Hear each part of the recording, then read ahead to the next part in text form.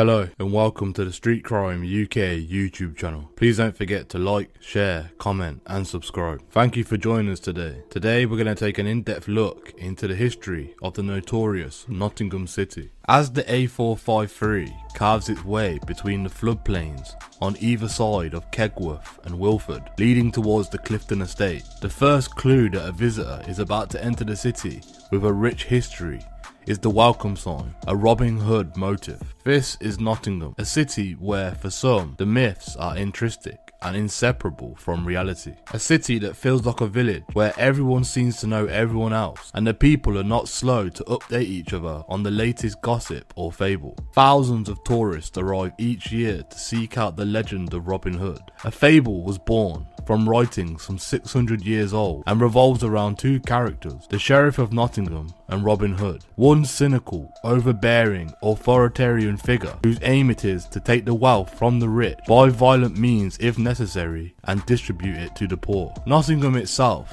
dates back to the early Saxon time. In 600 AD, it fell under the control of a Saxon chief known as Snot, whose peoples populated the ancient caves which still permeate the city and its lace market area today. It quickly became known as Nottingham, the homestead of the people of Snot.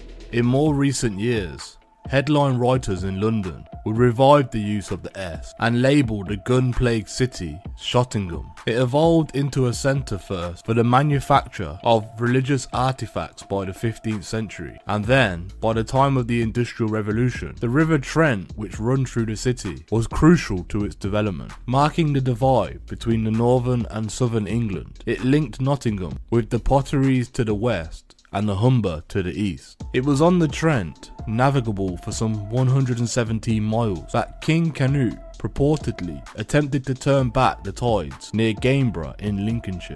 The textile industry also brought a lot of prosperity to Nottingham.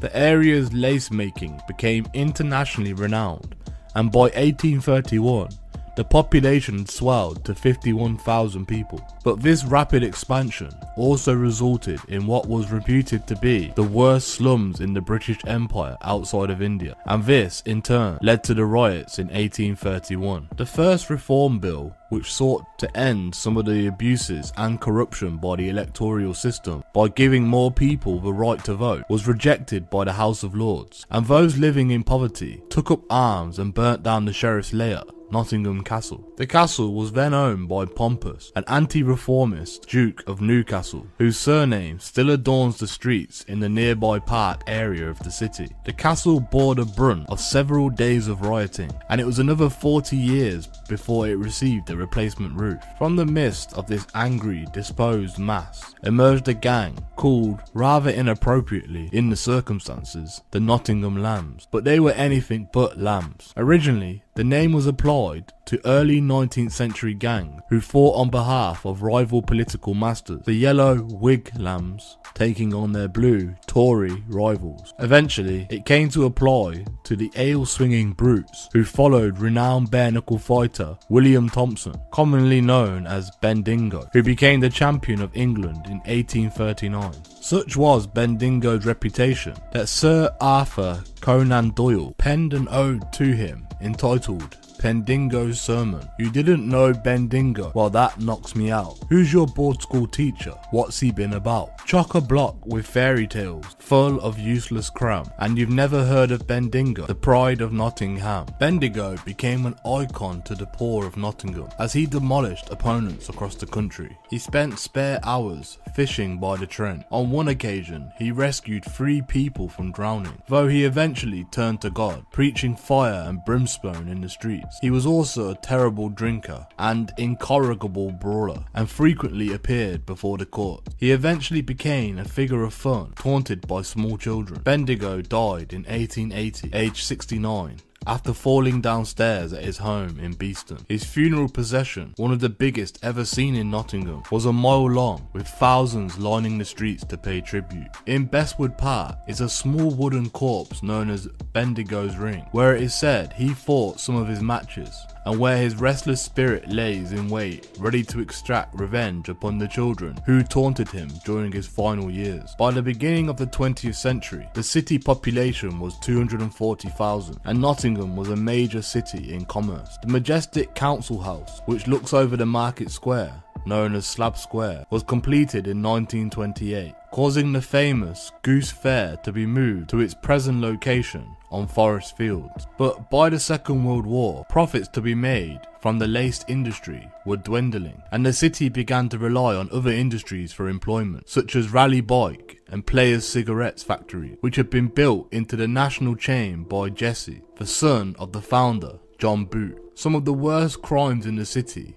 were not of human nature. The demolition of the Black Boy Hotel in Long Row in the late 1960s was one such misdemeanor. It was a hugely popular watering hole crafted by the renowned Victorian architect Watson Fothergill and incorporating a huge tower, the Bavarian style wooden balcony. One of the most striking landmarks in the city centre, it made way for a dual shopfront eventually occupied by Littlewoods. By 1969, some of Nottingham's older homes had been deemed unfit for habitation by the local housing authority. Nottingham was no different to many other urban centres in the post-war period. It was built upon a strong ethic, work hard and play hard. The factories boomed, as did the hard-drinking image of the city portrayed in Alan Stilto's groundbreaking 1958 novel Saturday Night and Sunday Morning, later film starring Alan. It was the first in a series of kitchen sink cinema dramas focusing on the boozing, street fighting, womanizing, white working class male and his view of the world. It encapsulated his schizophrenic existence, the Saturday night alcoholic haze contrasting with the sobriety of Sunday, which preceded the start of the working week. The no-frills hero of the story, Arthur Seaton, is a man who coined the phrase for his and the subsequent generation, "Don't let the bastards grind you down." Set in the terraced Victorian little palaces of Radford, where much of the later movie was filmed, it captures his life working at the local Raleigh factory, where, just as at the nearby Players Cigarette factory, thousands of Nottingham workers would clock in and out during the week and await the weekend. It doffed the cap to the country of D.H. Lawrence's miner, but now, instead of working at the coalface, he was sweating over a lathe to bring home his wages. It was also the age of the angry young man, and the whiff of revolt was in the air. But what Mr. Stilto,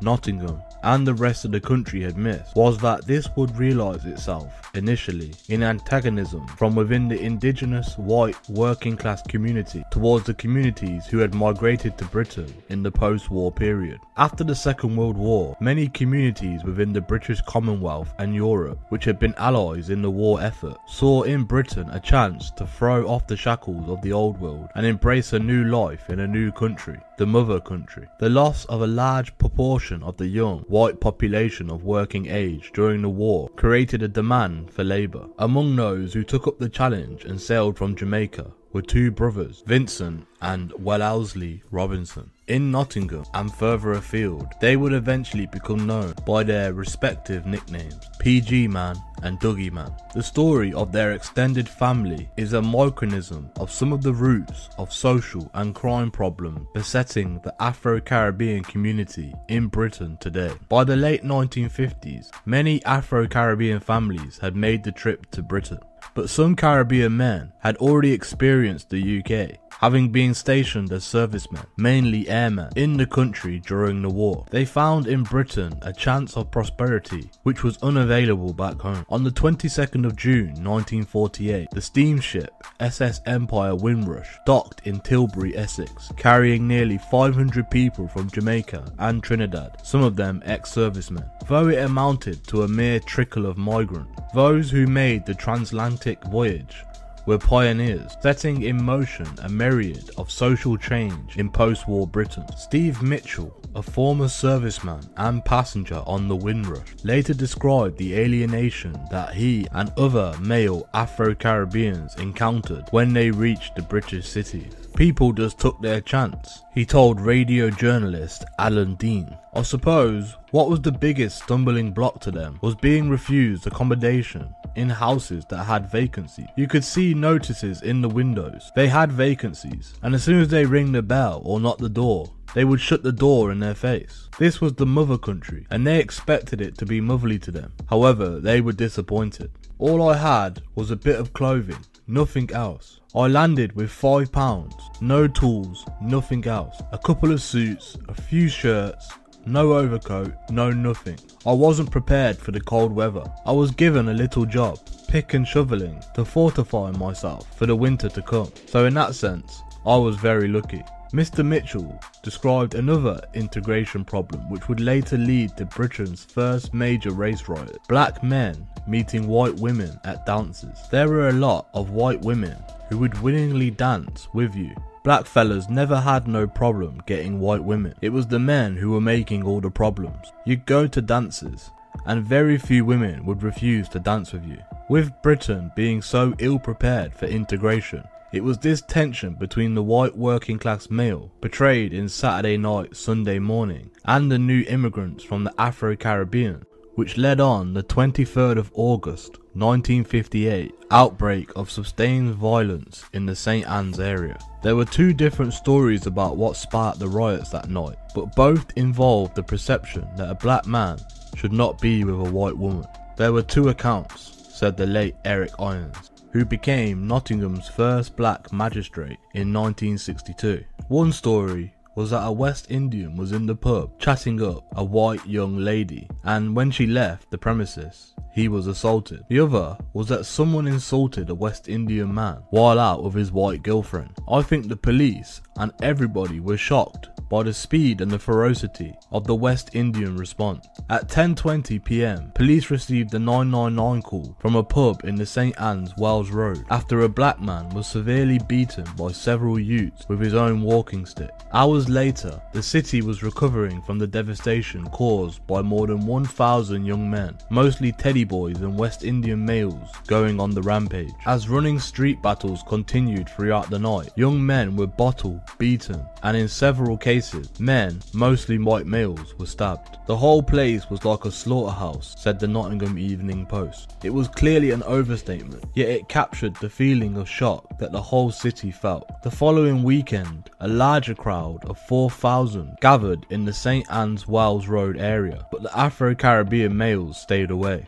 More violence erupted as the white teddy boys turned on each other, creating a turf war between the young gangs of St. Anne's and those who had dared to venture into the city from the Bulwell area. As Mike and Trevor Phillips point out in their illuminating book Windrush, the second outbreak of violence was much more significant. At the time, nearly all the commentators, focused as they were on race, missed the point, which was that if there were no black people available on who to focus their rage, the crowds were equally willing to fight each other. In that sense, it was apparent that the riots were as much about the feelings of exclusion and deprivation experienced by the wide section of the English population as they were about the presence of black migrants. The attention that the disturbances claimed for the conditions in which the people lived was, in itself, a factor for calming the city. It was also about young people defining themselves by the area into which they had been born, or as young black males from the estates in St. Anne's or the Meadows would later describe it, life in the ghetto. By 1958, a belated post-war boom, which had brought many Afro-Caribbean immigrants to Britain, was drawing to a close and cultural tension. Many West Indians found themselves facing a closed door when applying for jobs in Nottingham factories, or even when buying a half of their favoured stout at a local pub. On the other hand, life for everyone in St. Anne's was tough, with poor housing conditions for white and black neighbours alike. As Milton Crossdale, another Nottingham black rights campaigner, pointed out, the riots led to change in public housing policy. Up to 1958, you had a number of people from the Caribbean countries in Nottingham, Mr. Crossdale said. They had jobs, but they had difficulty finding a place to live, or they were in multiple occupations. People from the Caribbean were being shepherded into St. Anne's and the Meadows. You had people crowded into Old St. Anne's, most of them living in multiple occupations. Nottingham, unlike other cities, went on to knock down major estates. Derby didn't knock down whole areas and rebuild them. Leicester didn't do it either. It had a significant effect on the redistribution of people in the city. For me, the most significant thing was how the employment market was being opened up. People began to realise that there was a serious problem. Who would have thought there would have been riots in Nottingham? Riots on their doorstep. You can talk about prejudice, but it doesn't affect them in their front rooms. It doesn't matter at all. You can just get away from it. It's like the famine in Africa. It's only when it's on a TV picture and you're eating a meal in your front room that it actually affects you. A week after the riots in Nottingham, the Notting Hill area of West London erupted in an orgy of violence which made headlines around the world. Into this cauldron of racism and lack of opportunity dropped Vincent and Wellesley Robinson when they arrived in Nottingham from their homes in Spanish Town, Jamaica in the early 1960s. The story has it that Vincent was born on the day in 1938 that the governor of Fiji made an official visit to Jamaica and was so nicknamed Fiji Man by relatives, which over the years became mispronounced as PG Man. Vincent was around 20 when he arrived in Nottingham, whilst Wellesley was a couple of years older. Before long, any aspiration they held were dashed when it became apparent just how difficult it was to get a steady job if you were black. Every time they went to the factory gates with a vacancy sign on it, they were turned away with the words, "Job filled. Sorry lads." They became worn down by the sheer repetition of rejections. Although Vincent, who was a dapper dresser, managed to get a tiny part as an extra in the film Saturday Night and Sunday Morning. He appeared on screen only briefly, seen in the background in a scene involving Albert Finney near the city's castle, but such was his pride that he spent a week polishing his shoes for the part. Many of the new immigrants identified not with England, which had held out a hand of false hope to them, but with their Jamaican homeland, and they began to import a bit of Caribbean sunshine into them dark days. Shebeens, or illegal drinking and gambling houses, began to spring up in Nottingham, and Vincent and Wellesley seen this as a way to provide for their growing families with distorted sound system, which was always cranked up high enough to vibrate through the neighbours' floorboards, and there would be some rice and peas, yams and curried goat, and other tasty Jamaican food, and of course there would always be a bit of smoke. Cannabis was an essential to the Jamaican soul of the 60s, as was the music which boomed from the sound system, and from this the rude boy was born. While most the drug taking white youth of Nottingham were downing amphetamine, for the most part taken from chemist shops which had been burgled, and staying up all night to listen to The Who and the Rolling Stones, their Jamaican counterpart were easing back into their chairs with a smoke of ganja, playing cards or dominoes, and listening to the ska of Prince Buster, the blues of Jimmy Cliff, and later the reggae of Bob Marley and the Wailers. Prince Buster's hit Big Five in 1968 would almost certainly have been banned if the controllers of the nation's radio airwaves understood the lyrics. They also illuminated the baser instincts of the Jamaican male, which would cause a host of social problems in the later years. Right now I'm feeling irie. Want a big fat pussy this December night? Today I smoke an ounce of weed. Tonight I'm gonna plant a seed in her womp, alright? By the late 1960s, Nottinghamshire police had concluded that it was easier to bust Jamaicans for cannabis than it was to bust white youths for popping pills. They only had to follow the pumping sounds coming from the shebeens and the smell of strong smoke wafting out the houses to know that they could make a quick bust. The sound systems were a product of the ghettos of Kingston and Spanish Town, where DJs would load up their trucks with a generator, turntable and huge speakers, and would then go on to set up impromptu street parties. By the early 1960s, Jamaican MCs such as Count Machuki were pumping out music through the wardrobe-sized speakers, capable of delivering 30,000 watts of sound. PG Man and Dougie Man were soon running regular blues nights at their homes in Nottingham. Once they had a little money, they invested in a sound system they named the V-Rocket. V-Rocket would live with the sound system called Saxon, run by a Birmingham crew. And there would be many times in the 1980s and the 1990s when guns were let off into the ceilings of the shebeens to salute the DJs from the two sound systems. With cannabis readily available, it was a safe bet that they would be busted sooner or later. When they were, it triggered a chain of events that would lead, eventually, straight to the front pages of the News of the World, the country's most lurid and popular Sunday tabloid. PG Man was living in Burnaby Road, near to what would become the St. Anne's estate, when things started to get hot. PG Man had already had a few encounters with the police. He spent 3 months in prison in the early 1960s after he was caught of a small amount of cannabis. Dougie Man, who lived nearby in Alfred Street North, had also been busted for a small amount of cannabis, which resulted in a £100 fine. Then, when things started getting much worse, PG Man began working for the police. After his last bust, they had told him that he would be able to run his shebeen, sell cannabis, and stay out of prison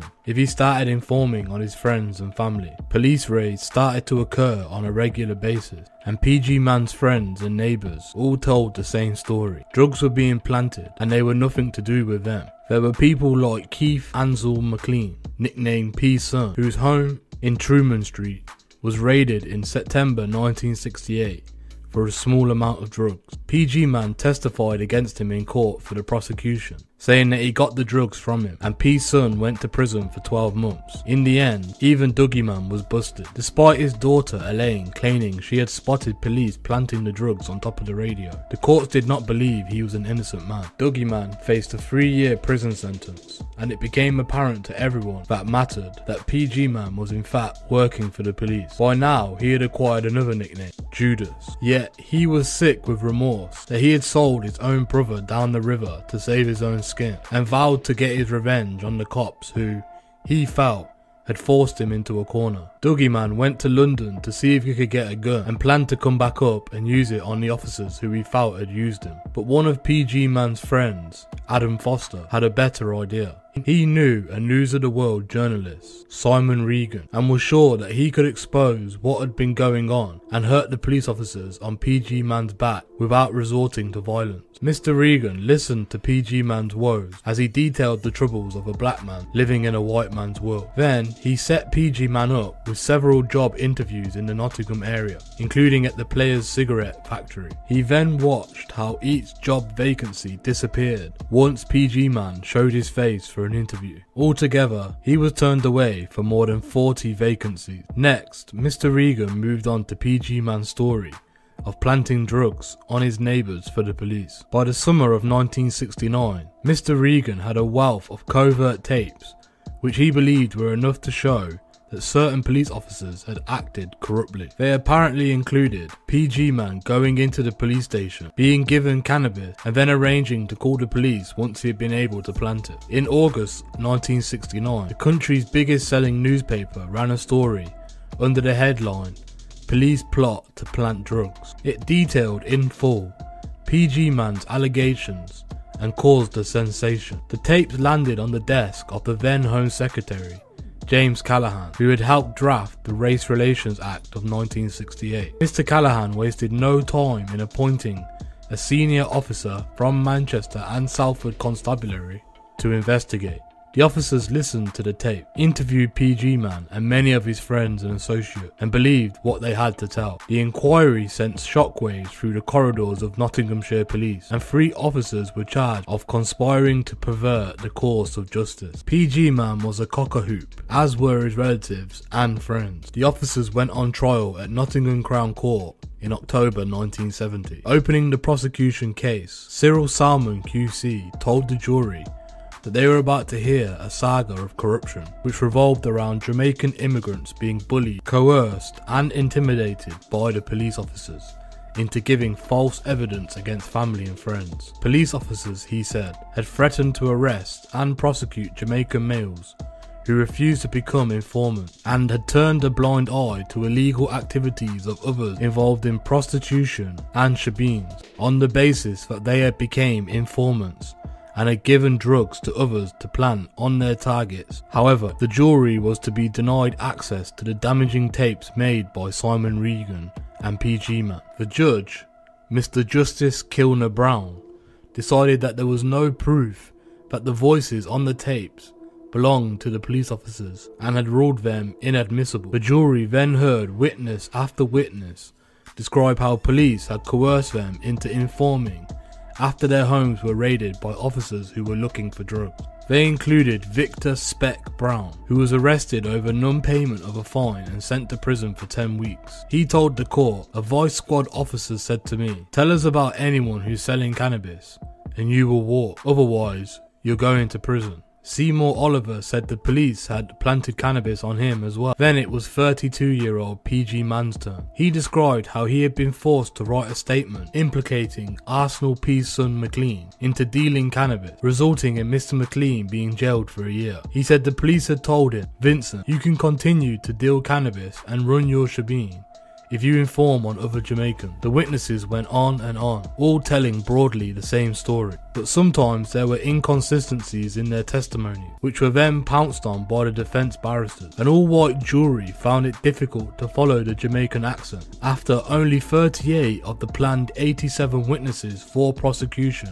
had been called to give evidence, they sent a confidential note to the judge. It was the 33rd day of the trial, and the judge ruminated for a while on what the jury had said in the note. Finally, Justice Kilner Brown announced, "I agree with you, members of the jury. It seems to me it would be an absolute waste of time to produce any more witnesses who may be regarded as rubbish by you." The trial was abandoned, and on Monday the 23rd of November 1970, all the officers were cleared. The judge thanked the jury and commended them, saying that the trial had at the very least proved that the coloured community had nothing to fear from the British jury. Nottinghamshire Police Authority was quick to tell the local paper what a travesty it had been that any police officers had had to face any charges. "It is regrettable that the force has been deprived of these officers for so long on the evidence of people who have never done a day's work since they came to this country." PG Man, his friends and relatives had been publicly humiliated, and through successive generations, the resentment that built up around the case would prevent many in their community from trusting authority in any meaningful way again. Some of the young Robinsons were more convinced than ever that the way to live their lives was to be a bad black man, as epitomised by Jimmy Cliff in the cult 1972 film The Harder They Come, the story of a Jamaican anti-hero who shoots a police officer. "I'd rather be a free man in my grave than living as a puppet or a slave," sang Cliff in the title track. By the late 1970s and the early 1980s, some of PG Man's and Dougie Man's numerous offspring were caught up in crime. PG Man alone fathered 17 children, while by the time Dougie Man's eldest daughter Elaine had reached 20, she had 5 children, all by different fathers. One of Dougie Man's sons had fathered 7 children by 5 different women by the late 1980s. It seemed to the women that was how young Jamaican males behaved. They spread their seed and they abandon you. The British ska revival of the late 1970s, spearheaded by Jerry Dammer's two-tone record label, and the popular reggae sounds of the Rastafarian movement, gave Dougie Man's V-Rocket sound system a boost and some welcome earning. But some of the families seemed to see criminality as their only route to financial survival. The young rude boys of the second generation were of a much grittier character than their fathers. PG Man and his peers had always been happy to deal cannabis and take in a bit of cash from running blues nights, but they generally kept away from violence. Some had put a few white women onto the streets, but they looked after them better than the Glaswegian pimp from who they had taken over from. The next generation, though, were carrying knives and even guns, robbing people and trafficking prostitutes all over the country. If you were in London and picked up a prostitute near Paddington or King's Cross during the late 1980s, there was a good chance that they came from Nottingham, and then crack cocaine burst into the ghetto. By 1989, Nottinghamshire police had begun to see symptoms of this new cocaine derivative on the streets of Radford, St. Anne's and the Meadows. It wasn't that they were arresting more people or busting the crack houses which had begun to spring up, or that they were making huge seizures of the drug. It was the sinister breakdown of morality. Crack left an inevitable trail everywhere its users went. Prostitutes beaten black and blue by their cane-carrying, crack-smoking pimps. Men willing to sell their own girlfriends on the streets to buy more cracks. And the girlfriends, willing participants, because they needed their crack pipe full too. Robbers who had previously drew the line at stealing a handbag from a pensioner, now not only robbing them but beating them black and blue when there wasn't enough money in the stolen purse to get a rock. It was not just that this drug left the rude boys unable to pay their debts, it was morally bankrupting sections of certain communities in Nottingham, Bristol, Birmingham, Manchester and London. In June 1989, the Nottinghamshire Drug Squad made its first major seizure of crack. Roy Scott, then aged 36, a small-time dealer from Denman Gardens in Radford, was stopped in the street with more than 120 rocks after a tip-off. Each rock of crack, from which you got about 5 smokes, was then selling at £25 to £30. Mr. Scott was jailed for 7 years. It was the largest single seizure of crack cocaine in the country that year, and it came straight off the street. Crack didn't hang around in lockups for weeks like cocaine, heroin, speed, ecstasy or cannabis, where they had dealers waiting for the right moment to shift it at wholesale. Crack, by its nature, is consumed rapidly by its users, and when it's gone, they crave more. It was a high turnover trade. Mobile phones had also made dealing easy, and the dealers distanced themselves from potential arrests further by corrupting the local youth. At the bottom of this huge pyramid business promoted with crack and heroin, the 12 and 13-year-olds who rode around St. Anne's on mountain bikes would take all the risks. Rocks of crack in pocket, they would make the handovers and get paid a few pounds by the dealer. Career paths no longer meant anything to these teenagers. They weren't bothered if the police picked them up. What could the police do? They told officers that they had found a bag of drugs in the street. As youngsters, they aspired to be footballers or pop stars, not doctors or police officers. And if they didn't make it, they knew they'd be able to make it as a drug dealer in a few years' time. Then they could too have the BMW and some nice jewellery. One of the principal reasons that crack cocaine was turning up with the same regularity and volume as in London was Nottingham's links to Jamaica. Even before crack began to appear, Jamaican criminals on the run, often from London, lie low in Nottingham with a distant relative or friend. But now the violent gangsters known as Yardis were appearing on the streets. Political turmoil in Jamaica caused many to flee for the United States and the United Kingdom. Many gravitated first to London, then began moving to different cities in the country like Nottingham. They hung around the black and white calf on Radford Road and the Marcus Garvey Centre on Lenton Boulevard, and swaggered around in heavy gold, selling rocks at the late night drinking hole in Ilkeston Road, the Tally Ho, later called Lenton and then the Drum. It was popular with some of the black homeboys, but even they knew not to push it when the Yardis were around. They were all unaware that an undercover cop from London was also hanging around too, having managed to convince everyone that he was a Yardie. The Tally Ho was seen as an ideal shopfront from which people to peddle rock without the potential danger of bumping into rival posse members, as what was happening frequently in London. In addition, they had a ready-made market, as the Tally Ho was a favourable haunt for white street girls who would sell their skinny bodies every night on the Forest Road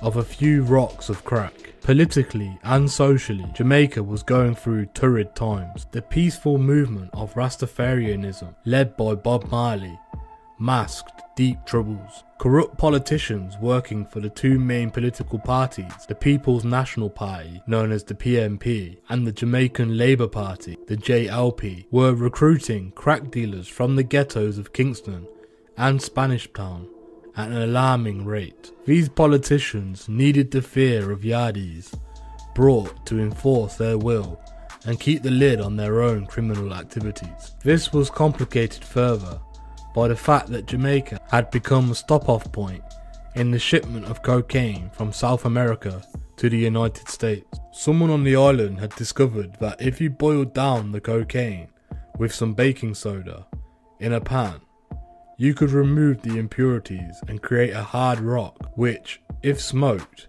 could take you to the moon, but only for a brief few minutes. Young Jamaican men soon didn't care if smoking this stuff was like putting a gun to your head. They were ready to sell their souls for the next hit. It was just about the most addictive drug that the enforcement agencies had ever come across, and pretty soon it was making its way to the UK, and it would soon be taking a leading role in the most violent crimes in this country. The three things you could be sure of if you had bumped into a yardie in the early 1990s were that they would have had a wad of cash on them, some rocks of crack or access to them, and most of all, a firearm close to hand. The first evidence of a wave of mayhem that crack would bring came in the quiet street in a Wallington area of October 11th, 1991. Ian Bedward, a 28-year-old homeboy, had succumbed to the drug, and the paranoia it had brought on made his tempestuous relationship with his partner, Sophie Robinson, Dougie Mann's granddaughter. Her mother was the eldest daughter of Elaine, with whom he had 3 children, even worse still. Mr. Bedward was involved in armed robberies in the city and had robbed some drug dealers of their cocaine. He had armed himself, fearing that they would come after him. One Tuesday after a row, Sophie left their house in Whitby Close for a few days to go down London, leaving the children with him. They rambled on about how some of the Robinsons were mixing with Yardie and mentioned a gunman called Eaton Green, known as Leon, who was selling crack around the housing estates of St. Anne's and Radford like a candy store salesman. Mr. Bedward became more and more distraught as the hours ticked by. He lined up his 3 children and shot them through the head as they lay on the sofa. He then sat beside them, pulling the trigger of the Colt 45 resting against his head. The bodies were discovered on Friday when neighbours, worried that they hadn't seen the children and had been unable to get an answer from the house, called the police. Sophie arrived home the same day, just as the police had made their grim discovery, and ran down the street, screaming hysterically. 2 of the children had been killed by the same bullet. One of the letters Mr. Bedward left said, "See you in heaven, because down here is hell." Detective Peter Cole, who later became head of CID, said the horrific scene was one of the worst he's ever encountered in his police career. It was really truly sad and shocking to see just how distressing. We had the letters examined for intelligence purposes, and some information was extracted, which proved useful. Next, it was PG Man's family who had tragedy knocking at their door. Some of his sons had formed a gang with friends from the St. Anne's estate, now known in ghetto terms as Stans, and they called themselves the Playboy Posse. In the early 1990s, they got into a war with the Meadows posse, who would also become known later as the Waterfront Gangs. It was the beginning of black on black gang violence that was to blight the city intermittently over the next 15 years. At the heart of it was the territorial drugs business, and in particular cocaine and its derivative crack. A number of the Robinson clan had succumbed to crack by the early 1990s and had turned to crime to pay for their drugs. Some of the Robinson girls took to street robbery and prostitution as a means to buy their next rock, organising gangs of shoplifters who would fleece designer wear from the city's fashion houses or carry out street robberies. The rude boys of the 1980s, with their neat clothes and flash cars, who had earned themselves a significant living off the street girls and weed they traded in. The crack had created a major economy in its own right, as the consumption of those little brown rocks spread like a cancer through the ghetto. One of Dougie Mann's sons, Eaton Bubsy Robinson, went to prison for 6 years for robbing women on the street to fund his crack habit. 23 years after tasting his first crack pipe, Bubsy was still at it in 2008. He pleaded guilty to shoplifting from Gap and Madhouse Clothes Store to buy crack cocaine. Another son had been lifted by the police for attempted murder after violence erupted in the Black Club, where 2 Birmingham-based dealers had stolen crack from one of the Robinsons' dealers. Against this backdrop, the men were still able to maintain some semblance of togetherness and organisation through memberships of posses. These small tight-knit groups gave those living in the ghetto of St. Anne's and Meadows a sense of meaning, and order among all the chaos that surrounded them. They knew what constituted their patch and who to be wary of, and the Playboy posse knew they had to be on the lookout for the posse from the Meadows. No one knows quite how it all started, but in the early 1990s, gang life within St Anne's and the Meadows estates was flourishing. One of the major flashpoints between the gangs, which acted as a catalyst for the war, was ignited when some of the Playboy posse were ambushed by one of PG Man's sons and slashed and had needed 60 stitches. 4 weeks later, the Playboy posse took retribution and attacked 5 members of the Meadow gang as they came out of a club, leaving one with his skull fractured in 2 places. Then the rape of a 14-year-old girl against 3 of the Playboy posse. More violence then followed. Finally, on the 1st of August 1993, PG Man's 21-year-old son Lloyd, who had taken to carrying a machete for self-defense, got into a dispute with some of the Meadows gang. One of Lloyd's friends had stolen a bike from a youngster, and the Meadows crew were not happy about it. PG Man's family had gathered at his house to celebrate the birth of his latest grandson, and after a while, Lloyd and his brother Daston, aged 19, went off to a nearby Afro-Caribbean centre near Hunger Hill Road. Just after midnight, the pair were about to leave the club when they were confronted by around 15 youths looking for a fight. Daston went to raise his father from bed, but before BG Man could intervene, the Meadows gang had attacked Lloyd, striking him so hard with a baseball bat that the force almost split his head in 2. He died 3 days later in hospital. PG Man was a broken man from that day on. I saw a boy holding a baseball bat walk behind the crowd, come up behind Lloyd and whack him on the head, he later told Nottingham Evening Post. As he collapsed to the ground, I fell to my knees and I put my hands on my head. From that lick, I knew he's dead because it went right through me. I could still hear the crack of the baseball bat against my boy's head. I was broken down bad by Lloyd's death. I am not the same person no more. The young man who struck the fatal blow, Gary Mayer, a 19-year-old amateur boxing champion, was jailed for life for the murder in 1994. 3 more gang members, Sean Cope, aged 20, Dean Johnson, who was 19, and Simon Rowbottom, who was 20, received between 3 and 6 years for manslaughter.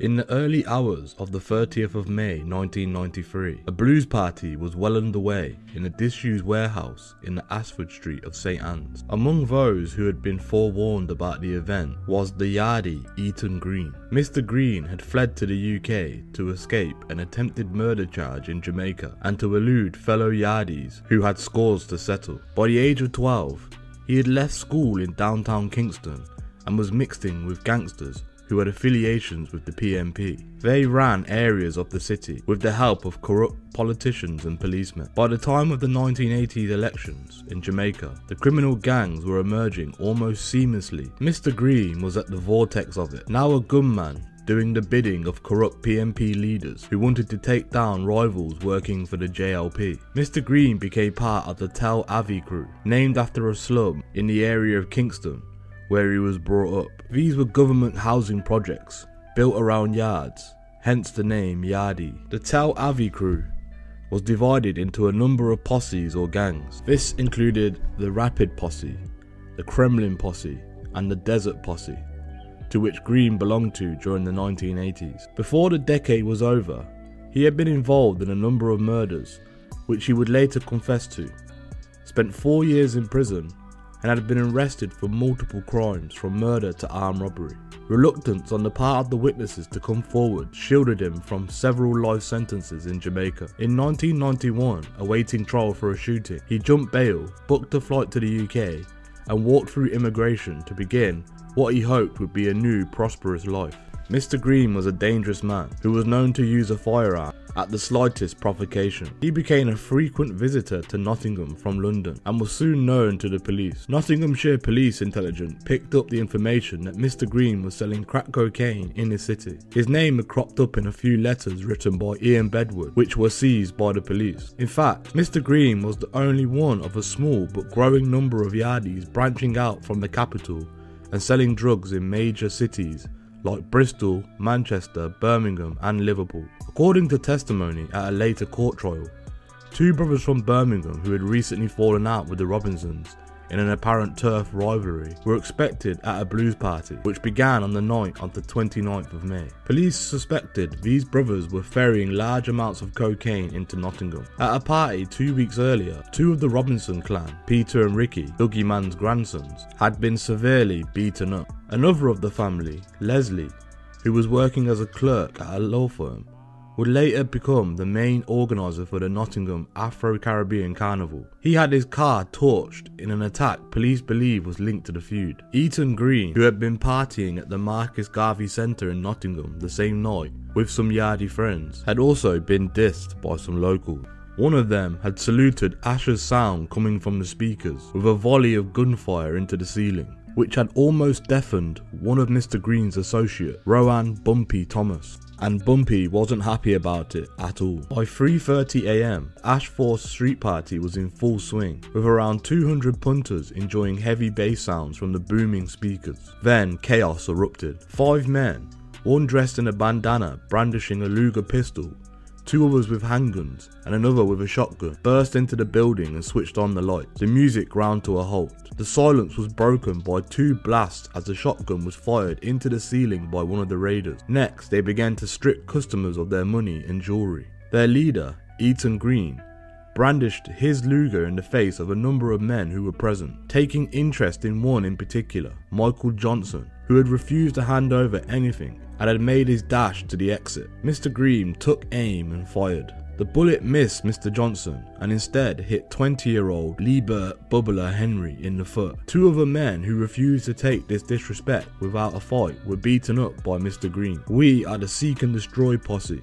and this is a robbery," Mr. Green screamed at the terrified partygoers. Liebert Henry, blood pumping out of his damaged foot, pleaded to be let out the building and to get medical help, but Mr. Green refused, taunting them with the words, "Bleed, pussy, bleed." The gunmen had demanded that the men be separated from the women and began to remove jewellery, money, credit cards, mobile phones and drugs. The incident was over within half an hour, but in that time, Mr. Green and his gang robbed more people in one go than at any other recorded British crime. The Birmingham brothers that Mr. Green was looking for did not appear to be among the partygoers, but he evidently felt some part of his mission had been accomplished by robbing the locals and dissing them. At first, Operation Warehouse, as the police investigation was called, had only dug up a few leads to the gunman's identity, but gradually a picture began to emerge of some of the assailants. The main protagonist was a slim young black man in his late 20s with a large scar across his right cheek wearing a bandana, and had answered the name Leon, which Nottinghamshire detectives knew from recent intelligence was Mr. Green's street name. Another man had the nickname Bumpy, according to some of the witnesses. The vehicle Mr. Green and his associates had driven from London was found to be a hire car booked from the company based at Heathrow Airport. CCTV images obtained from the company showed Mr. Green and 2 of his gang meeting Elaine Robinson at Heathrow. Nevertheless, for Nottinghamshire police, the biggest revelation was yet to come. Over the subsequent weeks, officers began to piece together more information about Mr. Green. They found an address that he had been staying at, where there was further evidence of a connection to Nottingham. Photographs of Elaine Robinson and her daughter Sophie, along with Mr. Green's mobile phone number. Information from Jamaican authorities revealed Mr. Green to be a very dangerous yardie, wanted for the involvement of several brutal murders. How had he managed to slip into Britain without being arrested or turned back? In fact, as police in Nottingham were to discover, Mr. Green had been helped in avoiding deportation back to Jamaica. Not only that, he had brought 2 violent associates over from Jamaica on false passports with a little help from some friends in high places, friends specifically in the Metropolitan Police and the Immigration Service. Ethan Leonard Green was a top-level yardie informant, playing a double agent role within the Metropolitan Police SO11 intelligence unit. His code name was Aldridge Clark. By July 1993, some resourceful Nottinghamshire detectives were closing in on Mr. Green, despite the lack of assistance from Scotland Yard. At around 2 PM on the 8th of July 1993, after tracking him through several addresses that they had gained from the social security details, they finally located their man walking down Mandela Road in Newham, East London. He was handcuffed and led to a car that would take him up the M1 to be questioned about the Blues Party robbery. But as Nottinghamshire officers were soon to discover, this was far from an open and shut case. The Metropolitan Police work ended up hampering the progress of their colleagues, perhaps on the basis that the ends justifies the means. Ultimately, the criminal trial would descend into chaos. As Nottinghamshire police began to question Mr. Green, a complex story began to unfold. Mr. Green said he had not been at the Blues Party, but could identify the assailant. He then told them to check in with a constable called Steve Barker at the Metropolitan Police's SO11 intelligence unit, and that all would be explained. Mr. Green insisted he was working for the Met and had become involved in gaining intelligence on the local drug scene, particularly as a man with the street name Pepsi had been relocated to Nottingham from London to sell crack.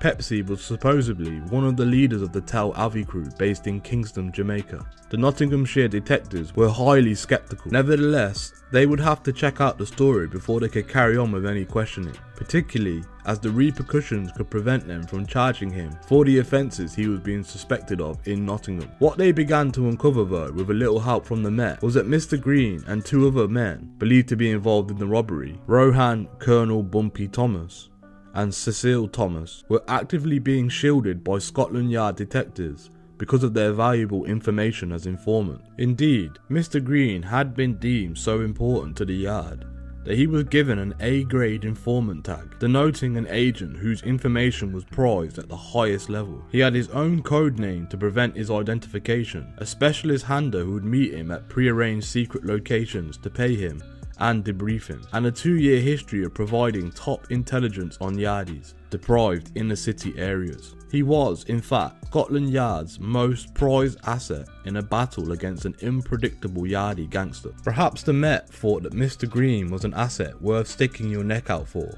as they proceeded on a path that seemed to break the conventions of policing, justice and the law. The detectives from Nottinghamshire were unimpressed. The more they discovered about the nature of Mr. Green's relationship with their London counterpart, the more it strengthened their resolve to see Mr. Green put on trial for the robbery on their patch. They did not doubt that he had provided good information on the movement of firearms around the capital and the arrival of Yardies in London, but to turn a blind eye to an armed robbery of 150 out of 200 people at a party was not something they were prepared to do, or to justify to the victim. As far as they were concerned, Scotland Yard had effectively done nothing to help with Mr. Green's arrest after the robbery. Moreover, some individuals had effectively helped Mr. Green avoid arrest, not least his handler, who had met him during the weeks after the robbery and allowed him to walk away despite the Yard having been told by Nottinghamshire that he should be arrested. Detective Inspector Michael Layton was among the senior Nottinghamshire police officers trying to track down Mr. Green and his accomplices. The team had been given full authority by their bosses to nail the gang, putting them on a collision course with Scotland Yard that would serve neither justice nor public. They were still in the dark about the extent of Mr. Green's role as an informant, even as they tried to solve the major case, and the economy of truth displayed by their fellow agencies was something they could never have predicted. Indeed, it would take the court case to flush out the truth. By July 1993, Mr. Green, along with Rohan Thomas, Cecile Thomas, Stephen Crossdale and Errol Lynch, alleged to be the 4th and 5th members of the gang, had been charged with robbery. 3 Robinsons from Dougie Man's side of the family were also arrested, sisters Elaine, Valerie and their brother Leslie. Detectives were convinced some of the Robinsons had played a role in sponsoring Mr. Green's gang to carry out crack cocaine business in the city and ultimately extract revenge on the 2 Birmingham brothers for humiliating members of the Robinson family. The 3 Robinsons were charged with conspiracy to cause grievous bodily harm. Right up to the start of the trial at Leicester Crown Court, Scotland Yard concealed the importance of Mr. Green's role as one of their most prized agents. In October 1994, a few weeks after the trial opened, tactics that seemed almost Machiavellian were used to protect Mr. Green, who was pleading not guilty. At a first mitigation text, a method sometimes used by the police to tell the judge that the defendant has provided crucial information to help solve a crime and should be sentenced leniently, but without telling the barristers or jury, was received by the judge from the Metropolitan Police. It indicated that Mr. Green had been very helpful in the arrest of a number of cases and should be given credit with a reduced sentence should he be found guilty. Defense barristers tipped off about Mr. Green's role in the arrest and his co-defendants demanded the informant be identified. The prosecution barrister also indicated that senior officers from Scotland Yard were imploring him to abandon the trial. On the 14th of October, with the truth in danger of coming out, an officer went to the court to see the judge, Richard Pollard, and ask him not to reveal Mr. Green's identity. Faced with some unquestionable questions, the judge halted proceedings as a top-level discussion took place between Nottinghamshire Police, Scotland Yard, Barbara Mills, the Director of Public Prosecutions, and Sir Nicholas Liel, the Attorney General. Nottinghamshire Police were astounded to discover that Mr. Green had been given Met information about the weapon used in the robbery, who the assailants were, where they were holed up, and where some of the jewellery had been fenced. They also learned that the Met's intelligence report stated that all this information had been supposedly passed on to Nottinghamshire Police during the first few weeks of the investigation, which was news to them. It was suggested that there had been either an extreme breakdown in communication between the two forces, or that the Met was lying. The trial judge also felt that the Met had misled him and the CPS about Mr. Green's relationship with SO11, and that a senior Met officer had made inappropriate approaches to the judge and counsel in an attempt to get the trial thrown out. After battling the issue back and forth over a number of weeks, Director of Public Prosecutions and the Attorney General ruled that the Met were in the wrong. The role of Mr. Green would have to be revealed in court and the trials should continue. After a month away from the courtroom, however, Judge Pollard had no option but to discharge the original jury and call for a retrial. The defendants were remanded in custody. Faced with nowhere to hide, Mr. Green now changed his story once more and began to admit to a catalogue of crimes in Jamaica. 11 murders, as well as robberies, shootings, and cocaine deals whilst in London on the payroll of Scotland Yard. He described in graphic detail to the Metropolitan Police officers how he had murdered, on behalf of senior PNP politician, 3 yardies suspected of snitching to the Jamaican authorities. He went on to explain how he was spotted carrying out the killing by a passing taxi driver, and so he executed him too, along with his passenger. Crucially, he was prepared to plead guilty to the robbery in Nottingham. By the time the case had came to retrial in June 1995, again at Leicester Crown Court, Mr. Green had already pleaded guilty and had been sentenced to 6 years in prison. A new trial judge, Mr. Justice Smedley, fully aware of what his counterpart Judge Pollard had been put through during the original trial, had some choice of words to describe the conduct of the Metropolitan Police. I am very disturbed at the way in which those responsible for handling Mr. Green as an informant appear not only to have failed to cooperate, but possibly have impeded inquiries that causes me alarm. Meanwhile, SO11 had given Mr. Green a new identity and placed him in witness protection on a prison wing in Parkhurst Prison on the Isle of Wight. It was an area reserved for just a handful of supergrasses, including Darren Nichols, the main witness in the 1998 Essex Range Rover murders, fictionalised in the Essex Boys film. Met clearly still believed Mr. Green could be of use to them if he went back to Jamaica. The retrial jury was told the events at Ashforth Street warehouse were like a Hollywood-style robbery.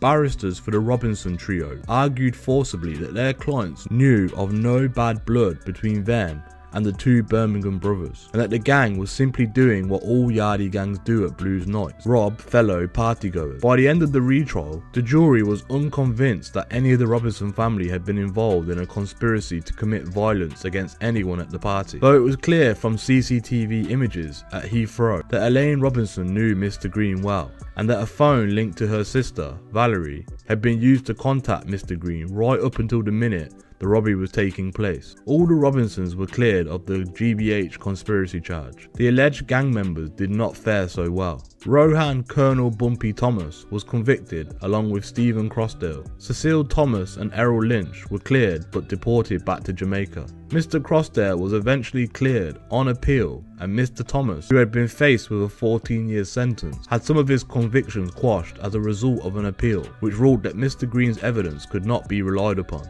Meanwhile, Hampshire's police chief constable, Sir John Hoddinott, was given the role of carrying out a major inquiry into the Metropolitan Police handling of Eaton Green and another yardie, Dalroy Denton, who had murdered a woman while on their informant payroll. Dalroy Denton was jailed for life in 1996 for killing Marcia Laws. The story of Mr. Green's recruitment emerged from 15,000 pages of evidence collected by Hampshire police. The report, published in 1999, revealed just how far the authorities were prepared to go in allowing a gun-toting killer to help in a battle against the yardies.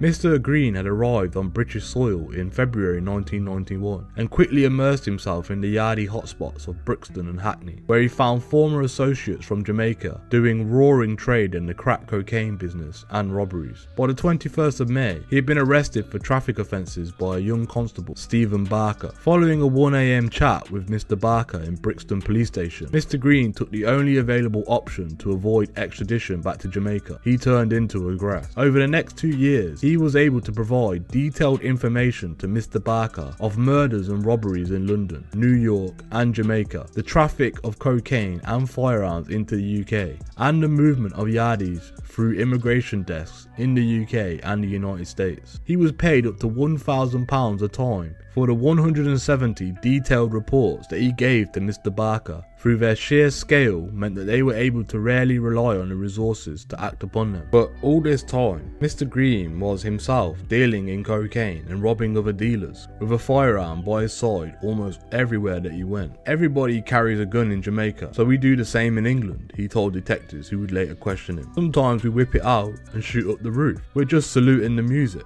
During his time as an informant, Mr. Green was arrested on 3 separate occasions by other Metropolitan Police units for possessing crack cocaine, but each time his crimes were never reached to the court until the audacious robbery in Nottingham. He was allowed to bring his own associates into the UK, including Rowan Thomas, who had served 14 years in Jamaican prison for shooting a policeman, and Cecile Thomas, another yardie. Both came in on false passports despite the fact it was known by both Metropolitan Police officers and immigration officials that they had violent past and were wanted by Jamaican authorities. Colonel Bumpy alone was believed to have been involved in around 10 murders. 2 weeks after the robbery in Nottingham, and despite knowing he was on the run from their Nottinghamshire colleagues, the Met's SO11 unit sanctioned a visit by Mr. Green to Holland, where he was promptly robbed by some local dealers at gunpoint with an Uzi submachine gun pistol. Later, Steve Barker, after specifically being asked by Nottinghamshire officers and agreeing to help find Mr. Green, had met the fugitives.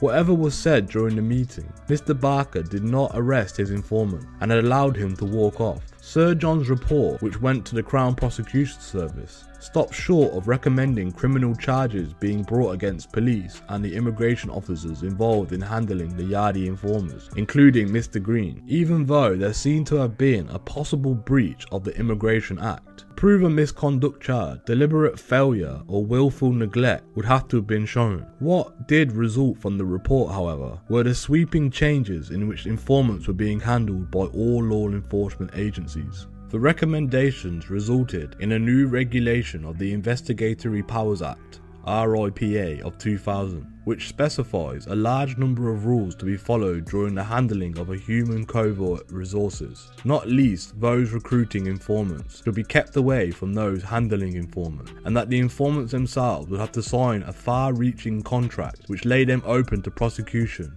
if it was not followed. It would inevitably mean that Mr. Green's episode would be harder to repeat, but it would also mean fewer officers being able to recruit fewer informants. Ultimately, the intelligence which had been pouring in on those fighting to keep drugs and firearms off the street would often come only from criminals hoping to take competitors and opponents out the game.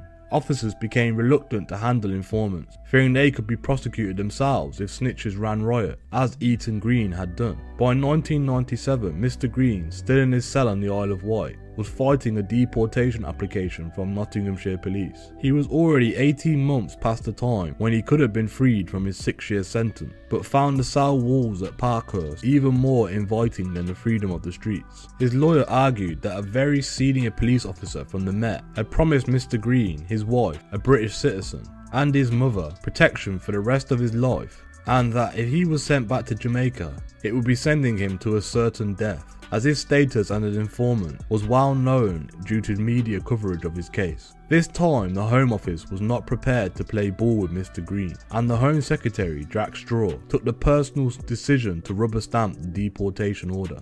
Mr. Green was sent back to Kingston a few months later. John Grieve, the head of SO11 team that handled Mr. Green, seemed unfazed. He did, however, apologise for not sending Nottinghamshire the right information at the right format at the right time. He told reporters Mr. Green was well worth the investment. It is an extremely unfortunate and to the detriment of the people of London that we no longer have him. Nottinghamshire's police head of CID, Philip Davis, took a different view. Informants are essential, he said. However, there is to be a stringent guideline and procedures which must be observed in the integrity of the system if it is to be maintained.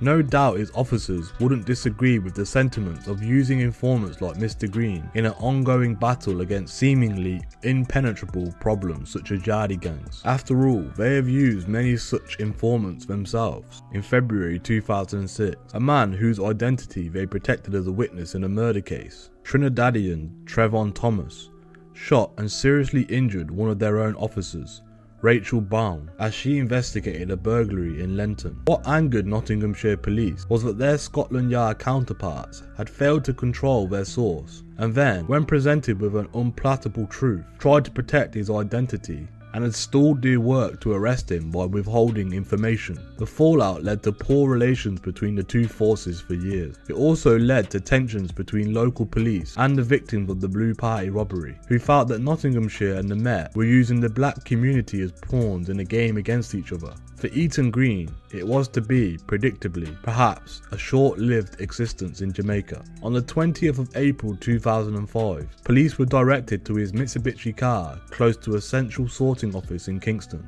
In the boot they found Mr. Green's body, wrapped up and riddled with 5 bullets, signifying a yardie execution. Mr. Green had been lured from his Craigtown home along with 2 other men, who were also shot dead. It seems that Mr. Green, who had been back for more than 3 years, had carried on with his trigger-happy exploits. Police suspected him of a number of crimes, including the murder of a young woman who was found dumped at Constitution Hill the previous year. Mr. Green was the 508th murder victim of Jamaica in that year, and that was only 4 months into the year.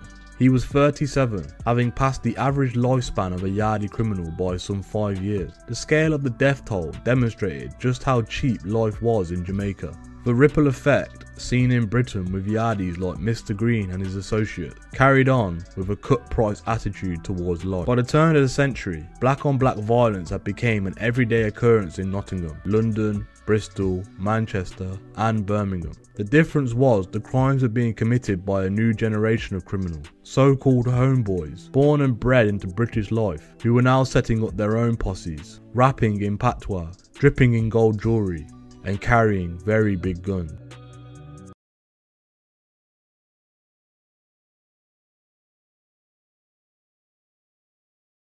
In the beginning of the 1990s, as the Robinsons fell under the spell of crack cocaine, a new drugs king emerged who would rise to such an influential level that he would be feted by politicians in Westminster and police officers alike. A researcher had met David St. Anthony Francis at a hospital next to Nottinghamshire Police Headquarters. The meeting had been arranged as part of a research into a television documentary about drugs, gangs and firearm problems being faced by the city in 2004. Mr. Francis, by then a veteran in the crime scene, had been out of prison for a few years. Urban legend has it that on his release, a friend arrived at the Derbyshire Sudbury prison in Mr. Francis' favourite Porsche to pick him up, but the only way that the researcher was able to make contact with him was to visit a jewellery shop in the Sneinton area and drop off a message. He responded promptly, partly because the messages had contained a letter from the former police officer who knew Mr. Francis well, and had effectively used Mr. Francis, albeit unwittingly,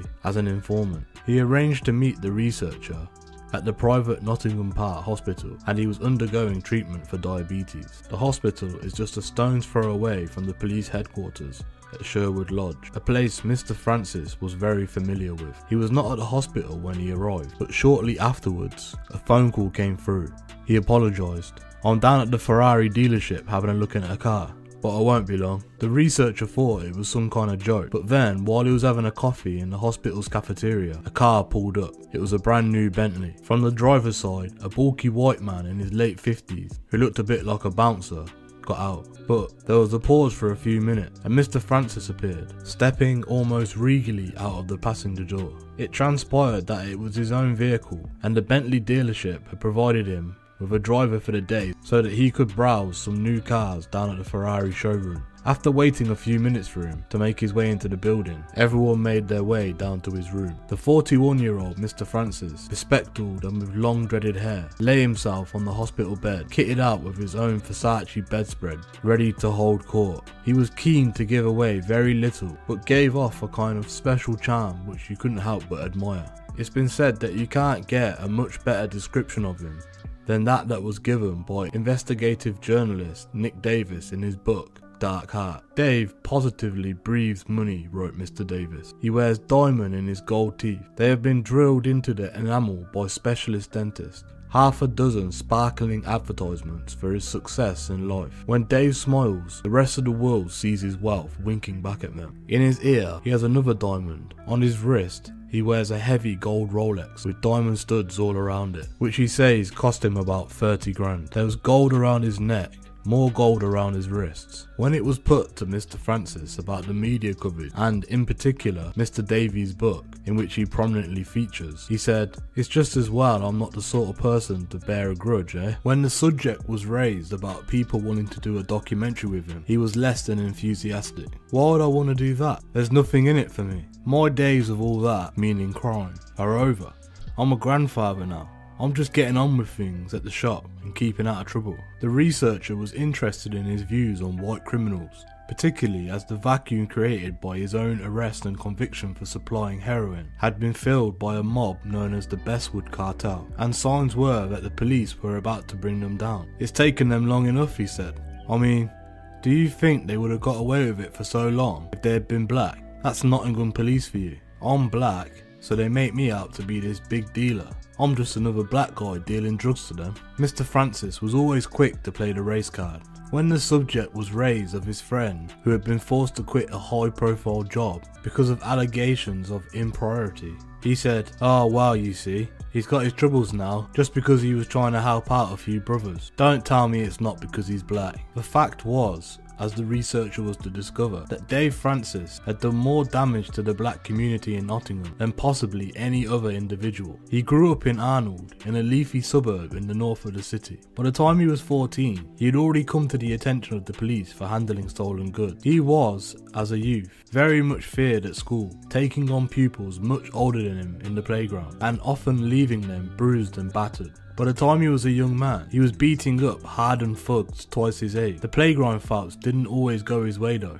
One fellow pupil remembered an incident in which Mr. Francis almost came off worse to a girl. Dave had these huge hands which gave him the tools to be a formidable fighter. One day, this girl, who was very hard and very useful with her fists, got into an argument with Mr. Francis and launched at him. As the fight went on, the classroom resembled a war zone, and there was blood and desks and chairs thrown everywhere, and the teacher just ran off because she couldn't handle it. In the end, after her beating 7 shades of shit out of him, they called it a draw. Mr. Francis so respected her that he then asked her out, even though she said she had left him battered and bruised. By his early 20s, having moved to the Meadows estate, he was a prolific young offender and was on his way to heading the Meadows posse. This gang of black criminals, which was highly organised by 4 main leaders, specialised in armed robberies, burglary, handling stolen goods and drugs. To avoid detection, they wore Jackson 5 style afro wigs and often used stolen cars. If stopped by the police, they would admit to taking the car, but could claim that any evidence found in the vehicle, such as a firearm or overalls that matched the description of the armed raiders, must have been in the car when they nicked it. When a burglar cleared out the gun shop in Carlton, the Meadows posse took control of the haul of firearms. These guns would regularly turn up at crime scenes over the next decade. Later, Mr. Francis even admitted to officers that he had control of the distribution of firearms across the city. "Guns are fine if they're in the hands of the people who know how to use them," he told officers. In July 1989, the gang came a cropper after a painting was stolen from a house of an 83-year-old woman in the Bilborough area of Nottingham. Believed to be a Gangsters worth £1 million, it passed through the hands of Mr. Francis and his Meadows posse. They were arranging for it to be handed over to some unscrupulous art dealer for around £300,000. But little did they know, they were in fact dealing with undercover police officers. Mr. Francis stayed on the periphery of the sale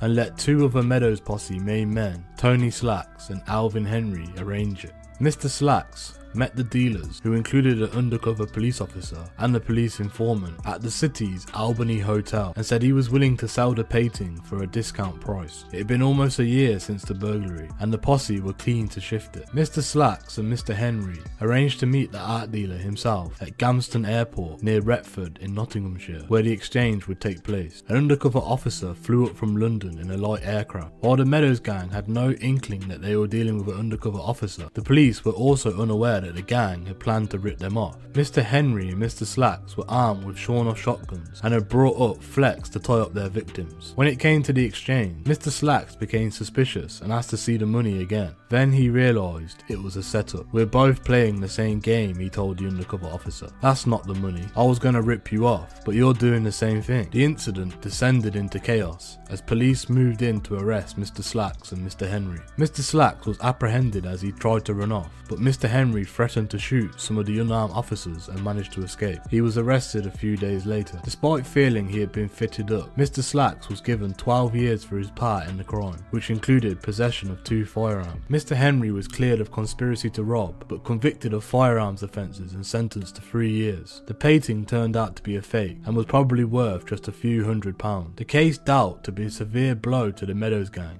and though they had all grown up together, they began to distrust each other. Then they were caught up in another case, after attempting to rob a store in Nottingham. Again, police seemed to have inside information, and the robbery went wrong, resulting in the arrest of one of the posse, Godfrey Hibbert, an ex-boxer from Meadows, a white man called Kevin Morledge, who had acted as a dog's body for the gang. Mr. Francis called his white helpers Tampaxes because they were on a string controlled by him, and they would absorb any unwelcome problems around him. Had been approached by the police after he was arrested on burglary charges. Mr. Francis evaded the police and was very busy devising a cunning plan to destroy the police's case against the posse. He gained access to the depositions in the attempted robbery case and knew who was saying what to their solicitor and what evidence the police actually had. In Mr. Morledge, he saw an opportunity to wreck the police probe. Officers had been to see Mr. Morledge in Lincoln prison after he let it be known that he wanted to speak to them about a deal. Before they could make the follow-up visit, Mr. Francis smuggled a tape recorder to Mr. Morledge. When 2 officers from Nottinghamshire police arrived again at Lincoln prison, they outlined the help to Mr. Morledge which he might receive if he gave evidence that Mr. Hibbert and Mr. Francis were involved in an armed robbery.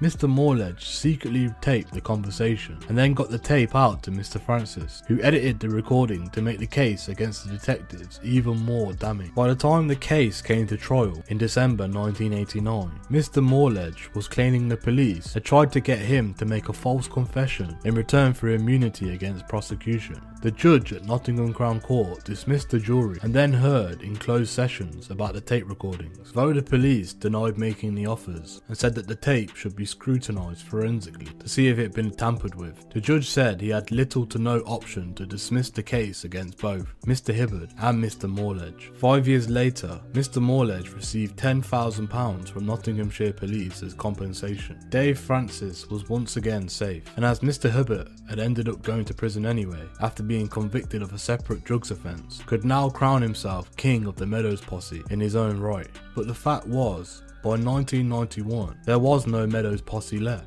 or at least not as it had been. Mr. Francis was still organising the movement on stolen jewellery and gold, but had moved on to the drugs business in a big way by 1990. Though he owned a gold shop, he still made regular trips to Birmingham to see 2 contacts who were prepared to melt it down for him. No questions asked. Still, Mr. Francis saw that the drug business was where the money was to be made. There were 2 drugs which were bringing in colossal profits for those who wanted to trade. Ecstasy sales were booming. It was clubland time in Nottingham, and people were coming from London, Manchester, Sheffield, Leeds and Birmingham to enjoy the sounds and hedonistic lifestyle at venues like Venus, as well as the illegal raves. Mr. Francis organised security for some events, along with nights at the Marcus Garvey Centre, which would spill over into violence when rival gangs fought it out for their neutral turf of Radford. Controlling the doors at large raves effectively meant that control of drugs going into the venues was under the gang's control. Mr. Francis's street dealers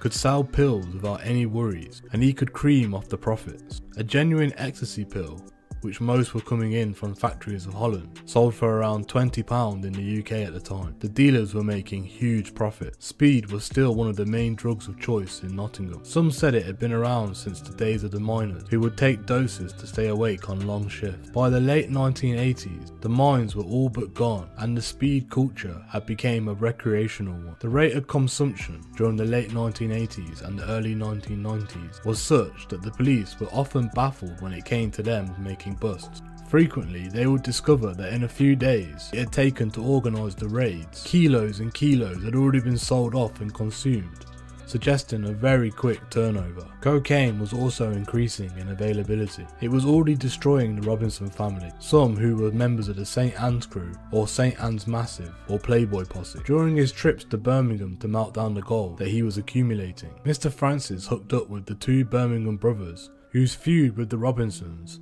had led to Eton Green's infamous Blues Party robbery. Mr. Francis believed that he could help the brothers make inroads into the Nottingham drug scene, and at the same time helped to distribute cocaine with some heavy backers who would not fear from other traders in the St. Anne's estate. But this move, together with potential flashpoints at the nights he ran at the Marcus Garvey Centre in Lenton, meant trouble was always just round the corner. It ultimately brought him into conflict with the Yardies, and Mr. Francis decided to strike out further on his own. By 1993, Mr. Francis had served a number of spells in prison and had 30 odd convictions dating back to 1976. They included possession of a firearm, actually bodily harm, unlawful sexual intercourse, and possession of drugs. Now that he embarked on a new criminal project, building up a network of contacts who ranged from influential within politics and the police to the usable young wannabes who saw the chance of a career doing the biddings of Nottingham's premier gangster of becoming street dealers themselves. Mr. Francis was to achieve this by partly getting himself a proper job, a posting as a manager of a local drugs charity project which specialised in 24/7 outreach work for addicts, particularly those who were ravaged by crack cocaine. The charity, the Association for the Prevention of Addiction, APA, later to become Addaction, was setting up units across the country, and Nottingham addicts were among the first outside of London to benefit from the open doors of the crack awareness team to them. Mr. Francis, despite his convictions and his flamboyant lifestyle, was the ideal candidate as far as the APA was concerned. Here was an intelligent, streetwise black man with whom drug users could identify. He blazed through the interview. Former CID boss Peter Coles remembers Mr. Francis visiting him at the time. He had just been to give an interview, and he drove down to the central police station and parked his Porsche up against the garages there. He was very keen to stress his life of crime was over. He said he had made £4 million by that time, and he was going to be a good Samaritan now and help the community. I was aghast. I couldn't understand how this man, who was wearing an Armani suit, driving a Porsche, and had all these convictions, could have got the interview, let alone the job. Didn't anyone think to ask this man, dripping in jewellery, with a Rolex watch worth £50,000 on his wrist, why would he want a job as a minor social worker? These crack awareness teams are beginning to spring up all over the country. Ironically, there was another individual who had done a similar thing down North London. Mr. Francis knew this man very well through the National Drug Supply Network, and some say that Mr. Francis aspired to be someone like him, and I think that's where he got the idea from. It was a perfect cover for him to branch out into large-scale dealing. With Yardies seemingly attracted to Nottingham like bees to honey, Mr. Francis was keen to avoid street dealing and the hassles that it could bring. He embraced his new role with gusto, raising the profile as a bona fide drugs worker, attending Home Office Select Committee hearings at Westminster, and the crack cocaine problem and appearing in the ITV television documentary to talk about the problems of facing crack cocaine users. During this time, he was in fact building up his power base and recruiting people who would later become his dealers. As the main CAT worker, he would be in and out of the police cells on almost a daily basis to offer advice to addicts who had been arrested. He had also had access to depositions in criminal cases. This all provided him with useful information, particularly when it came to who was grassing up who and the police's weak point. Mr. Francis' advice to those languishers in the cell and dreaming of weaning themselves of drugs, usually heroin or crack, was come work for Dave,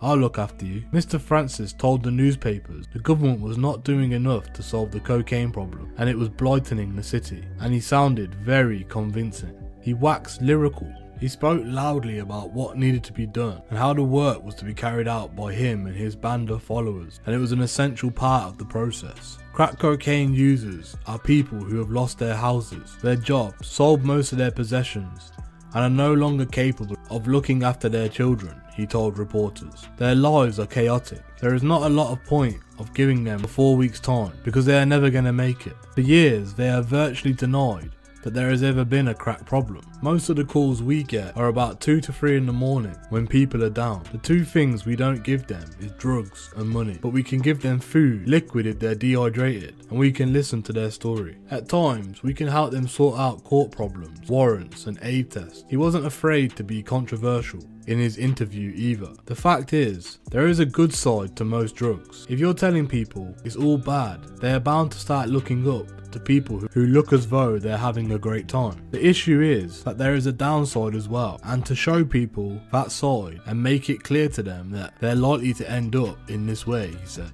It was the perfect ruse to cover his tracks, for Mr. Francis was dealing in heroin, cocaine and crack cocaine, ecstasy and weed. He was in fact one of the biggest dealers in the Midlands at that time. He'd also got a job which paid him 21 grand a year from the public purse, a job which he drove to in a Mercedes convertible worth £50,000. He also changed his BMW every year. He kept a beautiful mistress who earned a living from high-class prostitution, a house in Jamaica in his mother's name which resembled the White House, several properties in Nottingham, including a 3-bedroom house in Compton Acres, a stone throw away from his Meadows home turf, and kitted out with the latest Bang Olufsen hi-fi, a flat in the appropriately named Francis Street in Hyson Green, diamonds drilled into his teeth and gold dripping from his fingers. He was sitting on an anti-drug and child prostitution problem solving panel alongside the likes of Nottingham South MP Alan Simpson and former Chief Constable Dan Crompton, and had influence over spending of £170,000 a year from the likes of the Department of Health and other government bodies. Mr. Francis's deputy at CAT, Henry Warner, was his first lieutenant in this booming drugs empire, and Mr. Francis had also brought the loyalty of many of those going through the open door offices, or working alongside him by selling them gear or getting them to sell it for him. He was fast becoming out of reach of the authorities, not least because he had built up a wide network of influential people who were tipping off about any investigation into his activities. He was very clever. He knew the road to power and people's weaknesses, and he exploited them ruthlessly. Each time the forces of law and order got close to him, there were people willing to help him. Some were in lowly places, like the young white Tampaxes who had served him. Others were in high places, some of them white middle-class individuals, willing to cry racism if Mr. Francis was criticised, and to say, "This man's a good guy. He's doing great work. We should be applauding him, not doing him down." Others began asking themselves, what does Dave Francis have on these people? What power did he wield over them that they felt an obligation to support him, when many knew or suspected he was one of the bad guys? So frustrated were the police by lack of evidence against him that they even resorted to illegal tactics to try and nail him. On one occasion, an officer arranged for a stolen credit card to be placed inside Mr. Francis's car overnight. The following day, a call was made to a local traffic police officer to pull over his vehicle. It resulted in his arrest and detention in a cell for a few hours, which enabled a warrant to be obtained to search his house and his safe, which in turn helped police gather intelligence about where Mr. Francis was actually keeping his money. But it was still not enough to nail him. He had to be caught red-handed if anything was to stick. During 1997, Mr. Francis came to the attention of the local health authority after complaints were lodged by some fellow workers who had been corrupted by his charm and wealth. They were prepared to stand up and be counted, even if it put their careers at risk. Sue Lokes and Tony Herbert were among a number of ex-workers and clients who knew what Mr. Francis was up to and could not stand to see it happening any longer. In November 1996, they went to Nottingham Health Authority, which particularly funded the crack cocaine awareness program, to complain that Mr. Francis was actually selling huge amounts of crack cocaine, heroin and weed. Not only this, some alleged that he was dealing in firearms and prostitutes. He was, they said, nothing more than a charlatan who was using the CAT project as a prop to hide his drug dealing empire. The APA launched an inquiry, but the following March, Mr. Francis had been exonerated. Worse still, he was taking retribution against those who had spoken out against him. Tony Herbert found his car vandalised. Several of his clients who had been brave enough to speak out in the inquiry received anonymous phone call threats. It was clear that dark forces were at work. How could the APA committee reject overwhelming evidence from more than 20 professional workers whose clients were on the front line witnessing Mr. Francis's actions every day? Most of them had never even met each other, so it clearly could not be tainted by association. When material started to leak out to the Guardian newspaper, it became clear just how much power Mr. Francis had accumulated. Among those speaking up for him were MP Alan Simpson and the chairman of the APA, Sir Geoffrey Errington. Sir Geoffrey told the Guardian that not a scrap of real evidence had emerged which could be backed up, and that the critics were tainting Mr. Francis's character unfairly. He was a good guy as far as we're concerned, and he is jolly worthwhile as an employee, said Sir Geoffrey. We couldn't find a spark of evidence to back up any allegation. These things were just rumours. I don't think that we have been fooled. Mr. Simpson also spoke to the inquiry, telling them that Mr. Francis was a victim of malicious gossip and at the hands of people who had their own agenda. The staff that made the allegations about Mr. Francis were threatened with legal action by the APA if it was repeated. However, by 1997, faced with a particularly damaging article in The Guardian,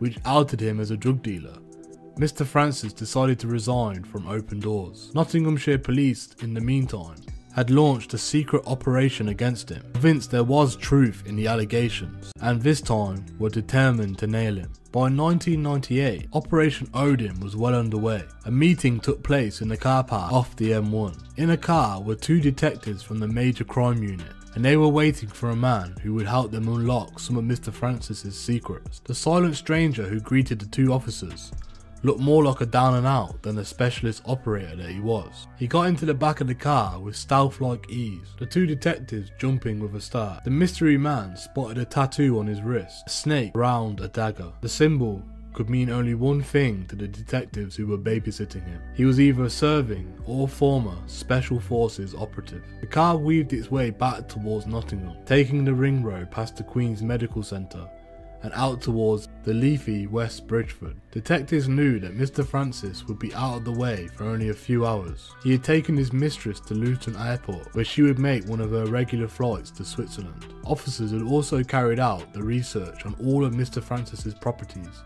to determine which one he was most likely to provide the wealth of intelligence they needed to bust him, and what sort of security they needed to bypass to get in. They already knew that they would have to get past highly sophisticated alarm systems. There was then a small problem about a Doberman guard dog. Their target was his home in Maythorne Close in Compton Acres. Their plan was to break in, immobilise his dog temporarily, and plant a device which would allow investigators to hear his conversation. It was, of course, easier said than done, unless you had a bit of help from some extremely talented individuals.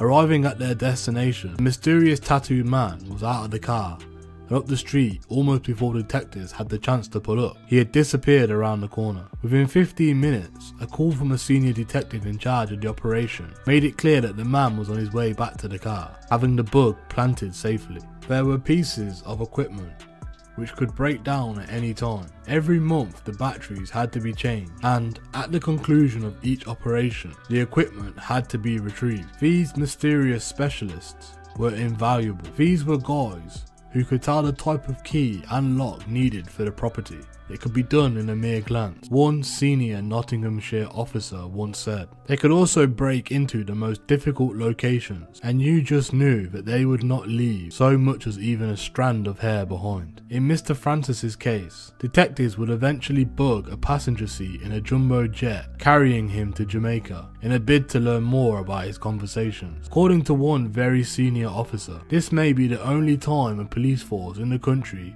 has undertaken such a radical move to monitor a criminal target. Months of surveillance work would now be undertaken, but the validity of the material coming through the books would have to be tested every month in order to get ongoing Home Office approval. If there was no incriminating material on the books, there will be a problem gaining the authority to use the devices through the following month. The officers listened in as Mr. Francis briefed his foot soldiers. "There are people out there who would love to destroy us, so keep your eyes open and your ears open, and don't say anything unless you have to," he told them. "We can't fuck around. We've got to be the best team, the cheapest and the quickest to get the gear out. Otherwise, other crews will be on top. I don't want anything getting us into the war zone with the yardies." Mr. Francis and Henry Warner's mobiles were bugged, and every day, against the background noise of repeated cable TV soap operas that his crew seemed to have been avid fans of, they heard him organising kilo after kilo of brown heroin. Mr. Francis was only just managing to keep up with the demand of sales as they soared, partly of the consequence of the crack epidemic which was sweeping Nottingham. Crackheads found that one way to reduce the drop from their cocaine high was to smoke or inject heroin. Many were therefore fighting two addictions at the same time. Some who Mr. Francis was pimping himself were among his best customers. The crap kept them going and working through the night, and the brown comforted them when they eventually got back home. It took the pain away for a few brief hours, till they woke up and needed a toke on their crack pipe, starting the cycle all over again. Mr. Francis was making extraordinary profits, and the police knew it. 6 officers monitored conversations round the clock from the listening post in Wilford as Mr. Francis organised his shipments. He was talking to dealers in London, mainly Nigerian contacts he had built up over the years, and he was dealing with people like Ramsey Katchik, a major supplier from Leicester who had made some of his wealth from the city's notorious hot dog wars. Mr. Katchik would later be jailed for 19 years for conspiracy to supply Class A drugs. In addition, Mr. Francis had contacts in Manchester, Newcastle and Birmingham. Meanwhile, officers on the ground were taking out Mr. Francis's troops, arrested as part of Operation Odin and its forerunner, Operation Diamondback, and he was clearly starting to feel vulnerable. That would mean, it was hoped, that Mr. Francis would have to start taking more risk and ultimately get his hands dirty, which might just result in them catching him with the drugs. They could only hope for such luck. By February 1999, the end was approaching as the accumulation of material indicated that he was clearly selling heroin and cocaine on a large scale. In the final weeks of his operation, more than 7 kilos of heroin alone passed through Mr. Francis's hands. After allowing 4 kilos to go through in less than 2 weeks, the team was ready to move. They picked up information through the bugs that there was to be another kilo delivery of heroin that evening coming in a hired VW Golf from South London, which Mr. Francis had to organise himself. Better still, Mr. Francis, running out of troops he could trust or who had not been arrested, would be at his flat on Francis Street, Hyson Green, to take stock of what had come in, weigh it and help bag it up. Alongside the bugs, Nottinghamshire police had also brought in a black undercover officer a year earlier who was so convincing he had been accepted as a trusted yardie drug dealer by the local criminal underworld and local police officers. The piece de resistance was that Mr. Francis' inner sanctum had been penetrated. Nottinghamshire police had turned one of Mr. Francis's loyal crew, a heroin addict who they had busted during a low-key operation. The tactics that won him over were reminiscent of a TV series, Life on Mars. According to one of the officers involved, he was taken to a desolate area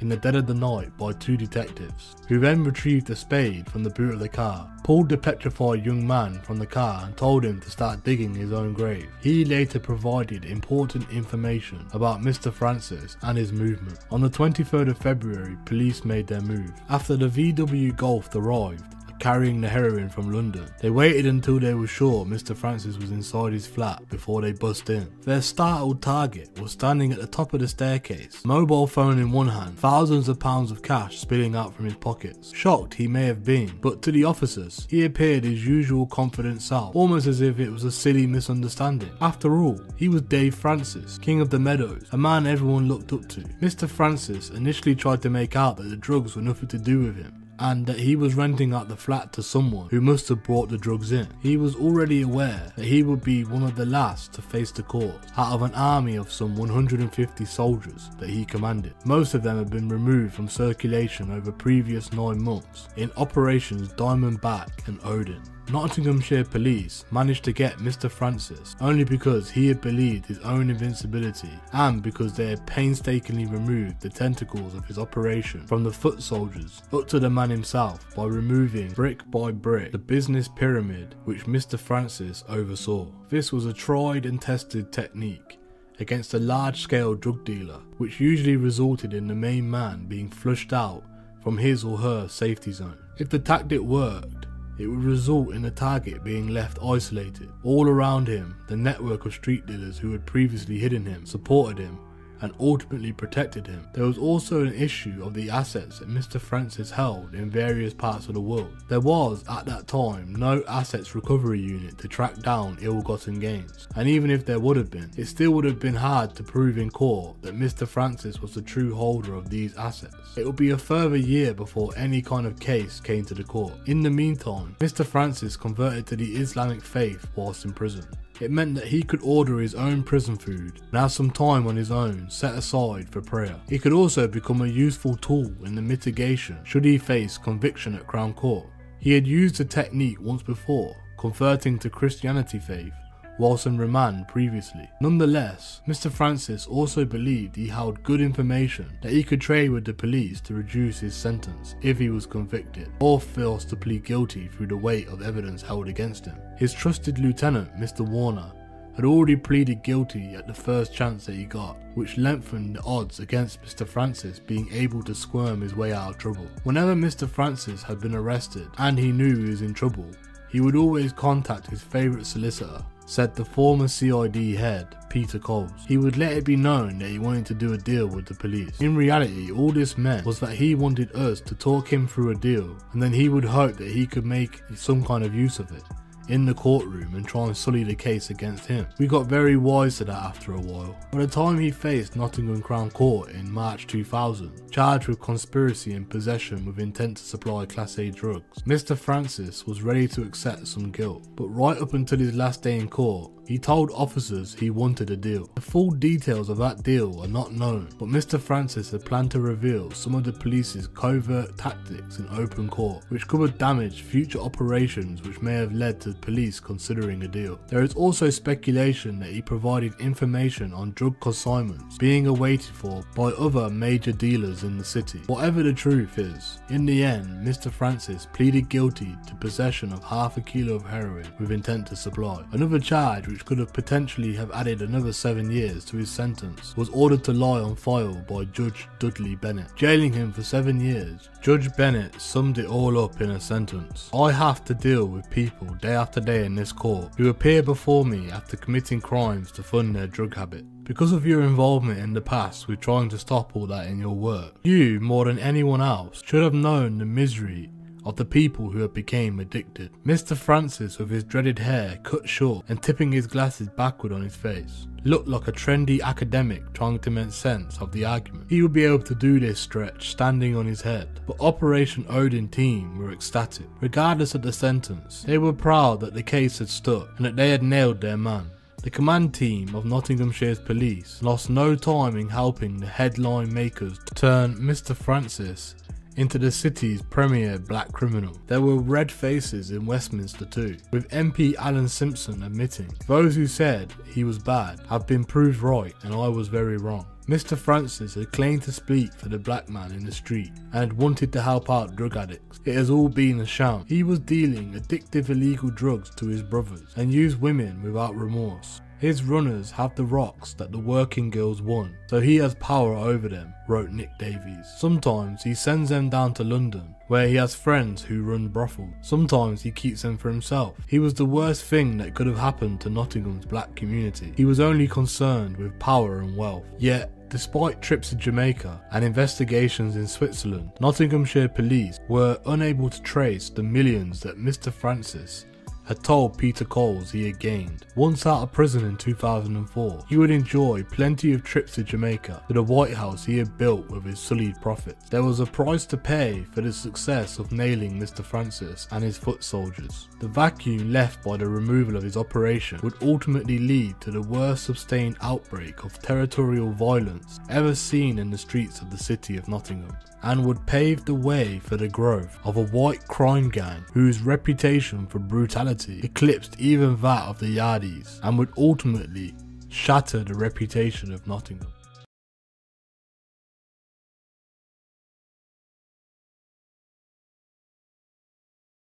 The death of Lloyd Robinson failed to bring any peace to Nottingham. Gang conflict, particularly between St Anne's and Radford posses and the Meadows, continued unabated, and firearms became a regular feature in the city streets. Previously, their use had been largely confined to the occasional armed robbery crew hitting a security van. The Yardies changed all of that, importing the ruthless violence of the Jamaican slums. Shoot or be shot became their motto. The homeboys from St Anne's, Radford and the Meadows, known as the NG Triangle after the NG postcode, embraced the Yardie gun culture and the accompanying gangster rap lyrics, and soon a firearm was a must-have fashion accessory. Using the firearm was an even greater measure of street status. There was almost a mathematical equation to it. The juice of the firearm equaled to the respect you receive from fellow gang members, so some of them would arm themselves with rapid-firing Uzis or Ingram Mac-10 submachine gun. Gang members tried to justify it by saying that they needed the gun to protect themselves from rivals who would otherwise rob them. The truth was, many of them got a kick from just carrying the gun. Weapons were easy enough to get hold of, but varied in quality. You could pay more than £1,000 for a smuggled new Beretta handgun that had no ballistic history, but others favoured cheaper, older firearms that were supposedly decommissioned but have now been reactivated by someone with basic engineering knowledge and tools. These sold for less than £100. There were other guns such as the Brocock, that was essentially an air-pressured weapon which, with a bit of DIY engineering, was capable of firing live rounds. The ammunition was difficult to get hold of at first, but soon manufacturing live rounds became a mini cottage industry in the cellar of houses. In Derbyshire, a small family-run farm selling eggs developed a highly profitable sideline. It sold thousands of decommissioned guns throughout the 1990s, all quite legally, until its owner began telling customers how they could reactivate the weapons to working order, firing live rounds. Shop of Horrors, run by William Greenwood and his son Mitchell in Little Eaton, sold more than 4,000 deactivated guns, from Uzis to Kalashnikovs to Lugers and Berettas, and with a nod and a wink they would tell the purchasers how the weapon could be fully restored to its full utility. They even sold engineering kits needed to reactivate the weapon for as little as £45 and offered their own DIY advice. UK restrictions on gun ownership had been tightened considerably after the massacres perpetrated by Michael Ryan in Hungerford in 1987 and Thomas Hamilton in Dunblane in 1996, and the working Uzi was a prohibited weapon in Britain by any criteria. But such weapons could be imported by registered dealers who pledged to deactivate them. This involved cutting away 75% of the firing pin, welding up the chamber mechanism, then plugging the barrel with a steel ball to ensure it can't be drilled out again. The gun would then be sent away to a proof house. There, a certificate guaranteeing that it was useless could be acquired. However, the same useless firearm could be reactivated using basic engineering skills. One drug dealer who was active in the summer of 2001 bragged obsessively about his gun. He said he kept them in a secret compartment in his boot of his car and knew all about reactivating weapons. He had brought an Uzi from a dealer in East London. He was paranoid about Nottingham criminals catching up with him, and he said he needed a firearm around him at all times to protect himself. He was known to the police in both his home county of Lincolnshire and in Nottinghamshire and had passed over the information about gangsters he mixed with. His name was Jeremy Earls. Mr. Earls was a thin, wiry man in his 30s, whose temperament could change like Jekyll and Hyde. One minute he seemed haunted, the next he was a wild old man, bursting with energy. He often used the word suicide and said this is how gangsters made murder look like suicides in order to get away with them. Shortly after August 2001, he shot dead 2 young men in Lincoln. They were half-brothers who had been living in Mr. Earl's old home after a flat swap. One was a talented 26-year-old poet, Andrew Walker, and the other a 17-year-old A-level student, Alexander Woodcraft, who had never even met his killer up until his death. Mr. Earl,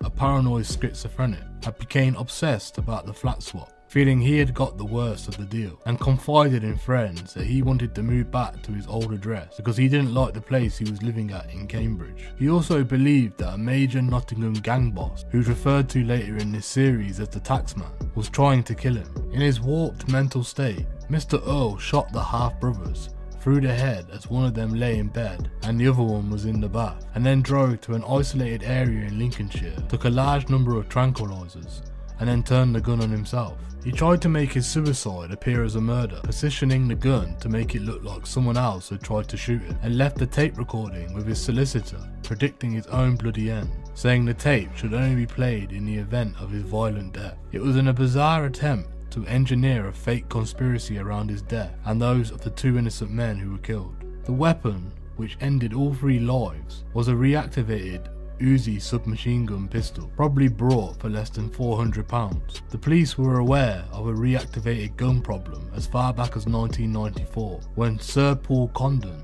then the Metropolitan Police Commissioner, raised the issue. Yet between 1990 and 1994 alone, the Greenwoods of Little Eaton sold thousands of guns to former Sussex Police Constable Anthony Mitchell, who in turn sold them on to criminals. Ballistics evidence of these weapons turned up at crime scenes across the UK and Ireland. Often the evidence would be a body torn apart by bullets. William and Michael Greenwood, partly due to the evidence from Anthony Mitchell, who himself was convicted at the Old Bailey and who gave evidence against the father and son, were sentenced in March 2004 at Derby Crown Court to 7 years in prison. Derbyshire police could account for only 20% of all the weapons they sold, and by 2008 there were still 3,000 unaccounted for. Although a huge investigation continues from the officers of the National Ballistic Intelligence Service. By 2008, these weapons had been positively linked to 8 murders and numerous shootings. Current estimates as to the numbers of deactivated weapons range between 80,000 and 140,000 nationally. In August 2002, police raided 2 houses in Sneinton and Sherwood areas. The homes belonged to 22-year-old Michael Westwood. Officers found equipment to manufacture homemade ammunition and conversion equipment to turn harmless replicas into lethal weapons, as well as empty boxes that contained a number of Brocock weapons favoured by Yardie gunmen. Detective Chief Inspector Ian Waterfield said Mr. Westwood had used the premises at Cedar Road, Sherwood, as a mini factory to manufacture bullets from blank rounds of ammunition and convert firearms deemed safe. At the end of the day, we have no idea whose those firearms have gone to, he admitted. Often, the converted firearms did not have the proper rifling in the barrel, which would lead to bullets tumbling from the barrel rather than coming out in a straight line. As firearm expert Mel Musson pointed out, converted firearms can lead to more indiscriminate damage and a potential for innocent bystanders being hit in a gun battle. From a tumbling bullet, it's going to be a bigger area hitting you and it's going to cause you a larger wound. Mr. Westwood was later jailed for 8 years for the gun offences. The gunslingers, armed by people like the Greenwoods, would hide the weapons at the houses of their baby mothers, down the back of cookers, buried in back gardens, in the toilets, anywhere with easy access, sometimes without the knowledge of the numerous women that they were sleeping with. Dealers were regularly taking firearms into nightclubs, and the people taking firearms with them were getting younger and younger. On a number of occasions, club-goers fled the dance floor when gunmen decided to salute the DJ and fire off rounds into the ceiling, a ritual made customary by the Yardies. By November 1999, an 18-year-old from Birmingham was arrested after letting off his gun in Beetroot nightclub in Nottingham's Lace Market during a fight. Having the firearm to hand while out on the town gave the gunman a feeling of having the juice or power over his rivals. By the time someone had been shot or killed, it was too late to see the damage that was being done by becoming a dedicated follower to this fashion. Black, white, Asian youths were all being corrupted by gang mentality.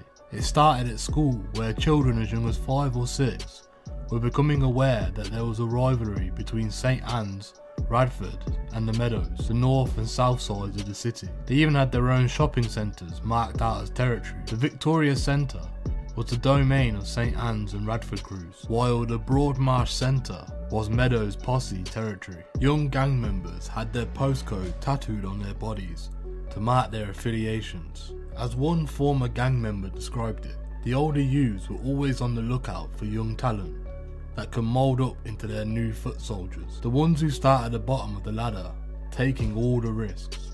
They want the youngsters who they can get to be the runners for them, or to do other work that does not put police into their firing line. They start off by giving them a few quid, and then that's it, they're in the crew, biking up some wraps of heroin or coke to some address up the road for some older lad. They could see that in a few years they'll be able to command their own lads, do the work they were doing, and they would be the ones with wads of cash and respect. The early 1990s saw very young gangs running amok. One group from the St Anne's estate was dubbed the Brat Pack and became infamous around the city, clocking up crimes and arrests like they'd been born for it. The gang was 14 strong, ranged in the age between 12 and 16, and was of mixed race. They were arrested more than 250 times. One 15-year-old leader managed to amass 500 convictions, but was still out on the streets ready to twat, which is a take without consent, his next car. These youngsters had a great deal in common. They had all come from single parent background. They all lacked stable male role models in their families, and they all believed it was their right to take from others what they did not have.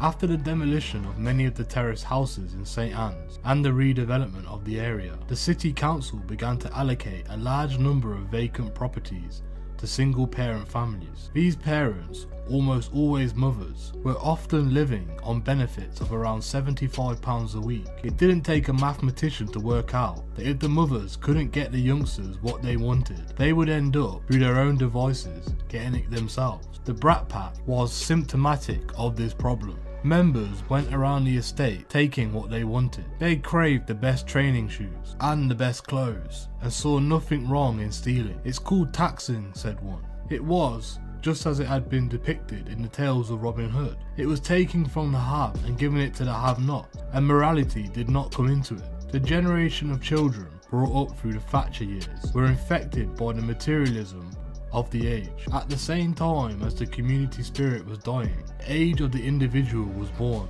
These children had quickly worked out that there was no room for any social responsibility towards anyone else. It was dog eat dog, and only the strongest survived. More than that, having no conception at all of any social discipline, they had, within themselves, a perverted sense of being society's victims. The gang would carry out the most audacious crime, always carrying the business card of their solicitor, and demanding the right of silence if they were ever caught. When they were arrested, they were simply recycled back into the same world by the courts, but this time on supervision orders, and went back to doing what they did best, breaking into houses. On one weekend in May 1992, 4 of the Brat Pack, the youngest 12 and the eldest who was 15, set out to rob an old people's home. They planned the job like veterans, cutting the telephone wires to Mellors Court to prevent anyone calling the police, then storming the building and armed with swords and planks with nails in them. As staff tried to close the door between them and the elderly residents, the group battered their way through and robbed the terrified staff and OAPs. They rifled residents' handbags. They took the money from a one-armed fruit machine and made off with a video recorder and a television. In the early hours of the 30th of November 1997, Shane Thompson, a 19-year-old who belonged to the gang from Radford and St Anne's, was beaten to death outside a pub. The attack was sparked by a seemingly innocent event. Some lads from the Meadows had been in the car park of Tennyson Centre on Forest Road, where a dance had been taking place. A small number of St Anne's and Radford youths saw one of the Meadows crew spit on their car. This was disrespect, and as far as they were concerned, somebody would have to pay. After scouting the Meadows posse, the St. Anne's and Radford crew spotted them outside a Kentucky Fried Chicken takeaway on Alfreton Road. Wearing masks and carrying baseball bats, Mr. Thompson and his crew ran at the Meadow youths and struck an 18-year-old on the head. He produced a handgun and fired 3 shots into the air. The gun was only firing blank, but it caused enough terror amongst Mr. Thompson's friends that they fled upon Alfreton Road. A chase now ensued, with around 15 youths from the Meadows, some now with planks of wood and chains, targeting Mr. Thompson and 3 other youths. Mr. Thompson was cornered near a pub, the 2 in a bush. He was struck, careered into the telephone box, startling its occupant, but struggled on before he was hit with several more blows. The group then launched into a sickening orgy of kicks and blows with baseball bats and other instruments. Mr. Thompson, on his own, could only cry out, "Stop it, you're gonna kill me." The youths eventually ran off and left him semi-conscious on the ground, where he was nursed by the pub manager, who had came out to investigate the commotion. He rang an ambulance, which arrived at 2:20 AM. Shane was able to say a few words to the ambulance staff, but his condition deteriorated soon as he was taken for an x-ray. He died at the Queen's Medical Centre 18 hours later. There were many witnesses to the attack, and a large number of youths from both groups were arrested in the immediate aftermath. Predictably, some witnesses began to pull out from making statements after receiving threatening phone calls. Nevertheless, in October 1998, 6 of the Meadow crew and one of the St. Anne's posse eventually faced a jury. It was a very messy trial. It was clear that not all the offenders were in the dock, and at least one of the Meadows posse had fled to Jamaica with the help of his influential gangster father, even though the prosecution had the help of one of the Meadows gang, who was willing to give evidence about who delivered the fatal blows. The trial descended into chaos, where he could not identify 5 of the 6 charged with murder and violent disorder. On the 5th of November, the trial judge, Mr. Justice Poole, directed that all 7 defendants should be cleared. With some degree of optimism, Mr. Justice Poole wasted no time in telling the courtroom that the case should mark the end of gang violence between the NG Triangle groups. The decent people of St. Anne's, Radford and the Meadow and the other areas are long overdue arrests from the friction between these fractions. It brings nothing but misery and unhappiness to all those concerned, and now would be as good a time as any for calm and common sense to prevail, he said. The communities involved did try to solve some of the deep-seated problems surrounding the gang, but those who mourned another victim of the violence knew that justice had let them down once again. The Concerned Citizens Group, as they called themselves, set up a conference at Nottingham's Albert Hall in an attempt to end the postcode division at the heart of the troubles and tried to bring the communities together following Shane Thompson's death. Hundreds of people attended the Black Youth Summit on Friday 1999, but it didn't stop the violence. It couldn't. Graffiti started to appear on the street signs in St. Anne's, 2-0. This referred not to some innocuous football game, but to the deaths of Lloyd Robinson and Shane Thompson, and was a taunting of the cruelest kind. The prevailing view among many young people was that justice was nothing to do with the system anymore. Justice was just what you meted out in your own way. If the courts could not punish people for wrongdoing, then they would take matters into their own hands. In the intervening period, a youth called Levi Walker, whose uncle Barrington Walker had been murdered in a machete attack outside the Marcus Garvey Centre in April 1996, was himself attacked by a gang wielding knives and a machete. They burst in as he slept at his girlfriend's house in Radford on the 21st of January 1998. Mr. Walker was a regular visitor to Nottingham and claimed that he had been mistakenly identified as one of the killers of Shane Thompson. His attackers had shouted, "You killed our brethren Shane." Mr. Walker suffered multiple injuries and went into cardiac arrest. He was in a coma for 3 months. He later recovered enough to carry out his own violent criminal ventures. As part of the Raiders gang from the West Midlands, he would be jailed for life in 2006 for the murder of a 20-year-old Iraq war hero, Narelle Sharpe, in Smethwick in Birmingham. Mr. Sharpe was shot dead by Mr. Walker as he strolled home after a night out, simply because Mr. Walker, who went by the street name Creeper, fancied the gold chain that the soldier was wearing. Mr. Walker was also one of the gunmen who pumped 5 bullets, execution style, into a rival drug dealer and former Spurs football youth coach Kevin Nunes in 2002. In March 2000, one of those cleared in the involvement in Shane Thompson's death was severely beaten up. Patrick Wilde suffered a fractured skull when he was set upon by the gang as he walked up Cinder Hill Road in Bulwell. Another of those acquitted was soon back at it in the court, facing a charge of attempted robbery and malicious wounding after a machete-wielding incident inside a shop on the Meadows estate, while Nicholas Fogo, a St Anne's gang member, later featured in a number of significant city crimes and was convicted and jailed for life with Ashley Graham for the 2001 murder of 32-year-old Roy Henry. Roy Henry was stabbed through the heart as he tried to prevent a friend from being robbed outside the Simply Delicious Cafe on Radford Road, just a few hundred yards from the police station. The police had only turned up after 4 999 calls had been made, and McCann Dale, who had been cleared in the connection with Mr. Thompson's killing, went on to become a significant drug dealer in the Meadows estate. In 2007, he was caught in his girlfriend's Fiat Punto with a loaded revolver and 5 bullets during a police stop and search on Queen's Drive. He was sentenced to 10 years in prison. In the aftermath of Shane Thompson's death, firearms became a common tool among the gangs of the NG Triangle.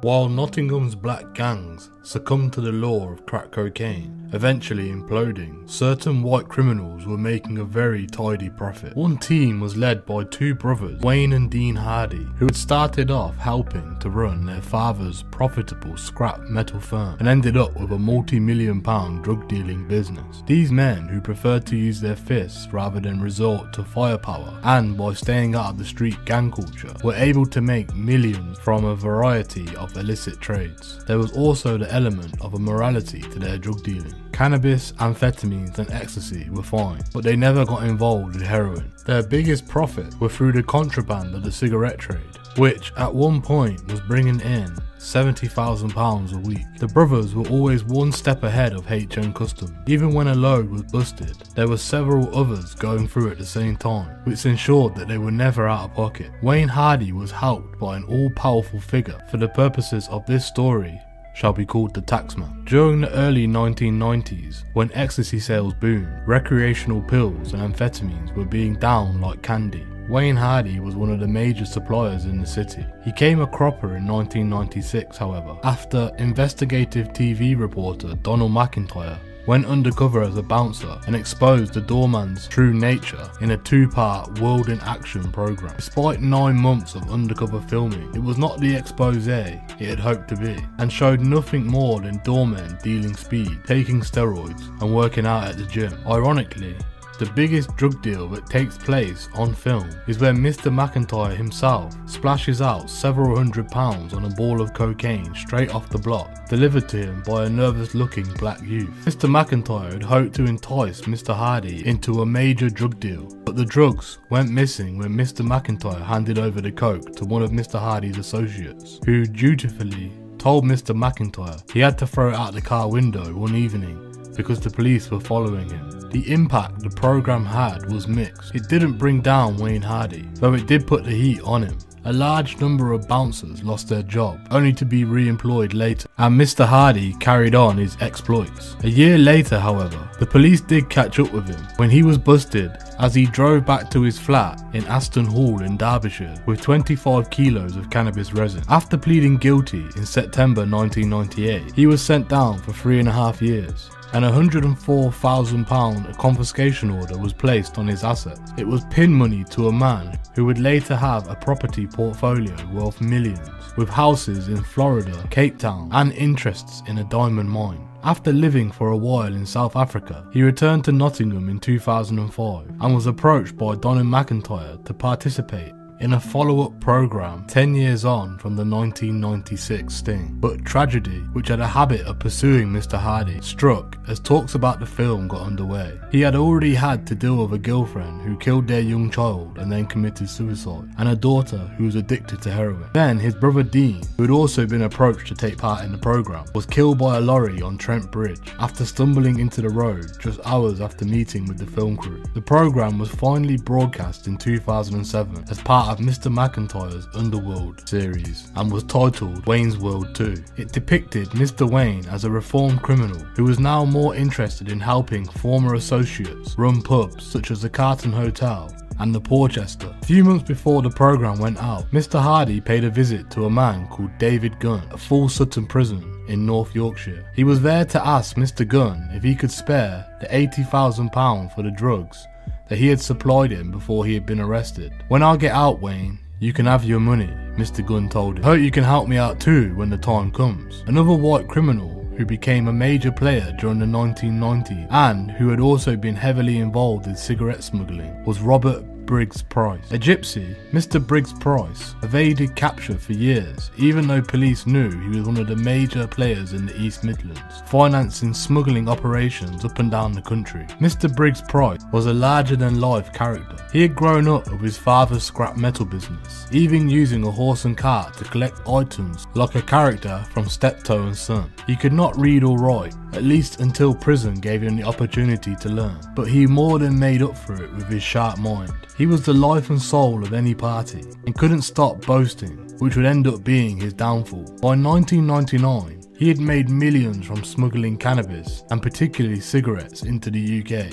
He lived in a £500,000 home at Latcham Hall near Newark, owned a £2.7 million Millgate House hotel, drove various top-of-the-range cars, and sported a wealth of jewellery. He would invite criminal associates round to play snooker or cards at his 5-bedroom home, where he felt business could be discussed safely in the relaxed surroundings of a home, which boasted a swimming pool and the best security system available. A customs operation was already underway targeting Mr. Briggs Price's cigarette smuggling enterprise, and Nottinghamshire police had called in the same mysterious experts they had used in Operation Odin to plant electronic bugs in his property. They wanted to nail him for the drug running. In the summer of 1999, police set up Operation Long Island, the beginning of a major probe into Mr. Briggs Price's firm. Special Forces operatives broke into his home and placed a bug in his favourite armchair. Devices were also hidden in headrests in his Mercedes and Range Rover. Video surveillance was placed on one of the warehouses he used in Bourton, Nottinghamshire, where contraband cigarettes were being taken, and through one of Mr. Briggs Price's associates, they infiltrated his gang with an undercover officer. The bugs caught Mr. Briggs Price boasting about bringing in a ton of cannabis every month, as well as other criminal ventures. Police knew that Mr. Briggs Price was smuggling cannabis, but when they heard on the bugs that an associate of his, John Barton, was looking for business partners to help bring in 100 keys of heroin, they decided they could capitalise on the plan by using an undercover man. Mr. Barton had extensive drug contacts in Holland and wanted to use Mr. Briggs Price's illicit transport network to smuggle £10 million worth of heroin. An undercover officer who went by the name of Jerry was introduced to one of Mr. Briggs Price's associates, and one evening he was invited over to Latcham Hall. Posing as a drug smuggler, Jerry brought with him £200,000 in a bin bag, which he said was to pay off someone else in a nearby car park deal. At the house, Jerry began counting out the money in full view of Mr. Briggs Price. Mr. Briggs Price's curiosity got the better of him, and soon he was asking Jerry whether he wanted to come in on a deal with him to bring some hard stuff into the country. Jerry told him he had a good transport connection through an Irishman called Sean, who was in fact another undercover cop, and said he would be interested. More discussions took place over the subsequent weeks until Mr. Briggs Price was sold on the idea. He told Mr. Barton to get in touch with Sean and go over to Ireland to get it all sorted out. But someone smelled a rat, and Mr. Barton told undercover officers that there were some problems with the shipment at its source in Holland. After a week of silence, Mr. Barton made no further contact. On the 21st of June 2000, police decided they could wait no longer and swooped on a number of addresses, arresting 49-year-old Mr. Briggs Price and 48-year-old Mr. Barton in the process. Mr. Briggs Price was alerted to the police raid when officers shouted through a megaphone for him to come out. He peered out the window of his property, looking perplexed about what was going on. Police had surrounded the place with armed officers, closing off Great North Road, while the rotor blade on a helicopter whirled above. Mr. Briggs Price eventually appeared at the front door, hands above his head, looking tanned in a Hawaiian shirt and shorts. He had just returned from a holiday in Florida. It was something like Out of Miami Vice, only the weather was not up to scratch. The case took more than 2 years to come to court because of the complications over the transcripts of the bug material. But when it did, Mr. Briggs Price felt the full weight of the law. In 2003, he was jailed for 17 years for heroin conspiracy and 4.5 years, 8 million cigarettes that he had brought in. Mr. Barton was sentenced to 19 years for heroin conspiracy, but had amazingly been given bail by a judge and absconded. He is yet to be arrested, but was last rumoured to be working alongside the drugs cartels in Spain. Mr. Briggs Price has also endured the biggest assets recovery investigation ever undertaken by Nottinghamshire police. The financial investigators eventually slapped him with a 4.5 million bill, which if not paid would result in extra time in prison. By now, investigators were beginning to make some clear dents in the organised crime structure which had been flooding the city with drugs. Major players had been taken out, with the convictions of Dave Francis, Robert Briggs Price and Wayne Hardy. The threat posed by the Yardie gangs had diminished slightly, and some of the posses who had been controlling the NG Triangle were either spent or had taken the eyes off the ball. By 2001, however, a white crime family was slowly building up its influence in the north of the city. This family appeared on the surface to be unsophisticated, lacking the desire to go beyond their geographical boundaries and living up to their image as a mere council estate thug. Yet the fact was, unbeknownst to the police at the time, they had already begun to fill the vacuum left by other crime groups which had been dismantled. They had also forged links with another crime family in the north of Nottinghamshire and were about to unleash a wave of violence upon the city. Led by Colin Gunn, the Bestwood cartel was about to make itself known. On a cold, dark January evening in 2000, a landlord was called out from his home by a tenant. The landlord, Kevin Musgrove, had been pestered all day by complaints about a broken window to the rear of his property in High Street, Kimberley. His tenant was Godfrey Hibbert, someone Mr. Musgrove had got to know through dealings at the garage he owned. Mr. Hibbert would pop in now and again to get his car tuned up, but there was one thing Mr. Musgrove didn't know about Mr. Hibbert, a former heavyweight boxer. He was a prolific criminal and had been one of the main players with Dave Francis in the Meadows posse. One day, Mr. Hibbert overheard Mr. Musgrove talking in his garage about problems he was having getting a tenant, and said he might know some people who were looking to rent. A deal was done and the tenants moved in, with Mr. Hibbert acting as their guarantor. Mr. Musgrove thought nothing more of it. He never met the tenants themselves, and there were a few weeks when the rent didn't come through, and he had complained to Mr. Hibbert, but Mr. Hibbert always sorted it out. Then Mr. Musgrove received a call about a window and eventually agreed to take a look at it and see if it could be easily fixed. When he arrived, Mr. Hibbert was waiting outside. When Mr. Musgrove noticed the broken window, he decided to go inside and take a better look. The doors proved difficult to open, but eventually they got in, and they were confronted by a property which appeared bare and unlived in. "Looks like they've gone," said Mr. Musgrove. "Done a runner by the looks. But what am I going to do about the rent? You vouched for them, Mr. Godfrey. What are you going to do?" But the rent was not on Mr. Hibbert's mind. He was worried about something else. He knew something of great value had gone missing. Several days earlier, police, supposedly acting on a tip-off from a neighbour who had taken down the registration of Mr. Hibbert's car after seeing suspicious activity at the rented house, had broken in and discovered 300 kilos of cannabis worth a potential £1.4 million. The cannabis had actually been at the property for several weeks, having been moved there from elsewhere in the city. It had been brought in from Leicester from a major dealer called Tony Singh Hare, who was later jailed in a huge Leicestershire police operation. The drugs had been brought by Colin Gunn. Mr. Hibbert, who was using a man called Kevin, not Mr. Musgrove, to babysit the property, was keeping it safe for Mr. Gunn until it could be sold. Having discovered the cannabis, the police moved it and had placed a covert camera and listening device in the building, hoping to catch the owners of the drugs. Although it has never been publicly confirmed, the police almost certainly caught someone after they raided the house on an earlier day. Perhaps the Kevin who was merely minding the drugs for Mr. Gunn and Mr. Hibbert had turned himself as an informant to help catch the bigger fish.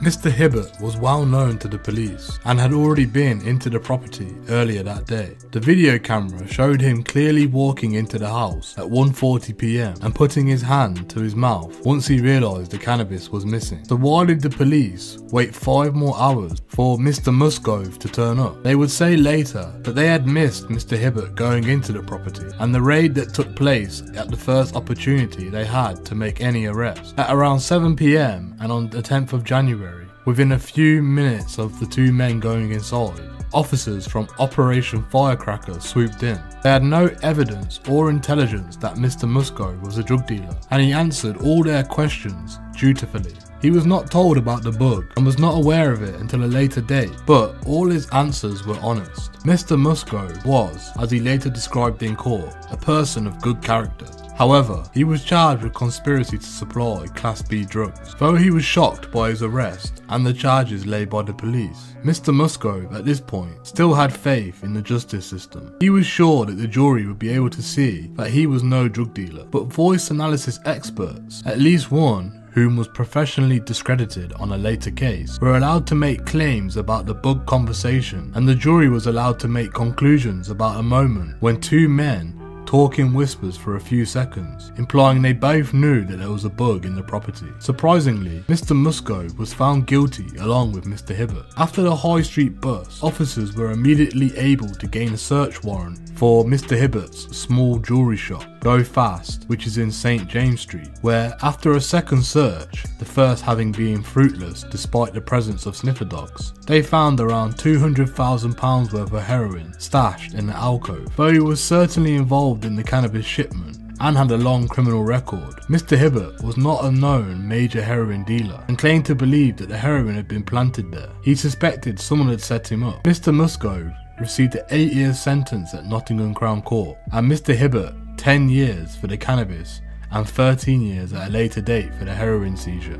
After the 2 were found guilty and led down to the cells, 2 burly men came to see Mr. Hibbert. The pair were heard by people in the custody area, thanking him for not saying anything, and indicated that they would look after his family while he was locked up. The men were the brothers, Colin and David Gunn. After just a few weeks in prison, Mr. Musgrove began asking a lot of questions about who was behind this drug shipment. He got some answers and he started to rattle some cages. Meanwhile, his wife Diane, who had no doubt about her husband's innocence, put posters and sheet banners around the local area with the words "Kevin Musgrove is innocent" to draw attention to the injustice that she had no doubt had been inflicted upon her husband and family. The posters attracted a lot of attention, and news of the campaign reached Colin Gunn. He dispatched 4 men to Mr. Musgrove's home, armed with baseball bats, and Diane and her teenage son were severely beaten. "Tell that fat bastard husband of yours to keep his mouth shut," one of the thugs warned her. "You put any more banners up and we'll kill you both." That same evening, Kevin Musgrove's garage was razed to the ground. The insurance company later told him that his insurance was nullified because of his recent conviction. A few days later, Diane Musgrove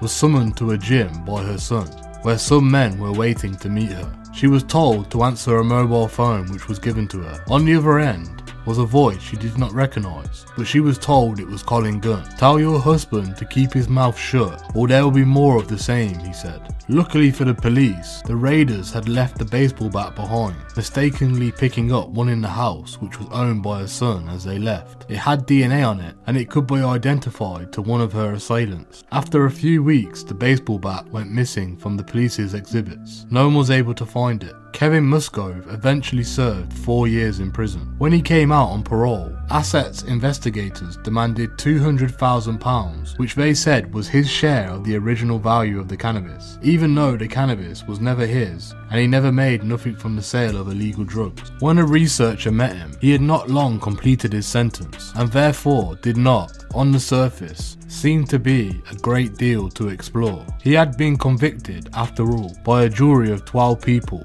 true and good. But once he had finished telling his story to the researcher, he had no doubt that a serious miscarriage of justice had taken place. His greatest crime was to be naive in not checking out the tenant of his property. The police asked him why he hadn't checked up on his tenant with regular visits. This may be a priority in the current age of hydroponic cannabis growing factories in rented properties, but this was 2000 and such checks were only made then by the utmost circumspect of landlords. The evidence on which he was convicted was circumstantial at best, and though Mr. Musgrove's legal team was giving disclosure in the case, they believed that there should have been more video footage from the surveillance bug.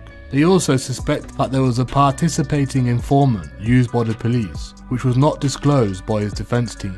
More information emerged about Mr. Musgrove's miscarriage of justice after the first publication of his book. A deal had indeed been done between a police officer and Colin Gunn, which would broker through a solicitor used by Mr. Gunn. Mr. Gunn would tell them about the drugs found in the house in Kimberley, yet he was given a favourable outlook on his own case, in which there had been an arrest warrant issued after he failed to answer bail on grievously body harm charges over a fight outside the Astoria nightclub in 1998. Secondly, questions were also being asked about why the judge who had heard the original outline of the prosecution case against Kevin Musgrove during his first few appearances at Nottingham Crown Court in February and March 2000, and who had told the prosecution in open court he would not countenance the use of a serious drug dealer as an informant, was replaced with another judge before the case went to trial. A submission regarding these matters and others which raise serious questions over the handling of Mr. Musgrove's case is being drawn up for the Criminal Cases Review Commission,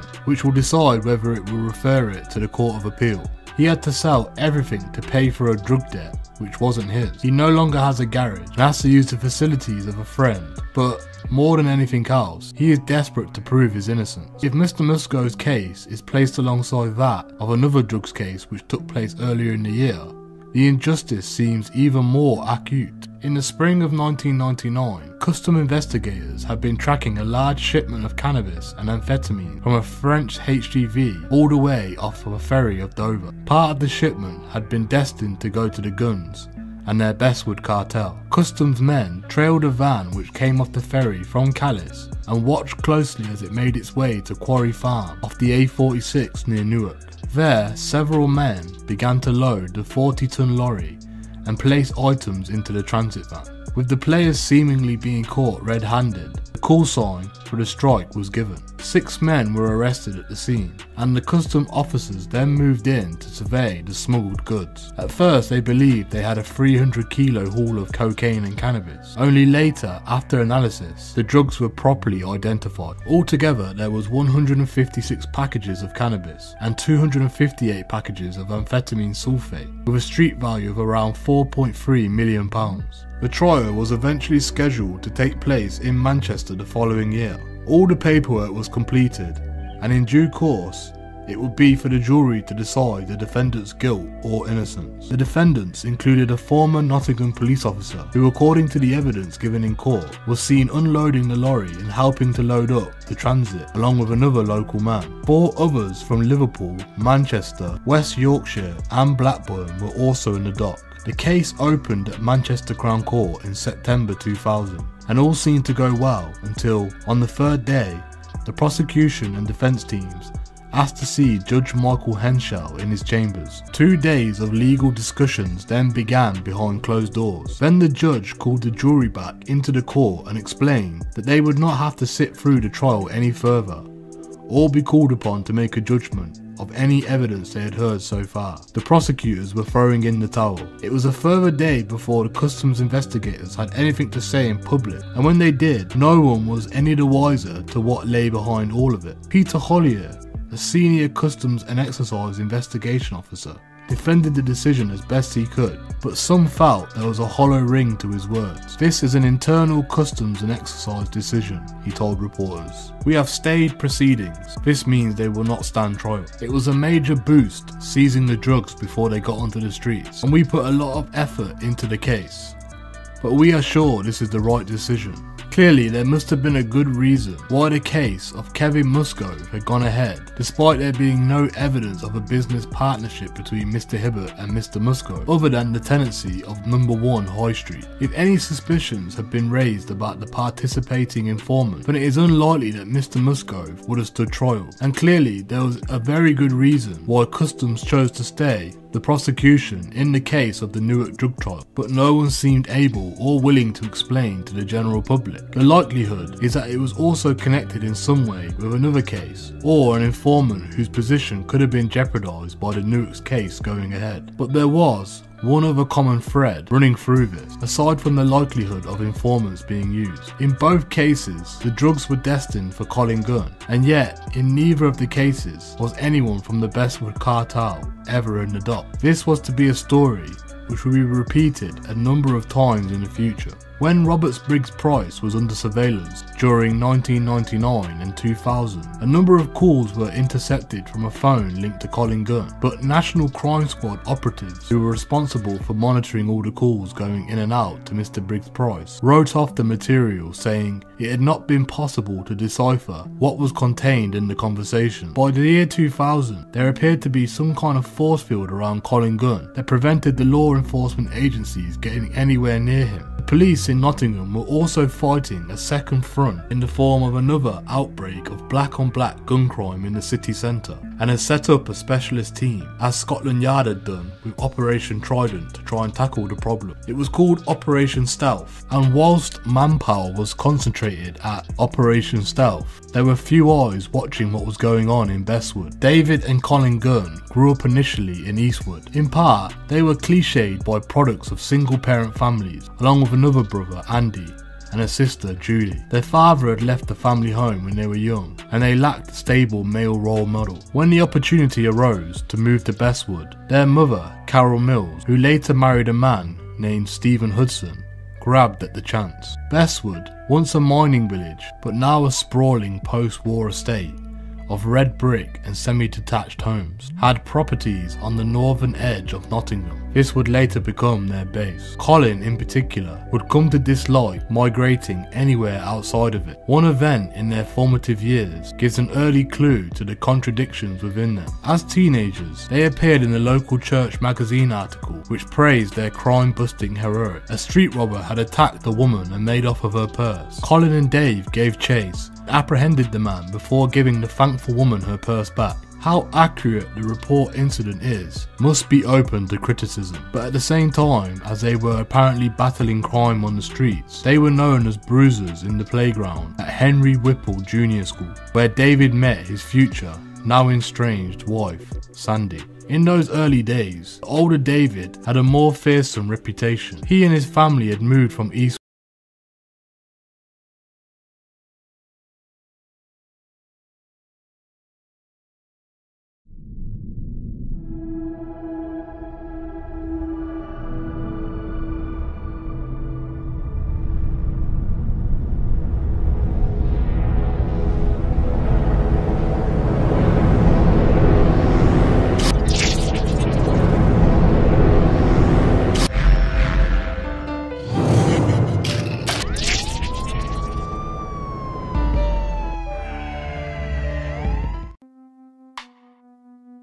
One bright day in the spring of 2001, a woman is in the kitchen of her modest home in the Dale End Road of the Derbyshire village of Hilton when her doorbell rings. She is expecting visitors. They are the police officers and are well known to her. They are not visiting her on official business. One of the officers, who has recently been working as a detective inspector in the elite National Crime Squad, the NCS, is the woman's lover. Two colleagues from the NCS's Nottingham branch are with him. The scene is an unusual one. Cocaine is being chopped on the kitchen work surface, and in the corner of the room, another man is smoking a cannabis joint. He is a prisoner on day release from HMP Ashwell, serving 6.5 years for drug offences. The detective inspector talks to the prisoner as a long-standing friend. He knows him well. After all, he had personally busted him a few years earlier. The DI agrees with his mistress about who should feed her cat and who should chop up the lines of cocaine. Unknown to any of them, a covert investigation into their activities, codenamed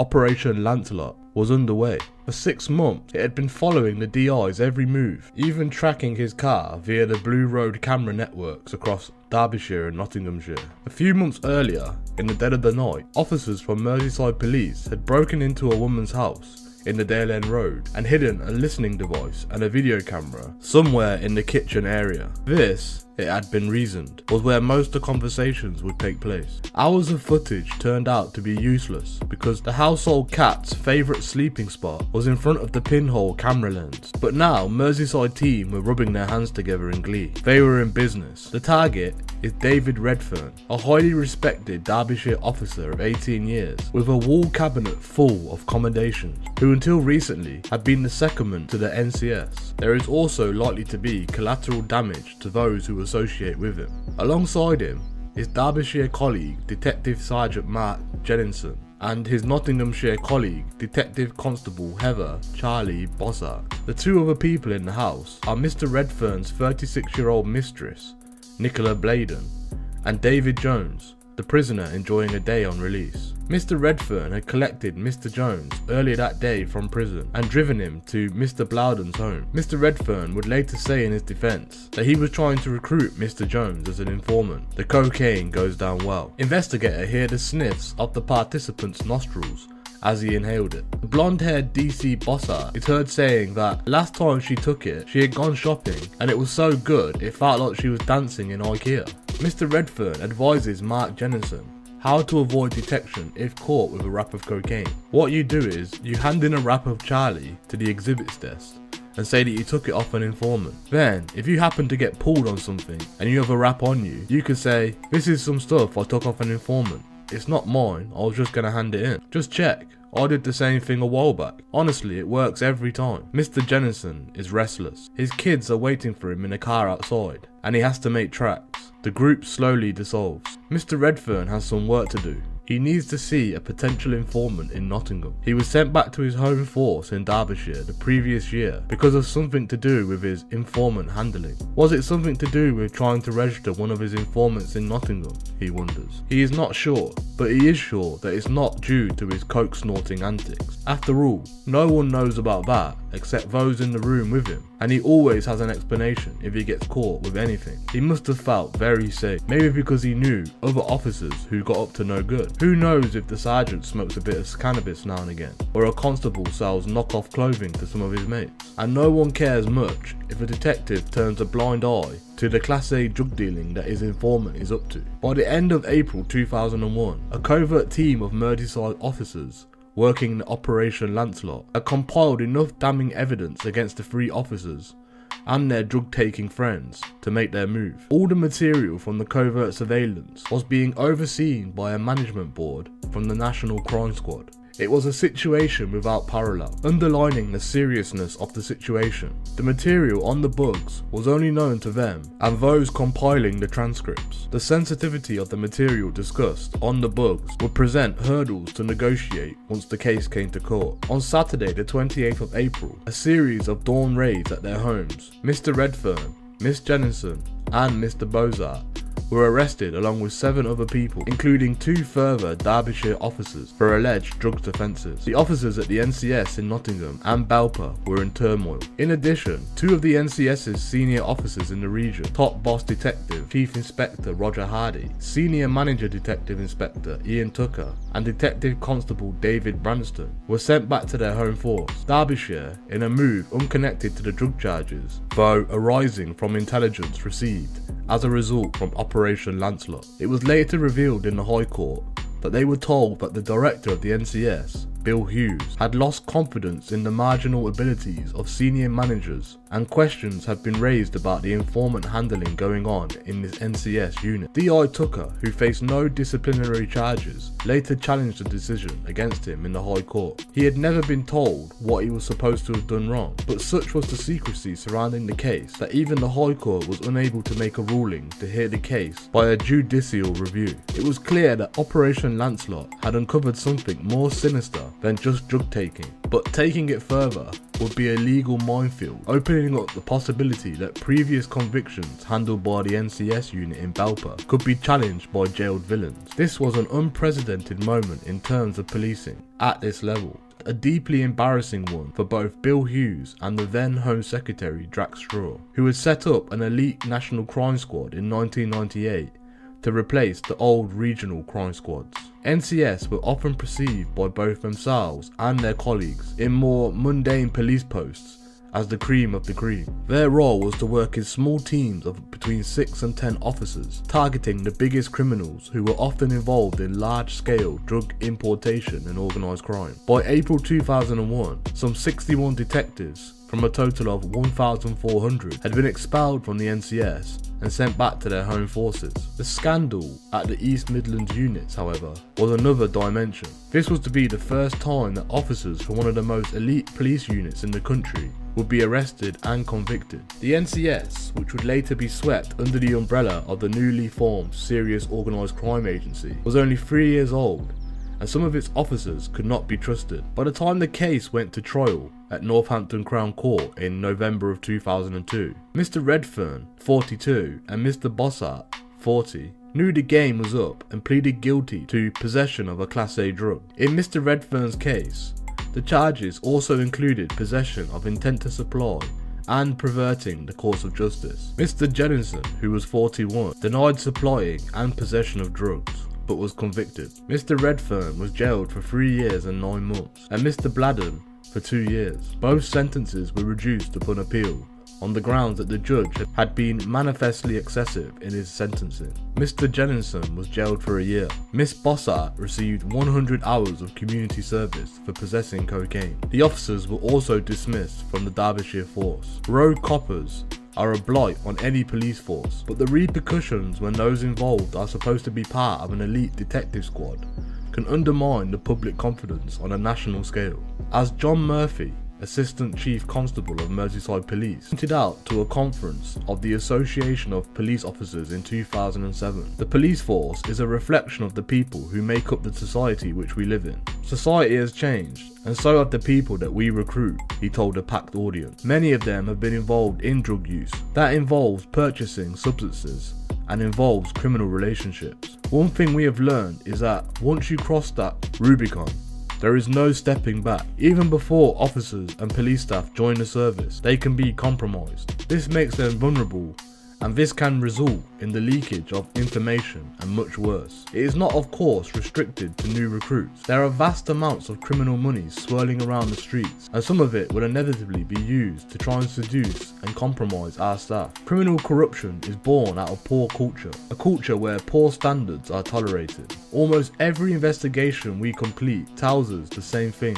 Opportunities to get rid of corrupt individuals have previously arisen when they have come to notice before for bad behaviour, often resulting in a discipline or even court. The nettle has never been grasped. People bending the rules to get the job done. We can all produce results if we play by different rules. It is tragic watching, as I have, good people getting sucked into criminal conspiracies because they are too weak to challenge the poor behaviour and consequently become increasingly compromised to the point where they can't intervene without incriminating themselves. Intelligence is power, and people want the power that accesses our information and our intelligence gives them. We rely greatly on the public to provide information and intelligence that allows us to do our job. They provide it willingly, trusting us to protect it and use it appropriately. We are not vigilant. Our lifeblood will dry up, and that our hard-won trust to the public confidence will one day be lost. By the late 1990s, senior police officers in Nottinghamshire suspected that there were a number of detectives involved in unhealthy relationships with criminals born out of the less than rigorous informant system. Indeed, the whole system was flawed. On paper, the role of an informant and the role of the police or agency involved, it should be very clear. The informant is usually an offender himself or herself, and in return for a favourable outlook on an offence he or she may have committed, and sometimes a fee, they will give and pass on information that will prevent crimes being committed by others at a greater magnitude. But the simplicity of it all made it ripe for abuse on both sides, particularly when the informant started to control the handler. The trouble would start when the informant would begin to use the handler to get away with their own crimes, to suck information from the handler and to plant information into the system which, whilst looking good for the handler, would also help the informant carry out with their illegal activity. One detective who had two particular informants in Nottingham, who he used to great effect, at least so far as getting a result was concerned. I knew the history of both informants. One was a young black man who was a prolific drug dealer. So prolific, in fact, he was dealing large amounts of cocaine to two Premiership footballers during the mid-late 1990s. This young man, who I shall call Norbert, was willing to do anything to take out rival dealers in the city. On one occasion, there was to be a coke bust on a dealer who was hiding his double life as a takeaway owner in Nottingham city centre. Norbert had told the police about the man and dutifully agreed to go to him and see whether the gear was still there so they could carry out the raid. He was only supposed to do a reconnaissance to see whether the target had anything at the premises, recounted the detective.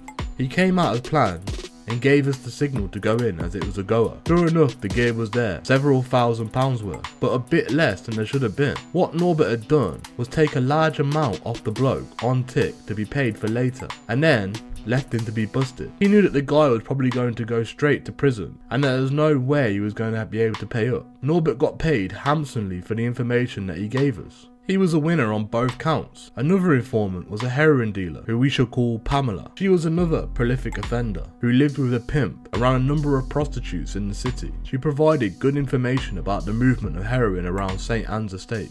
She got paid thousands of pounds for her information, but was actually passing on the details of large-scale dealers she herself was buying from, and also the details of her own competitors. In 1 year alone, she had salted away £100,000 from her trade in heroin, selling it at £1,000 per ounce. Pamela had security cameras on her door, and, in effect, her own protection. Police let her deal as long as she came up with the results. That carried on until she did get busted for heroin and couldn't argue her way out of it. Results of this kind were clearly achieved, but this was tainted by the fact that the information was being supplied in order to make the informant's drug dealing activities profitable and eliminate her competition. The Nottinghamshire Police Department, which dealt with corruption, had been renamed the Professional Standards Unit, otherwise known as PSU, in 2001. It was headed up by Superintendent Michael Layton, who had been one of the detectives leading the 1993 Eton Green investigation when he was a detective inspector. He took the task of investigating fellow officers with zeal, so much so that he sometimes attracted criticism from peers who felt that his anti-corruption specialists were targeting the wrong people. Ruthless was, though,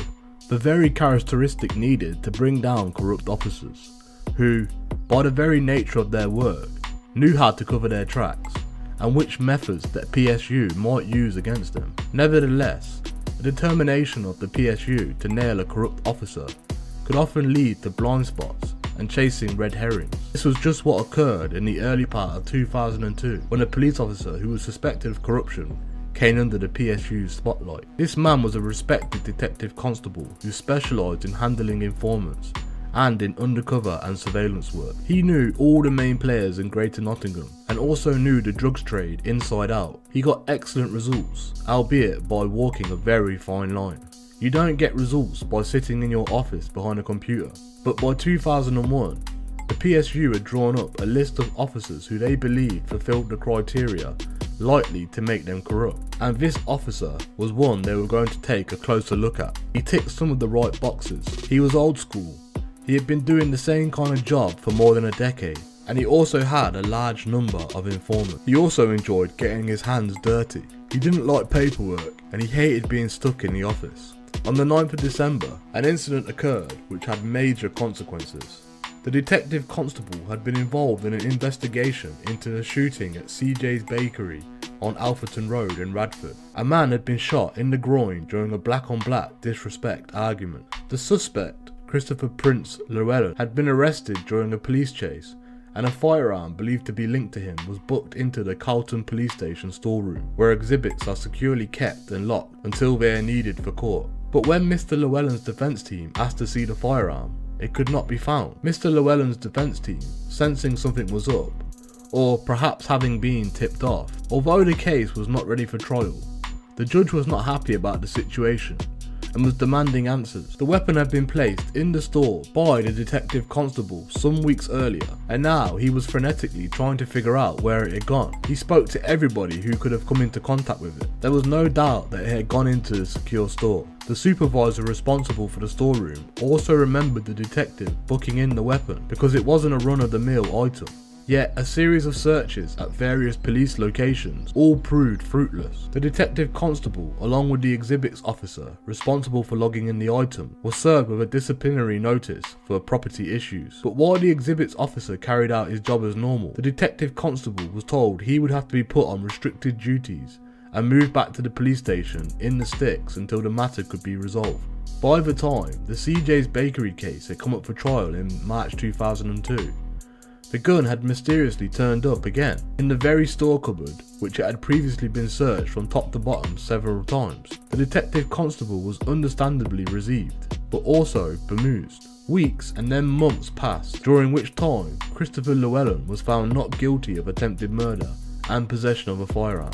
But the officer was still under the PSU's suspicion. On the 8th of November 2002, he received a call telling him to go see his boss in the office for a chat about informants. When he arrived, his boss, Detective Superintendent Michael Ward, was standing next to Superintendent Michael Layton and another officer, Chief Inspector Vince Terrace, from the PSU. They informed the detective that he was under arrest on suspicion of malfeasance in a public office.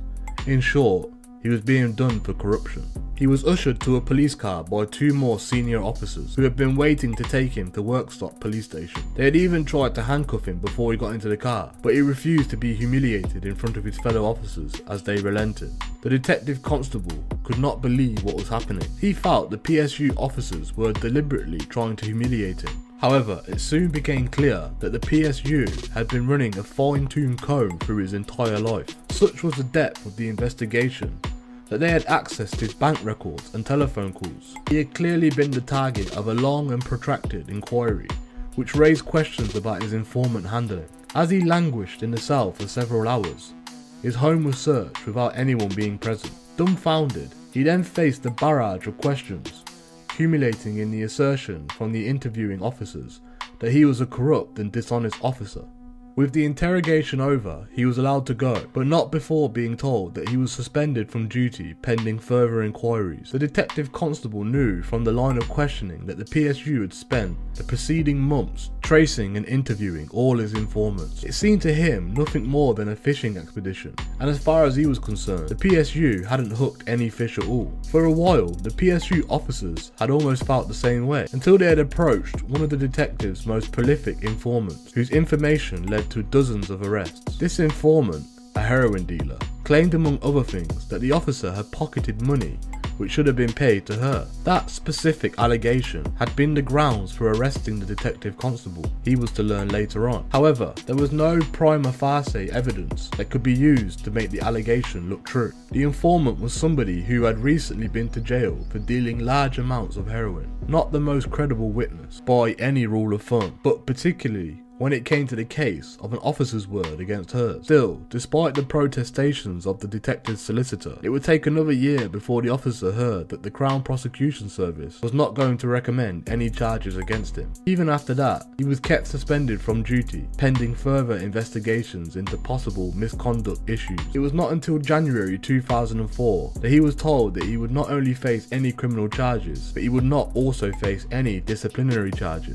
He was free to return to work. The PSU had spent more than 2 years turning his life inside out, and it nearly broke him. He had his colleagues pointing the finger at him, and the stress of a 2-year investigation had nearly ended his marriage. He took the option of retiring on ill health grounds. Not only had the force lost the excellent officer who had given his life to them for the past 26 years, the PSU had also targeted the wrong man. A few miles from the Major Crime Unit office in Sentry House on Carlton Hill, where the officer had been based, another man was busy helping out the Bestwood cartel. He was their clear skin. The shop assistant turned trainee detective Charles Fletcher had been on the job since autumn 2000 and was based at the busy Radford Road police station. In the 2 years the PSU had been investigating their red herring, there had been a real double agent operating right under their radar. Mr. Fletcher had already been able to pass on a wealth of useful information to Colin Gunn and his associates. It would be 2003 before an operation was mounted to look at the information going to Colin Gunn via corrupt officers. Operation Salt was to be one of the most secret investigations mounted by Nottinghamshire police. In the meantime, a war was about to be unleashed on the city streets. By the beginning of 2001, Colin Gunn and his associates had assembled a band of middle-tier dealers to supply the markets at St Anne's, Meadows and Radford's and the areas of nearby Derby. Two of these major dealers, Dion Griffin and Carl Rose, were about to be targeted by Nottinghamshire Police's major crime unit. Intelligence suggested that Mr. Griffin and Mr. Rose were dealing with a Derby heroin dealer named Daniel Walsh, and that Colin and David Gunn, David was now out of prison, were using Mr. Griffin to supply Nottingham's estates outside of Bestwood and even to inmates within the prison system. Intelligence revealed that several prison officers from different prisons had been corrupted by the Bestwood cartel and were allowing heroin to get inside. Operation Opal was set up specifically to target middle-tier dealers used by the cartel. Bugs were placed in Mr. Griffin's hire car and at 30-year-old Mr. Rose's home in Aspley, Nottingham. Mobile phones were also bugged. The material gained from bugs in the car's headrest revealed 28-year-old Mr. Griffin to have a very big ego. He had bragged to customers sitting in the car, "I'm the only one who can get away with dealing in St Anne's, the Meadows and Radford. No one else has got the contacts to get past the territorial problems. I can even get stuff into prison. I'm the top man." During the weeks of surveillance, officers discovered that Mr. Griffin was overseeing up to 10 kilos of heroin per week, as well as large amounts of cocaine and amphetamines. The heroin was coming in from the Bestwood cartel's links to Liverpool's underworld. The cocaine, however, at wholesale price, was less than 25% pure. By the time it had been cut up to go out onto the streets, it would be less than 5% cocaine in the grams people were buying for £30 to £50. It was cut with all sorts of other agents. Such was the demand for cocaine, poor quality or not, that people were still buying it. Having gathered a large amount of information on the Bestwood cartel and what it was up to, in the autumn of 2001, police decided to arrest Mr. Griffin and Mr. Rose. They watched Mr. Griffin meeting two men in Radford, and new drugs had been arrived at the premises. On the 18th of October, at around 12:30 PM, the Operation Opal team burst into the property on Croydon Road. Mr. Griffin and others tried to escape through a window, but they were not quick enough. Police found half a kilo of cocaine and more than £10,000 in cash.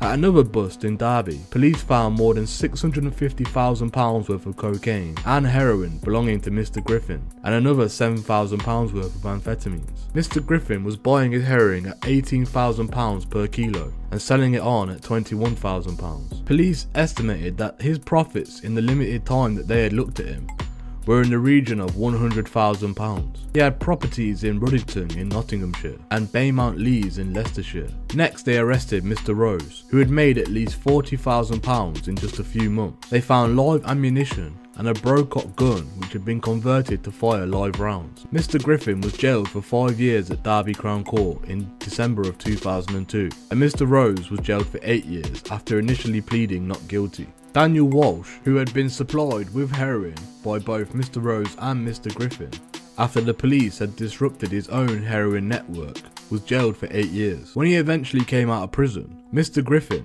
who had more ego than sense, would make more headlines after filming himself on his mobile phone camera driving one-handed at speeds of excess of 130 miles per hour in his Mini Cooper. He planned to put the film onto a website, but police found the footage after he was arrested in connection with a £14 million heroin haul in Ruddington in October of 2007. They were astonished by the footage and chose to prosecute him.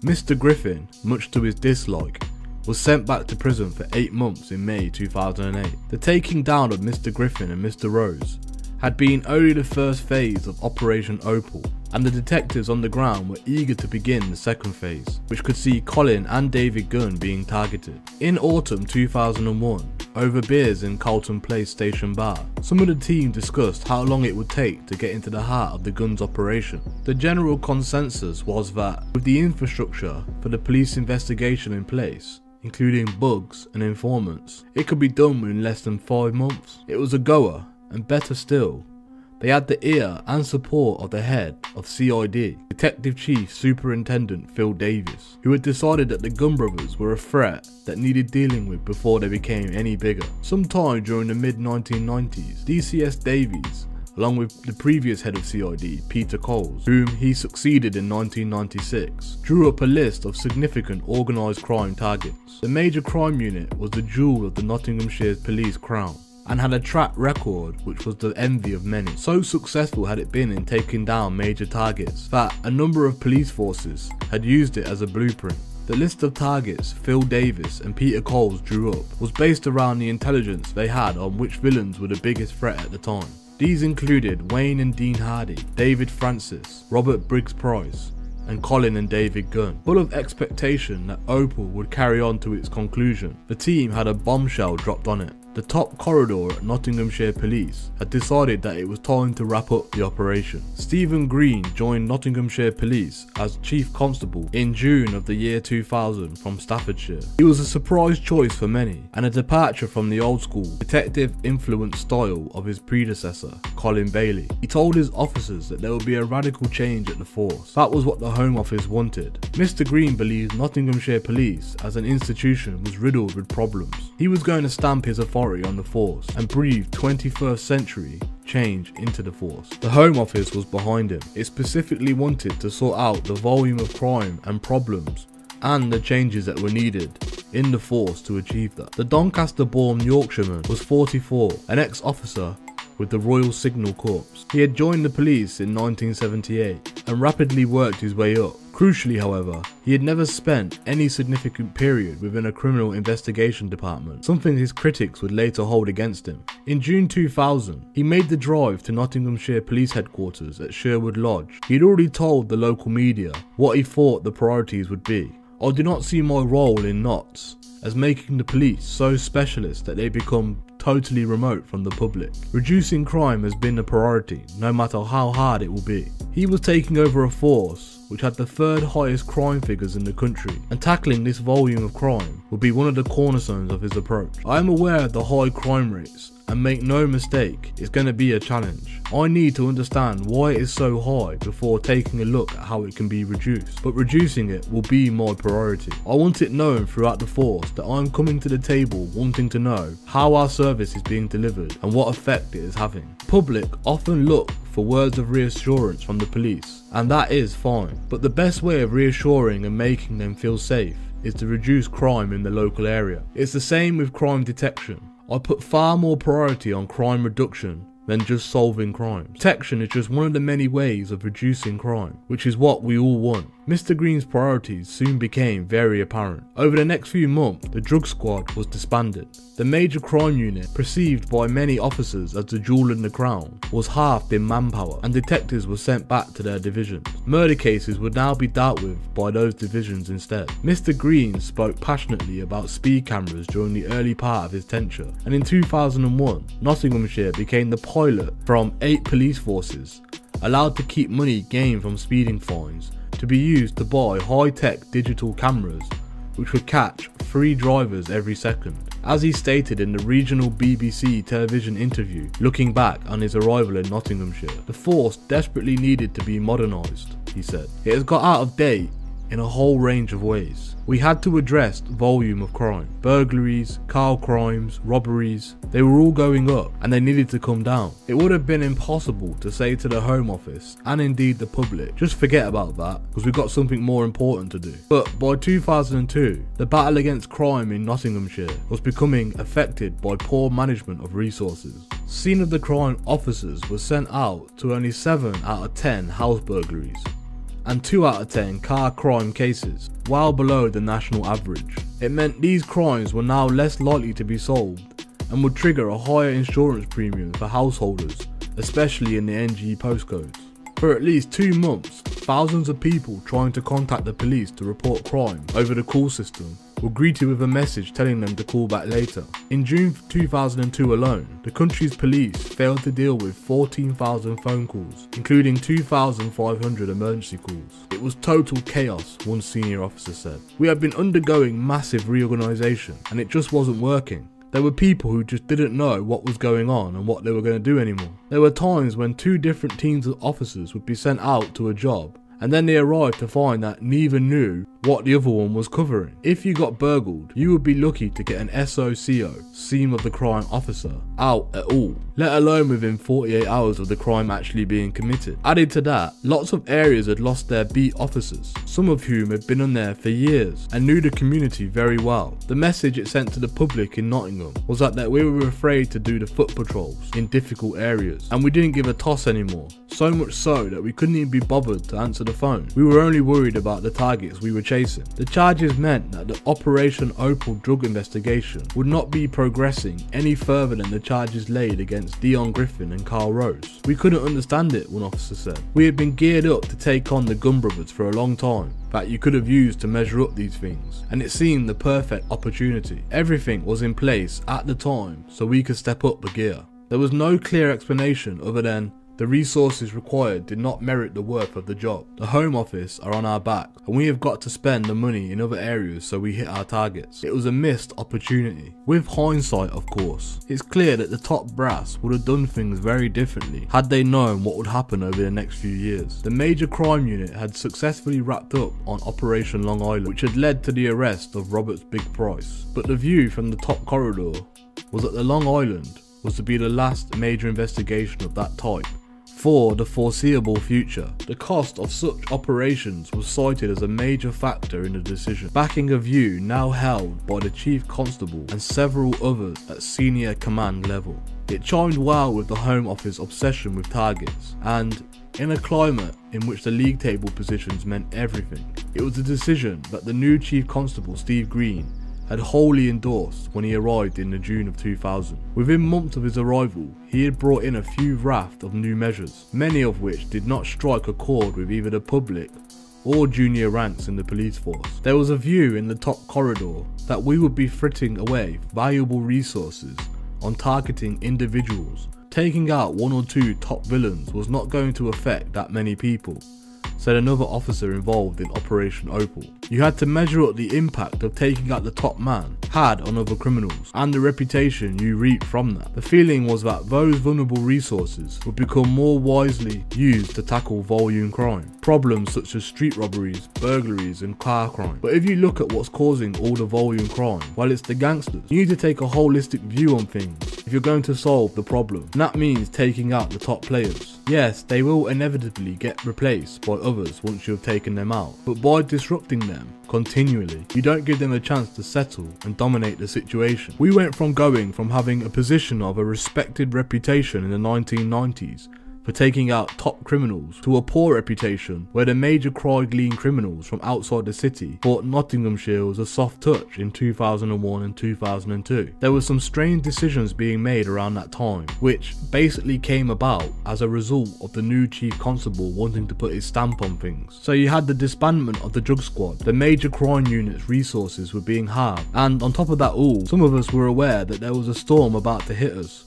in the form of gun crime. The problem was that some of the decision makers were not up to the challenges which they were being faced with. Detectives from the major crime unit were being sent back to their geographical divisions, where they seemed to be at the view that the specialist units were elitist. Well, I suppose you could say they were in a way, because they had expert knowledge, but that is the way to meet the challenges facing you. It meant that when decisions were made to draw detectives from whoever was available in the divisions, instead of from a pool of experts within the major crime unit, senior officers ended up on a hodgepodge team which was not unified in the way that they had been before. Sometimes the teams contained detectives who were not even on speaking terms. Sometimes we had divisional superintendents who wouldn't let people out on the major jobs because they had wanted to keep their own staffing levels to optimum levels, so the senior detective who was involved in Opal. So senior investigating officers were often being left understaffed, scrapping around for detectives, and without the expertise they needed, or knitted team that they also needed.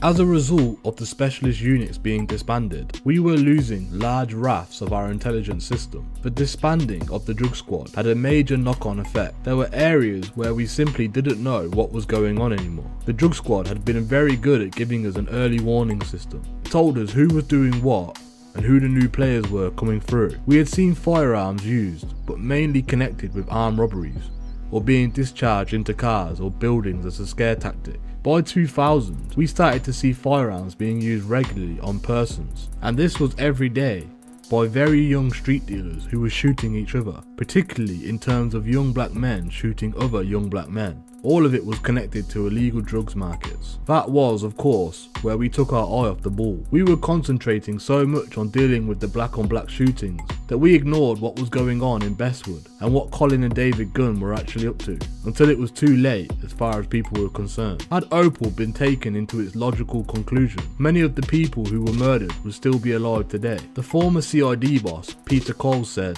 "There is a school of thought, not mine I have to say, which would say if you don't have a drug squad, by that I mean an institution which is recording activity in the illegal drugs market, that you can almost say that you don't have a drugs problem. If you don't have something dedicated to tackling a problem, you can never measure anything about it and know just how bad the problem actually is that faces you." As it would later prove, the decision to bring Opal to a shuddering halt was a more than missed opportunity. It was a decision which was to have very tragic consequences. By the time the Gunn brothers were targeted again, they had grown much stronger and much more powerful. A new operation would have to start from scratch, and the force would have to dig deeper to find the resources needed for a successful outcome than they would have in 2001. It would be another 2 years before it got underway and would be called Operation Starburst, a multifaceted top secret project which would be likened to a Russian doll containing operations within operations, and which would at last attack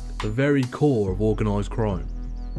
In the meantime, the city's reputation would be shot literally to pieces.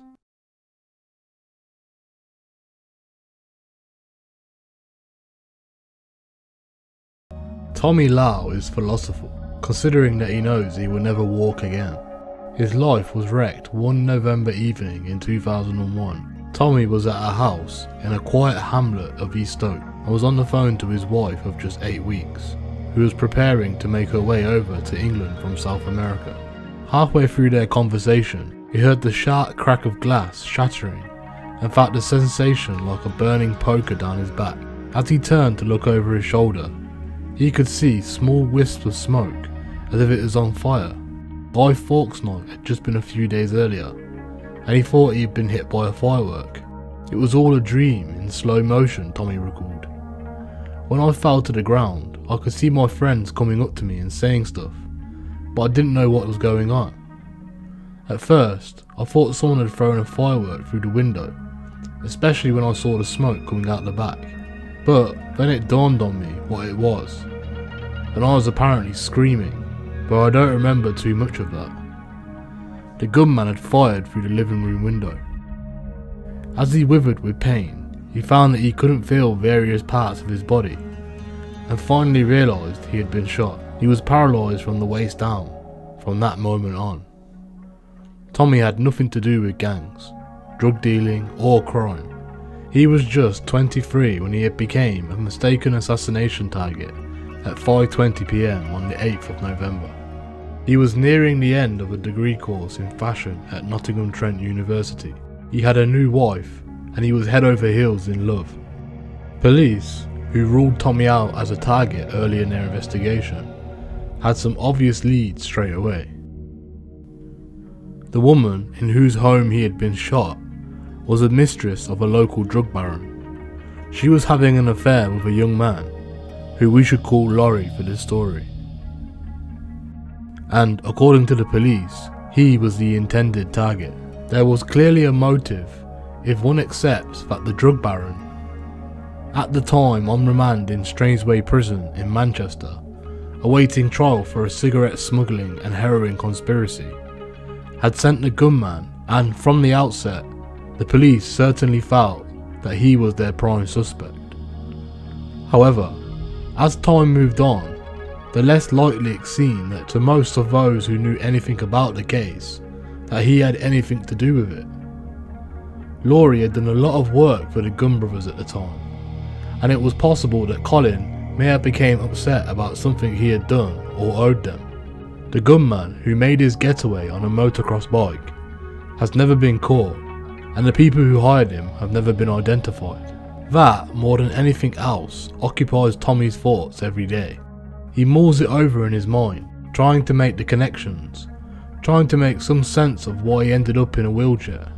The police say they are still working diligently to to identify the shooter, but as each year passes, it looks increasingly unlikely that Tommy will ever get closure on the case. In all probability, he will never get to see anyone in the dock for the shooting, though he remains optimistic that someone will tell him what it was all about.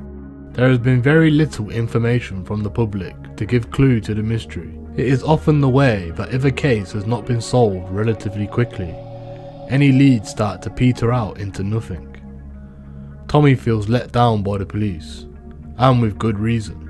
It was left to him to organise an appeal on the BBC's Crime Watch programme in 2005, and even then the programme almost disguised where the shooting had taken place, such as was Nottinghamshire Police's paranoia about encouraging another gun crime tag in the city's reputation. Tommy is getting on with his life as best as he can. He had to give up his college course after spending 6 months in a hospital bed and cannot work, but he goes to the gym regularly for weight training and to burn off the steam that builds up in his frustration about being in this situation. He does still try to live life to the full. He just wishes he could put the nightmares to bed.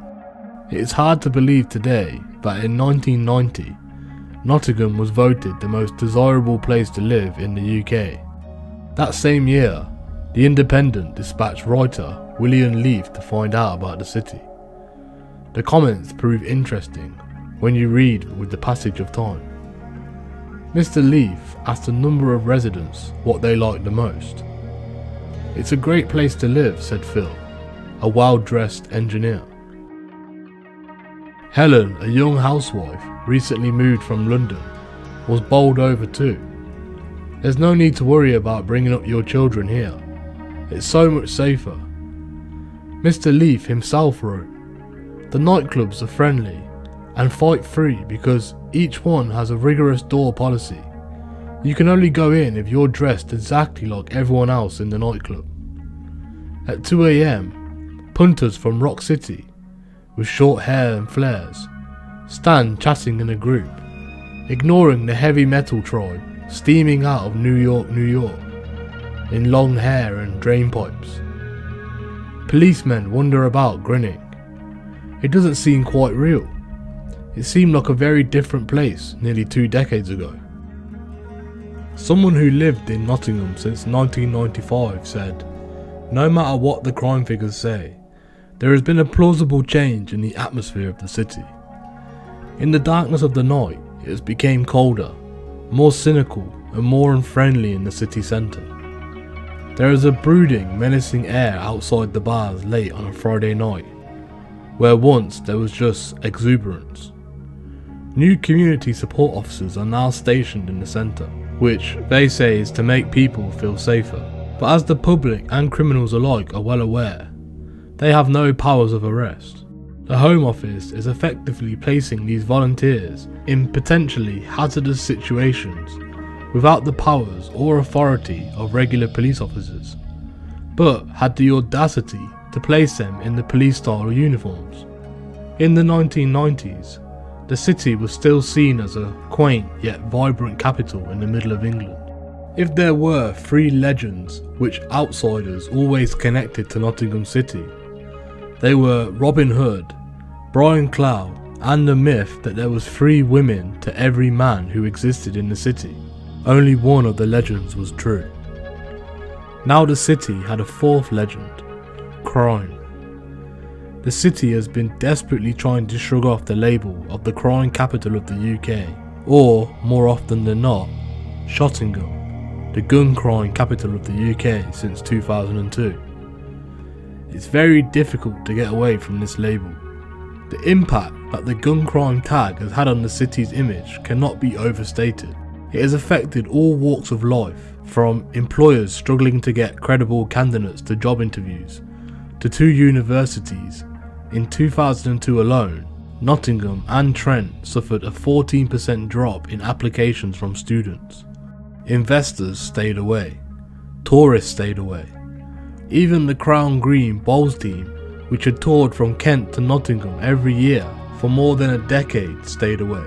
A few weeks earlier, the British ambassador to Saudi Arabia made a reference to the city's crime problems at a function which landed on the front page of the Times newspaper. Sir Sherwood Coper-Coles told an audience of several hundred people in the eastern Saudi city of Al Khobar an anecdote about a British expat working in Nottingham.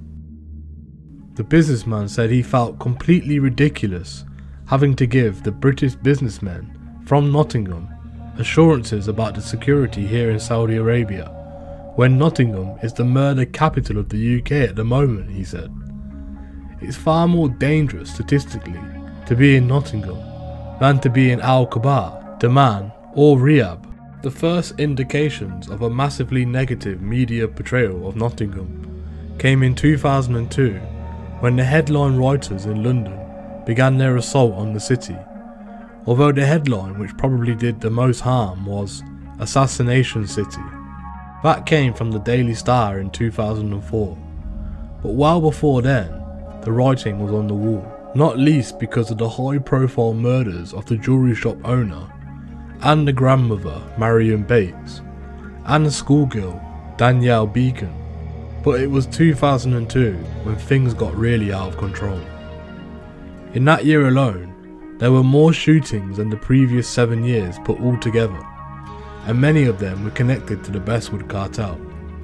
When the number of shootings first began to rise dramatically in the late 1999, Nottinghamshire Police unveiled their response, Operation Real Estate. It began in February 2000, after a spat of gang-related shootings in St Anne's and the Meadows, and led to armed officers routinely patrolling the streets of the UK city mainland for the first time. This, in turn, led to a national debate about whether police should be armed at all times. The then Assistant Chief Constable Sean Price, who was in charge of the operation, was keen to play down any conclusions that the police's response was an exaggerated one. There is nothing exceptional in what we are doing here, he said. This is not a Genghis Khan approach. We are only doing what the police have always done, deploying the level of force appropriate to the threat. He admitted that the violence involving the gangs in the NG Triangle had prompted the move. We had a situation where, because of disputes between these rival groups of criminals, shootings were happening. For 2 years, 6 armed officers carrying Walter P990 pistols at their hips worked in pairs between dusk till midnight around the St Anne's and Meadows estates. In the first 6 months, 6 shootings were recorded on the estates, compared to 6 in a fortnight just before real estate was launched. The police also made some 150 arrests connected to the gang violence and recovered 15 firearms in the first year. But the community leaders felt that the use of armed officers stigmatised the areas and encouraged the gangs to go underground. We are being used as a laboratory for a bigger experiment, said Dalroy Brown, community leader of the Afro-Caribbean National Artistic Centre in St Anne's. By November 2001, Operation Real Estate had made 400 arrests and thwarted a number of assassination attempts. More than 100 firearms had been recovered, and 47 Jamaican nationals were among those arrested for attempted murder, firearms and drug offences.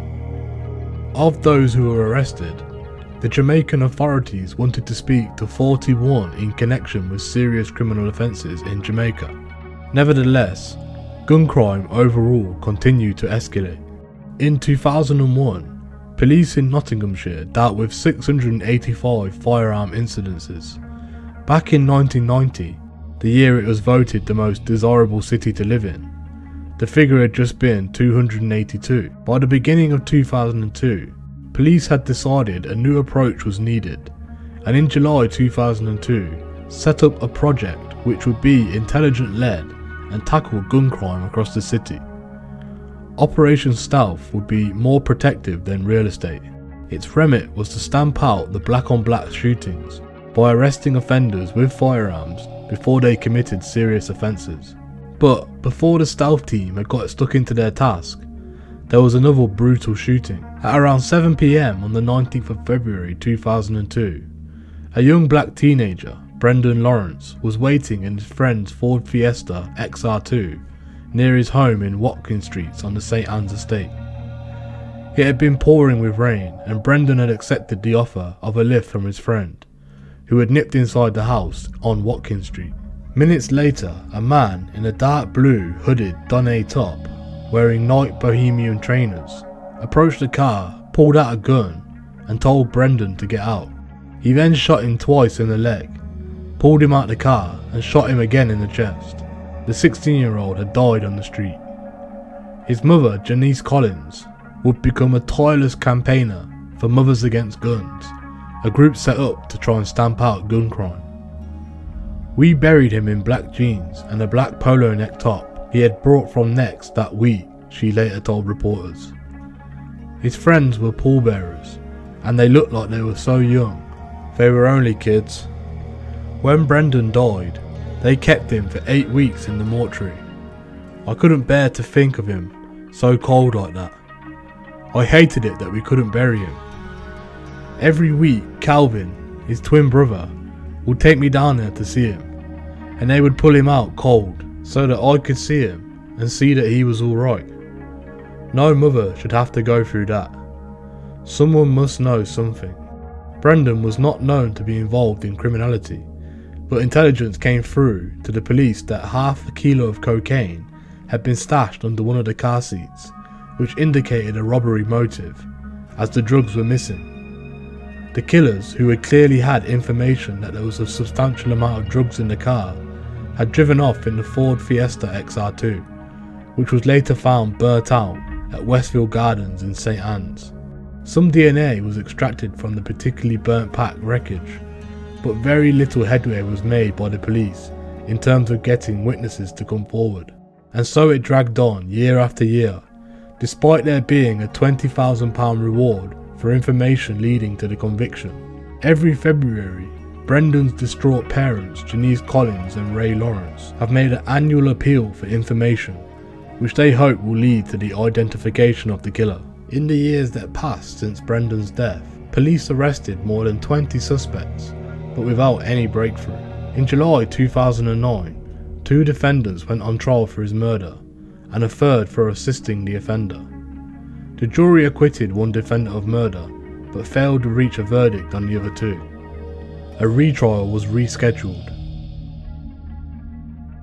A list of some of the incidents police were called out to in July 2002 showed how indiscriminate the use of firearms was becoming. On July the 1st, 10-year-old Laurel Akin Warner is shot and wounded at his grandmother's home in Wilford.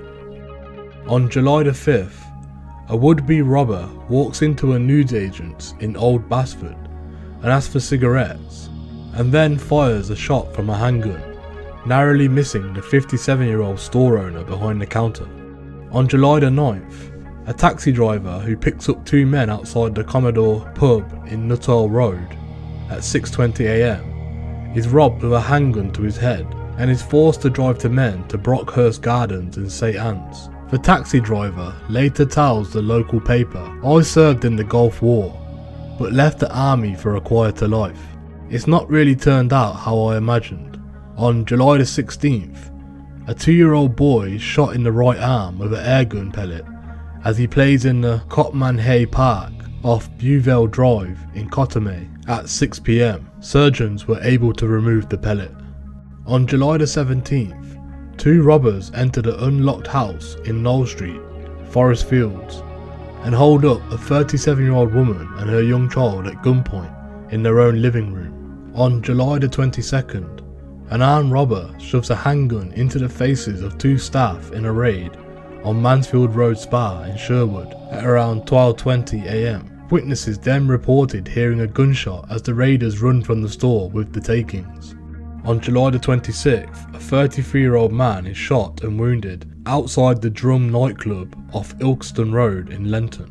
On July the 29th, a young couple from Long Eaton are attacked by 3 men wielding a gun and a knife after they spot them acting suspiciously.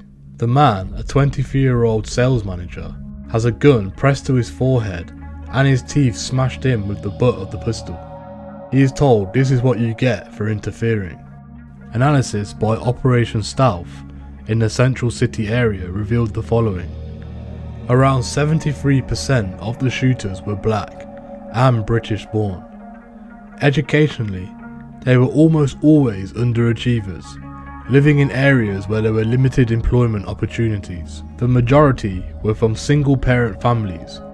They were territorially protective, and their role models were drawn from the gangster rap, with lots of bling or jewellery, designer labels on clothes, cash in pocket, firearm in one hand and doll in the other hand. Their career paths were firmly rooted in criminality, and particularly drug dealing, progressing from street run at age of 12, 11 or sometimes even younger. Their job would be to deliver small amounts of drugs, sometimes on push bikes, sometimes on foot, between people and addresses. For this, they will be given a few pounds, or perhaps a rock of crack or a wrap of heroin to sell for themselves. By the time they were 13 or 14, they might be babysitting a firearm for one of the brethren, or a larger amount of drugs at their home. And by the time they arrived in their late teens, they might be street dealing themselves, or have a pack of runners working for them, just as they had done themselves. Other black on black shootings demonstrated the cheapness with which life was perceived by those living in the ghetto. On the 9th of November 2002, 33-year-old Teresa Jacobs, a female crack cocaine dealer, was shot in the back of the head outside the Drum nightclub off Ilkston Road. Jamaican national Aston Bowler faced trial over her murder, but the case collapsed when the CPS offered no evidence, though Mr. Bowler was actually deported. Almost a year later, at 1 PM on the 7th of November 2003, 24-year-old father of two, Omar Watson, walked into his local barbershop to have his hair cut, but almost as soon as he sat on the chair, a gunman walked in and shot him dead. It was believed his killer had lookouts who had phoned to say he was on his way to the hairdresser's shortly before the murder.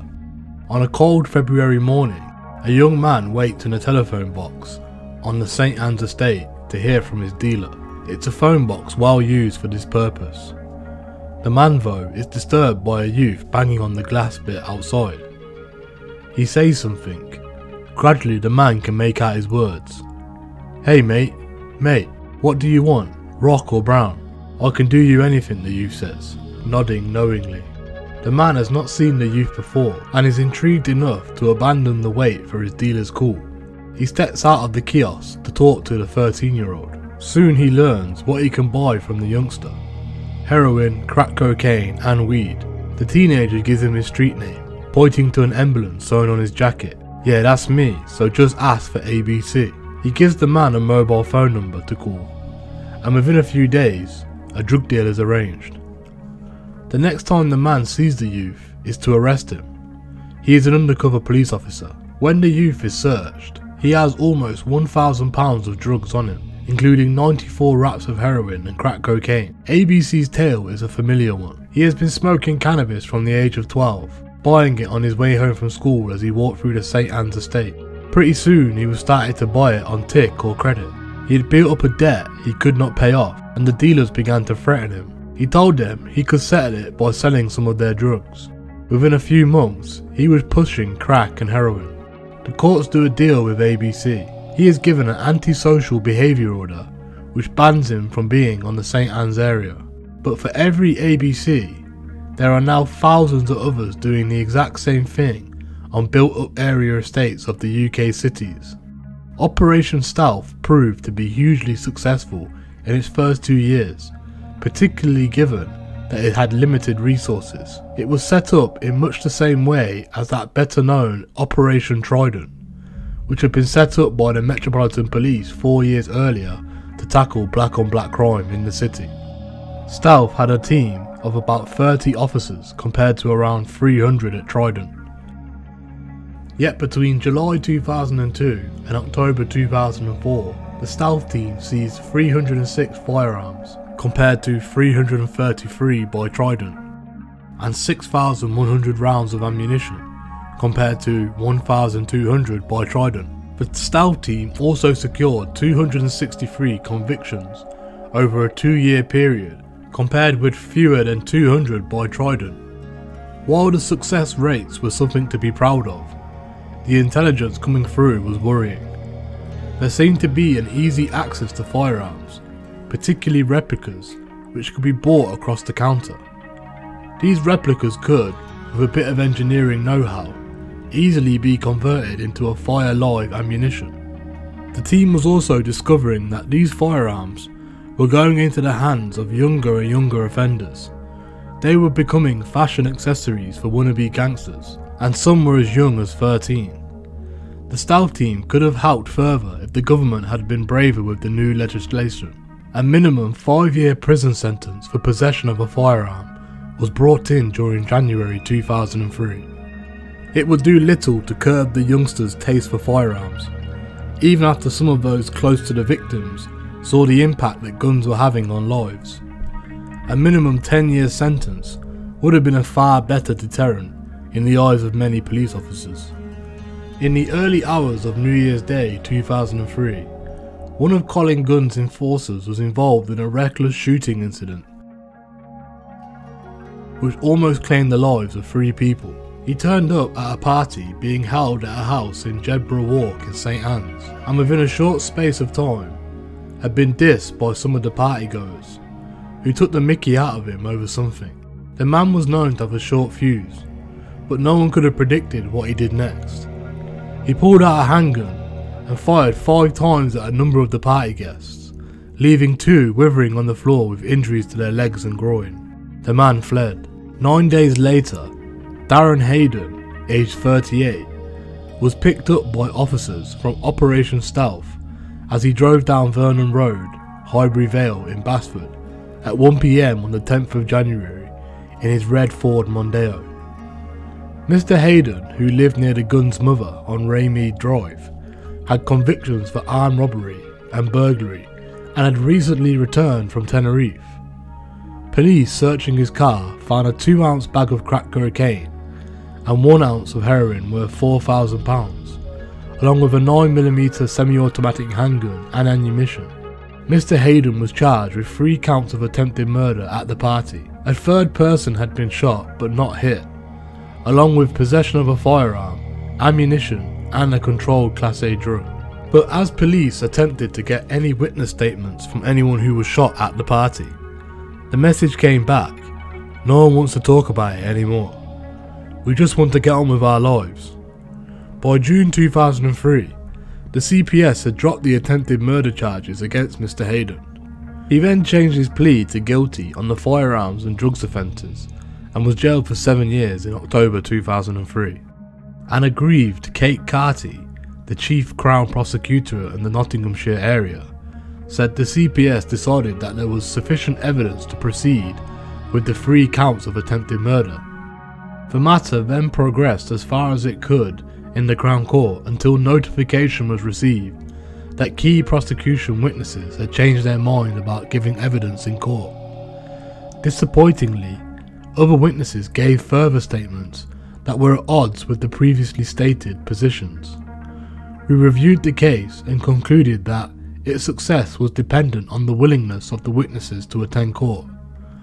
In these circumstances, it was agreed that no further progress could be made on the 3 counts of attempted murder. We believe that unless victims and witnesses are prepared to report crimes and give evidence confidently and effectively in court, the public cannot be protected properly. Despite this disappointment, in June 2004, the Operation Stealth team was celebrating success when 9 St Anne's gangbangers were taken off the streets for life after killing a man in Sheffield. The victim was another tragic case of mistaken identity. Some of the gang were in Sheffield's Meadows shopping centre when they were ambushed outside the takeaway and robbed of their mobile phones. On the 18th of December 2002, the gang had returned for revenge in a convoy of 4 cars. They pulled up outside the Afro-Caribbean Club in the Still City's Pittsmore area, believing that the people who had robbed them earlier were there, and fired 2 shots from the lead car. An innocent bystander, Gerald Smith, aged 42, was fatally wounded in the head and leg. Ezra Taylor, 26, of Collision Street, Radford; Craig Brooks, who was 26, of Lawn Walk in St Anne's; Roger Gordon, who was 28, of Hunger Hill Road, St Anne's; Gareth Lindsay, who was 20, of Purleythorpe Drive in Carlton, Richard Powell, who was 26, of Ansbury Circus, Cinderhill, Leon Bryan, who was 20, of Limmer Gardens in St Anne's, Gordon McPherson, who was 26, of Curzon Gardens in St Anne's, Dean Pinnock, who was 20, of Melville Gardens in St Anne's, and Christopher Mackenzie, who was 20, of Melville Gardens in St Anne's, all received life sentences at Sheffield Crown Court in July of 2004. It was the first time that a group had been convicted of murder where no one except the killers knew who had fired the fatal shots. This conviction gets right to the heart of all the violent drug and gun crime in St Anne's, said the Superintendent Nick Holmes, Deputy Commander of the Nottinghamshire Police City Division. It smashes its infrastructure. The gang caused misery to all people of Nottingham, and they have been well known to us for years. We have put a massive effort into tackling drug and gun crime in St Anne's and all over the city, and are starting to see the results. The level of urban terrorism being visited upon these communities was becoming shocking, and while stealth concentrated on black on black gun crime in the city centre, another wave of violence was about to come. All eyes would be soon turning to the north of the city, where a ferocious white gang held a tight grip over the community.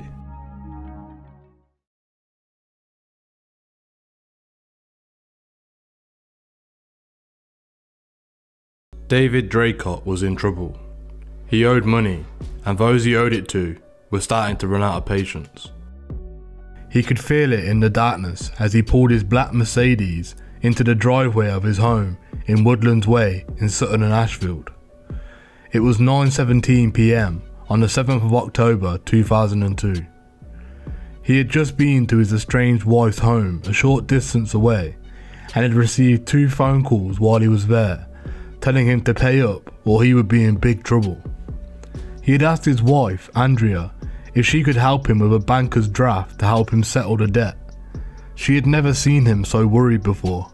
Mr. Draycott had borrowed £10,000 for some unpleasant characters for a cocaine deal, but had not been able to keep up with the repayments, and now the debt had escalated to more than £30,000, though he had told his wife that he needed the money to pay off the VAT bill on the sheet metal business that he was running. Drakey, a big bear of a man, always had a smile on his face. He could be a bit difficult to pin down.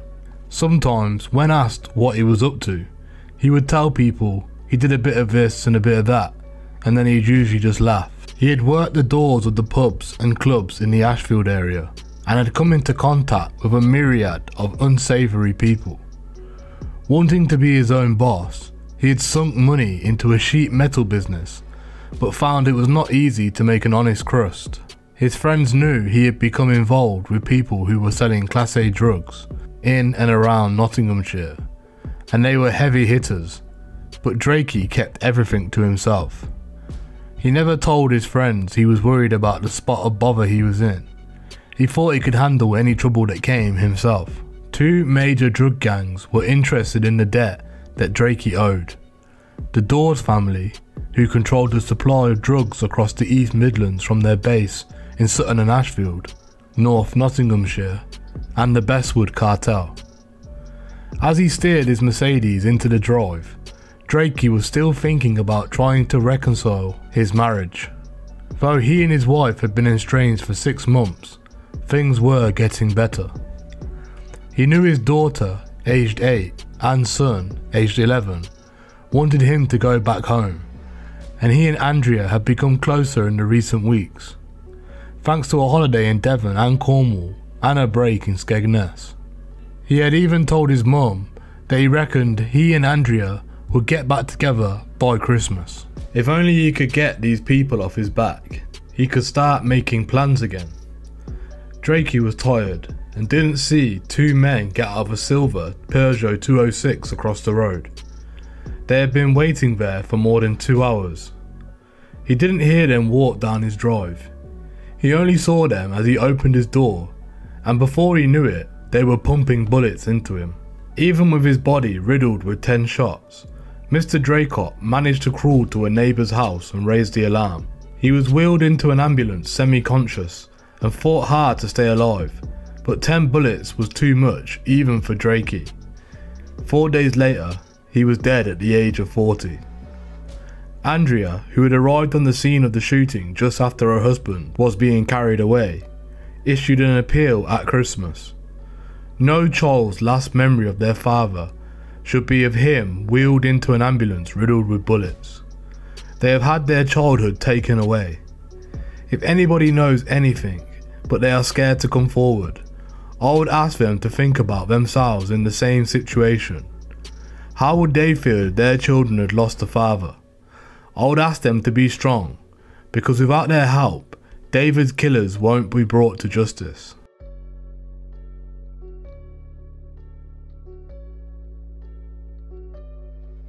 A month after the murder, in the early hours of November the 7th on a Thursday, a man called John Shipman was finding it hard to sleep in his new flat in Chiltern Way in Bestwood. Like David Draycott, he was no stranger to violence. Mr. Shipman was not long out of prison, having severely beaten a man up in his home in the Sherwood area in 1998. Now he lay listening to music in his room, but he was worried. The Bestwood cartel were chasing him over a friend's cannabis debt. His mate had done a runner and left Mr. Shipman to bear the grunt. Although it was only a couple of £100, they meant serious business.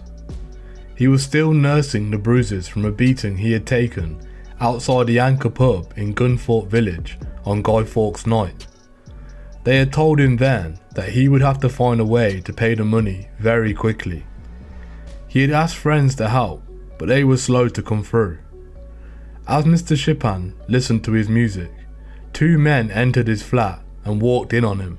He knew them, 2 brothers who had worked with Colin and David Gunn, collecting money and selling drugs for them. One had something in his hand.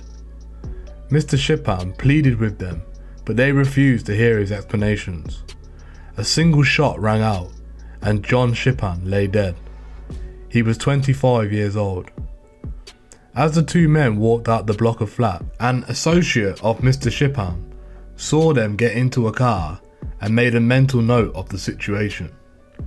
Later, the same man would tell the police what he had seen and would be forced to go on the run with his family because the gangsters knew he knew and had threatened to murder him. Though 2 of Colin Gunn's associates were arrested for John Shipman's murder, the case remains unsolved to this day. Friends of those arrested claim a rogue police officer tipped off the suspects that a bug had been placed in their sofa, throwing the investigation into complete chaos. Like Andrea Draycott, John Shipman's mother, Josie, has still to receive justice for the murder of her loved one.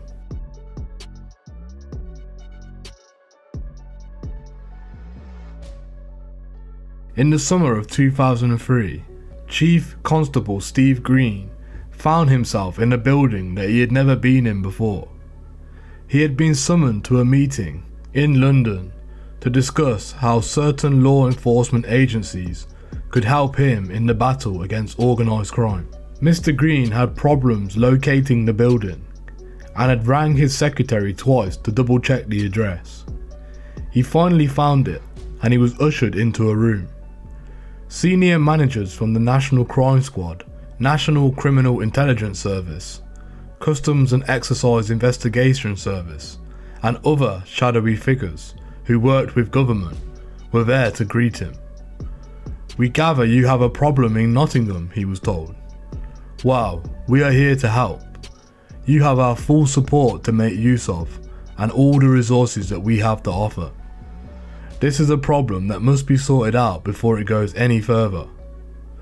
That problem had become so acute that, in March 2003, David Blakey, one of the senior inspectors from Her Majesty's Inspectorate of Police, HMIC, refused to give Nottinghamshire Police a clean bill of health. They were, he concluded, neither effective nor efficient. If you lived worked or visited Nottinghamshire in April of 2002, you were more likely to have a crime committed against you than anywhere else in the country, Mr. Blakey's report stated. He was particularly critical of the abilities of the police force to deal with drugs and crime. Some senior CID officers had also made clear to HMIC that the disbandment of the drug squad and the use of divisions instead had seriously hampered the ability to fight organised crime. There was a widely held view that the forced drugs investigation function was not robust, wrote Mr. Blakey. The main response to drug investigation at all levels remains with divisions who respond within available resources. HMIC was advised during divisional visits that most drug investigation activity took place at local area command level, and that they were unable to respond efficiently to drugs intelligence.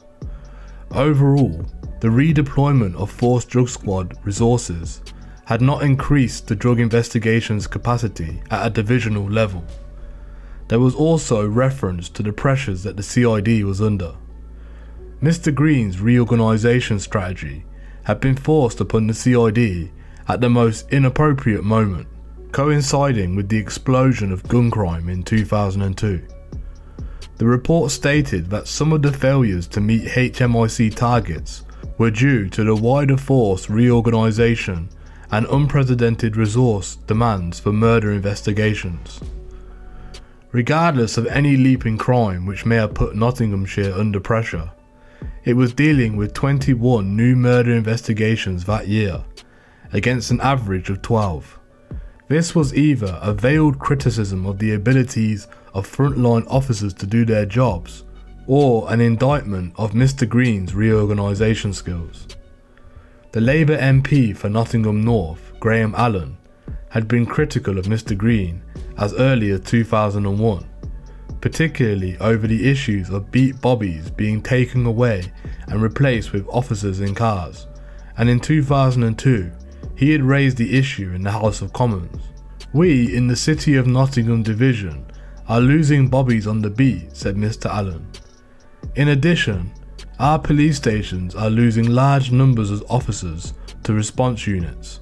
In effect, those stations are being hollowed out. Was it right, he asked the Home Secretary, that at the time when the government was being congratulated for employing more police than ever before, people on some estates were seeing fewer of these officers? The Chief Constable, however, had stuck to his guns.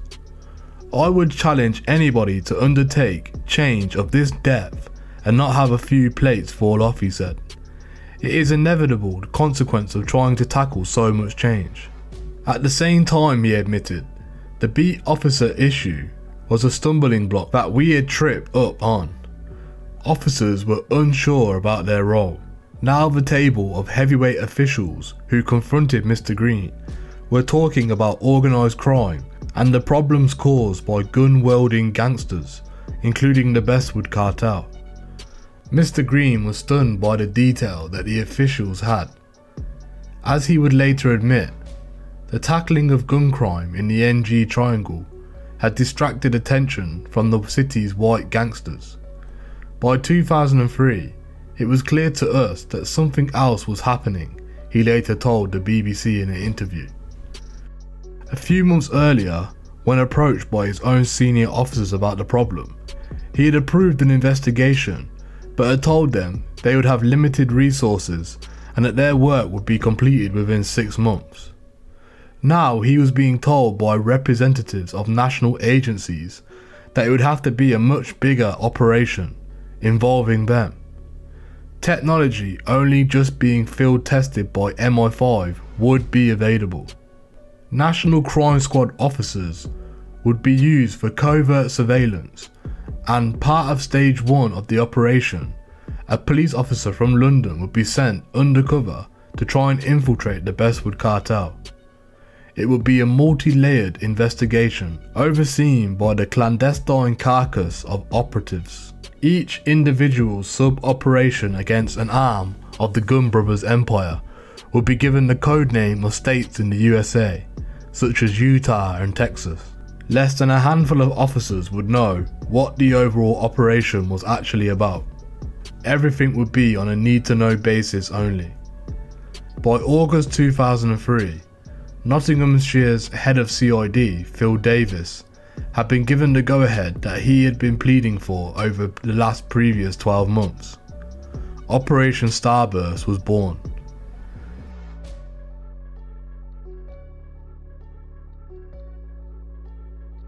They began with Operation Texas.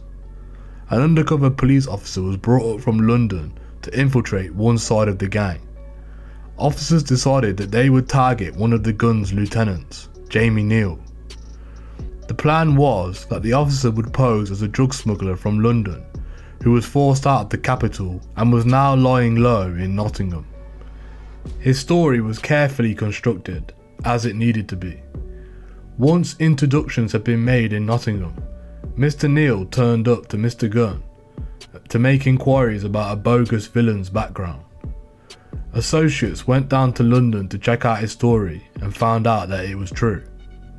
Within a few months, the undercover officer was making significant inroads into the gang and picking up vital intelligence on drugs that were coming in. Then one evening, he was invited to a boxing match. Things were going well until he moved on to a nightclub where Mr. Neal and his associates had booked a VIP area closed off from the public and proceeded to get very drunk. At some point in the evening, one of the gang took offence to something that had been said and launched a ferocious attack on an associate. The undercover officer intervened. He too began taking a beating from Jamie Neal and suffered a fractured skull. The secrecy of Operation Texas meant medics could not be sent to the scene in any other manner than a normal response to prevent suspicion from being aroused within the cartel. Eventually, an ambulance was sent and the officer was taken to hospital, but Operation Texas was now in tatters. Operation Utah was then launched. Bosses decided that it was too dangerous to send in more undercover officers, so results would have to be achieved through total surveillance of the gang, using covert methods including bugs and cameras. Events in the underworld, however, began to move at a breathtaking pace.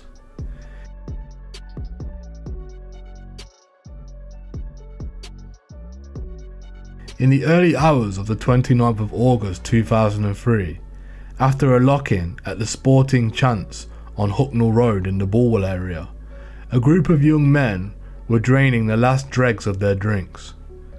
The group included Jamie Gunn, Colin and David's nephew, and Marvin Bradshaw, plus 2 other friends. It was 4 AM and they were finally about to go home. They had enjoyed a good evening, even though it had been threatened to turn sour 3 hours earlier when 2 men tried to muscle their way into the pub and had to be forcibly ejected. Jamie knew both the men. They had dealt drugs on the Bestwood estate in the past, and one had been going out with a Bestwood girl, which had caused trouble for one of his Uncle Colin's right-hand men. A scuffle had erupted and Jamie Gunn had smacked one of the men with an ashtray, causing a deep cut to his head. The other man was Michael O'Brien, a renowned hothead. The other, Gary Salmon, told him to cool it and dragged Mr. O'Brien away. Mr. Salmon had an ongoing beef with the Bestwood cartel and was keen not to antagonise any of them. 4 weeks earlier, a white van had parked up in his home in Brooklyn Road. As Mr. Salmon stood in the doorway, a gunman had jumped out the back and fired 3 shots at him. He was a marked man. Jamie Gunn's group began to disperse from the bar and make their way to the car park. Jamie was keen for his pal Marvin to drive the car. He was drunk and didn't want to get pulled over by the police. Marvin, who was sober, agreed and got into the driver's seat of the silver Renault Megane while Jamie was sat in the back. 2 other men occupied the rear and front passenger seats.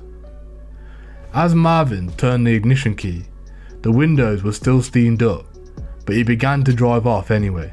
Jamie turned and rubbed the glass to clear his window. He saw a shadowy figure wearing a balaclava walking towards the car. There was a loud bang, and glass from the driver's side window shattered over the passengers. Everybody in the car ducked down except for Marvin, who groaned but continued to drive the car until the car finally slowed and came to a halt on the grass verge with the engine still running. Jamie Gunn got out. He did not know what was going on. A car carrying two men in balaclavas screeched off. Through the shattered window of the driver's door, he could see his friend slumped over on the wheel, groaning. "I feel sick," said Marvin. "I want to feel my head. I want to get out the car."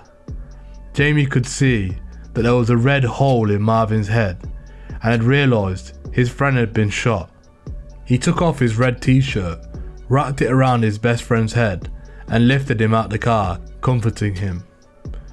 "Just stay here with us, mate, it's gonna be alright."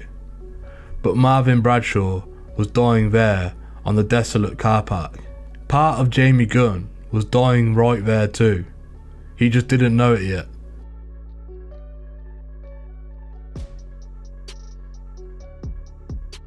Despite the brutality of Marvin Bradshaw's murder, it was barely reported by the media other than local papers. Outside Nottingham, it was simply another gun death and warranted little more than an odd newspaper paragraph. The police were keen to stress that Marvin was a likeable young man who had never been in trouble with the law. He worked hard as a shop fitter, sometimes 6 days a week, and he was very well liked. Although police initially believed Jamie Gunn was the intended target, another man in the car that night had in fact been in Mr. O'Brien's sights. They were also aware that feelings could be running high. They would have a race against time to catch the people responsible before revenge was sought by the Bestwood cartel. Detective Chief Inspector Phil Walker, leading the investigation, told the media, "We have not had many witnesses at all really so far. There was an after hours drinking session at a pub and the people who had been in there were a bit reluctant to give us a statement. This was nothing to do with the fear of being caught drinking after hours. Those in the sporting chants that evening had already been told by the Bestwood cartel that this would be sorted out in their own way, not by the police or anyone from Operation Ozone, the name for the investigation into Marvin's murder.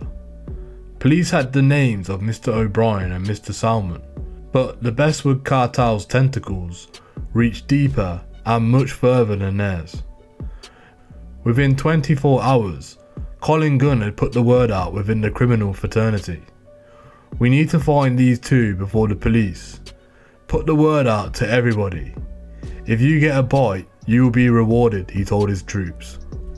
By the 3rd of September, intelligence was coming in to the police that Mr. Gunn was pulling out all the stops to track down the duo, and that if Mr. O'Brien or Mr. Salomon could not be found, then their relatives would have to be targeted. The cartel's soldiers got to work.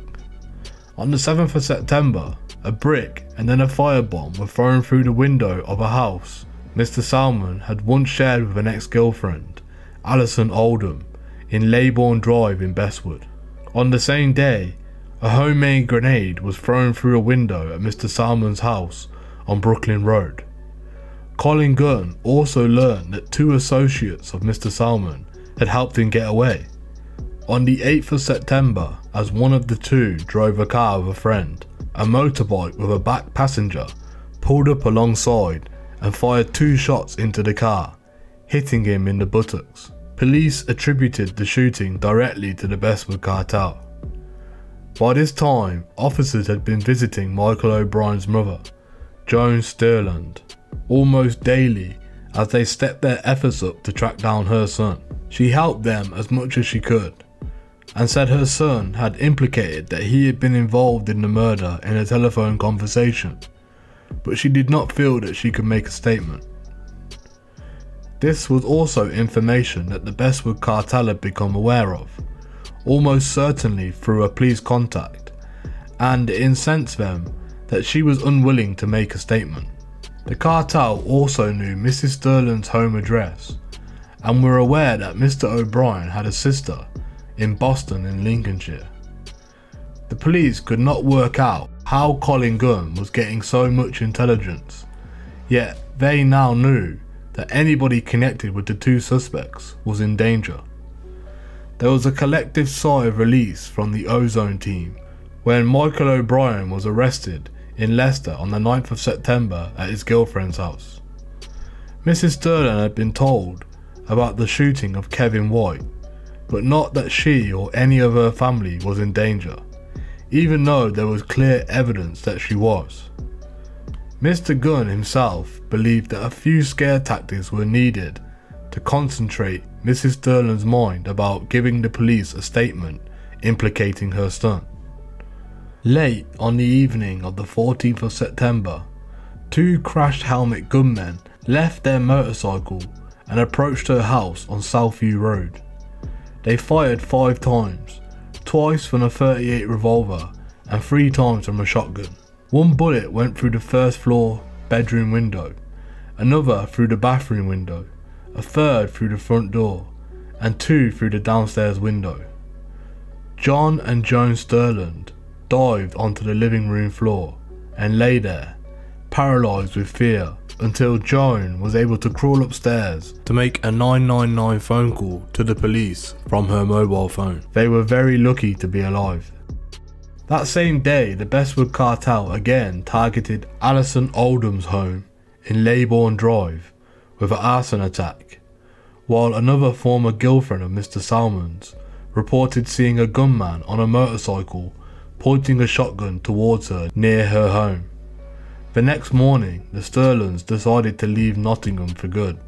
They were terrified and had no faith in the police being able to protect them from the gangsters. Indeed, they thought that the presence of the officers in their vicinity was aggravating the situation and making them less secure. They had good reason to feel that way.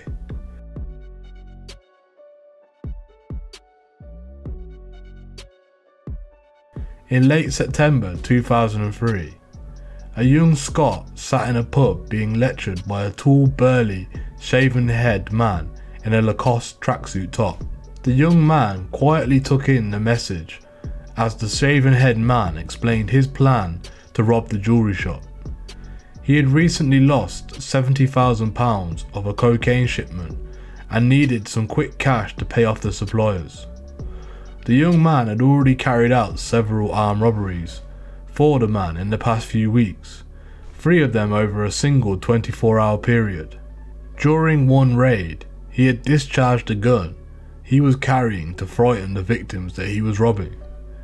The same day, he had also been part of a gang of men who brutally attacked a dreadlocked social worker, Derek Sr., while he was enjoying a pint with his friend in the Lord Nelson pub in Bulwell. The shaven-headed man knew the Scottish lad was a hothead and sometimes a liability, but he could groom him, he thought. He would try and buy off the Rastafarian social worker with a bribe, but for now he needed this robbery carrying out as soon as possible. 2 other men who were working for the gang had already been in the shop and decided which jewellery cabinet to target. The shaven-headed man stressed that he did not want anybody killed.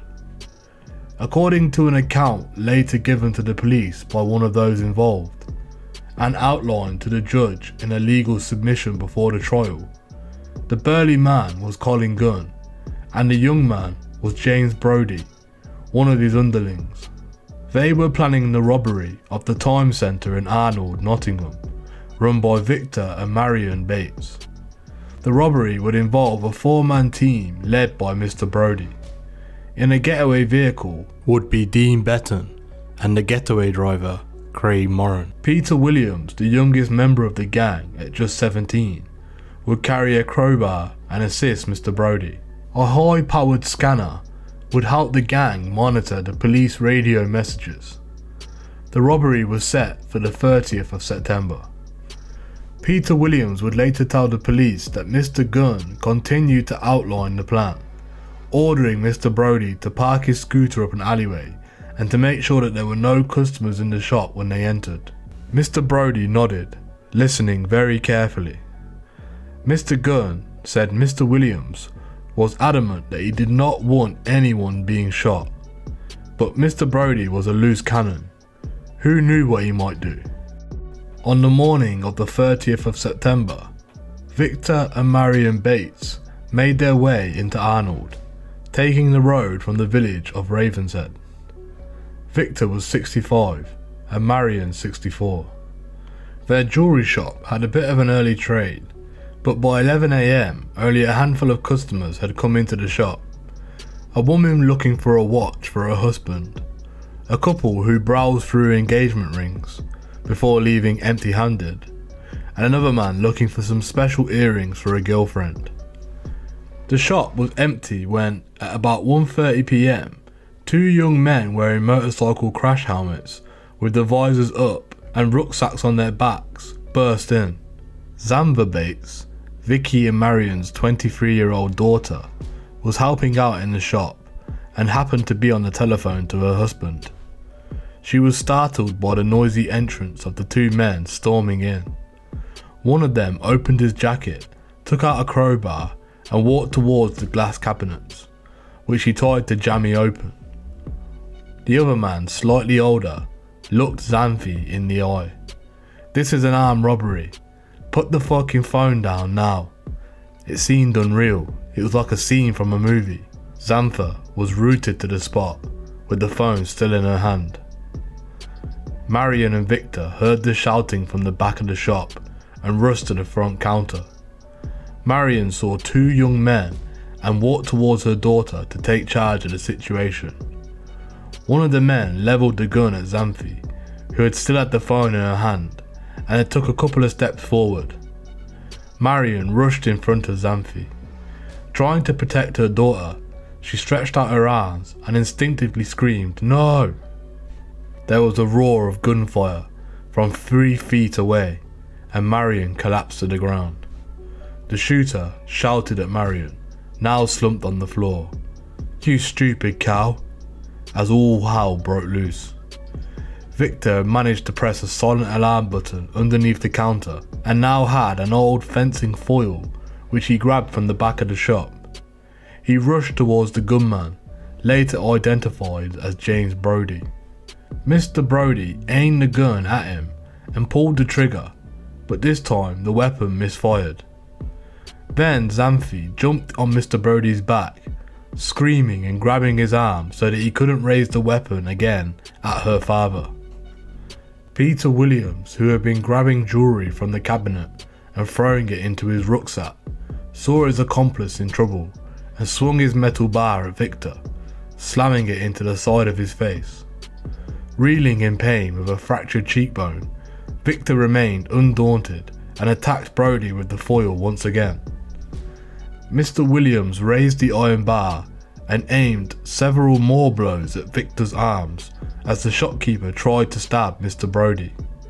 Finally, Mr. Brody threw Xanthi off his back, cutting her lip badly, with the handle of his gun in the process. He made for the exit quickly, followed by Mr. Williams. They headed for a nearby alleyway where they had left the scooter with the engine running, but the gunshot and the commotion attracted the attention of several shoppers who were trying to see what was going on. Mr. Brody brandished his gun angrily and screamed, "Get out the fucking way." The startled shoppers parted and the raiders made their escape. At the petrol station about a mile away, their getaway car is waiting, with Craig Moran driving and Dean Betton in the passenger seat. Mr. Betton's job was to get rid of the scooter while Mr. Moran drove Mr. Brody and Mr. Williams back to a safe house to check their spoils. They found 2 rings, 3 pairs of earrings and a pendant worth just £1,100 in the rucksack. It was the price of Marion Bates' life. The death of Marion Bates again trained the eyes of the nation onto Nottingham. The fears of the white Middle Englander were concentrated into that one brutal murder.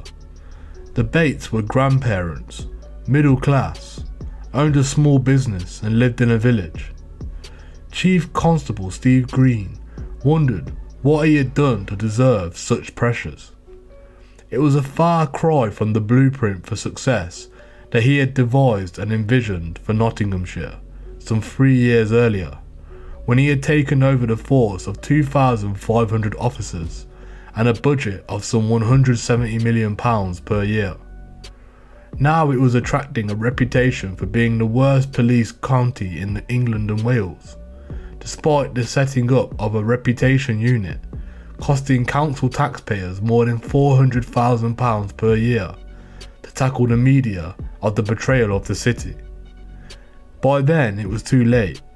The adverse headlines had sunk into public's consciousness.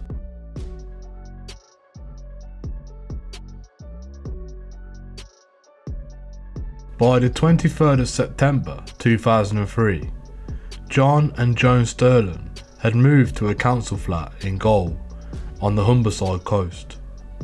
The place was not a dream home by the seaside that they had hoped for. In fact, it was barely big enough for the two of them. They had received some help from the police in getting a tenancy on a one-bedroom flat, but they felt increasingly isolated.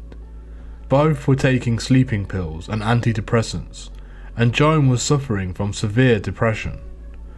Her son had been charged with a brutal murder, and now they were living in a tiny flat in a place they hated, constantly looking over their shoulders. As the months ticked by, the depression got worse. By November 2003, Joan had had enough. She wrote in her diary, "Tuesday, the 2nd of September, 3 police came to our house and said they wanted to speak to my son JJ about a murder. After that, they came every day for over a week. Then he was caught. Then the next Sunday at 10 PM, 2 men on a motorbike came to our house and fired 6 shots. They tried to kill me and John, my husband. The next day, police told us to leave Nottingham. We didn't know where to go, so we just drove. We ended up in Bridlington. We went to the council there, and the manager, Karen Jordan, said, 'Why land on our doorstep? Why Bridlington?' We were in such a state we didn't know what to do or who to turn to. She just told us to come back on Monday, which we did. She took us to a single person's flat in a house with a man living upstairs. We were told to sign a tenancy. We were told we had no choice, so, desperate, we did it. We are on antidepressants plus sleeping pills. The GP, Dr. Moran, wrote us a letter to get us moved on. So did the psychiatrist, but the CID in Nottingham put a stop to it. They said it is too dangerous for us to go back. We have done nothing wrong.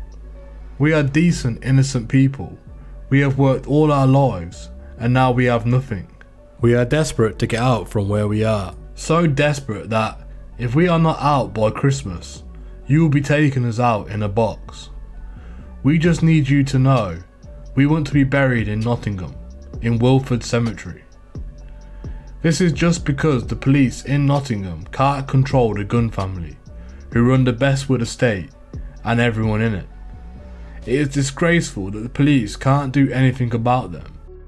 They used me 3 times, and now they don't want to know. Our lives are non-existent. We haven't been out of this bedsit since the day we moved here on September the 22nd in 2003. We are at the end now. All we wanted was to come back home." During a phone call to her daughter Rosie in early November 2003, Joan said she and John had talked about taking an overdose of sleeping pills and ending it all. Rosie tried to cheer her mum up and told her to get to the police and do something. A few days later, Rosie rang her mum back and told her she had looked through a newspaper and seen some adverts for retirement bungalows in the Lincolnshire coast. She gave Joan the phone number, and a few days later got a call back from her mum, who was ecstatic. "Rosie, it's fantastic," she gushed. The place is in Trusthorpe, right next to the beach, and it's quiet, but there's plenty to do. It's a perfect place for us, and it's out the way. We are going to take it. Everything is going to be alright.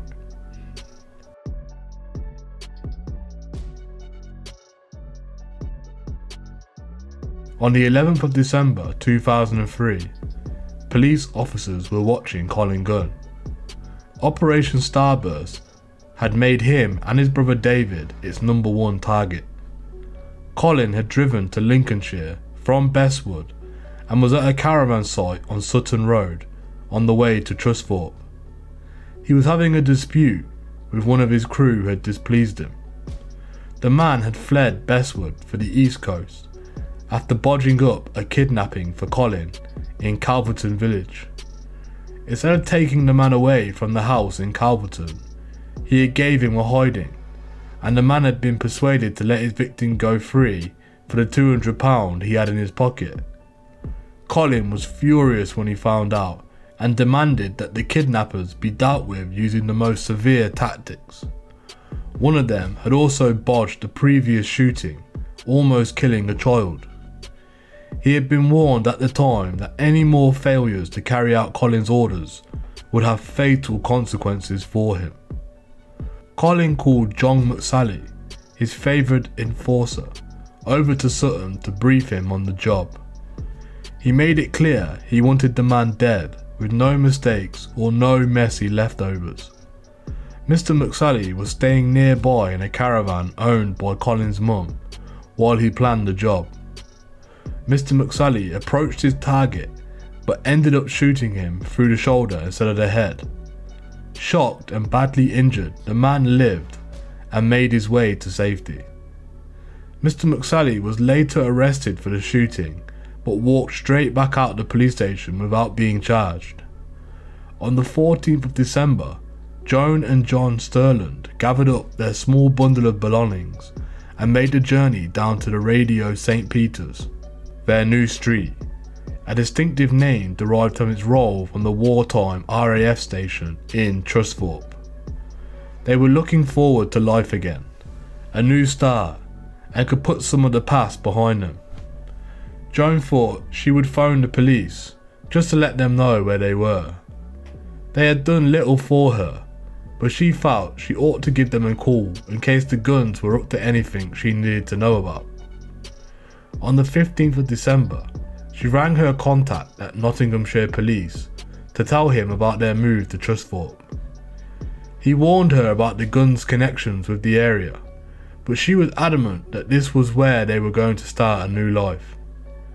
The officer would later be asked in a courtroom whether police had subsequently examined the security issues surrounding the Sterlands' move to Trusthorpe. I had satisfied myself that they were not vulnerable in that location. Yes, he replied.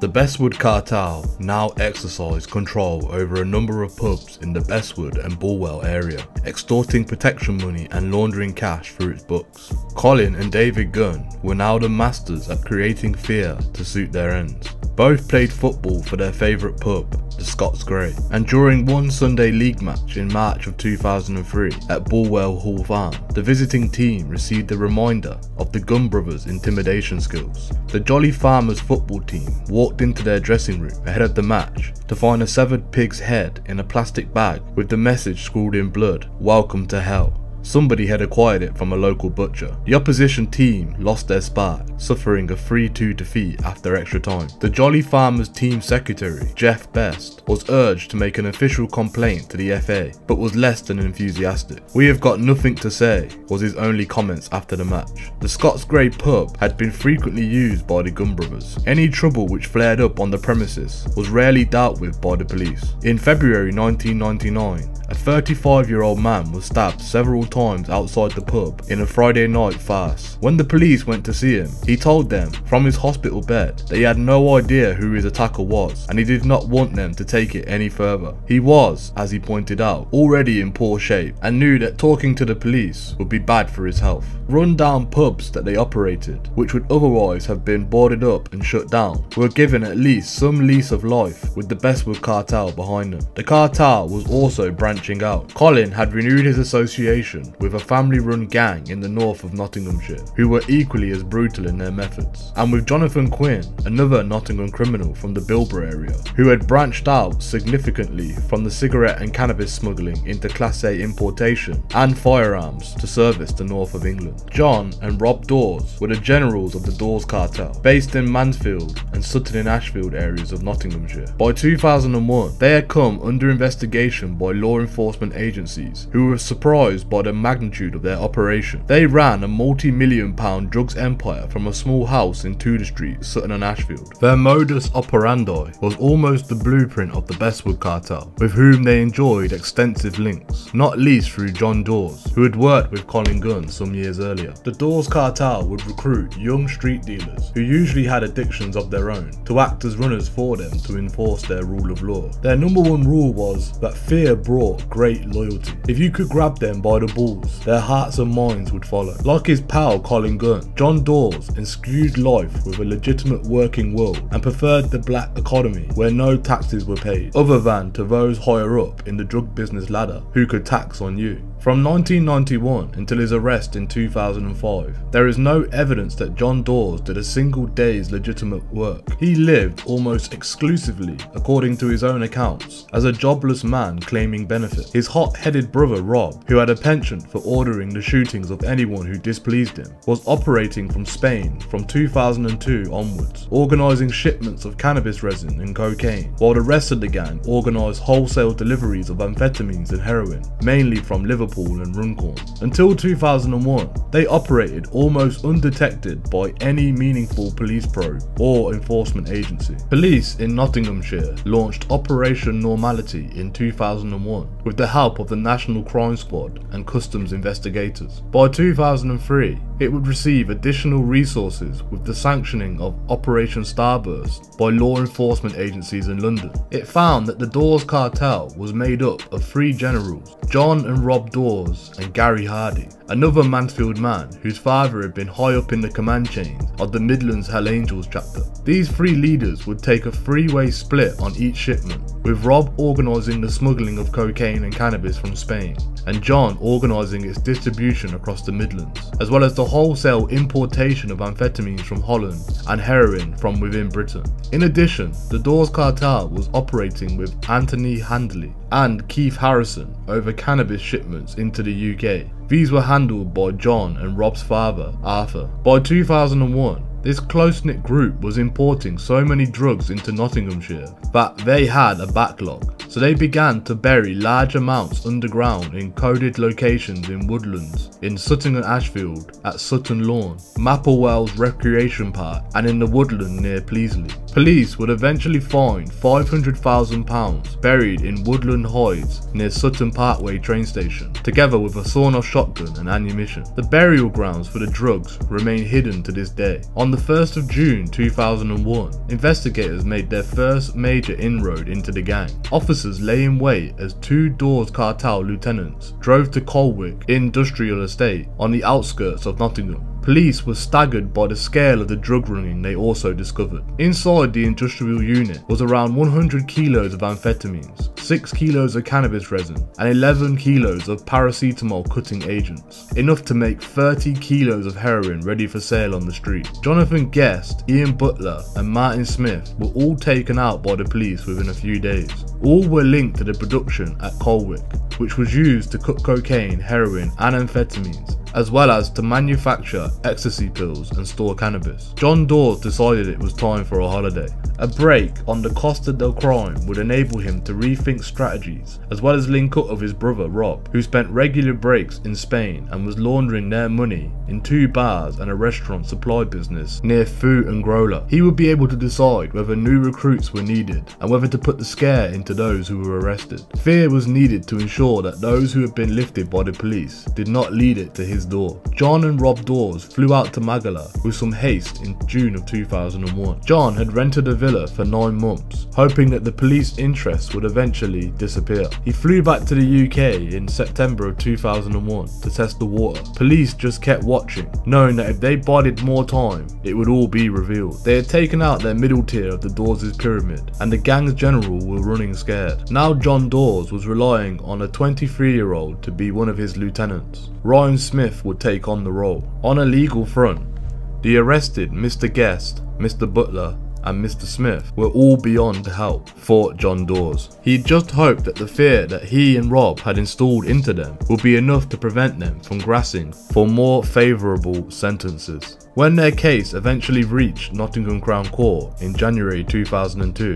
Mr. Guest admitted conspiracy to supply amphetamines and cannabis, as well as possessing £150,000 of heroin. He was in prison for 14 years. Mr. Butler, who admitted possession of heroin with intent to supply, received 8 years. Mr. Smith, whose fingerprints were all over the Colwick industrial estate and who was caught with a carrier bag stained with heroin and with £22,000 hidden in his pantry, received 4 years. At the same time as the National Crime Squad officers were tackling this lower end of the Dawes cartel, they had come across links to another gang smuggling large amounts of cannabis from Holland and Belgium via the North Sea. Keith Red Harrison and Anthony Nottingham Tone Handley had come to the attention of the Dutch police investigating the perplexing murder of a middle-aged schoolteacher. On the 24th of November 2002, 52-year-old Gerard Meesters answered his front door in a quiet area of Groningen.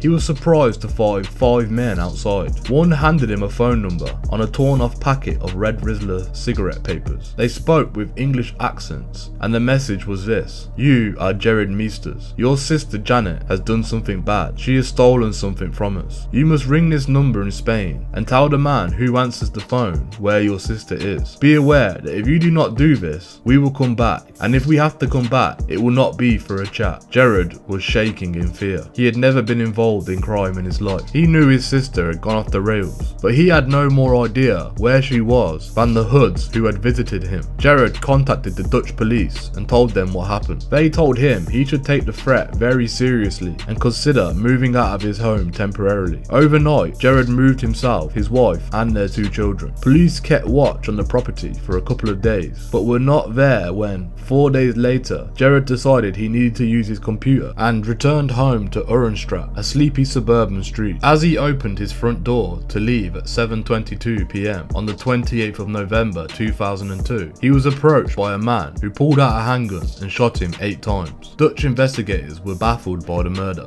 Here is a man who has no criminal background and has been living a very quiet life, but as their attentions turned towards his sister Jeanette, they slowly began to unravel a criminal network which centered on the Dawes cartel. They placed telephone intercepts on the phones of certain Dutch criminals who soon threw up the names of Nottingham, Tony and Red Harrison, as well as Rob and John Dawes. Through a massive total of 20,000 phone calls analysed, 95% of which were in basic drugs code, they had stumbled upon another huge syndicate sending drugs from Holland and Belgium into the UK. What they learned from the bugs was that Jeanette Meesters had become embroiled in the criminal network whilst living in Spain and had become working as a courier for the Dawes cartel. In autumn of 2002, Jeanette and her friend, Madeleine Bruson, had been given the job of driving a van from Spain to Holland, carrying a large amount of cannabis. The couple were pulled over by Dutch police on suspicion of drink driving after they were alerted to the erratic behaviour of the van. Inside, police discovered more than 350 kilos of cannabis. When Rob Dawes found out about the drugs bust, he exploded with rage. It was a shipment intended for Nottingham Tony and was supposed to be around 1.5 tons of cannabis. According to the evidence later given in court, Mr. Dawes had made the assumption that the rest of the drugs must have been stolen by the 2 women. He set about trying to locate them and sent a message to Daniel Sowerby, a 47-year-old heroin addict who had been working for the gang since the absconding from prison in 2000. 2000. The message was clear: put the frighteners on the relatives and family of these two, and we will smoke them out. If the woman doesn't do anything, we'll take it to the next stage. Mr. Sowerby recruited a man called Stephen Barnes as his driver, and the two men began to trace the relatives of Miss Meadows and Miss Brewson. First, they paid a visit to Meadows' old brother, Gerard. Mr. Sowerby and Mr. Barnes returned to Groningen in the 28th of November. Mr. Barnes later said that he had not told the reason for the visit to the city, and claimed he thought it was for a drugs run. At around 7:15 PM that night, Mr. Sowerby, who was living under an assumed name with a false passport in Breda, a city in southern Holland, took a handgun from a bag and left the car, while Mr. Barnes waited for him.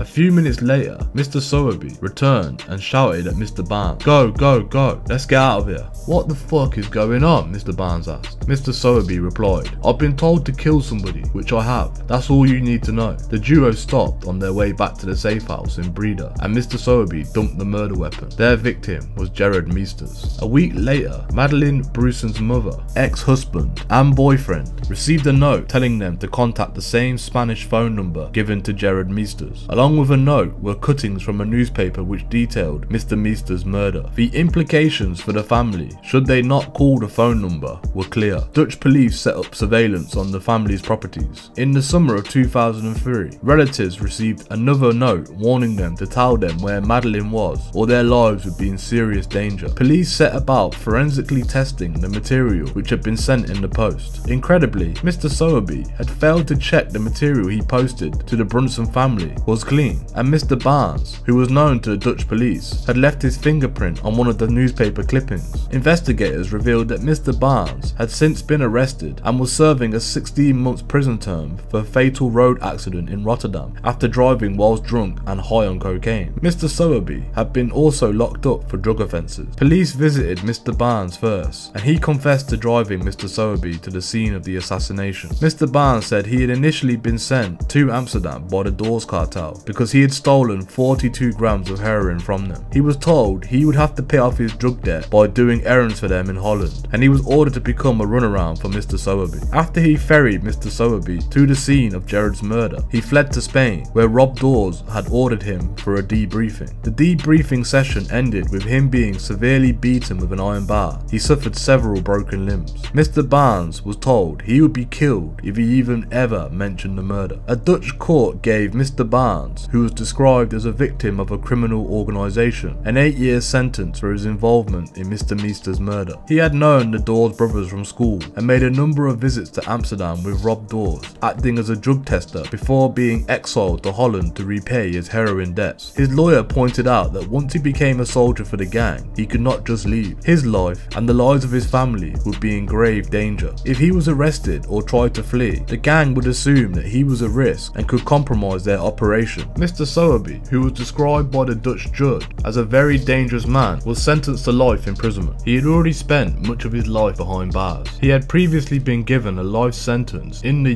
UK for the brutal murder of a 66-year-old Harold Birdle, who had been beaten to death during a burglary in Lincolnshire in December 1977. Mr. Sowerby had fled North Sea Camp Open Prison in 2001, before initially going on the run in France and then in Holland, where he was recruited by the Doors cartel. Both men refused to give any details of the people they were looking for. "I have to think of my family and my relatives," said Mr. Sowerby. "If I confess to the murder, I have no life anymore. Then I fear for the lives of my brothers, nephews and nieces. I will never confess." Mr. Barnes said, "What happened to Gerard Meadows is not unusual. These people know how to deliver pain in your life." Throughout the investigation, Dutch police were only able to speak to Jeanette Meadows once, while she was in Spain, before they lost contact. "We have no idea where these two women are," one investigator said. "The trail ended in Spain. We don't know whether they're alive or dead." The spin-off for the National Crime Squad investigators in the UK was that, as a result of the Dutch phone taps, they now knew that the Doors cartel was a ruthless, calculating gang, willing to murder on the same scale as the Bestwood cartel, and they were dealing in a much larger quantity and with much more networks than had previously been thought. The telephone taps had also thrown up a link between large-scale drug shipments flowing from Spain, Holland and Belgium, and these cartels ran by the Doors family, Keith Harrison and Anthony Handley, and the Bestwood cartel. All the roads were leading back to Nottinghamshire and southern Spain, where Rob Dawes was still holed up in the near town of Fuengirola. Operation Normality, the pro probe into the Dawes cartel was in full swing. After bringing down some of the Dawes lieutenants and realizing that the cartel was bigger than they thought, officers began to take a closer look at the financial transactions of the gang. They found more than £8.5 million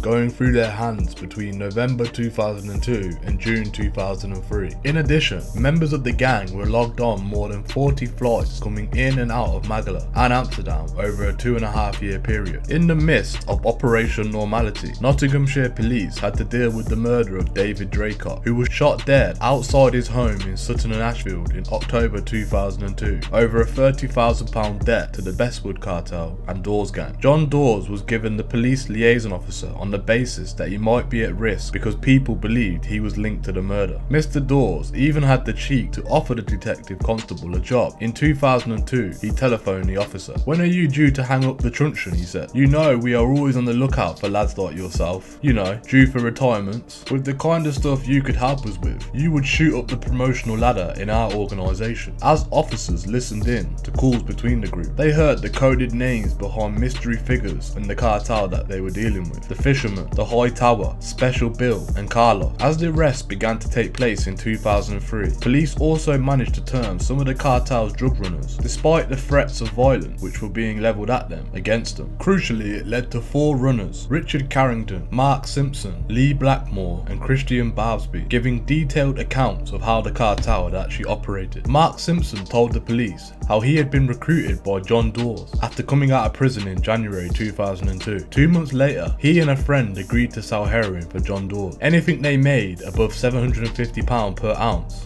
would be profit. A meeting took place at which Mr. Dawes and Gary Hardy were present and outlined the areas that the runners could sell in. Mr. Dawes told Mr. Simpson he would let him sell heroin in Sutton and Ashfield and that another man would handle Kirby and Ashfield. Mr. Simpson always took the money to Mr. Dawes, usually at his house in Tudor Street, but once at a public house. On 2 occasions, he picked up 10 kilos of amphetamine and Mr. Dawes told him where to drop them, but some of the speed went missing and Mr. Dawes exploded with rage. 10 minutes later, John Dawes came round and battered me round the head with a kosh. Then they got my hands and smashed them, said Mr. Simpson. I was absolutely terrified. I'd even soiled myself. He said that Mr. Dawes had beaten him senseless with a baseball bat on another 2 occasions. If you lied to John, he hit you. He was an absolute psychopath. Richard Carrington told the police how he worked as a courier for Rob Dawes from 2000 until 2002. Mr. Carrington was also involved with John Dawes and saw him operating an electric money counter machine at his house, putting notes into bundles of £1,000. In 2001, Mr. Carrington went to the Colwick unit used for making ecstasy tablets and cutting cocaine and amphetamines to pick up some drugs. He told police how he would usually pack the drugs under a spare wheel on John Dawes' Shogun 4x4. Among the other tasks carried out by Mr. Carrington were shipping of drugs to Rugby and Manchester and moving the money to Holland and Spain for Rob. Mr. Carrington would fly from Heathrow, East Midlands and Gatwick Airport to Amsterdam and Magala with wads of cash secreted in his shoes or in the false linings of suitcases. Lee Blackmore was released from prison in June 2000 and began selling heroin for himself before John Dawes told him he would have to work for the cartel or suffer serious consequences. Mr. Blackmore told the police how Mr. Dawes used a myriad of burial sites, safe houses and runners. Mark Simpson would collect heroin from Matlock and bring Mr. Blackmore 7 ounces a week, which he divided into half-gram bags. He paid Mr. Simpson. After a while, Mr. Barnsby replaced Mr. Simpson and supplied Mr. Blackmore. Both Mr. Barnsby and Mr. Blackmore became very stressed after a load of heroin went missing, and at first Mr. Barnsby went on the run. He eventually walked into the police station to confess everything, closely followed by Mr. Blackmore. Mr. Barnsby's role was to take heroin to Mr. Blackmore and then divide it into ounces. They were supplying 2 or 3 people every day with an ounce of heroin, selling it at £900 per ton. It would be collected from the Tesco car park in Nottingham once a month. Mr. Barnsby would make a profit of £75 per each ounce sold. He also collected amphetamines from the same place in Nottingham, the smallest quantity being 2 or 4 kilos and the largest being 20 kilos. Like Mark Simpson, he suffered from the gang leader's uncontrollable rages. Mr. Barnsby told the police how John Dawes beat him up badly because he did not like the girl that Mr. Barnsby was going out with. The Dawes brothers' 59-year-old father, Arthur Eddie Dawes, posed as an antique dealer, even allowing another Essex-based cocaine gang with close links to the Dawes cartel to use his addresses for bogus businesses. Between 1997 and his arrest in 2003, Arthur claimed thousands of pounds in disability benefit, but appeared to be quite capable of helping his son transport drugs from place to place. He lived in Ingold Mells on the Lincolnshire coast, in a modest house in Central Avenue with his partner, Rebecca Bridge. When police eventually raided the property, they found £10,000 in cash, 2 banknote counting machines, and a Dutch mobile phone beside a bedside cabinet. In another room was a hold hall with 2 maps, one of Barcelona and one of Santander, with hotels marked in rings. In a sideboard cupboard in the living room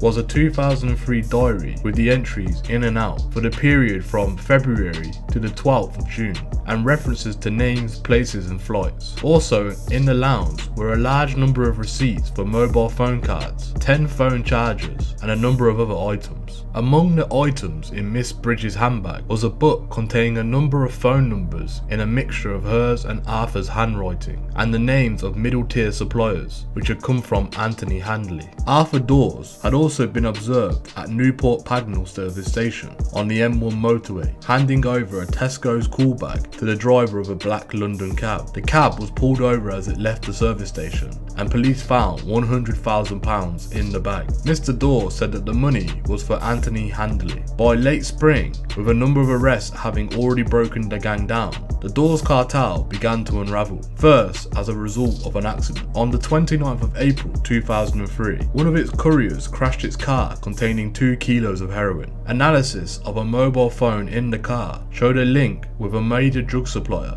Donnie Quinn. Then John Dawes himself was arrested. Having lost many of his troops, he had been forced to get hands-on in the operation. On the 23rd of May 2003, the police saw his fellow boss Gary Hardy driving a black Porsche near Sutton and Ashfield. It paused at the junction long enough to give the impression that it was waiting there, before pulling around the corner. The police then saw John Dawes at the passenger door. He got into the vehicle. Police saw body movement in the Porsche, as if something was being handed over, and moved in as Mr. Dawes stood on the pavement with a carrier bag, and the Porsche drove off, arresting Mr. Dawes as he got into his car. The carrier bag had contained £14,000 in cash.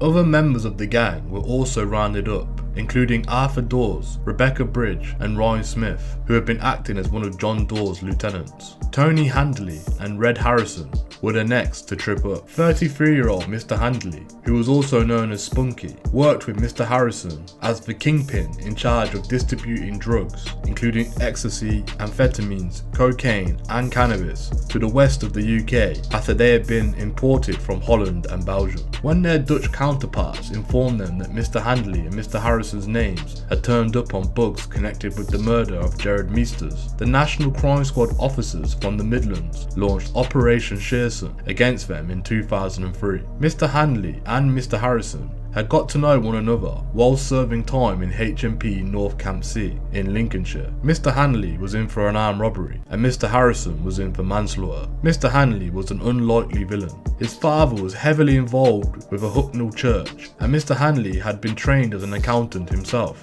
When he partnered the opening of a sports shop in March 1995, there was little sign of him becoming heavily involved in organised crime. He even gave away his first £100 to help Gladesdale School in Billsborough help replace sports equipment which was destroyed in a fire. But the business went under, leaving Mr. Handley to consider crime as an option to obtain the wealth he sought. His first major brush with the law came in February 2000, when he was convicted of an armed robbery along with 2 others, Dale Wright, who he would later recruit for the drugs business, and Keith Stanleyland, a 33-year-old from Huthwaite. The trio jumped Robert Boland in his Ford Transit and relieved him at gunpoint of 160,000 cigarettes on the A610 near Giltbrook on the 2nd of November 1999. It was while serving some of his sentence at HMP North Sea Camp that Mr. Handley hooked up with Mr. Harrison. After absconding from prison, Mr. Harrison, using the false identity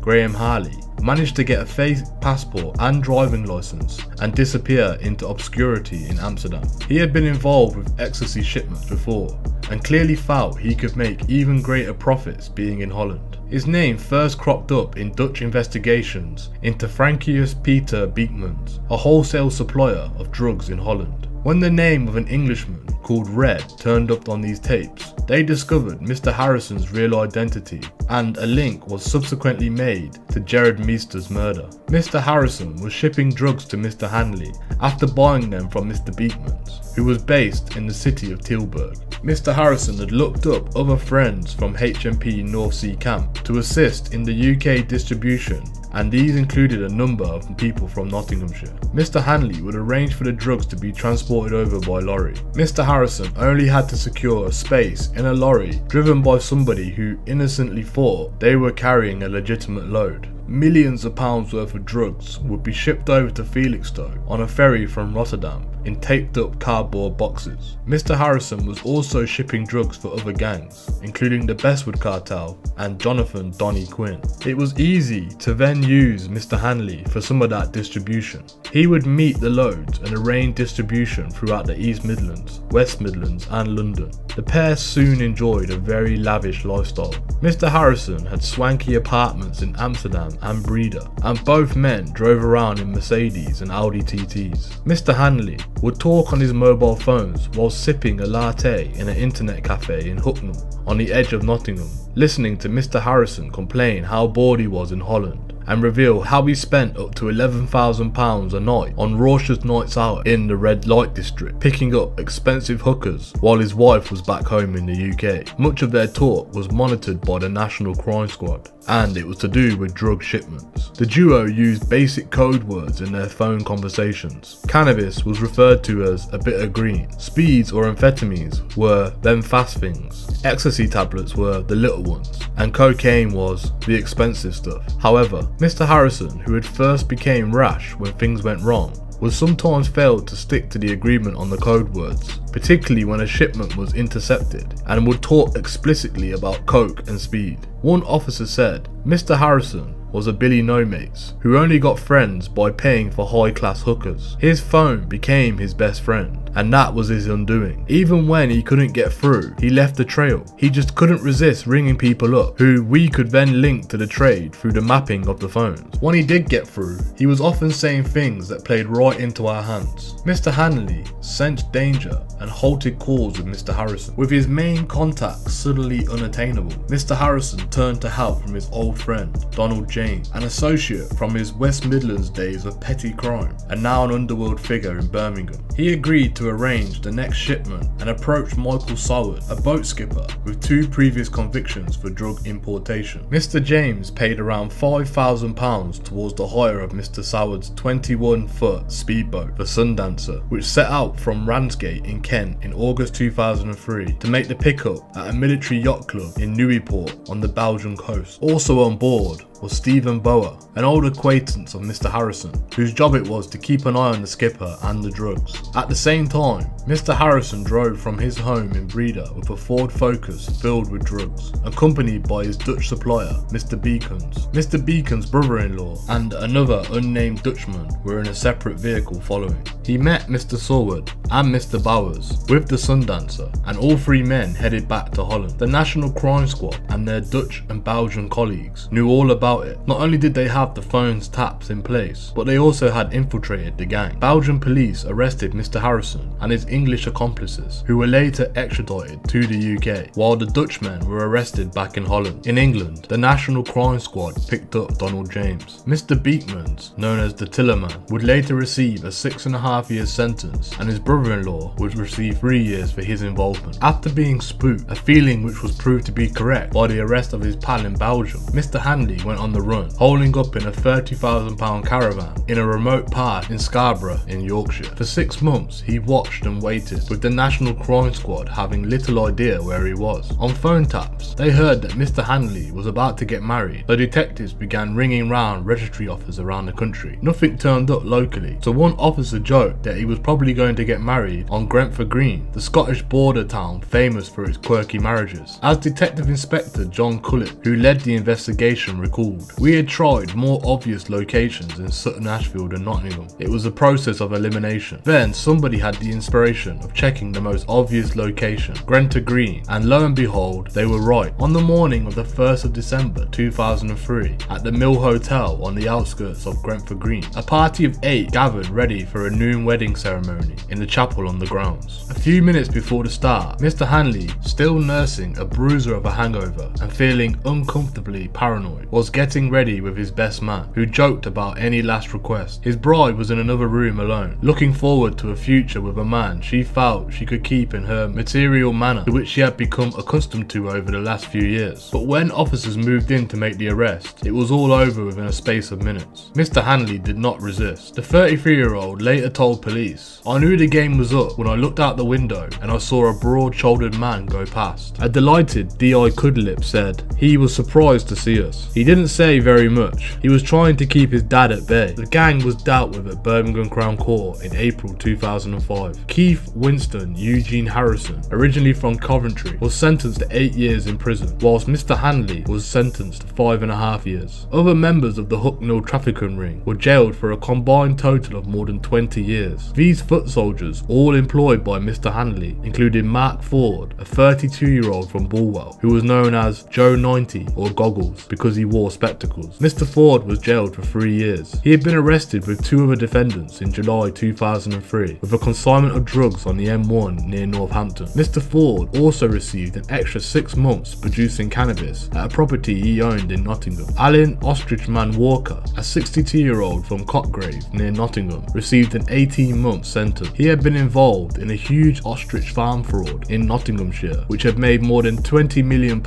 in less than 17 months by duping people into buying shares. He became involved in the gang as a result of his time at North Sea Camp Prison and agreed to fly over to Britain from his home in Nice, France in 2003 to transport drugs for Mr. Hanley. He was arrested in Newmarket driving a van containing 85 kilos of cannabis. Adrian Haywood, a 36-year-old from Underwood, got 6 years for supplying mobile phones and transporting for the traffickers. He was a motor trader with a workshop in Somercotes, Derbyshire. Officers found 37,500 ecstasy tablets in a search of the premises. Dale Wright, 31, from Skegby, who was the security man for the batches of drugs held in various locations, received 3 years, while Michael the Geezer Seward, 57, who had lived on a houseboat in Kent, got 6 years after being hired to take his speedboat to Belgium to collect drugs for Mr. Harrison. Stephen Little Baz Bower, 35, from Grantham, received 4 years. He acted as a runner and a security man, holding drugs and going on trips to Belgium with Mr. Bower, and after becoming seasick, had unwittingly ensured the entire group decided to prolong their stay at Newport until he recovered. They were there when police swooped the next morning. Subsequent drug seizures included £1.9 million of cannabis in Felixstowe and 1.2 million ecstasy tablets, worth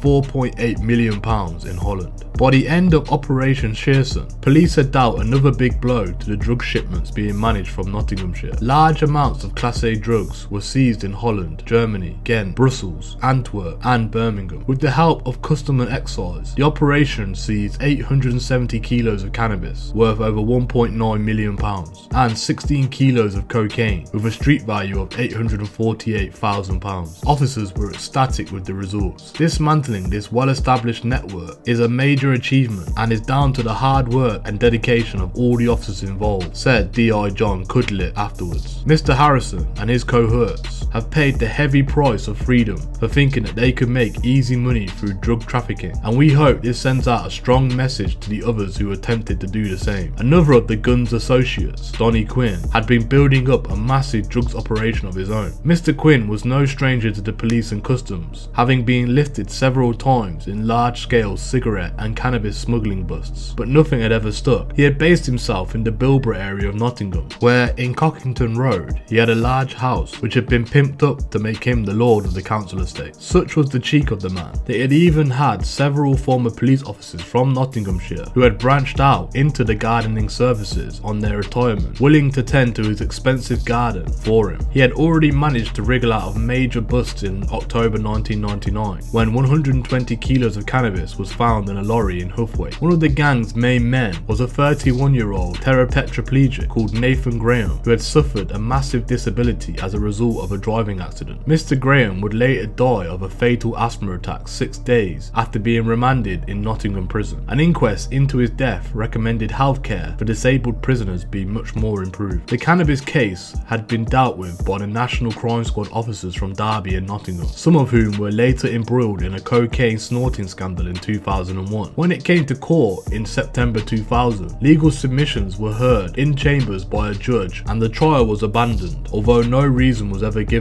publicly. Mr. Quinn still faced trial over a spectacular bust by Customs and Excise at a warehouse on the banks of the River Trent in August of 1999. Investigators kept watch on a disused warehouse for several months as cigarettes were shipped in their millions. Then, a consignment worth more than £2 million came in. They swooped in, some in high-powered rubber dinghy boats. By the end of the 4-week trial at Nottingham Crown Court in March 2001, the jury was unable to reach a verdict. A retrial was sought but had never materialised. Mr. Quinn, perhaps now becoming overconfident, launched himself into large-scale Class A drug shipments and firearms. Using connections he had built up over the years, he began assembling a formidable gang with some 20 trusted lieutenants spanning Nottinghamshire and South Yorkshire. Operation Myopia was started in response by the National Crime Squad's rugby branch in October 2003 and focused initially on the drug trafficking activities of Mr. Quinn, 2 of his lieutenants, Michael MacDonald, who was then aged 35 from Apsley, and Jason Wesley, 35 from Beeston, and the network of couriers working in Nottinghamshire. It soon became apparent that the gang was involved in the supply and distribution of drugs between London, Nottingham and West Yorkshire and had international links, with Mr. Quinn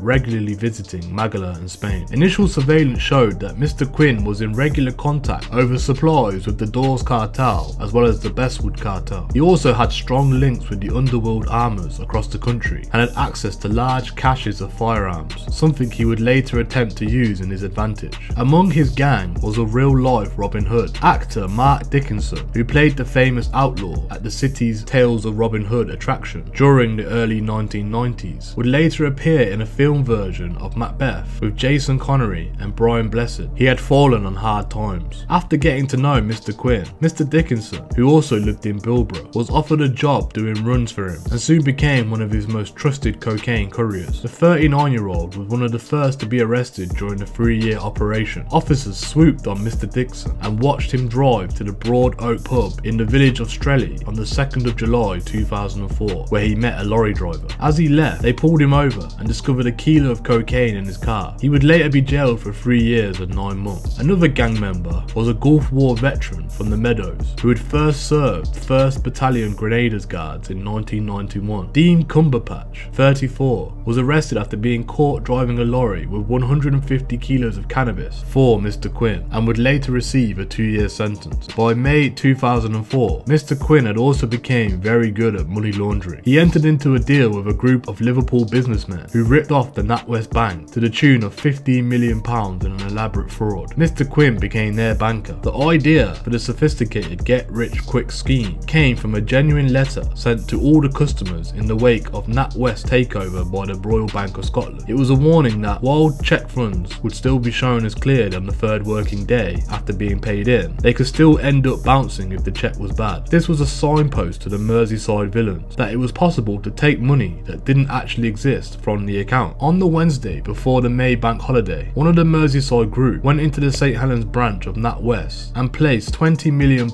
in bogus cheques into accounts. On the surface, it was a legitimate deal for 38,000 Nokia mobile phones. By the Friday, well before the cheques would show up as having been bounced, the funds were waving their way through a number of other companies to disguise the origins and make it look like a legitimate financial transaction before arriving at a bank in Riga, Latvia. It was an account Mr. Quinn had opened in the name of Alberton Finance Limited. Fortunately for NatWest, Latvia had just joined the European Union and had been warned to be on the lookout for money laundering activities. Realising what was going on, the banking authorities in Latvia informed the City of London police. The account was then frozen, preventing the conspirators transferring much of the cash to Dubai, though altogether £14 million of funds were cleared in Latvia before the game was up. Mr. Quinn would later receive a 3-year prison sentence at Southwark Crown Court for the fraud, to be added to his drug crimes. Meanwhile, his drug smuggling operations were being dealt a severe blow as police took out the middle tier of his gang, leaving Mr. Quinn exposed. Although the gang was surveillance savvy,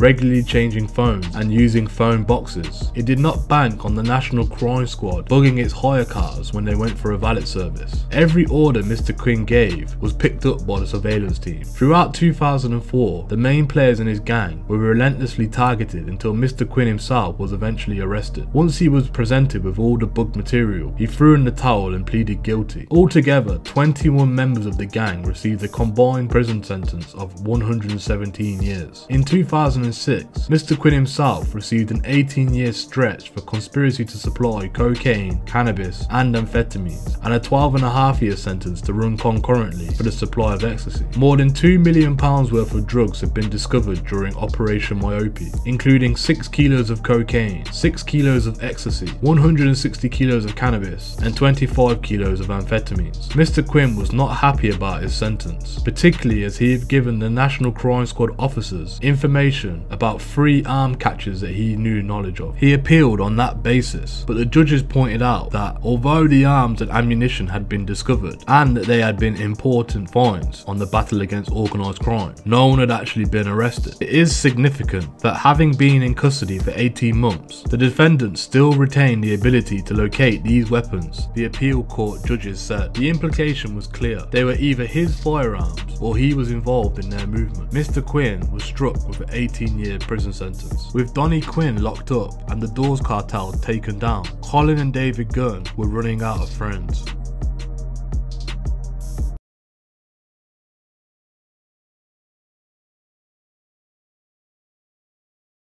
One of the first targets for Operation Starburst was not the guns, but a group of cocaine smugglers operating between Jamaica and the St. Anne's estate. The gang was led by Linford Shepherd and Carl Guthrie, who used female mules to bring cocaine into the city in bulk from the West Indies.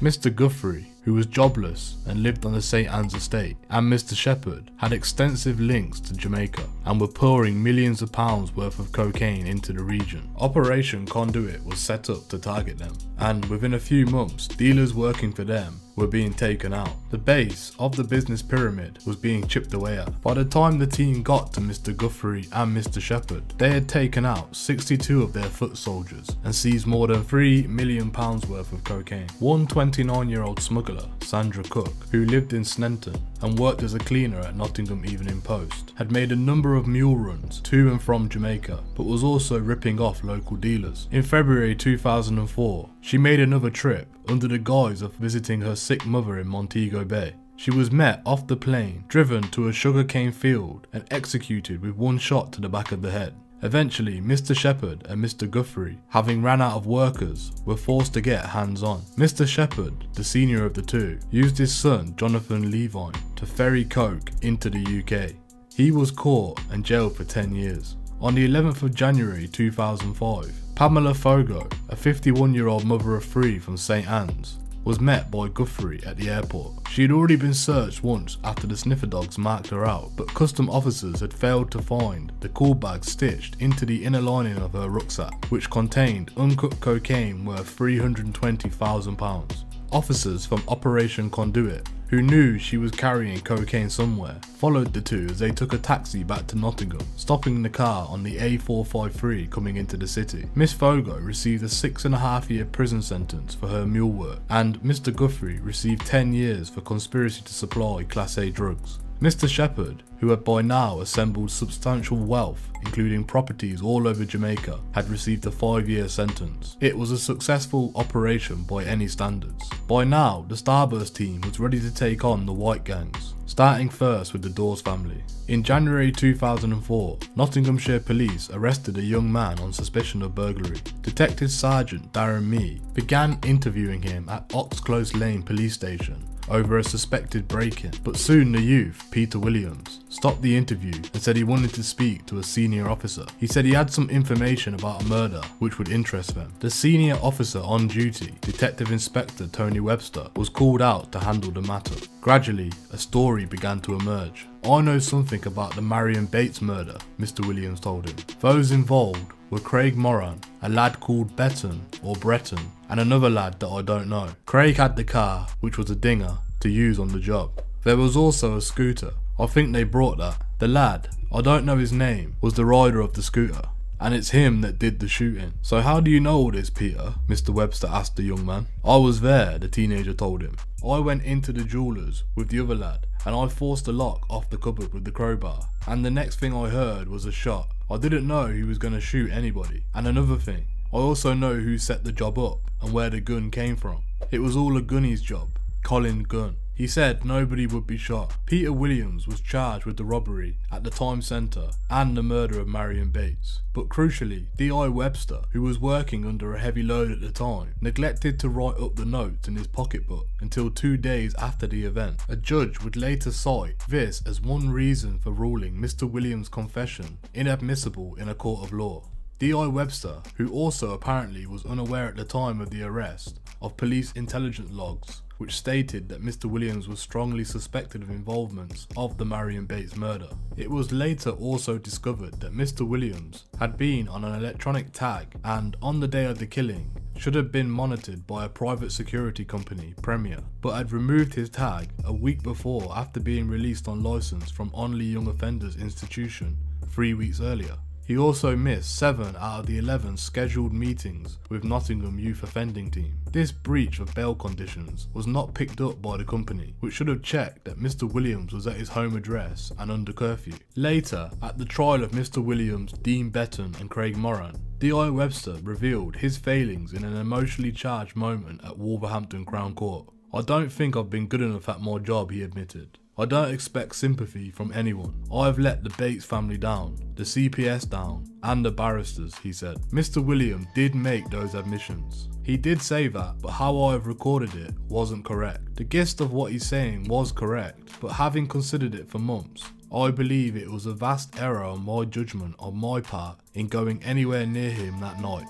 In the last probably 5 or 6 years, I have suffered from ill health. It is not an excuse for this, but I don't think my judgment has been correct. I came here today very agitated, and because I don't think I have done the right thing. I don't want to drag the force into any further dispute by trying to defend a position that I've looked at for a long time now, and I think I cannot defend in court properly. Discussions took place before the trial commenced, including applications from the defence that could have succumbed any trial had they been accepted. However, the judge, Mr. Justice Goldring, ruled that the trial should go ahead. Mr. Williams was convicted and received a life sentence. Dean Betton, who was 24, and Craig Moran, who was 23, both received 14 years. D.I. Webster broke down completely shortly after giving his admissions and left the witness box in tears, with the judge declaring him unfit to give any more evidence. He subsequently suffered a breakdown and was off work for 9 months, though he later returned to duty. An independent police complaints commission inquiry into the police investigation of Marion Bates' murder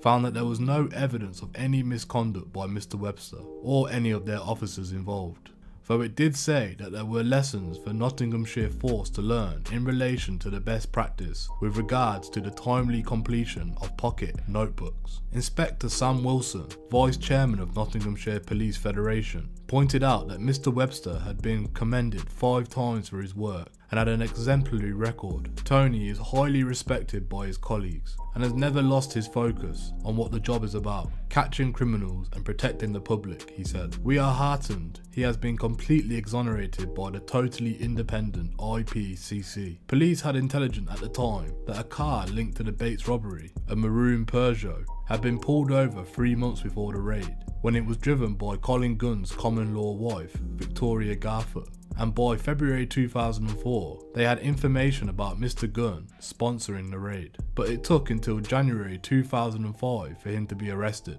Officers were rewarded with a few nuggets when they came to Mr. Gunn's mother's home in Raymead Drive on the 7th of January 2005. Mr. Gunn was not there, though his solicitor later made arrangements for him to attend the police station. As police carried out searches of the property, they discovered various pieces of torn paper which were clearly the remains of a fax document. The bundle of evidence was bagged up and then the relevant pieces removed by one of the senior officers who realised its significance and its need to ensure the corruption investigation. Operation Salt remained hidden from the rank and file officers. Forensics examinations of the paper found it had been sent by fax from Radford Road Police Station to Limey's clothes store in Bridlesmith's Gate in Nottingham. The piece of paper had fingerprints of Jason Grocott, manager of Mr. Limey's, on it, and the fingerprints of Colin Gunn. The connection between the two was a trainee detective, Charles Fletcher, who was based at Radford Road Police Station. In December of 2003, one of Colin Gunn's runners went on an unsanctioned cocaine run into Lincolnshire. Mr. Gunn found out about it and began to suspect the runner might be a weak link in the organisation. A bullet was fired through a letterbox of his home. Patrick Marshall, who was known as Celtic Pat because of his passion for the Scottish football team, had become a loose cannon as far as Mr. Gunn was concerned and needed sorting out. Mr. Gunn also heard Mr. Marshall was trying to get a gun to settle the dispute with another man called Scotch Al, and had decided to intervene in the situation. He sought out his deadliest gunman, John McSally, to deal with the situation. A junior member of the cartel organised the car, while Mr. McSally told Mr. Marshall he will be able to provide him with a gun. A meeting was arranged in the car park of the Park Tavern in Basford for around 8 o'clock on the 8th of February 2004. Mr. McSally was late and Mr. Marshall was on the point of giving up and going home when a ponytailed enforcer turned up. As the father of one walked up to Mr. McSally to find out where the gun was going to be stored, Mr. McSally shot him in the head. He then made his escape in a getaway car, careering through a bollard as he made his way out the pub car park. Patrick Marshall, 46, lay dying with a bullet wound to his head. John McSally was born in Nottingham in 1956. His criminal career began when he was 11 and his first spell in custody came in 1971 when he went to Borsal for burglary. In 2002, he was jailed after visiting Nottingham pubs with a shotgun, searching for a person he wanted to kill. He received a ridiculously short sentence of 2.5 years for making threats to kill, possession of a firearm with intent to endanger life, and breaching a suspended sentence. The wild-looking man with tattoos on his neck and a greying goatee, his weakness for the penchants of getting drunk and letting his loose tongue wag. During boozy late-night chats, he even told the landlady of his local pub in Basford about some of the shootings he had carried out, saying he had been sexually aroused by it. "Yeah, I did the Mansfield one," referring to David Draycott, and Patrick Marshall, and the black guy from the Heathfield estate. "It's just business," he said. The black guy from the Heathfield estate was Derek Sr., a social worker. In September 2003, he and a friend arranged to meet a colleague in the pub. They went to the wrong one and ended up in the Lord Nelson in Bulwell by mistake. The dreadlocked Mr. Senior was chatting to his friend Esther Robinson when one of 5 young white men playing pool kicked her buttocks while he was walking past the table. Derek asked them to apologise, but instead they grabbed him by his dreadlocks and dragged him into the corner of the pub where they began to kick, punch and beat him with their pool cues. He suffered a fractured eye socket, a rib, and Esther suffered bruises after being attacked when she went to his aid. His attackers even danced around the pub, laughing and joking, holding his dreadlocks in the air. The incident, which happened just after 10 PM,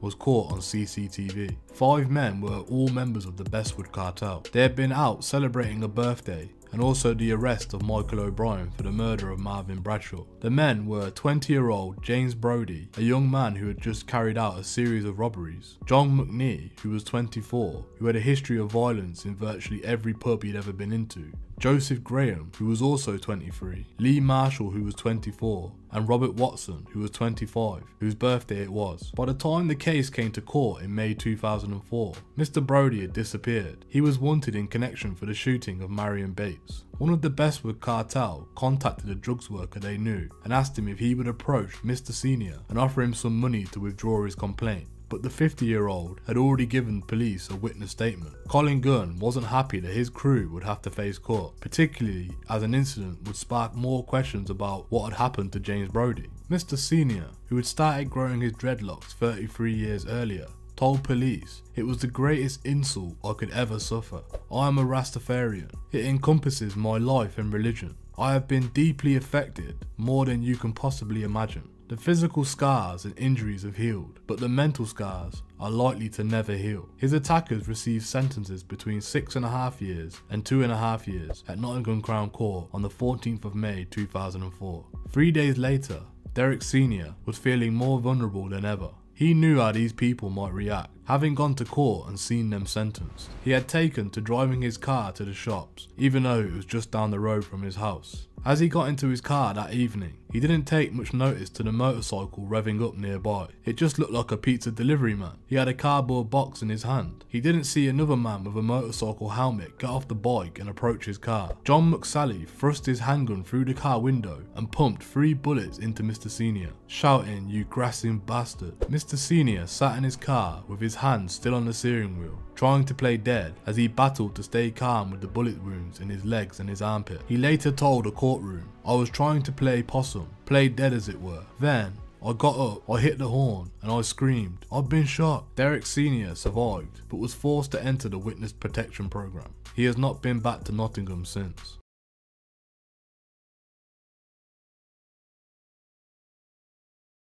Jamie Gunn had took his best mate Marvin Bradshaw's death very badly. He wanted to get it out of his head at every opportunity. He drank heavily and snorted lines of cocaine. His uncle Colin found out and had given him a beating, telling him to stay off the stuff, something other members of his family were not happy about. Colin had even been sent to Coventry for a few weeks. Meanwhile, Jamie continued his mission to get as wasted as he could. Nothing his mother Julie or stepfather Dave Shefford did seemed to have any effect. In July 2004, Michael O'Brien went on trial for Mr. Bradshaw's murder. The Gunn family wondered how Jamie could cope with it all. He couldn't bring himself to go to court and see Mr. O'Brien in the dock. Instead, other relatives would go. Colin especially wanted to stare Mr. O'Brien in the face of the man who had dared to try and kill his nephew. Gary Salmon, the other man police wanted in connection with the murder, was still missing. Colin was happy to hear rumours circulating that he had disposed of not only Gary Salmon, but also James Brody, the young man who had shot Marion Bates and had not been seen since 36 hours after the murder. It all added to his reputation as far as he was concerned. On the 7th of July, tensions began to spill over within the courtroom of Nottingham Crown Court. During a break of proceedings, Colin approached the dock and Mr. O'Brien squared up to him,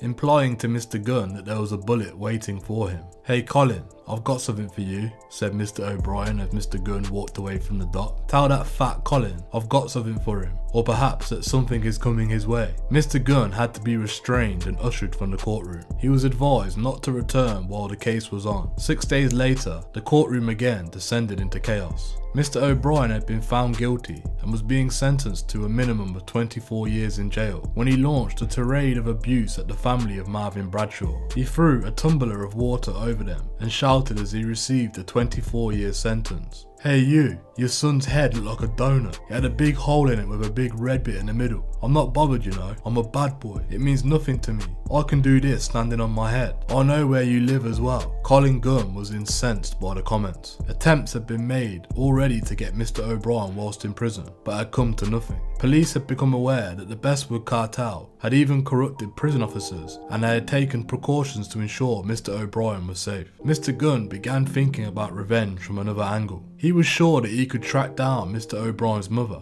Joan Sterland. He knew that they were in Lincolnshire somewhere because he had traced a phone number for them. Words began to reach Joan's daughter Rosie that the family could be in great danger again as the result of Mr. O'Brien's comments. After several months of quiet, just when they thought they were getting back to normal, the nightmare was back again. On the 13th of July, shortly after her son was jailed for life, Mrs. Sterland rang Rosie and told her that she was really upset with what Michael had said. Crying, she said, "I can't believe he has said that to the family. I want to go and I want to see them and apologise. He should have never have said that to them." "Mum, I really don't think that's a good idea," Rosie told her. "We are all at risk because of what he has said. Just leave it and stay away. Maybe you should ring the police and ask them what sort of risk there is after this." Joan had last contacted Nottinghamshire police on the 19th of April 2004 and spoken to a senior officer. She was keen to know how far the police had got in investigating investigating the shooting at their home in September of 2003. The answer they got was almost nothing. Joan told the officer she had been worried because a few weeks earlier she had spotted one of the Gun brothers along with another member of the Bestwood cartel in Skegness. Following her son's courtroom outburst, she rang the police the next day and told them she thought the Bestwood cartel might be trying to get to the family after what her son had said. They told her not to worry and they were keeping an eye on things and would let the family know if anything had happened. According to Phil Davis, Nottinghamshire police also held a meeting and decided for the first time that they should inform their counterparts in Lincolnshire that John and Joan Sterling were living in the area. 6 days later, officers who were monitoring the Bestwood cartel became aware that a firearm was being moved into the Boston area of Lincolnshire so that a shooting could be carried out. They sat and they waited, keeping tabs on the movement of Colin Gunn in particular. The Utah team had been busy making huge inroads into Bestwood cartel's drugs operation. Bugs had been placed during the autumn of 2003 and they were now achieving the desired results. The biggest bust took place on the A52 just outside of Nottingham in April of 2005.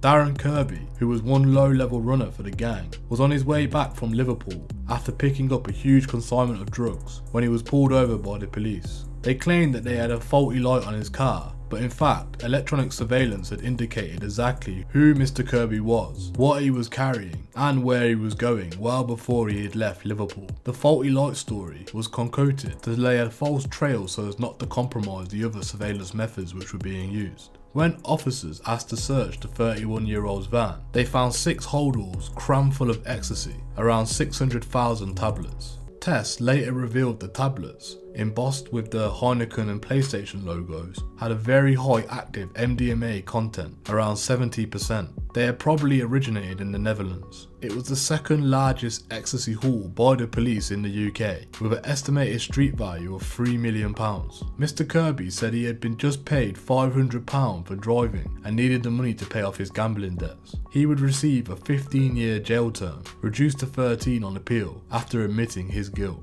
Before that, in June 2004, police had intercepted a huge shipment of amphetamines and ecstasy near Runcorn, which was on his way back to the Bestwood cartel. The cartel put pressure on one of the couriers involved. Someone must have been talking to the police, they said. The courier wrongly assumed his girlfriend had stitched him up. In fact, the information had come from police surveillance and told the cartel. 2 men wearing boiler suits went to her home in Bestwood, claiming they had a pizza to deliver. She refused to answer the door. 2 days later, the same 2 men in boiler suits strode up to the house and fired a number of shots through the window. The 21-year-old was carrying her 13-month-old baby in her arms when the shots shattered her windows. She was hit by 2 bullets, which narrowly missed her baby, but she lived to tell the tale. Police intelligence indicated that one of the shooters was a 26-year-old junior member of the cartel, who was himself shot for botching up a kidnap job on behalf of the cartel. He allowed the kidnapped victim, who had been abducted because of a £200 debt, to go free, and in retribution,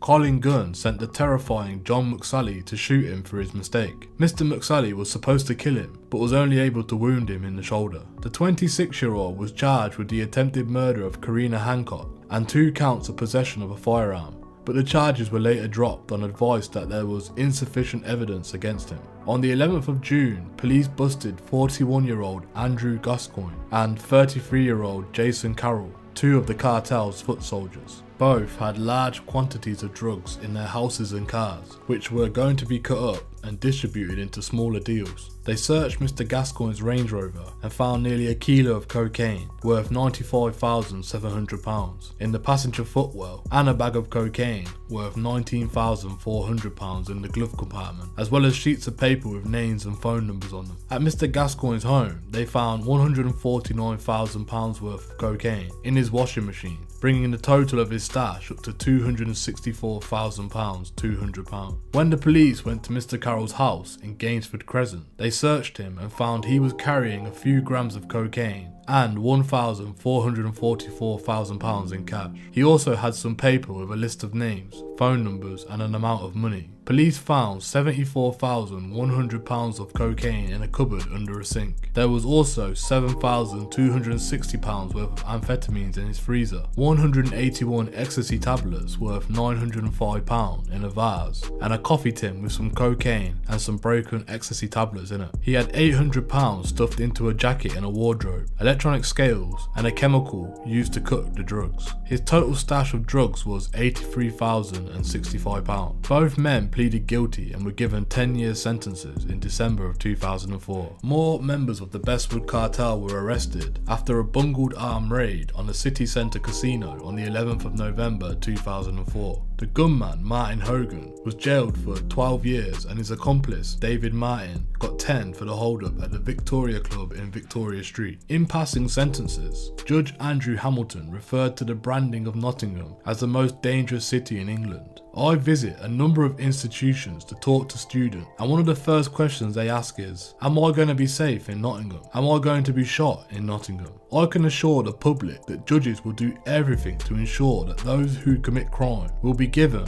corresponding sentences. Mr. Hogan, 49, formerly of Birchfield Road, Arnold, was found guilty of robbery and possession of an imitation firearm after a trial at Nottingham Crown Court in April 2006. Mr. Martin, who was 27 of Neaton Vale, Sherwood, admitted robbery, possession of an imitation firearm, and a separate offence of an affray. He received an extra 18 months for that offence, to be served after the longer sentence. The robbers had distinguished themselves by committing a catalogue of errors. Mr. Hogan, a convicted thief and burglar, allowed a scarf covering his face to slip during the raid. He pointed the gun at the receptionist before ushering her and other members of staff into a corner of the casino, while Mr. Martin, armed with a claw hammer, emptied out the sports bag. The men tried to make their escape through the fire door, but found it locked. It meant they had to turn back and leave through the main entrance, the court heard. Another member of the gang, Vincent Hawkins, made a poor job of setting light to the getaway vehicle. He burnt himself so severely that he had to call an ambulance and spent 5 days in a hospital's burn unit. Mr. Hawkins, who was 22, received an 18-month prison sentence after admitting to arson.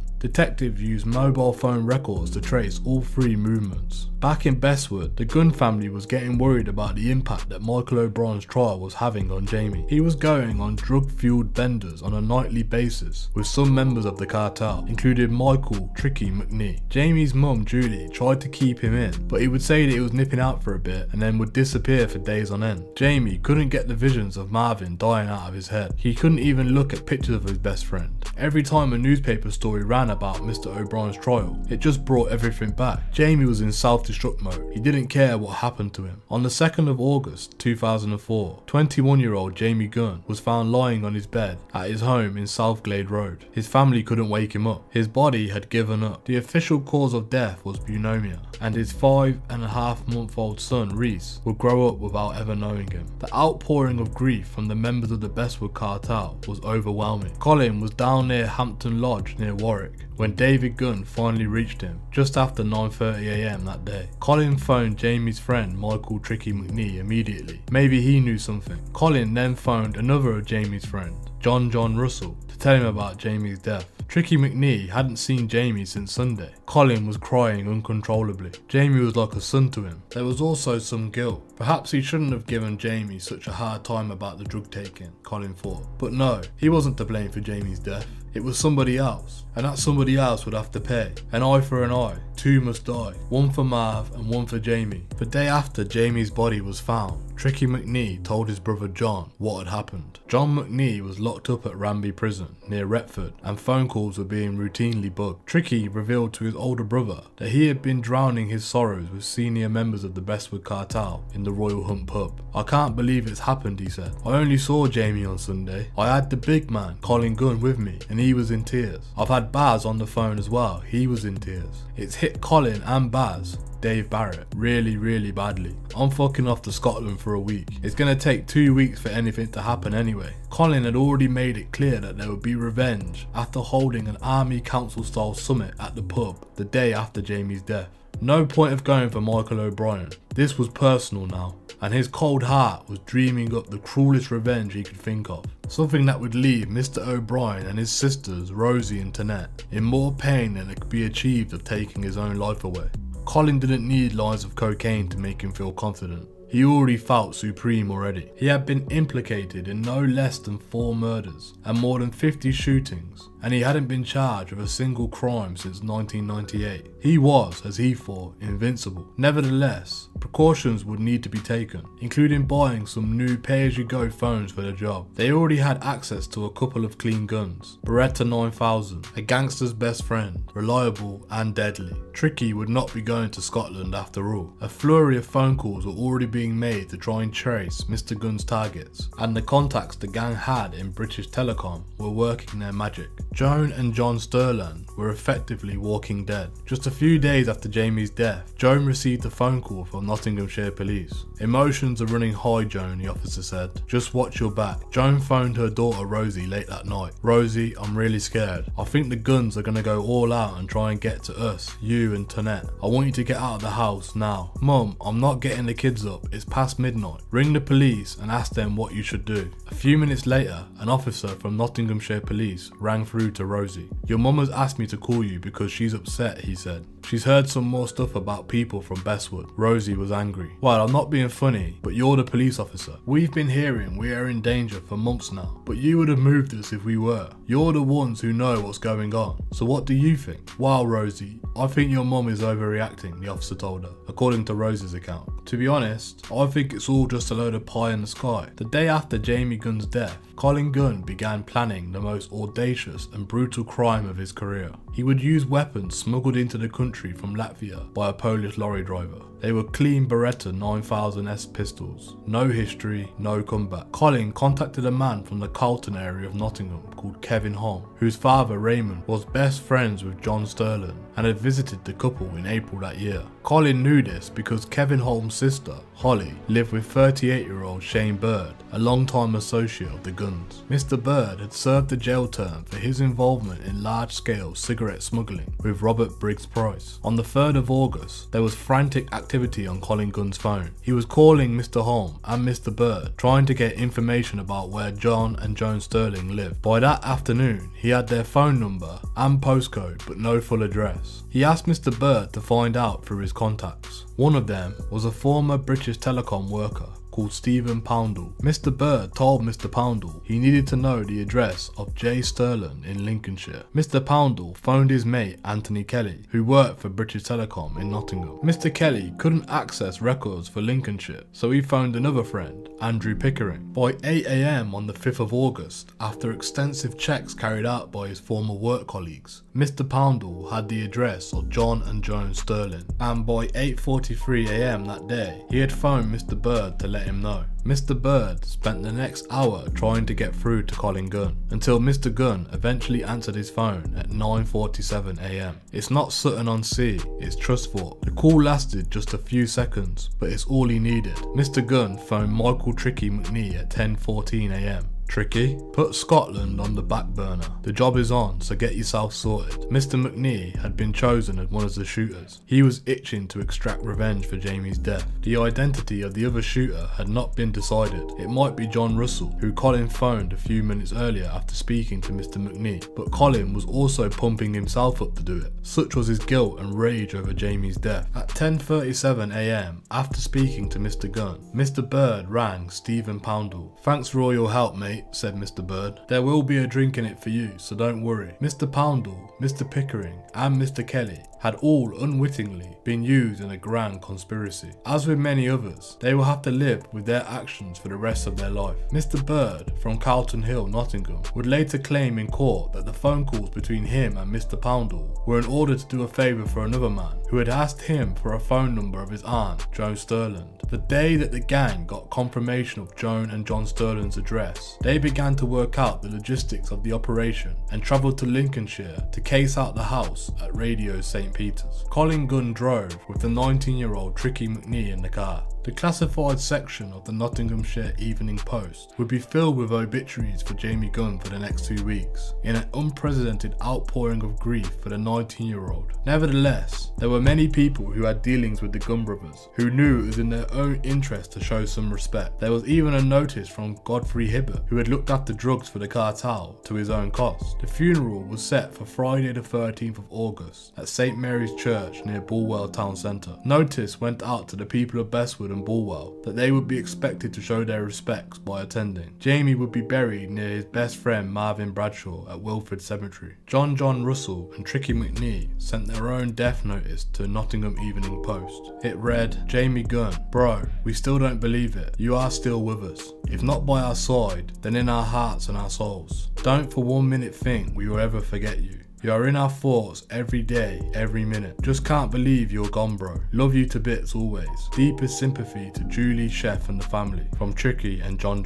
On the 4th of August, Colin and David Gunn, Michael McNee, John Russell and others who have never been identified met at the Kingfisher caravan site where David had a caravan. David stayed there for a few days while Colin drove back and forth to Nottingham. David was back in Nottingham by the 8th of August, while Mr. McNee and Mr. Russell took his place at the caravan. On 6:45 PM that day, Colin went to the Woolsworth store in Skegness and bought a T-Mobile Sagan pay-as-you-go phone to contact other members of the gang. All the gang would need to be using pay-as-you-go phones with no history. For years, the cartel had used this method of communication, often buying their phones from a shop called Dr. & Lock in Bulwell. Clean mobile was an absolute necessity in their line of business. David Gunn texted his brother, "What time are you here, Fats? The bits are ready. 3 of them. I've got them built and sorted out some menthol." David knew about firearms, how to acquire them and put them together. His police record said as much. The Italian-made 9mm 9000S came with 3 parts, and menthol was often used to clean the semi-automatic handguns so that they had smooth action. However, David would later give an entirely different explanation for his text message to Colin. "I'm texting him to tell him to get some spliffs rolled," he claimed. Colin couldn't roll a spliff to save his life, so I would do it for him. The menthol referred to the menthol flavoured cigarettes that I put in the joints, giving them a minty cool flavour that he liked. At the end of it, apart from you putting me in a few places using my phone, you haven't really got me doing anything. I'm shocked you've even got me here.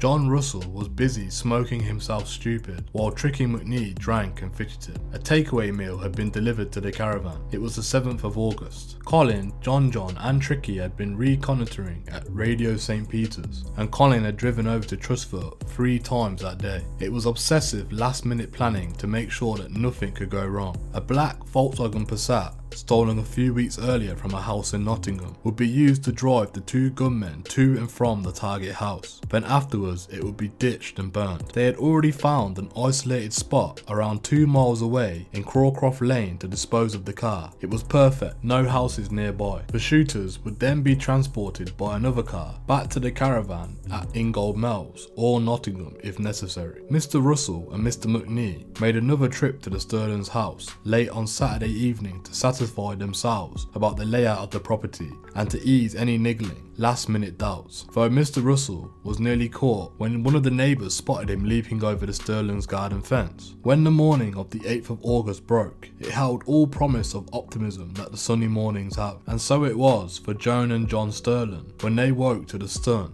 steaming their chalet. They had barely had breakfast when their neighbour called round. "I just thought you ought to know that I saw a prowler jump over your fence last night," she told Joan. "We think they might have disturbed them because they just ran off." The sunshine went from Joan Sterling's face. She didn't hide her worries well. "Oh right, I'd better tell John about it." Joan went back inside to phone Nottinghamshire police. She felt apprehensive. 5 miles away at a caravan park, Russell and McNee were waiting for their orders from Colin Gunn. They wouldn't have to wait long. By 1 PM, they were acting the fools on the promenade of Trustfoot. Colin had told them to blend in like holidaymakers, so Mr. Russell brought a kite which they attempted to fly. They chatted to a couple of girls on the promenade telling the young women with stories about Nottingham and how they should meet up later for a drink. Then at about 2 PM, Colin rang and gave the order to strike. Perhaps he was close to Radio St. Peter's. If he was, then he would have seen the Sterlings' neighbour leave the house with relatives to go for a walk. She would not be returning until 4 PM. It was a good time to commit a murder, with a few witnesses in the vicinity to hear the gunshots. The VW Passat drove up the curb next to the chalet and the hazard lights came on. Two gunmen swiftly jumped out of the car, carrying a holdall which hid the Berettas. The blue overalls and caps and silver gloves that they wore gave Joan and John Sterling the impression that they were on official business. Perhaps it was something to do with the call they had made to the police. Either way, the assassins walked straight into the house and carried out their deed with swift precision. Bullet casings lay strewn across the floor.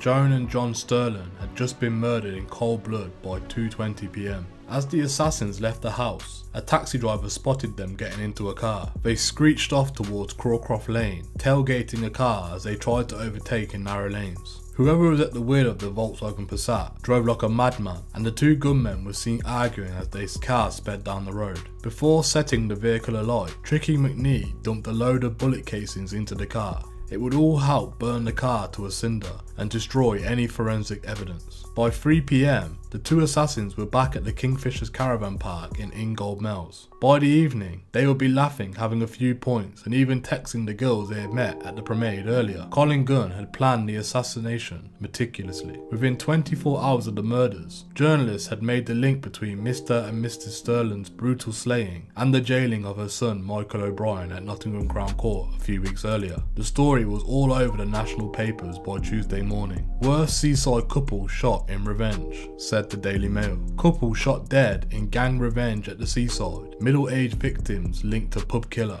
by the Daily Telegraph. Mystery killers gunned down two perfect grandparents in their seaside home. Revenge of the hitmen by the Express. Couple's new life ends in murder. Police find bodies after tip-off by the Guardian. Execution, gangland murder of the sneering killer's family by the Mirror. And two executed in a murder feud by the Sun. Couple's murder is linked to pub shooting case by the Times. All focus shifted toward Jamie Gunn's funeral, which was being held the following Friday. Jamie's mother, Julie, gave tearful interview to the newspapers, but journalists who tried to speak to other members of the family, such as Colin Gunn, were chased down the road with baseball bats. Julie described how Jamie had lost the will to live after seeing his best mate murdered. She said she had heard rumours about the Sterlings, but it was naught to do with us. Jamie couldn't look at a picture of Marvin for ages. He just used to break down, said Julie. It took 9 months for him to say Marvin's name again. No adult should have to see what he has seen. The estate is eerie at the moment.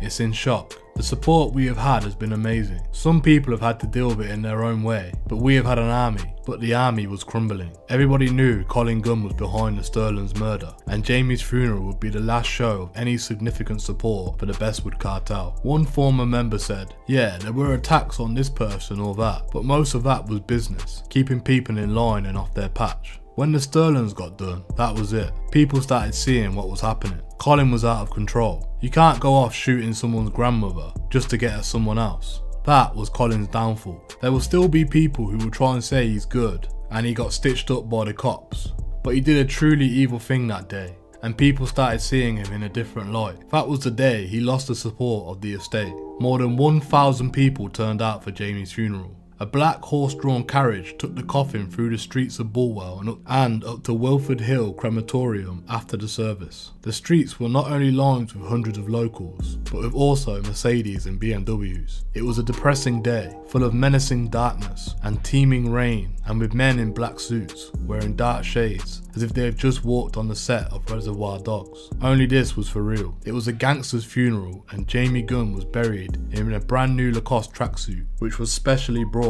by the family. After the service, the local vicar, Reverend Christopher Gale, said, "I did think about calling for there to be no revenge, but it's a difficult time, and you have to be sensitive. You have to remember that people are grieving at the loss of their 19-year-old son." A few weeks later, the family of Joan Sterling attended her funeral at Wilford Crematorium. It was a much quieter affair. The imprisoned Michael O'Brien did not attend his mother's funeral either, or John Sterling's the previous week. The family could not even bury their dead in peace. Helicopters swarmed overhead, and men in dark uniforms patrolled the perimeter of the graveyard with semi-automatic handguns. It took the police more than 24 hours to go and see Joan's daughter Rosie to inform her of her mother and stepfather's murder. They didn't even realise she was at risk. A dedicated witness protection team didn't even exist until 2005 in Nottinghamshire, and several officers who worked witness protection had breakdowns. They had never been properly trained for the task. Rosie Sterling was scathing about the way the matter was handled. They turned up at 4:30 in the morning. 2 police officers, she said. They said, "We've got some news for you. You might want to sit down. There's been an accident in Lincolnshire. 2 people are deceased." I said, "Who?"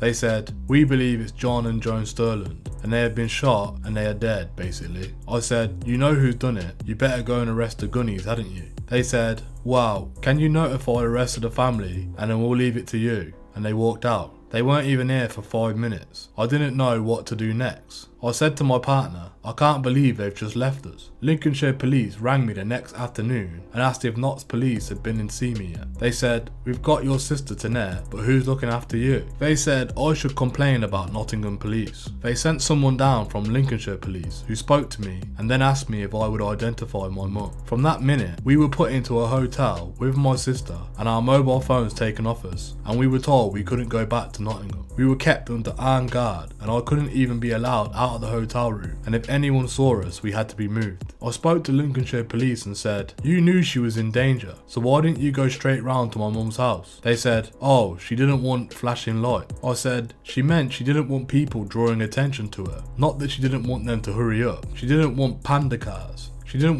Not that she didn't want them to come round. She was frightened to death. For my mum's funeral, we couldn't even grieve properly. I gave instructions for her to be buried in her own clothes. I found out afterwards from the funeral parlour that she was buried in a hospital gown. The funeral itself was appalling. I had to sign a document that if I went to it, it could result in my injury or death. I went, obviously. The whole road was closed off specifically for it. I sat and told the officer in charge we wanted a horse and carriage, and he said we would have accommodated that. We told Links we would do whatever you wanted. I'm not very happy about that. It really upset us at the time. I don't understand what's going on with these 2 forces. To be honest, I've not been back to the cemetery since that day. I've asked them if they could arrange it and they said no. It's like they've got rid of us now. After everything that's happened with my mum, we've now been told that we don't fall under the criteria for witness protection because we weren't actually the witnesses. I said, "Well, what do we fall under?" And they said, "We don't know." I changed my surname and I did that myself. They wouldn't do it for me.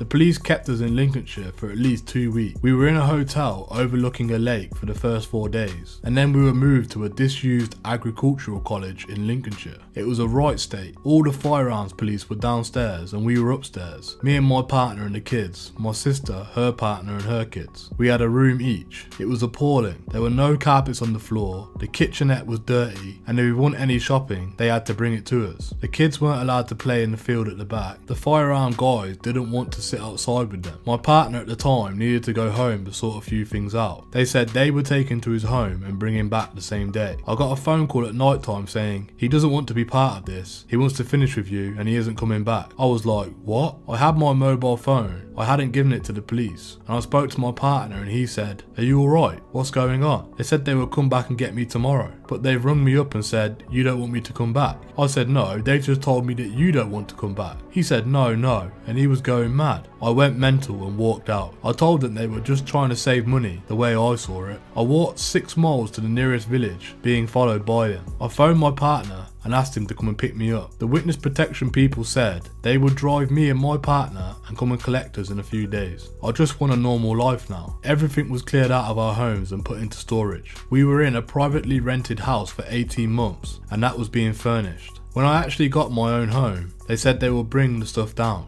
but everything was just green with mold all over it. The clothes had even been chewed by mice. Half of it was even destroyed. They didn't even empty the fridge. There was food in there that had been in there for 18 months. Even my cooker had oil in the tray. My mum's things were delivered to me that had just been thrown into boxes. All the stuff was just chewed by mice. The only time I'd been to the house in Trustford was in February 2004, before my mum died, and this shows you how frightened she was. She met me at the station and we got off the train. We went to the station for 30 minutes, waiting to see if we knew anyone who got off the train and see if we'd been followed. She wouldn't leave, her and John. That's how scared she was. So for them to say she didn't want the police to come round is bullshit. My mum was terrified. She was frightened for her life. And for them to make out that she was blasé about it, but she was not at all. If she was, she would have gone back to Nottingham. In the days that followed, there were a lot of drawn out faces at Nottinghamshire Police headquarters. The murders had not only shaken the most hardened of officers, but they now realised that they were in the middle of a huge mess. Senior officers wondered why nothing had been picked up on the books. The National Crime Squad officers carrying out surveillance had not alerted them to any specific information that indicated a double slaying was about to take place, and all main members of the cartel were being watched and listened to around the clock. But the clues were already there, particularly after Michael O'Brien's trial and the death of Jamie Gunn. It seems incredible that no one realised the extreme danger that the couple were in. For their part, Lincolnshire police were very angry. They soon discovered that they had not been fully briefed on the threats towards the Sterlings, and if they had been given a comprehensive history about the couple, as Nottinghamshire claimed, they had no evidence to show for it. No love was lost between the two forces. An employment tribunal back in 1996, in which a young female detective from Lincolnshire sued her force for sex discrimination, had soured relations with Nottinghamshire for years. Initial inquiries into the matter, which led the detective, Sedina Fleming, receiving a substantial payout after suffering a vendetta at the hands of senior male colleagues, were conducted by Nottinghamshire officers, and this led to a bad blood with some of their Lincolnshire counterparts. Nevertheless, Detective Superintendent Graham White, who headed the Lincolnshire police investigation into the Sterling's murder, was determined to bring the culprits to justice. Everybody knew who had carried out the killings. It was plain as day. Evidence would be needed, however, and that evidence was in the technology which had given birth to the mobile phone. Analysis began on the mobile phone numbers used that day of the murder in the Trusthorpe area. Computer programs analysed and matched those numbers with any known to be used by the members of the Bestwood cartel, or which had been later used in Nottingham. Gradually, the numbers were whittled down. The use of pay-as-you-go phones made the checking more protracted, but eventually, officers isolated numbers which they could carry out some meaningful checks on. One was a phone which had been brought in a Woolworth store in Skegness at 6:30 PM on the 4th of August. It was a T-Mobile Sagum. When officers scanned CCTV footage of the high street from around that time, they saw the unmistakably burly, shaven-head figure of Colin Gunn walking near the traffic lights. From that phone, they derived other numbers that had been called. Most had gone dead on the day of the murders, but a few were still active. By early September, police began to reel in the members of the gang. As if the murders of Marion Bates and the Sterlings were not enough, the tragic killing of a 14-year-old girl was to bring the violence of the city's gang into an even starker relief.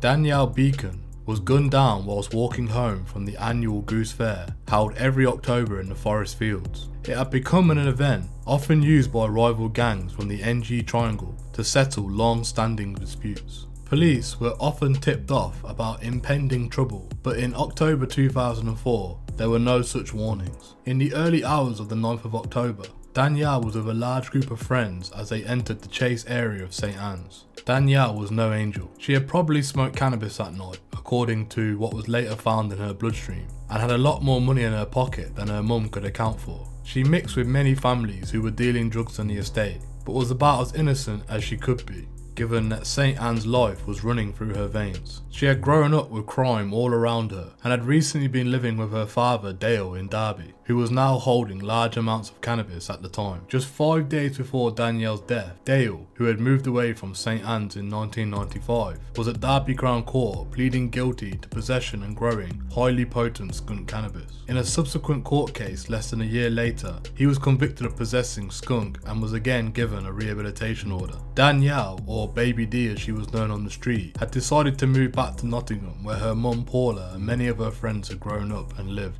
It was a decision with fatal consequences. At around 12:30 AM, as the youngsters walked from Valley Road, a gold Citroen Zara saloon appeared and drove towards them. The car appeared to stall, then the engine revved and one of the tinted windows on the passenger side opened. 3 shots were fired, popping like firecrackers. The youngsters scattered screaming, all except Danielle, who fell to the ground. The others saw a gloved hand come out the window of the car, making a sign of a W, signifying the Waterfront gang, as the car drove off.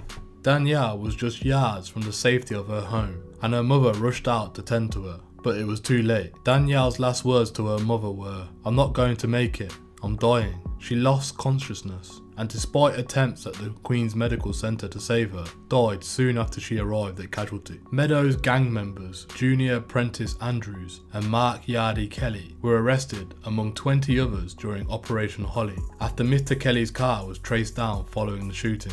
Mr. Andrews had come out of prison just a few months earlier after being sentenced to 4 years for a brutal robbery. He was a small-time heroin dealer on the Meadows estate, but was heavily into gang culture and rap music. Sometimes, he carried a small handgun in a Prada bag around his neck. Mr. Andrews had a number of tattoos on his body suggesting gang membership, including an NG2 signifying the Meadows estate, a smoking gun with the initials WFG signifying the Waterfront gang, and TRU meaning the real untouchables. Crucially, police seized a mobile phone belonging to him that contained a long rap message. It was footage of him walking through the St. Anne's estate in the early hours of the morning by himself. On the footage, recorded just a few days before Danielle's murder, Mr. Andrews was heard talking into the phone as he recorded road signs in St. Anne's. He rapped into the phone with a little patois. "I'm here, Prentice, on my own like a real G. Waterfront's most wanted. I'm on the creep. I haven't even got no gun. I go anywhere on my own. I'm a real killer.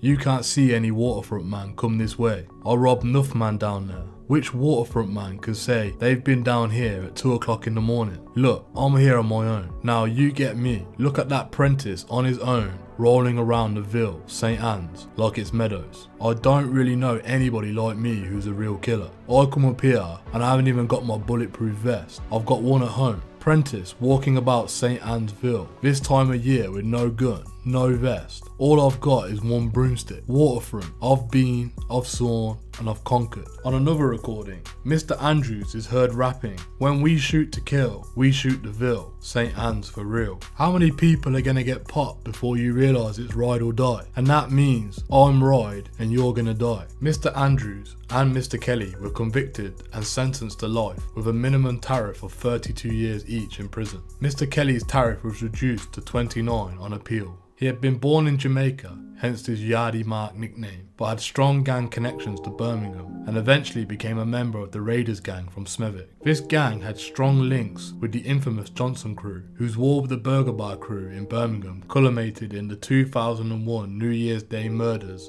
of Letitia Shakespeare and Charlene Ellis outside a hair salon. The Raiders helped supply the drugs to the Meadows gang. For all bravado that he showed, Mr. Andrews had not killed before, and it was highly unlikely that he intended to shoot Danielle Beacon that night. The bullet that killed her had almost certainly ricocheted off either the pavement or the building before hitting Danielle in the abdomen. Mr. Kelly and Mr. Andrews had gone to Clifton that night after drinking with a group of young men in the Toll Bridge. They had even got into a chat with a professional footballer who was in the pub, bolstered by some cocaine that they had snorted in the toilets of the Toll Bridge. Mr. Andrews and Mr. Kelly then went on to burgle a property in Clifton. They had been looking for someone who owed them money, and their mission then took them to St. Anne's, but they were unable to locate the person they were after. When they saw the crowd walking through St. Anne's, somebody in the car decided to let off a few rounds to tell them that Meadows had been there. There were at least 2, probably 3 others in the car when Danielle was shot dead, and fingerprints taken from the murder car were matched to 3 individuals known to the police. All were young men who had links to the killer and the Meadows, but they all had alibis for the time of the murder. Of course, they could have innocently been in the car on a previous occasion, but it helped not one bit in terms of closure of the case for Danielle Beacon's family, who were left with the feeling that not all those responsible had been caught for the murder.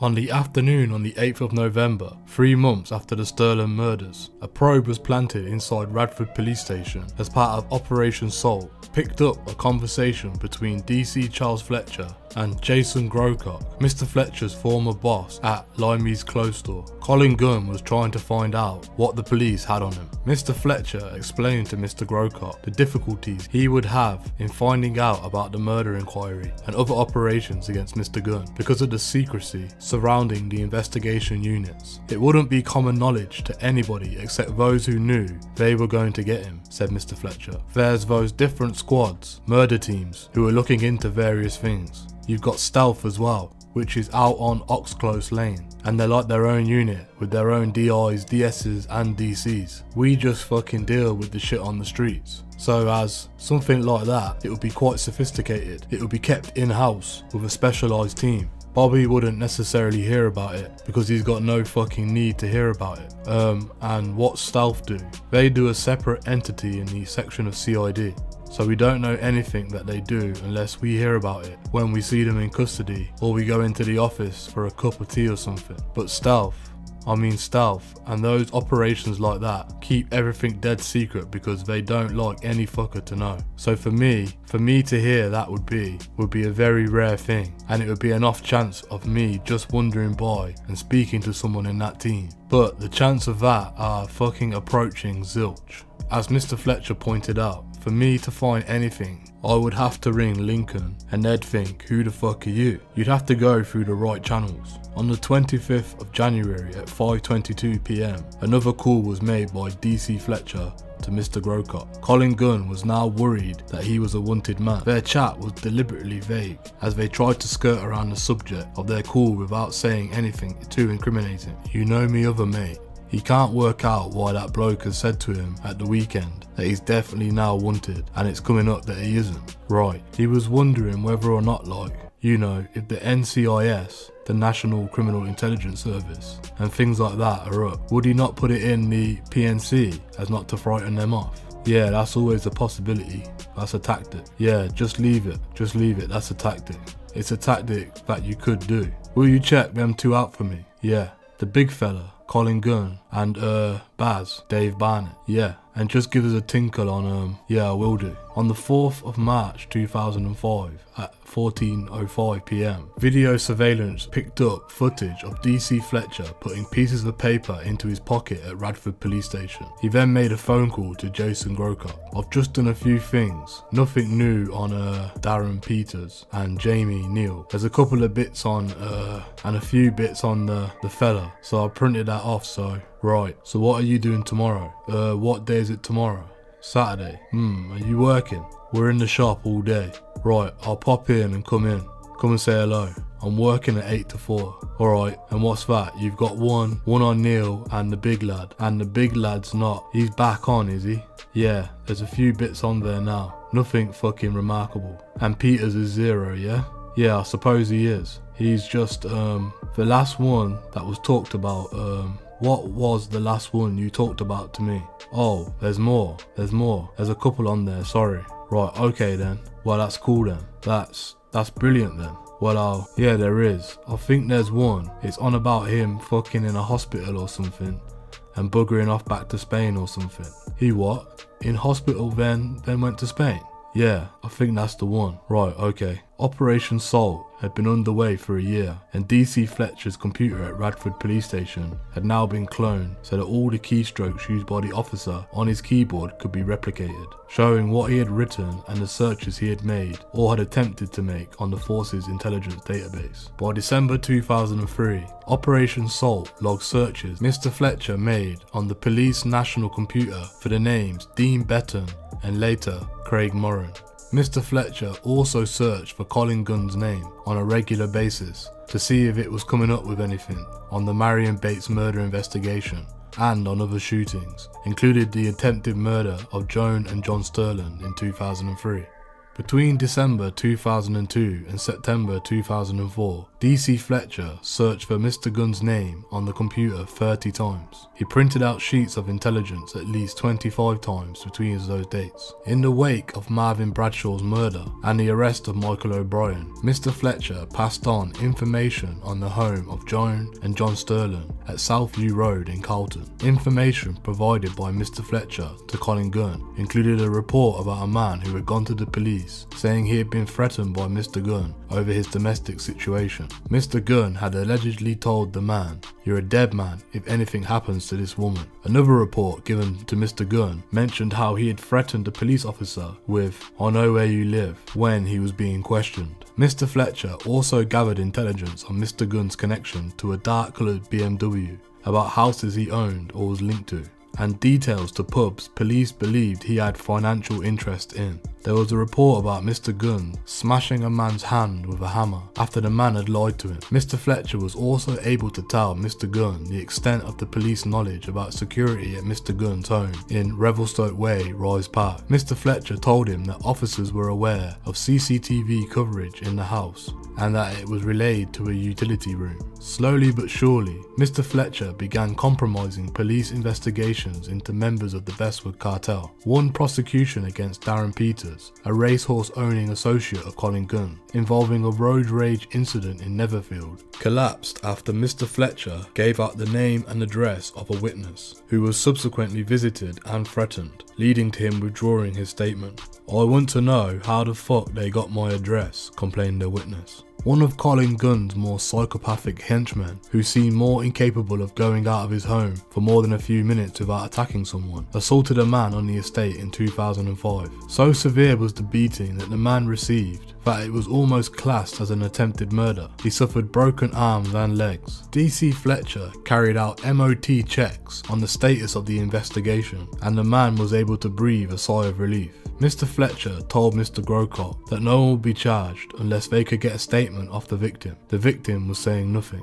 Despite the enormous police pressures on the Westwood cartel that winter, they continued to wreak mayhem. It was though they were untouchable. On the afternoon on the 18th of December, a gunman walked into the family-run Aspley Pawnbrokers in Aspley Lane in search of a 34-year-old Lawrence Atkin. This man, wearing a balaclava, just came into the shop with a shotgun and shot straight at my leg, said Mr. Atkin. I fell to the floor in complete agony. I don't have any idea who may have done this. In fact, Mr. Atkin knew who had ordered the shooting, but was too scared to say. He dare not even utter the name Colin Gunn. The crime was to owe a small debt to Mr. Gunn, and the shooting was a warning to settle it. His father, Reg, who ran the shop, said they didn't know if their son would be able to walk again. Lawrence just said he was off when this bloke came into the shop with a double-barreled sawn-off shotgun. He pointed it at his ankle, and then there was just a bang. It was all over in a few seconds. He was a stocky chap and he had a balaclava and dark clothing. Mr. Atkin underwent 7.5 hours of surgery and 2 blood transfusions to save the lower half of his right leg. The gunman was John McSally. After accomplishing his mission, he jumped into a white Vauxhall Astra with 2 other men inside and drove off. Within a few days, DC Fletcher was passing on the details of the police investigation to Mr. Gunn via the usual intermediary. "Tell your big mate not to worry," he told Jason Grocott. "The bloke knows who did it, but he's not talking." It was another vital tip-off to Mr. Gunn. Mr. Fletcher was also compromising informants. He gave away details on one file about a woman who Mr. Gunn had been with briefly and who said Mr. Gunn had told her he was involved in the shootings of John and Joan Sturland. DC Fletcher put Mr. Gunn's mind at rest, texting Mr. Grocott that there could never be a prosecution as the evidence was just purely circumstantial. He passed on more information in January 2005 about a sickening assault involving the Westwood cartel in the Lizard Lounge nightclub when a man had lost part of his ear. Mr. Fletcher was on holiday at the time, but when texted that the big man needed to know about it, went straight to Radford police station and gathered all the intelligence on the attack. He also made checks on behalf of Mr. Gunn about the assault on a man in a pub in Nottingham in March 2005 and on a near fatal assault on another man carried out by one of his henchmen. Mr. Fletcher even falsified records in a road traffic accident to prevent the prosecution and 2 other members of the cartel who had been pulled over without insurance. On one occasion, Mr. Fletcher's own mistakes on the computer backfired when Colin Gunn's girlfriend, Victoria Garfoot, had received a parking ticket and Mr. Gunn rang through to try and get Mr. Fletcher to get it cancelled. He went into the computer and punched in the name but misspelt it and came up with an entry for another woman who had a previous conviction for prostitution. Mr. Fletcher passed on the information to Mr. Gunn with a disastrous consequence. Mr. Gunn went absolutely ballistic and confronted Victoria, accusing her of being a whore, said one officer.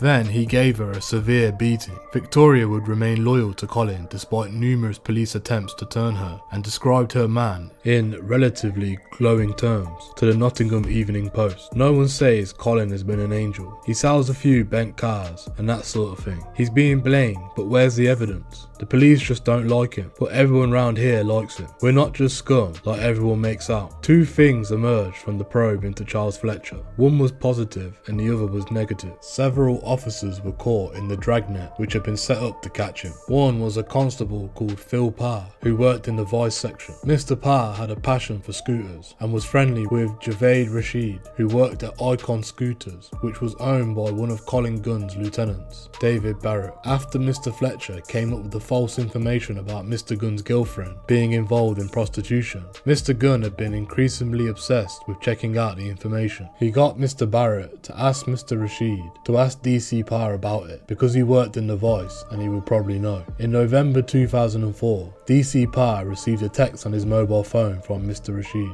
Mr. Parr made the check and then went to the scooter shop to tell Mr. Rashid about it. Mr. Barrett was there and Mr. Gunn was waiting in a parked up BMW nearby, unknown to DC Parr. National Crime Squad officers had the shop under surveillance, something that Mr. Barrett later became aware of after being tipped off by someone within the police. PC Parr had no idea Mr. Gunn was the final recipient of the information, and a promising career was ended as a result, all for doing a favour for a mate. He admits he failed the highest standards set by the police force by doing the check, but he was in no way linked to the criminal gang operated by Mr. Gunn, as DC Fletcher had been. I can't deny I did something that was wrong, but I was tarnished with the same brush as Mr. Fletcher, and there's no way I'm a corrupt officer, Mr. Parr later said. I did something that I shouldn't have done, but it was a favour for someone. I thought it was a mate. Mr. Parr would be later jailed for 12 months at Birmingham Crown Court after pleading guilty to misconduct in a public office. As he has pointed out, he will have to come to terms with the shame of what he did, but some paedophiles and violent offenders have received lesser jail terms.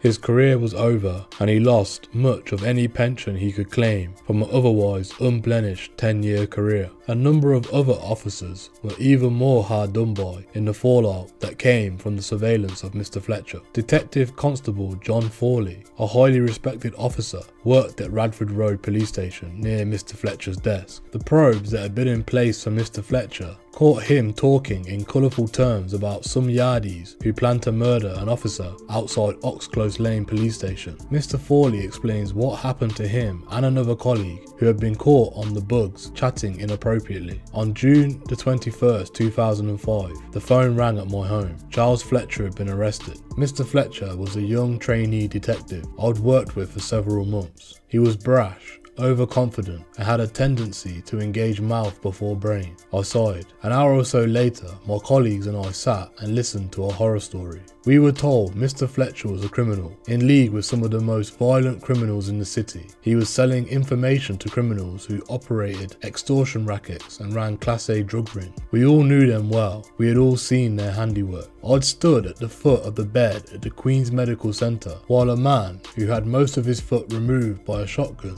at point blank range refused to speak. We knew it was a punishment, shooting for a debt. The chances of anyone talking to us were nil, and so proved it. Through Mr. Fletcher, these people had access to everything about us, where we lived, where we socialised, even where my daughter goes to school. How safe were we? He'd betrayed us. That afternoon, 2 of us were summoned to HQ. Naively, I imagined we were going to be offered support in help to coming to terms with these devastating revelations. To my astonishment, I was served with notices stating that I was to be subject to a disciplinary investigation. For 8 months, our offices had been bugged, unconnected to any criminal investigation, and out of hundreds of hours of recordings, I had been overheard on 4 occasions making inappropriate and unprofessional comments. More seriously, and with tedious predictability, the allegation of using racist language also appeared. I'm the first to admit that the language in a CID office can be, at best, irreverent. We've attended the post-mortems of gunshot victims, cut,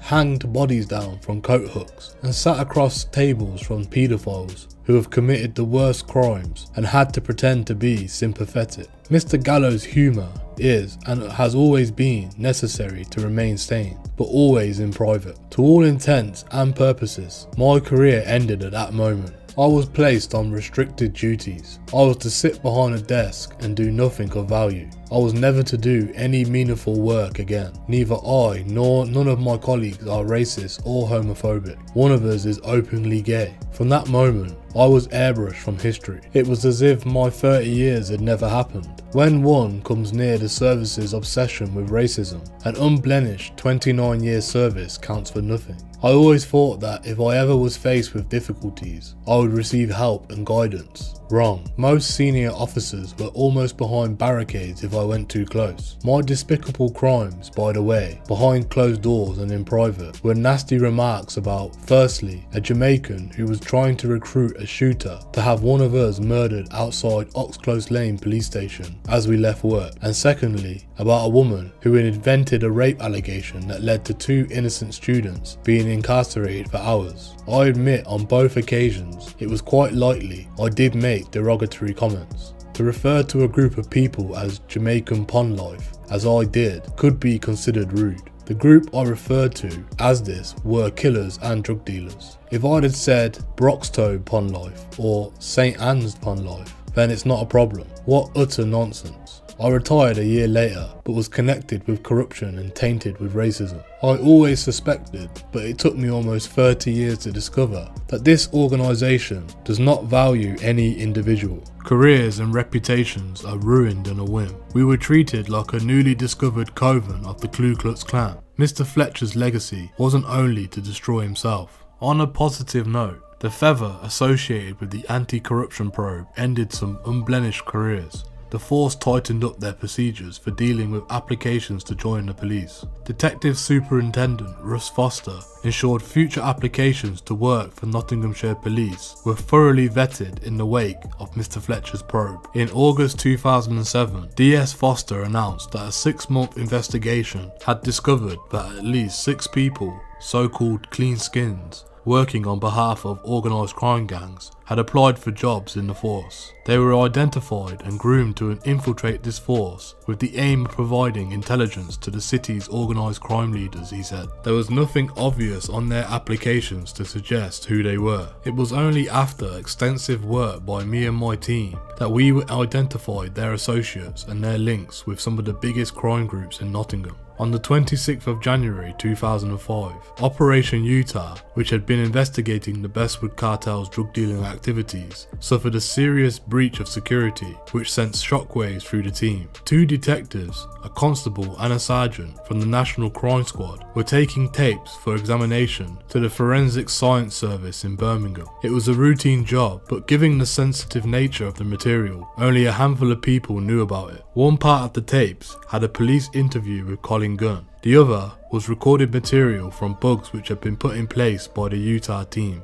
The detectives' jobs was to process the tapes and, using voice recognition technology, see if the voice matches. On the way back from the job, the 2 detectives decided to stop off at Cruise and Harbour's pub in Swarkstone, Derbyshire for a pint. They left all the material in the car, along with their notebooks and other material relating to Operation Utah. This material identified senior officers involved in the job, including Detective Chief Superintendent Phil Davis, the head of Nottinghamshire CID. It also identified a house in Bestwood where police were listening in on conversations between members of the cartel, and a building in Epperstone, which was being used as the secret headquarters of Starburst and Utah. The officers were in the pub less than an hour, but in that short time, the locks on their cars were sprung and all the material was stolen. Within 2 hours, telephone bugs picked up a call from Newark. A young man was calling Colin Gunn and was telling him what was on the material he had stolen. Mr. Gunn told him to destroy it. The ramifications were huge. Once the theft was known, security at Epperstone was stepped up, with 24-hour patrols around the perimeter.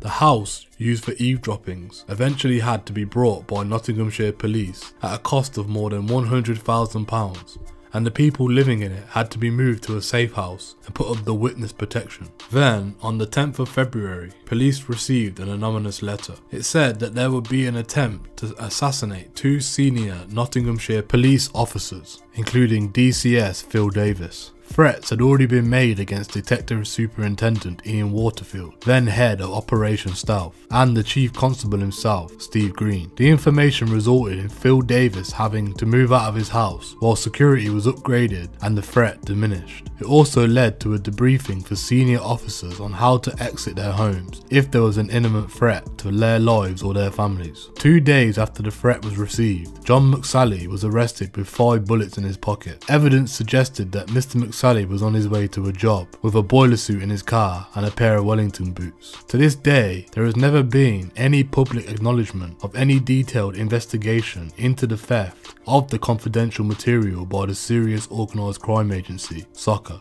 which later replaced the National Crime Squad, or any other body. The thief, who has never been named, was quietly dealt with in court in Derby, where he asked for 100 other offences, mainly thefts and burglaries, to be taken into consideration. Refused to release any information about him on the orders of its Chief Constable Mick Creedon, saying the offender's life could be at risk. A senior Nottinghamshire detective involved in Operation Utah said that when we heard about the material going missing, it was like a Jesus Christ moment. We thought, what the hell are we dealing with here? Very few people knew what the car was carrying that day. The fact that the theft took place in the car park of a pub in Derbyshire, the fact that someone from Nottingham was the thief and had been in a pub 20 miles away, the fact that the person knew Colin Gunn's mobile number, and the fact that Colin Gunn was contacted within a couple of hours of the theft. It was like, wow, you've got more chance of winning the lottery than of this being pure coincidence. Someone somewhere had told Colin Gunn that that vehicle contained important information, and the vehicle was targeted as a result. Something was wrong, and we passed on our grave concerns to the relevant people. I'm extremely surprised that SOCA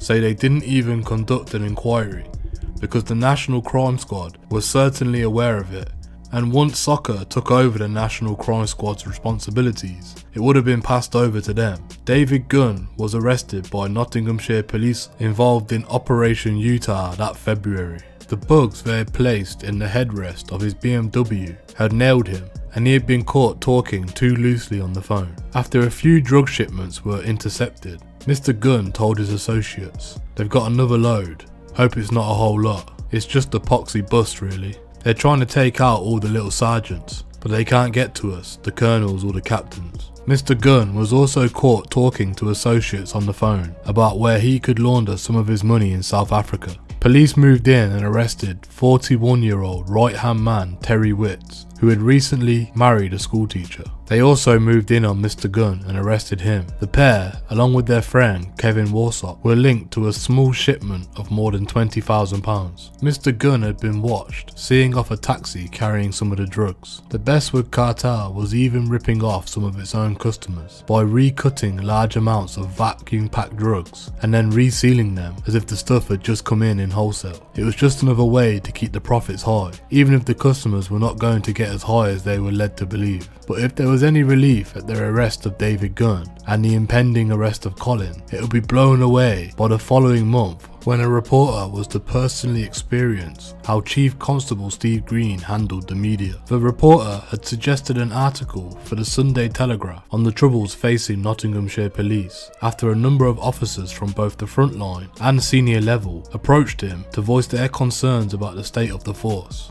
Many claimed it was on the brink of collapse. The reporter had also been told some of the details of Operation Starburst, and he knew that there was an Independent Police Complaints Commission (IPCC) investigation underway into the shooting of the Sterlings, indicating there had been serious failings on the part of the force. Nottinghamshire police were also refusing to give investigators any access to material from the bugging of the Bestwood cartel, citing legal complications over the ownership of the material. After raising the issue with Daniel Foggo, who worked as a reporter at the Sunday Telegraph, he decided that he would first try to contact the person that they assumed was the head of Operation Starburst. When they approached Detective Chief Superintendent Phil Davis, he initially agreed to meet and have a chat about it in the following week. But then Mr. Davis said he had spoken to his boss, Steve Green, about their approach and had told him that the reporters seemed very well briefed about the challenges facing the force. He said Mr. Green had decided he would speak to the reporters if they approached him. One of the reporters then rang Mr. Green, told him what we knew about Operation Starburst,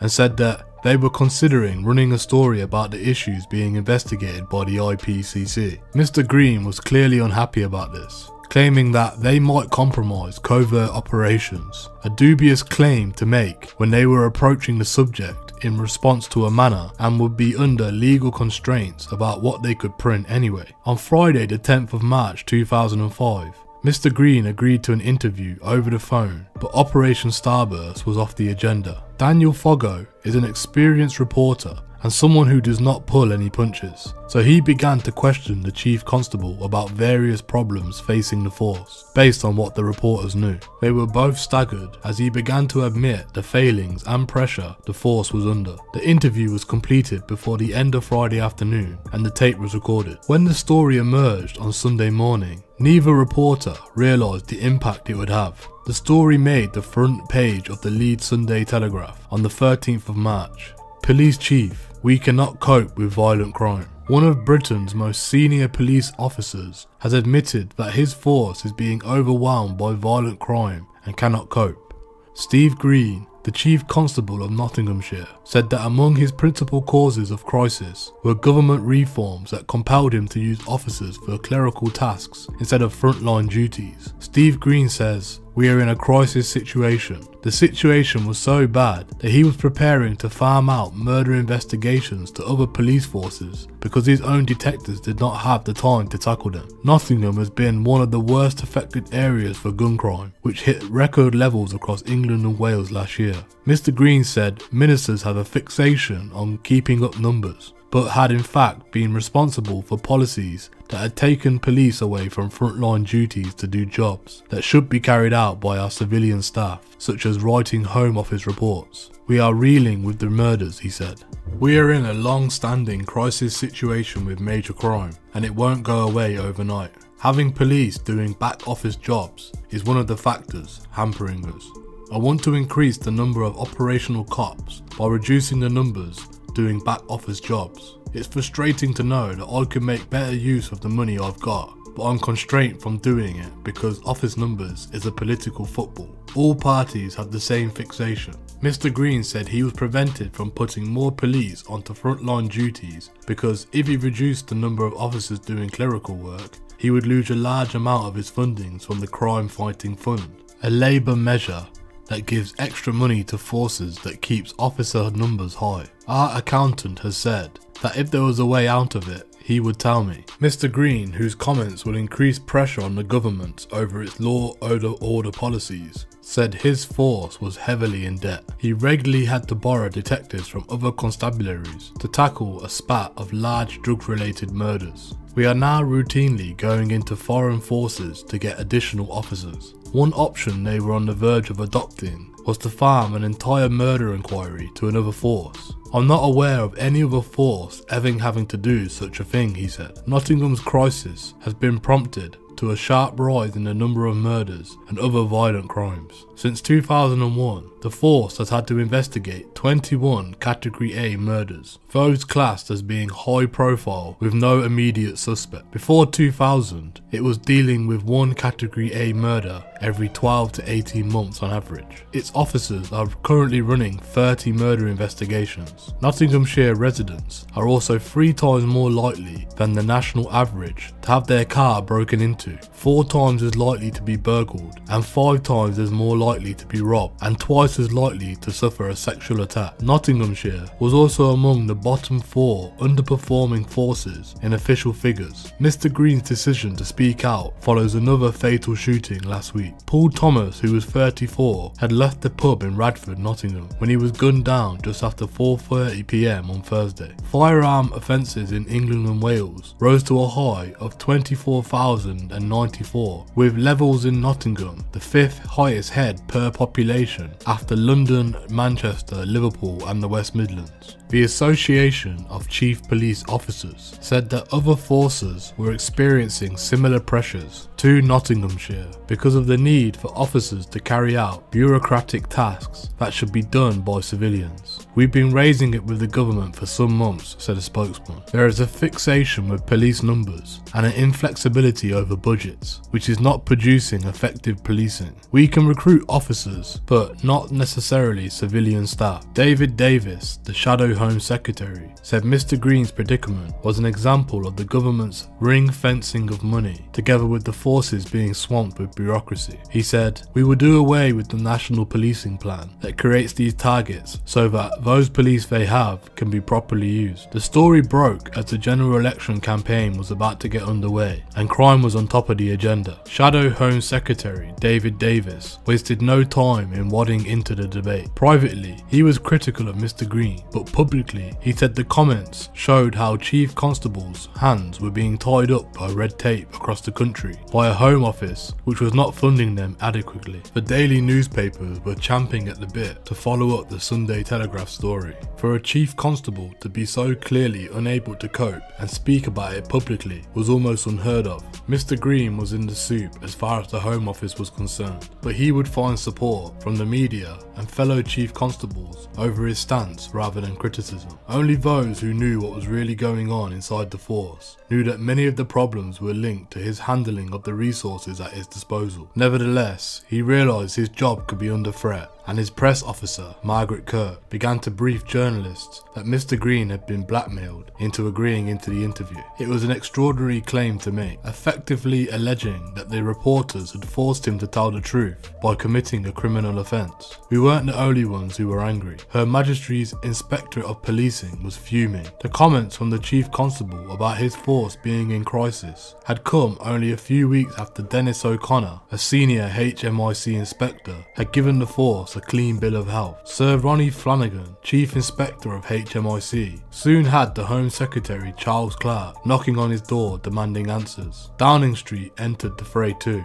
with Tony Blair's official spokesman making a veiled criticism of Mr Green's leadership. "Everyone recognises there are problems in Nottinghamshire, but there are different views about the cause of these problems," the spokesman told the reporters. Home Secretary Clark demanded an urgent investigation into Mr Green's claims, which would be carried out by HMIC, and within a couple of days, HMIC investigators contacted the Sunday Telegraph's editor, Dominic Lawson, to see whether they could get access to the tape-recorded interview. He was happy to oblige, but said HMIC would have to make a formal request by letter. Otherwise, Mr Lawson argued, it could be set as a precedent for handing over privileged material to a third party. In the end, HMIC did not follow up with its informal letter of request. Meanwhile, MP Graham Allen lodged a complaint against Mr Green to the IPCC. "I believe he has been guilty of serious misjudgment, not just in giving the interview, but in his original decision to take beat officers off the streets of Nottingham," Mr Allen told the Observer newspaper. Mr Green, perhaps sensing his job was in jeopardy, told reporters, who by this time were hoping for an all-out war between a Chief Constable and the Home Office, that the interview was a big mistake. "For whatever reasons I gave the interview,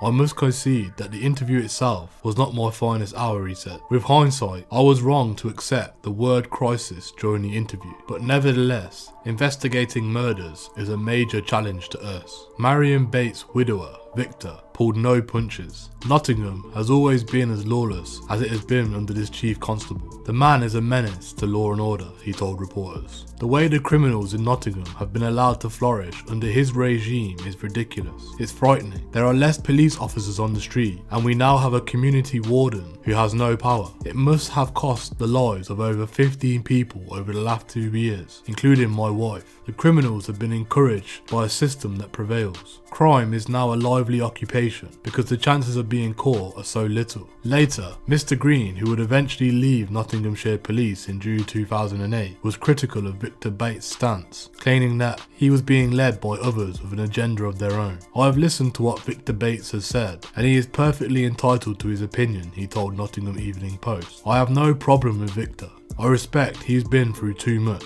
It's the people who have been advising him that are beneath the contempt. Their actions have meant that the opportunity Mr. Bates had to exercise the power he had to do good was wasted. Steve Green also claimed he had fallen into a trap because his mind was preoccupied with the arrest of Colin Gunn. I tried to give the journalists honest answers, as I always do, but I do not get paid to fall into elephant trap. I recognise I fell into that one. All I can say is my attention was focused on the operational matters, and I just didn't see it coming. On the day I did that interview, Colin Gunn was arrested for the Sterling's murder. We should have been in celebration mode. Instead, we were fighting off that as best we could. However, Mr. Green's memory was faulty. In fact, Colin Gunn was not arrested until Thursday, the 17th of March 2005, almost a week after the interview was carried out. Nottinghamshire officers picked him up and they started driving out on the A52 and passed into Lincolnshire. Mr. Gunn was surprised. "Where are we going?" he asked. "Just a trip to the seaside, Colin," replied an officer. "Why? Are you missing Nottingham already?" Colin was interviewed at Skegness police station by Lincolnshire detectives. "I had no direct or indirect involvement with the murders," he claimed. "John Sterling was known to me as he used to drink with me and my friends. I have never had any bad feelings towards John or Joan Sterling. It was, of course, a blatant lie." By now, the drains at his bungalow in Revelstoke Way were severely blocked with phones and SIM cards and other evidential debris. A plumber would be called out some 2.5 years later because of the damp patches inside the 3-bedroom property. He just built over the blocked drain to solve the problem. Who knows what secrets are held on the phones, but to the knowledge of the reporters, they remain where they are to this day.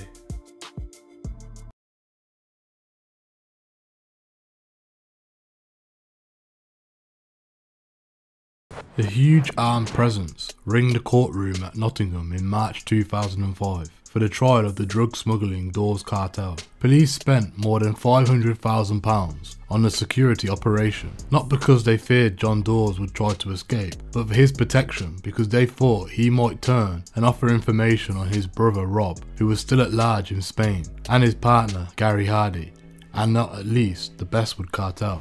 "We believe there was a genuine risk to the Dawes," said Detective Inspector Peter Jones. "Our thinking was, when convicted, he may want to mitigate and give his side of the story. If he is willing to give evidence on others he is working alongside, he becomes valuable." Over 9 weeks, a jury heard details on how John and Rob Dawes headed a ruthless organisation making more than £1 million a month from illegal drugs trade. At the end of it all, John Dawes and his father Arthur, Rebecca Bridge and Ryan Smith were all convicted for their parts in the operation. John Dawes was jailed for 24 years, Mr. Smith for 14 years, Arthur Dawes for 8 and Miss Bridge for 4. Operation Normality had been a huge success, and while Rob Dawes and Gary Hardy remained at large, police felt it would be only a matter of time before they tripped up. The case had shown just how much power an organised crime group could achieve. In such a short space of time, the Dawes cartel had managed to corrupt officials in various organisations and rule through fear. D.I. Jones pointed out the similarities between the Dawes cartel and that run by the Bestwood mob. John Dawes thought he was untouchable, but no one is untouchable, no matter how violent or intimidating they are. There was information that suggested that this organisation was able to penetrate the police, social services, and the local authority of other organisations through intimidation or other means. When the Trustfort murder trial got underway in March 2006 at Birmingham Crown Court, David Gunn sat in the dock alongside his brother Colin. The jury were unaware that David had already pleaded guilty the previous year to a conspiracy to supply amphetamine, a crime for which he would eventually be jailed for 8.5 years, and for which Terry Witts and Kevin Worsop were also jailed. 8 defendants now faced the jury. Colin and David Gunn, John Russell and Michael McNee were joined by Shane Bird, aged 39 of Carton Hill, Nottingham, Kevin Home, 38 of Cliff Road, Carlton, Andrew McKinnon, 21 of no fixed address, and Linnell Douglas, 20 of no fixed address. All denied conspiracy to commit murder. In the public gallery was Victor Bates, who had decided to attend the trial to see the face of Colin Gunn, who he knew had been implicated in his wife's death. Opening for the prosecution, Timothy Spencer QC said the killers were calculated and ruthless and merciless. The murders were carried out with clinical efficiency. No disturbance, no sign of haste. The targets were located quickly and shot just as quickly. In other words, as part of a well-organised, well-planned gang operation. There was, he said, evidence of a command structure in a way that the couple's murder had been organised. However, there was very little direct evidence. In fact, the case was one of the most difficult ever handled by Lincolnshire Crown Prosecution Service. Eyewitnesses and forensics were lacking, to say the least. It would take a jigsaw of circumstantial evidence to build up a picture of those responsible, in particular the detailed mobile phone records that the prosecution claimed placed the defendants at the heart of the crime. The prosecution sought to show how each of the accused was implicated through the use of phones they had brought for the sole purpose of planning and organising the murders, and had then thrown away afterwards. Specifically, those included 11 murder phones, used over hundreds of miles in a 10-day period. Over 7,000 calls had been analysed and more than 100 statements about the phone usage disclosed. With all the benefits of hindsight, Mr. Spencer went on. It could be said that if the police had acted more quickly to the Prowler report, then this killing could have been prevented, but they didn't, and it's as simple as that. He admitted there were unanswered questions in this case,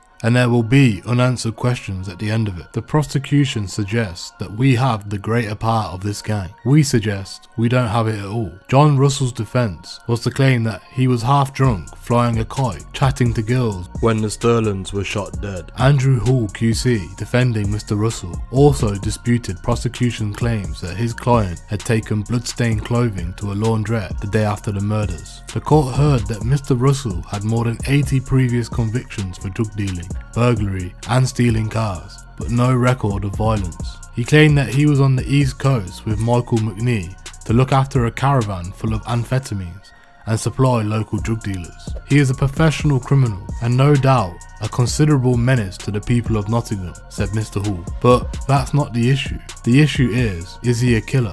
He continued, on that Lincolnshire coast, it was a high season. It was the summer and the pubs and clubs were full of young people. It was a busy time for those who wanted to sell drugs. It is perhaps unsurprising to find the two of them by the coast in August. If it wasn't for the seriousness of the case, the notion of John Russell half drunk and trying to get some girls back to the caravan while acting as a lookout would be comical. Mr. Hall told the jury that the prosecution was grasping at straws and had a weak circumstantial case. Defendant Shane Bird admitted he had used a contact to illegally access information on the couple before they were killed, but denied knowing anything about the murders until he heard about them in the news 2 days later. In a transcript read out that takes played to the courtroom, the jury heard Mr. Bird make the tearful denial to the police that he was involved. What you are trying to suggest is that I knew about it before, and that's not on, he told the officers. It's all come out over the news. Things go through your mind, like, was I anything to do with that? Was that anything to do with the number that I got for them? And it made me physically sick.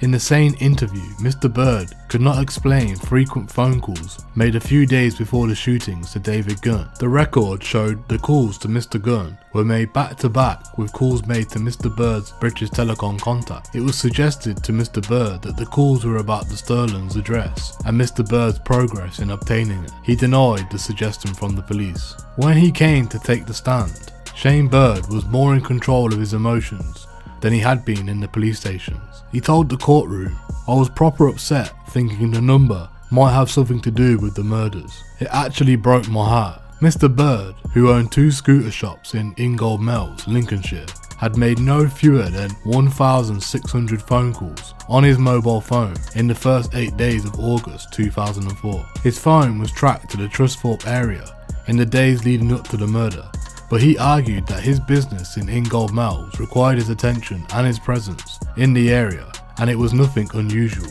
On the day of the killings, Mr. Bird went to Leicester Racecourse to watch a horse that he owned compete in a 7 furlong race. By the time David Gunn decided to take the stand, the case against him was looking increasingly flawed. During a cross-examination, Timothy Spencer suggested to Mr. Gunn that he decided to stay in Nottingham on the day of the murder so Colin could oversee things on the East Coast, ensuring that at least one of them had a watertight alibi. There had to be a show, and you and your brother decided that you could not both be on the coast when the Sterlings were shot, Mr. Spencer said. You are an intelligent man. You realise the value of being in Nottingham on Sunday and being with your partner all day. Your role was to be an organiser, the setter up, and that's why you did not go to the caravan on the coast. It needed one of you to be on the spot, hands on, making sure things went to plan, and that was his role. David Gunn had previously told the police in interviews they had no evidence against him. At the end of it, apart from you putting me in a few places using my phone, you haven't really got me doing anything. I'm shocked you've got me here, he said after being arrested. Now he was being even more empathetic in his denials. Trevor Burke, his defence barrister, asked him about the suggestion that the messages he sent concerned about 2 Beretta handguns. That is complete nonsense, Mr. Gunn told the court. I've never even seen a Beretta firearm. He also said neither text message had been received in any case. He had spoken to his brother later on another number and told him he was on his way to Lincolnshire with a cannabis joint on the 5th of August. It suggested you handed one of the firearms in anticipation of the murder, said Mr. Burke. No, that's not true, replied Mr. Gunn. The jury would believe David Gunn's explanation about the mental text message, and ultimately his alibi. With David Gunn in the clear, the calls that Shane Bird had made to him became an irrelevancy as well. The jury deliberated for more than 26 hours. On the 29th of June, they returned and delivered guilty verdicts against Colin Gunn, Michael McNee and John Russell. The other 5 men, including David Gunn, were acquitted. At least 12 security guards packed the dock, with the police stationed at the door. The judge pronounced sentence the following day. He jailed all 3 for life and ordered that Colin Gunn face a 35-year sentence before parole would even be considered. It meant that in all possibility, Colin Gunn would be spending the rest of his life in prison. Colin could not yet be named in the press because he still faced a corruption trial involving DC Charles Fletcher, but it did not stop him launching a tirade of abuse against the jury and the judge, Mr. Justice Tracy. Colin was the first to hear the jury's verdict. He turned to them menacingly and snarled, "Thank you, you scumbags. I hope you die of cancer." As he was led away, he called the female foreman of the jury a slag and a whore. He then directed his anger at the judge, calling him a paedophile. The judge, undeterred, continued making his statement about Colin Gunn. This was a murder which shocked the nation. You are a crook, a villain, a large-scale drug dealer. You were the leader of this criminal gang. To your gang, your word was the law. The utterly evil nature of what you did shows that you, as a criminal man, are prepared to commit the ultimate act of criminal violence as and when it suits your purpose. You are prepared to do that due to your perverted desire for revenge. You are a man who would not let anything stand in your way. You would, I do believe, do the same thing again. John Russell gave the judge the middle finger as he was sentenced. David Gunn subsequently issued a statement which read, "Since my arrest, I protested my innocence, and yesterday the jury, thank God, believed me. The last 18 months have been the worst of my life. Being incarcerated and not being able to see my partner and my children has broken me. I hope now to rebuild my life with my family and close friends. And finally, I am truly sorry to the Sterlings family lost." His estranged wife, Sandy, told the Nottingham Evening Post. Colin had asked David and I if he and a few friends could use the caravan in Ingold Mills for a break, as it had been a really tough time for all the family after Jamie died. When we heard what had happened to the Sterlings, we were both shocked. I always knew David had nothing to do with their deaths. He did drive down to join Colin and the others for a drink, but he didn't stay long. But a few weeks after being cleared of conspiracy to murder, David Gunn faced sentencing for the amphetamine seizure. When he was sentenced at Derby Crown Court, the prosecutor, Andrew Eastill, described Mr. Gunn as the leader of an organised crime group who was at the heart of a massive trade of amphetamine. The self-confessed colonel, alongside a second-in-command, Terence Witts. Through covert surveillance, the court heard police tailed the two men as they arranged the collection and distribution of thousands of pounds worth of Class B drug on a weekly basis. David also talked about his connections in South Africa, which was set up to help the jobless gang launder their money abroad as they strove to avoid detection. He was convicted, by his own words, by a reams of damning evidence from an electronic device placed in his car and in around his houses Mr. Gunn was using throughout 2004 and 2005, allowing the police to discover more about their businesses than they thought possible. Mr. Eastill told the court, any doubt about David Gunn's role and authority in the operation was taken away by the listening device in the car. The bugs had recorded him regularly talking about new loads or deliveries. Mr. Gunn's barrister, Craig Ferguson, used his client's association with his notorious younger sibling as mitigation. By virtue of his name and association with his brother Colin, it is plain that he has achieved a certain level of notoriety. Many judges in Nottingham will know of the Gunn family by virtue of their day-to-day jobs. The issue arises as to whether there is any prejudice, whether he can receive a fair sentence. Mr. Ferguson said that there was a distinction in character between Colin and David Gunn, an argument, he said, that was proven by David Gunn's acquittal for the Sterling's murders. But Nottinghamshire's Chief Constable Steve Green held a very different view of David Gunn's role in his brother's gang. We dealt with it as a single kind of business, Mr. Green later said. We acknowledged the centrality of Colin Gunn to it, but as far as we were concerned, David was part of the inner sanctum. He may well spend less time in prison than his brother, but he will never leave our radar screen. For the rest of his natural life, he needs to look over his shoulder. The amphetamine conviction meant it would be some time before David Gunn would be able to walk the streets of Bestwood again. But by 2008, however, he had already enjoyed a couple of home visits in preparation for his release in April 2009. It was over for the Bestwood cartel. Yet 2 days after Colin Gunn and his underlings were sentenced, Bestwood erupted in riots. 30 youths overturned, smashed up and set alight cars, ripped down fences, knocked down walls and built barricades across Raymead Drive during a 3-hour standoff with police. They also waved placards demanding the release of the jailed men. It was a hollow gesture. This is the last hurrah of the remnants of the people who knew that their time has gone, said Nottingham North MP Graham Allen. Their leader has been given nearly 40 years in prison and is not likely to see the light of day, so they now are feeling the squeeze. These people have realised that their days are numbered and they can no longer rule in the roost of Bestwood. Pat Chambers, one of the community leaders of Bestwood, said that the estate needed to leave the memory of the Gunns behind. The godfather, that was Colin Gunn. He was the boss and everybody was frightened of him. If you had a problem, you didn't go to the police. You went to Colin and Colin sorted it. But there was a tenderness as well, and he had a very good PR in the fact that he helped people. He gave them money for fireworks displays for the kids. People loved him. He was a Robin Hood because if you was in trouble financially, he would help you. At any given time, you could call on him. It took a long time for this culture to turn itself around, and now it's turned around and we are on the way up.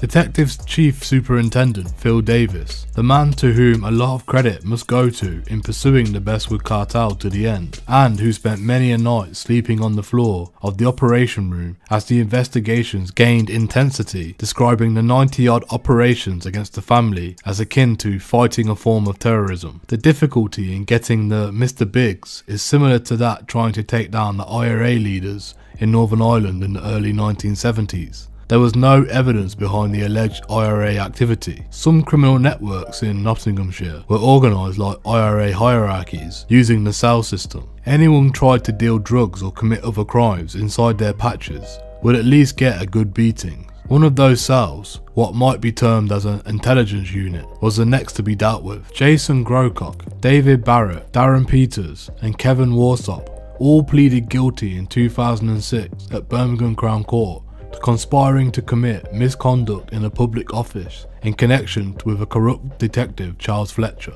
Mr. Grocock and Mr. Peters were jailed for 4 years, Mr. Barrett and Mr. Warsop for 3 years. The police also finally caught up with Jamie Neal. Though the 39-year-old was a wanted man for his role in corrupting a police officer and for questioning about an attack on an undercover officer, he had been flying in and out the country numerous times from Portugal or Spain for more than 12 months. He was working the doors of a nightclub in Portugal when police finally lifted him and brought him back. He had promptly pleaded guilty to conspiracy to pervert the course of justice and commit misconduct in a public office at Nottingham Crown Court and received a 3-year sentence. Mr. Fletcher himself pleaded guilty to 1 count of conspiracy to commit misconduct in a public office and 2 counts of conspiracy to pervert the course of justice. He was jailed for 7 years in October 2006. In return for his services, he had received discounts on designer clothes at Limey's store. His conduct was unsophisticated, said his lawyer, Hugh Davis. In payment, he received suits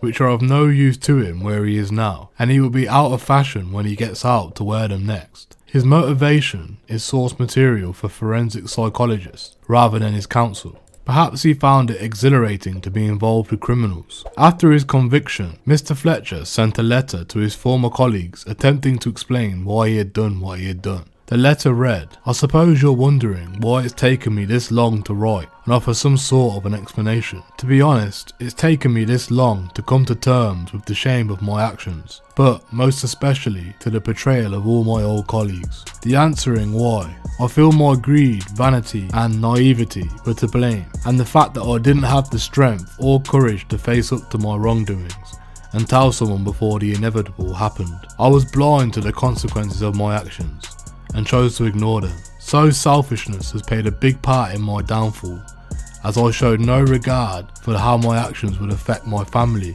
friends and those close to me." Detective Superintendent Russ Foster, the head of the professional standards at the force, said that Mr. Fletcher had been less than comprehensive in his version of how Mr. Gunn had corrupted him. There are 2 hypotheses.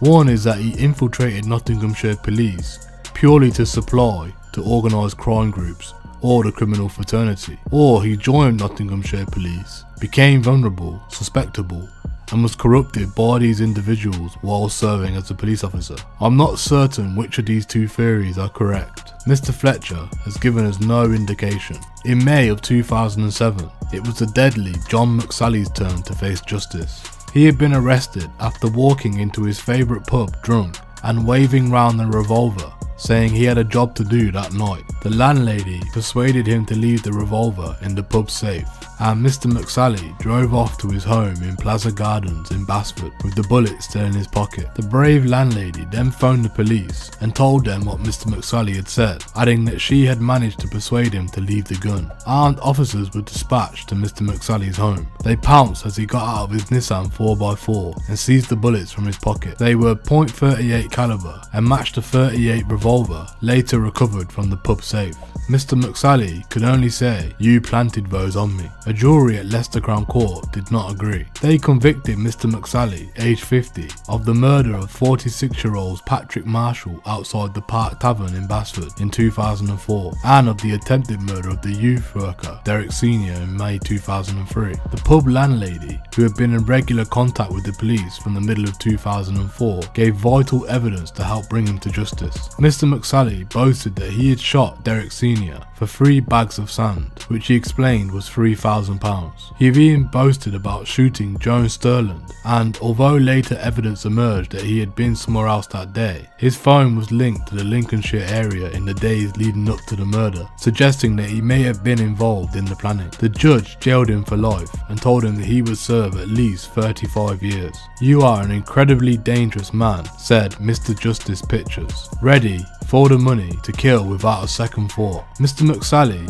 who according to his boast had carried out 5 murders and at least 11 punishment shootings, did not react to the verdict other than to tell the judge that the sentence would be no problem. Police believed that Mr. McSally had received some help with the getaway car on Patrick Marshall's murder from a man called Craig McKay. They recovered the Volvo used in the murder, which had Mr. McKay's fingerprints on it shortly after the shooting. In the glove compartment was a bill addressed to Colin Gunn and 3 pictures of his brother David. After the shooting, Mr. McKay was found severely injured by the side of the A608, close to junction 27 on the M1. Police believed he had received a punishment beating with baseball bats for being sloppy and leaving the material in the car. However, Mr. McKay, 33, from Bestwood Park Estate, a heroin addict with more than 40 offences on his record, denied any involvement and was cleared of Mr. Marshall's murder, while his girlfriend was cleared of perverting the course of justice by allegedly giving Mr. McKay a false alibi, in a message clearly aimed at the local populace traumatised by the constant gunplay. Detective Chief Superintendent Neil James, head of crime for Nottinghamshire Police, said afterwards, "We would like to pay tribute to the courage of the witnesses and their willingness to support the investigation. A conviction would have been less likely without their evidence. I would also like to reassure the communities of Nottinghamshire that we possess the skills, experience and the determination to continue to pursue relentlessly the individuals who have historically terrorised communities and committed serious acts of violence. We will leave no stone unturned. Our structures remain in place to tackle these issues and dismantle serious organised crime to prevent it from escalating. We will not tolerate a culture of lawlessness. Our objective is for people who live, work and visit the county to feel safe, reassured and enjoy a good quality of life. We are committed to providing a service we are proud to deliver and one that the public expects." The landlady, who is now in the witness protection program, had her own share of tragedy to deal with, as well as the stress of helping the police. Her son had unfortunately handled the gun in the safe and was himself arrested in connection with Patrick Marshall's murder. The young man would later commit suicide while still under suspicion for the murder he did not commit. Charles Marshall, Patrick's brother, said on behalf of the family, "The last 3 years has been very hard on all of our family. Today means we can start to rebuild our lives. We all miss Patrick, and only time will heal the wounds which we have seen from his death. Our dad was diagnosed with cancer about 1.5 years ago and told that he had a limited time to live. At least he has survived to see justice done today. As it says on the plaque on our brother's grave, justice is fine." In the summer of 2007, Colin Gunn, now more than a year into his life sentence, went back on trial for the corrupting of police officers. In an unusual move, the Crown Prosecution Service applied for evidence of his bad character, chiefly his conviction for conspiracy to murder, to be revealed in court, arguing that the jury needed to know about the deaths of the Sterlings to understand this case and his motivation for seeking police intelligence. At the start of the trial, Mr. Gunn sacked his legal team and refused to take part. He failed to appear in court for most of the case. Not surprisingly, Mr. Gunn was convicted. The Crown's case was that using the go-betweens, he asked for and received confidential information from Nottinghamshire's police officers, said reviewing lawyer Stuart Laidlaw of the CPS Special Crimes Division. Thankfully, the information he received had limited consequences, in part at least because the main police contact was under surveillance and the police were managing the risks that arose. Colin Gunn wanted to know what the police knew about various investigations which were of interest to him, such as the murder of the Sterlings, the shooting of the jeweller Marion Bates in Nottingham, and intelligence checks, or MOTs as they were referred to, on the suspects. With this knowledge, he hoped to keep one step ahead of the police. In August 2007, Mr. Gunn was jailed for a further 9 years, the sentence to run concurrently with his life term. Only then he could finally be named in the media after previous legal restrictions and the floodgates broke open. Nottingham's godfather of crime, declared the BBC. Brutal gang lord who fell victim to his own drugs, headlined The Guardian.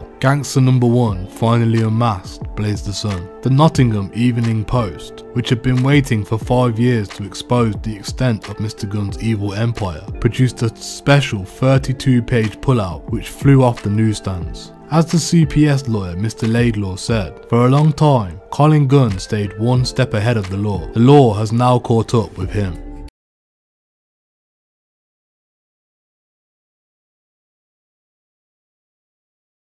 By the end of the first decade of the 21st century, it was clear that new technology now defined our way of communicating and interacting with the rest of the world, including the criminal world. Just as the birth of pay-as-you-go mobile phones empowered the street drug dealer in his daily task of evading the feds, so cyberspace became a place where organised crime could prosper in relatively covert comfort, and crime lords could galvanise and rally their soldiers more effectively. For law enforcement agencies, these same technologies offered a wealth of intelligence material. It was a mobile phone which convicted Colin Gunn and his cohorts. Nevertheless, By November 2009, it had become apparent to Mr. Gunn that the internet offered him a chance to communicate with his friends and members of the Bestwood gang on a much wider level and with much greater speed than the flow of letters that he was constantly penning from his prison cell, some of which failed to reach their intended destination due to the high level of security imposed on such a notorious Category A prisoner. Mr. Gunn enjoyed his letter writing and encouraged other prisoners to write to his family on the outside, which resulted in a letterbox for his mum Carol bulging with cards and greetings on their birthdays and at Christmas, with regular postings from, among others, one Kenneth Noy, linked to the 1983 Brinksmat gold bullion job and serving life for the so-called M25 murder of Stephen Cameron. Mr. Gunn had become friendly with Mr. Noy whilst at Whitemoor Prison in Cambridgeshire, where the two had found much in common. Mr. Gunn's mum kept messages flowing to and from Colin and those he could not contact directly. She even relayed messages between Michael Tricky McNee and John Russell, who were in different prisons. Both Colin and David Gunn were moved around the prison system from their date of incarceration in 2005. In Colin's case, it was unsurprising given that he swiftly made the name for himself in prison. First, while on remand at a maximum security Belmarsh prison, he and a fellow inmate attacked 9 Muslims who were remanded on terrorist charges after he felt they had disrespected Christmas. Then, at Franklin Prison, he attacked a prisoner who had upset him in the gym, leaving him battered and bruised. In October 2007, he hooked up with fellow inmate David Bieber, an American who shot dead a West Yorkshire policeman on Boxing Day of 2003. The two men were gym fanatics. Mr. Bieber hatched an escape plan which involved using a helicopter and firearms. Colin Gunn asked if he could come in on it. The plan failed before it got anywhere and ended up in the pages of the News of the World. Yet in letters to friends on the Bestwood estate, Colin expressed deep frustration at having been moved several times between the top security prisons at Belmarsh, Franklin and Whitemoor, before finally arriving at Long Larton Prison in Evesham in October of 2009. Police and prison security were well aware of the ability of both brothers to take over the wings of the prisons and had been paying close attention to their activities on the inside. On the outside, representatives of the gang were said to be negotiating with the Turkish mafia to buy a 20+ room property in Cyprus and even set up a business running a brothel with the consent of the local hoodlums. During the late 1990s and early 2000s, Colin had become a company director of several firms he hoped would help him launder money. The companies have all since been dissolved and Colin was arrested before he had the chance to become the real-life Tony Soprano and take over a waste management company. When David came to be released on parole in April of 2009, he was immediately clear that the authorities would not be giving him a free bus ride back to his old haunts. As part of his licence conditions, he was banned from certain areas of Nottingham, including Bestwood, and from key potential meeting locations, such as the service areas on the M1 motorway. He was to reside at a bail hostel in Northampton until he had proved he was keeping to his terms of the licence. Mr. Gunn launched an appeal against these restrictions, claiming that the licence conditions imposed were unreasonably excessive, disproportionate in their impact upon his family and private life, and were not rationally connected with the reason for why they were imposed, the protection of the public and his rehabilitation. He also argued that the high level of risk assessment on him that led to these licence conditions was not supported by evidence. His appeal, however, was rejected by the High Court. So angered was he that he turned to the Nottingham Evening Post to publicise his plight. "I have been unfairly treated," he said. "I was convicted of drug offences, nothing more, and yet they have marked me as a danger to the public.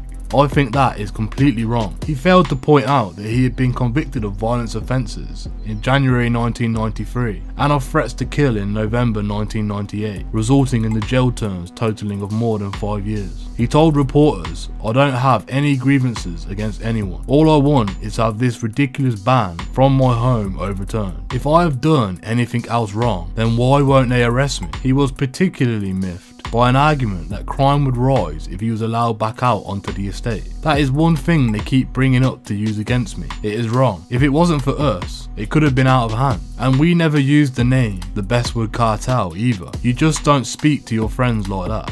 We were just a group of school friends. He said he had restrictions placed on him that made it difficult for him to see his 6 children and 3 grandchildren, and put forward the unlikely thesis that it was also preventing him from getting a proper job. I want more access to my kids, he added. When they told me I was coming to the hostel, I said to them, what is there to stop me from fleeing to Spain? I think that's why they put the curfew on. I really do believe I was better off in prison. I had better access to my kids from there. The fact was, within a few weeks of being out, he'd already hooked up with his old pal Darren Hayden, and the 2 of them were seen together in a Ferrari visiting haunts in Eastwood and enjoying a meal with the former co-defendant Shane Bird, who had been cleared with David of the murder conspiracy charge and who had visited him regularly in prison. David asked associates about a pub in Eastwood which he hoped to take over. However, neither he nor Hayden enjoyed freedom for long. Mr. Hayden was soon back in prison facing a 7-year sentence after setting up a £1 million amphetamine deal with supplies from associates in Liverpool. The drugs had been stashed away for nearly 2 years, awaiting Mr. Hayden's return from prison. A single fingerprint on the goods and video surveillance was enough to convict him at Nottingham Crown Court in February 2010. As much as David Gunn talked about wanting to shrug off his past, it continued to haunt him. As a result of his appeal to the High Court in April 2009, information came to light about what he and Colin had allegedly been up to in prison. Police had been monitoring both brothers and amassed intelligence on their visitors to Lowdham Prison in David's case and Whitemoor in Colin's case. A submission to the High Court included intelligence from both the prison and police that indicated both brothers were still a danger to the public, and a report from the Public Protection Board, MAPA, the multi-agency public protection arrangements, outlined the intelligence they had been presented with. A police representative reported that David Gunn was part of the Gunn crime group and that Colin and David were still working with the crime group from within the prison system, with a particular emphasis on Bestwood. There is intelligence to suggest that Colin is the first in the hierarchy and that David is second or third in command. Anything that happens in Bestwood is attributed to the Gunns. Crime has decreased in the north of the city since their arrest. GBH, abduction, control and supply of drugs, this has all been reduced since the Gunns have been in prison. Community competence has grown on the estate and a sense of normality has returned. Now that it is known that David Gunn will be released, the estate is closing down and there will be an unwillingness to give police any intelligence. Nottinghamshire Police assessed the Gunn organised crime group as being the top threat of harm to the whole community. The court also heard prison security reports dating back to July 2007 which claimed the Gunn brothers were involved in a gang forming, intimidating staff and had a vast history of drugs, mobile phone history, and were an escape risk. In addition, police had carried out new intelligence assessments in January 2009, which laid bare some of the fears of the authorities. The assessment stated, intelligence suggests that upon his release, Mr. Gunn will resume a position of control within the organised crime group and will settle scores with witnesses and others involved in the trial against him and his brother Colin, and with others who he believes have acted inappropriately whilst David has been in prison. There are individuals who are believed to owe David Gunn, and he will be enforcing those debts upon his release. The Gunns are believed to have a contract out on Michael O'Brien, currently serving life and held responsible by the Gunns for the death of Jamie Gunn. David Gunn has had close ongoing associations with individuals involved in the supply of firearms and Class A drugs, and who are believed to deal on behalf of the Gunn brothers. David Gunn is still receiving an income from his activities, with some of this money being forwarded to him whilst in prison. The report stated that David Gunn was still considered a high risk to the public with regards to firearms and Class A drugs, and came to the conclusion that whilst in prison, David Gunn has continued associating with known criminals and still exercises a significant degree of control within the community. Upon release, it is his intention to make his presence more prominent and reasserting himself. Mr. Gunn, for his part, vigorously denied that he was a gang member or that he had been concerned with gang activity while serving his sentence. He called his risk assessment ill-founded and inaccurate. His lawyer argued that there was insufficient hard evidence to support it, but Mr. Justice Blake, sitting at the Royal Courts in Justice at the Strand, was not swayed. David Gunn also announced his intention to sue Nottinghamshire Police after they mistakenly crushed his 3 Series BMW car, which should have been used as part payment in the £18,000 assets recovery case against him. Police were able to retrieve £8,000 from the sale of jewellery, and the remainder had been due to come from the sale of the now obliterated BMW. But David's decision to go to the media appeared to have backfired. Within weeks of speaking to the Evening Post on the 12th of August 2009, police arrested him at the Bail Hostel in Northampton. He was found with more than £3,000 but was unable to explain where the cash had came from. He was recalled to prison on that basis that he had flagrantly disregarded his curfew and was placed in HMB Ramby, the former army camp at Radford, Nottinghamshire, where he remained until he was shipped out to the Category A prison at Full Sutton, North Yorkshire the following April. The move to ghost him out of Ramby coincided with the reports that an inmate had been scalded on the order of Mr Gunn, though there had been reports from staff that Mr Gunn was at risk of being attacked himself. Colin, meanwhile, was also finding that prison life was no holiday camp.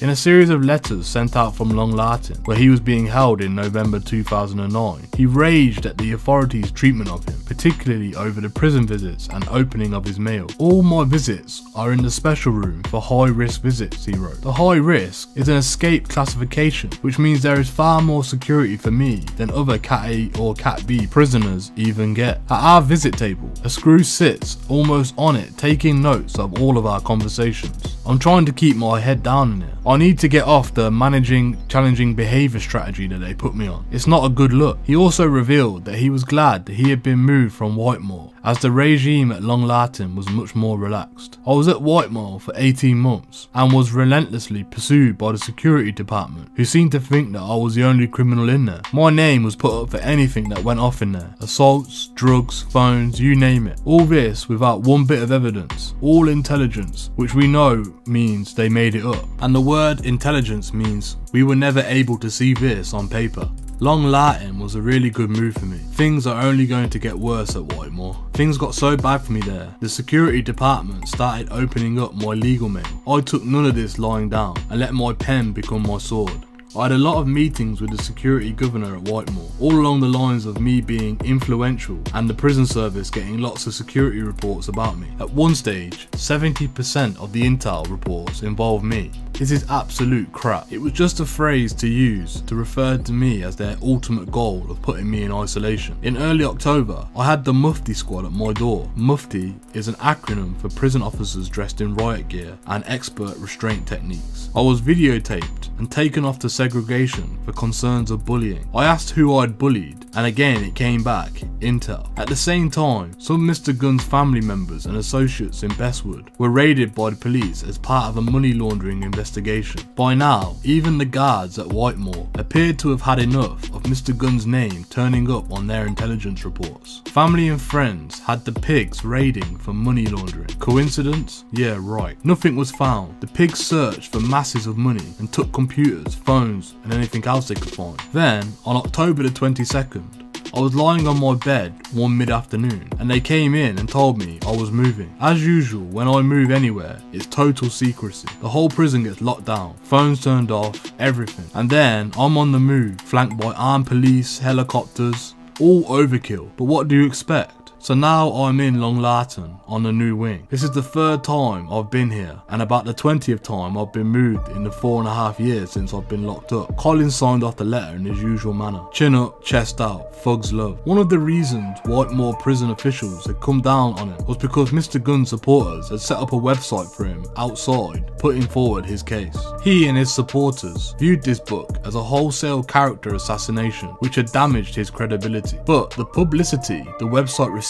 in the Nottingham media antagonised people on the outside, including Graham Allen, the MP of Nottingham North, who was outraged that such a prisoner should be allowed a public platform. The website was quickly frozen and Mr Gunn was refused contact with the individuals who were running it. Nevertheless, he was so pleased that the website had worked. It had more than 15,000 visitors in the short time it was fully active, that he began to think more on the idea of using the internet as a platform to get his message out. In one of his first posts from Long alerting. He was clearly in a cheery mood. Good news from seeing the security governors. He had no problem with me blogging, and it's not illegal to do so. I provided him with all the up-to-date laws on it. Unlike Whitemore, it does not concern them here. By early December 2009, friends of Colin had set up a Facebook page, and messages began to fly back and forth at such a rate, it was hard to believe he was not responding on a mobile himself. The bulk of the material, however, was undoubtedly being exchanged on prison visits and through the normal mail channels, including further letters which were posted onto the website. On the January the 10th, he had posted a new letter on Facebook which revealed he had spent some time over Christmas brooding over the matters that had left him sat in a cell and feeling bitter about his predicament. I was blamed for most things that went on in Nottingham, and of course without evidence.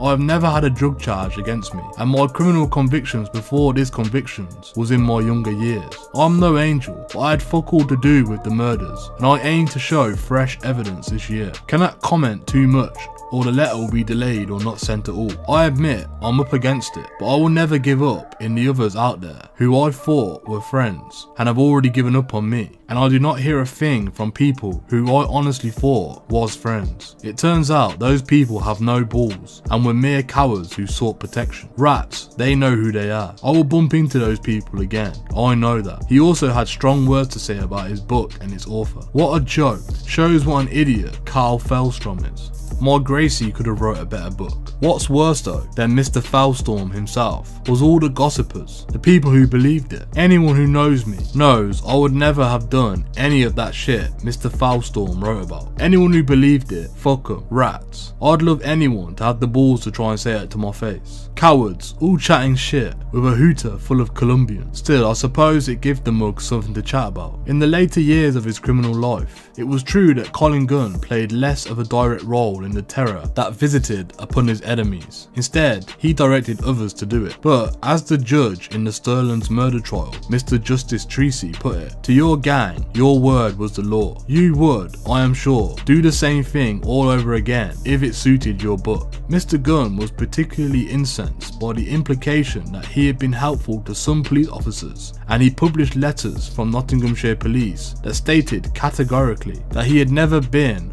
registered as an informant with them. He failed to mention the informal and covert meetings he had with police officers stretching over a number of years, in which he had sought to manipulate the criminal justice systems to his own advantage with some degree of success. During 2002, a detective constable under surveillance by the Nottinghamshire's anti-corruption unit was seen meeting with Colin Gunn several times. The officer was subsequently questioned under caution, but was never charged with any offence. By Christmas 2009, Mr. Gunn's Facebook page was live and would become, in the opinion of the authorities, dangerous. He accumulated more than 500 Facebook friends in just a few weeks and posted on a regular basis. This was achieved by receiving the hard copy of messages sent to his Facebook page from friends on visits or through the post. He would then write out the messages to be copied back onto the site as he replies. However, it did not appear the speed of the replies indicated in some cases he was replying directly back onto the site, and he was not using intermediaries.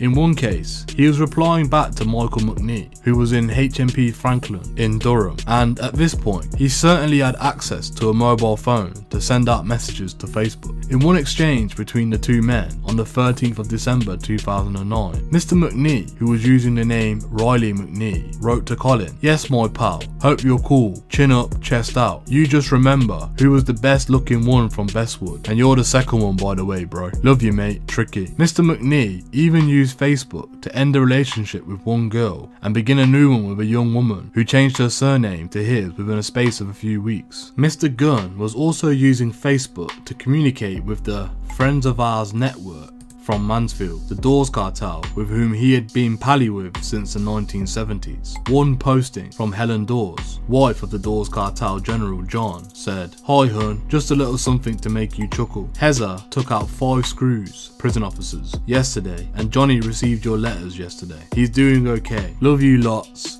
H."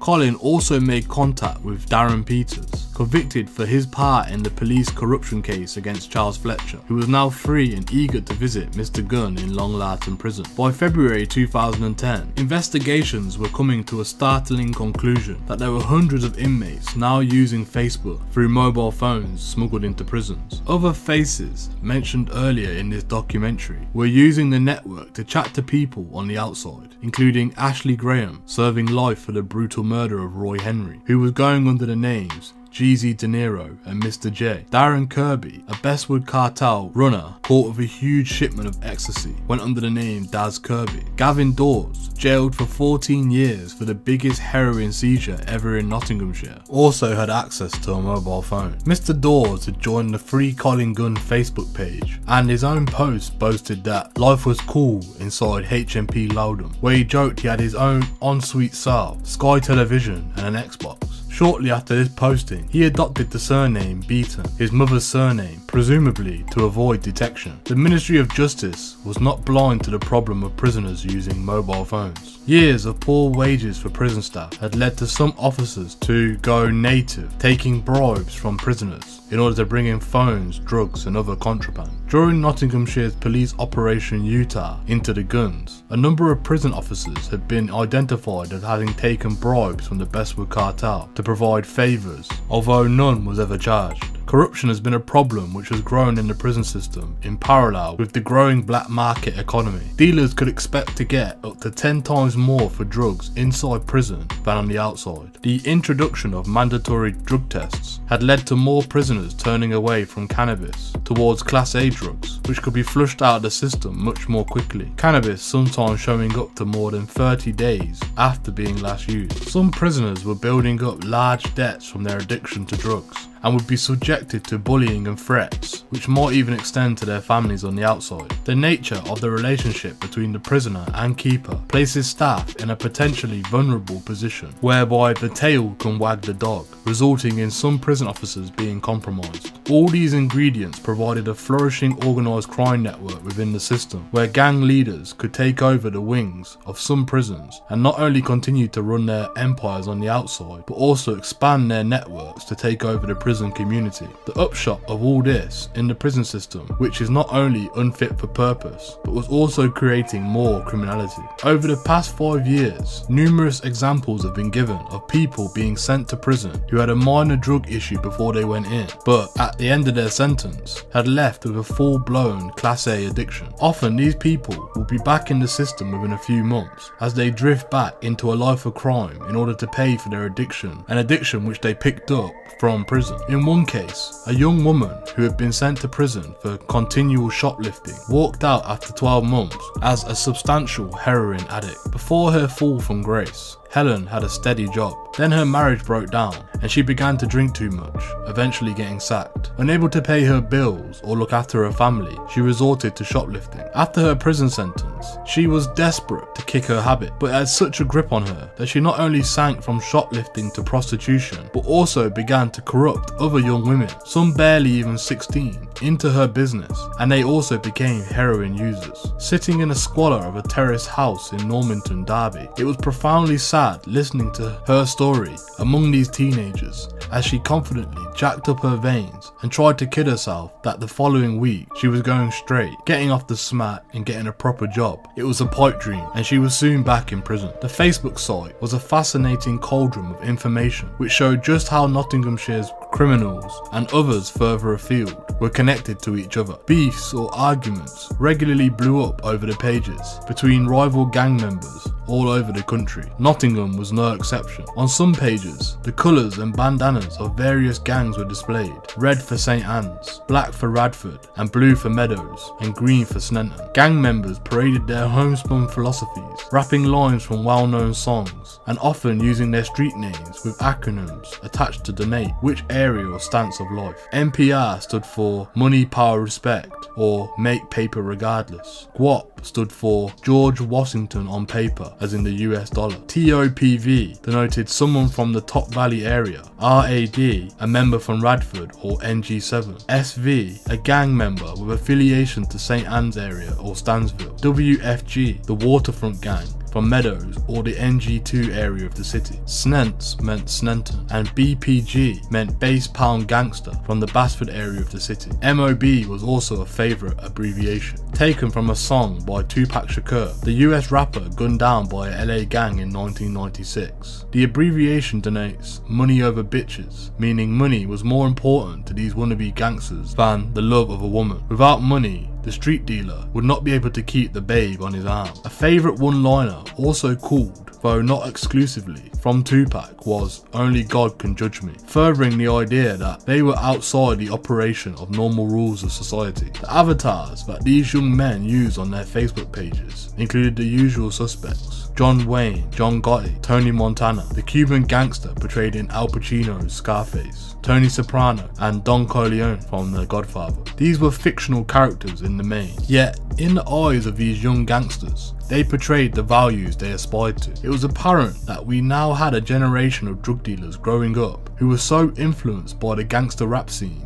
and fictional characters from gangland dramas that they were importing a fake ghetto into their lives, a way of life which in reality existed only in a very limited way. This was the life they had, in part, decided to embrace because they found little of any meaning in the world. Secondly, a young gully or street dealers were not just following the money trail in a random way. Making paper was their ideal, their religion. They personified the purest form of street capitalism. The hoodies were the new entrepreneurs, aggressively taking over drug dealing markets with their commercial, albeit illegal, products. Supply and demand was their mantra, and if necessary, they would use extreme force to dominate those markets. Money was their god, and would lead them to power and ultimately the respect of their peers, something they believed they could only achieve otherwise as a rap artist or a professional footballer. Anyone who got in their way in the pursuit of this dream or dissed their belief was regarded as the enemy. Universally, the Facebook pages within this group of young people showed contempt for the police and rule of law, often backing groups such as I Hate the Police and such.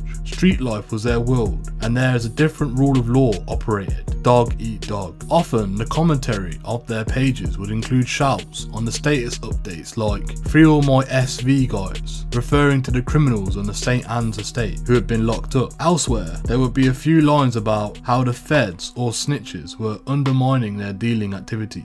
Homage was paid to firearms, often illustrated by pictures lifted off the internet with an assortment of weapons. In many cases, there were photographs taken on mobile phones of young people in possession of firearms, whether real or replica, in locations in Nottingham. The lingo deployed by many of these youths was often a mix of Jamaican patois and gangster rap, and sometimes bore little relation to the language of their own families in Nottingham. Indeed, some were from white, European and even Asian backgrounds. Nevertheless, they believed this was their voice. Video games like Grand Theft Auto and television dramas such as The Wire were also playing a powerful role in shaping this lost generation in terms of how they perceived the world around them. In effect, the ghetto was now being defined by a fictional world and not a real one, and the danger was that the more the young guns embraced that life, the more likely it was that someone would use a firearm or a blade to make the fictional life they were leading that little bit more real. By January 2010, Colin Gunn's Facebook presence was about to be terminated. Having seen him accumulate more than 550 friends on his own page and another 2,000 on the Free Colin Gunn page, the authorities believed his continued use of this medium was a threat to their efforts to stop his influence within the prison system. On January the 23rd, he wrote what would be his final letter posted onto the site. He was in a cheery mood and he was keen to set the record straight on what had happened to his relationship with Victoria Garford, his long-term common law wife and mother of his children. Everyone knows me and Victoria fell out and I got rid about a year ago. I had to. I believe Victoria's mental state was suffering. I told her to go and find someone else and she did. I have no problem with all that, just so everyone knows. Nothing was done behind my back.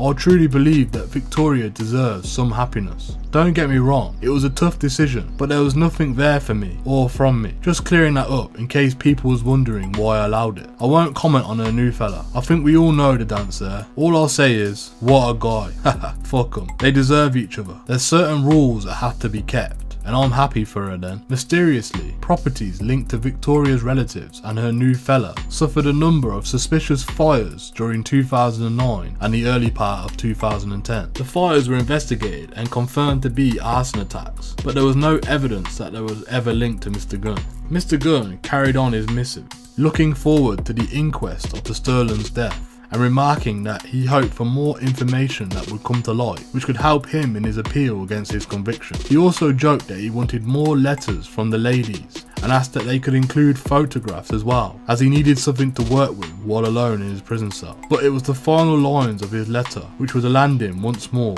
in the front pages of the national newspaper. "I'm sound though, strong as fuck, plodding on," he wrote. "I will be home one day, and I can't wait to see the look in certain people's eyes and see the fear of me being there. Those no good to have done nothing for me. Of course, I won't do anything to these people. I'm too nice of a man. A look would do. Till next time, then I will enlighten you as to the behaviour of certain individuals. To a little plan I executed a while back, suckers. Chin up, chest out. Thugs love, Colin." Whether his bitterness had got the better of him, or whether he intended the words to be taken as a joke among cartel members, they were sized up upon as evidence, as he was intending to take some sort of revenge. On January the 31st, the Sunday Times published a story about it. Justice Secretary Jack Straw quickly became involved and negotiated a rapid response from the owners of Facebook in the United States to get the pages shut down immediately, without any recourse to the complicated laws which govern such material over the internet and which would otherwise have taken weeks to resolve. "We have made requests to Facebook to remove 30 prisoners' sites, and they have responded positively to removing the sites without one single refusal. Within 48 hours, it will be done," said Mr. Straw.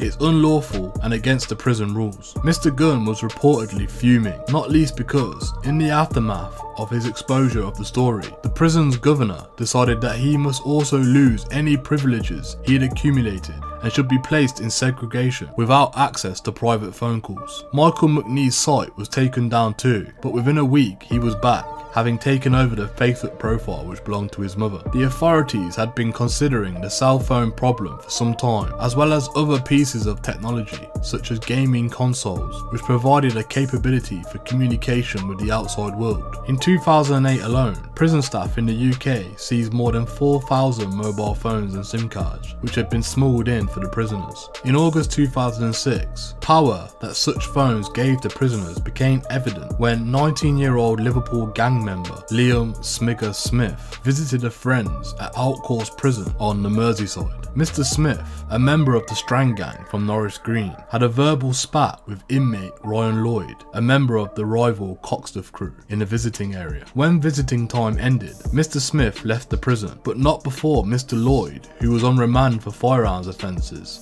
made a call from an illicit phone to summon his crew to Outcourse. Within 40 minutes, Mr. Smith had been shot in the back of the head at point blank range outside the prison gates. Mr. Lloyd, also 19, and 4 other young men were subsequently convicted for their part in the murder. In May 2009, Bill Hughes, the Director General of the Serious Organised Crime Agency, expressed concern that some gang leaders were also using game consoles to pass on coded messages in forums. Prisoners, he said, had also been using the consoles to charge up the contraband mobile phones. An officer working at the prison in the northwest of England said that the contraband culture was an epidemic where he was working. "On the wing I've been working on, the prisoners don't even try to hide it," he said. "They can get pretty much anything in there, and the officers just turn a blind eye to it, even though there is also information about the packages coming in. Some evenings, when you're doing the rounds, you can hear mobile phones ringing and the smell of cannabis. It's that obvious, but no one says anything, because they all just want a quiet life." In May 2010, a government study concluded that there was as many as 1 in every 10 prison officers were corruptly accepting money to help gangsters flood prisons with drugs and mobile phones. The report from the Police Exchange think tank cited prisons in Nottingham, Liverpool, Birmingham and Manchester,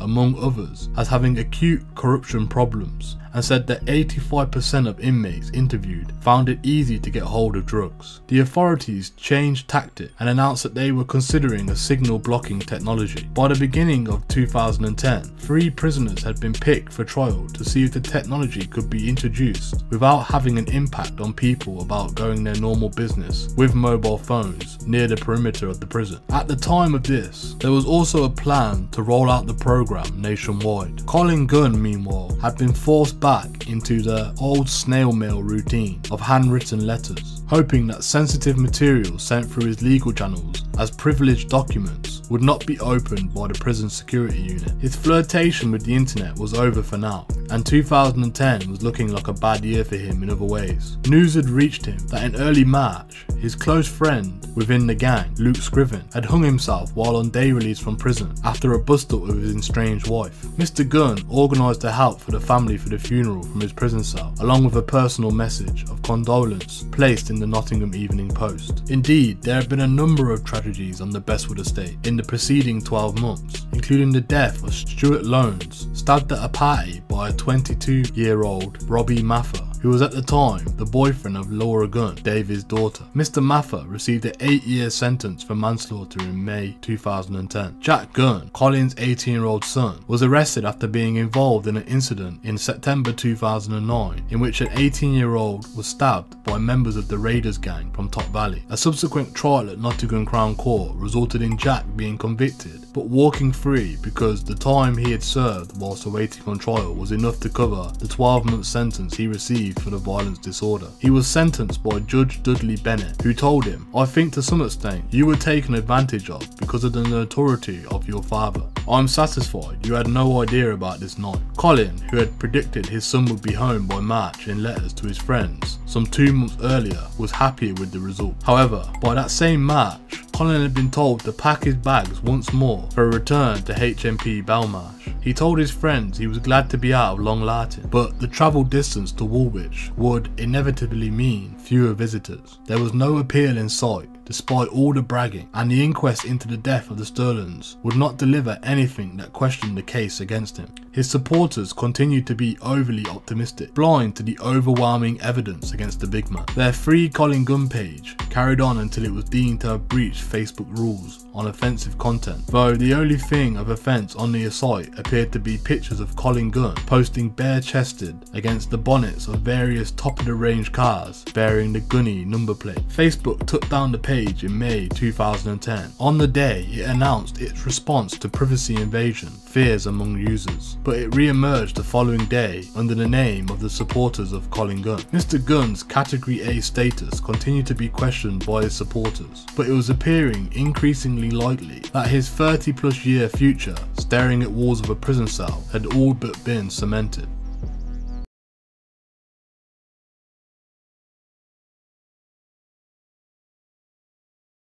Bernard Langton and Rhys Staples had much in common. Though not friends, they had crossed paths amicably in their home city. Both shared a passion for football, both were fathers of 2 young children, and, according to those close to them, both were rarely without a smile. On the 25th of May 2009, these 2 young men from Nottingham were 5,300 miles apart, but both were about to make fatal decisions that would lead to the same tragic destination. 27-year-old Mr. Langton, known as Nad, was cheeky, an outgoing young man who made his money as a medium-level drug dealer, mainly running a string of houses producing hydroponically grown cannabis. Originally from the city of Liverpool, he made his way to Nottingham, living in Lenton and the Bulwell areas of the city. He had a partner, Nadine, and 2 young children. He had been in trouble with the law in July 2004, serving 4 months in prison after running down and killing 59-year-old pedestrian Kevin Kent on his Yamaha motorbike and fleeing the scene. He eventually handed himself in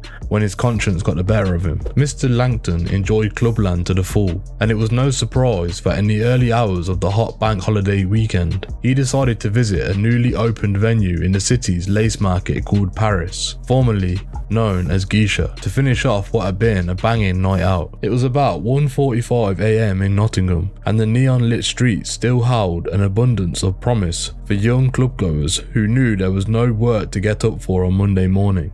Some of Mr. Langton's companions mentioned that Paris might be full of people that they had an ongoing beef with. Nad shrugged. He was up for a good night out, not trouble. He had his knife on him just in case.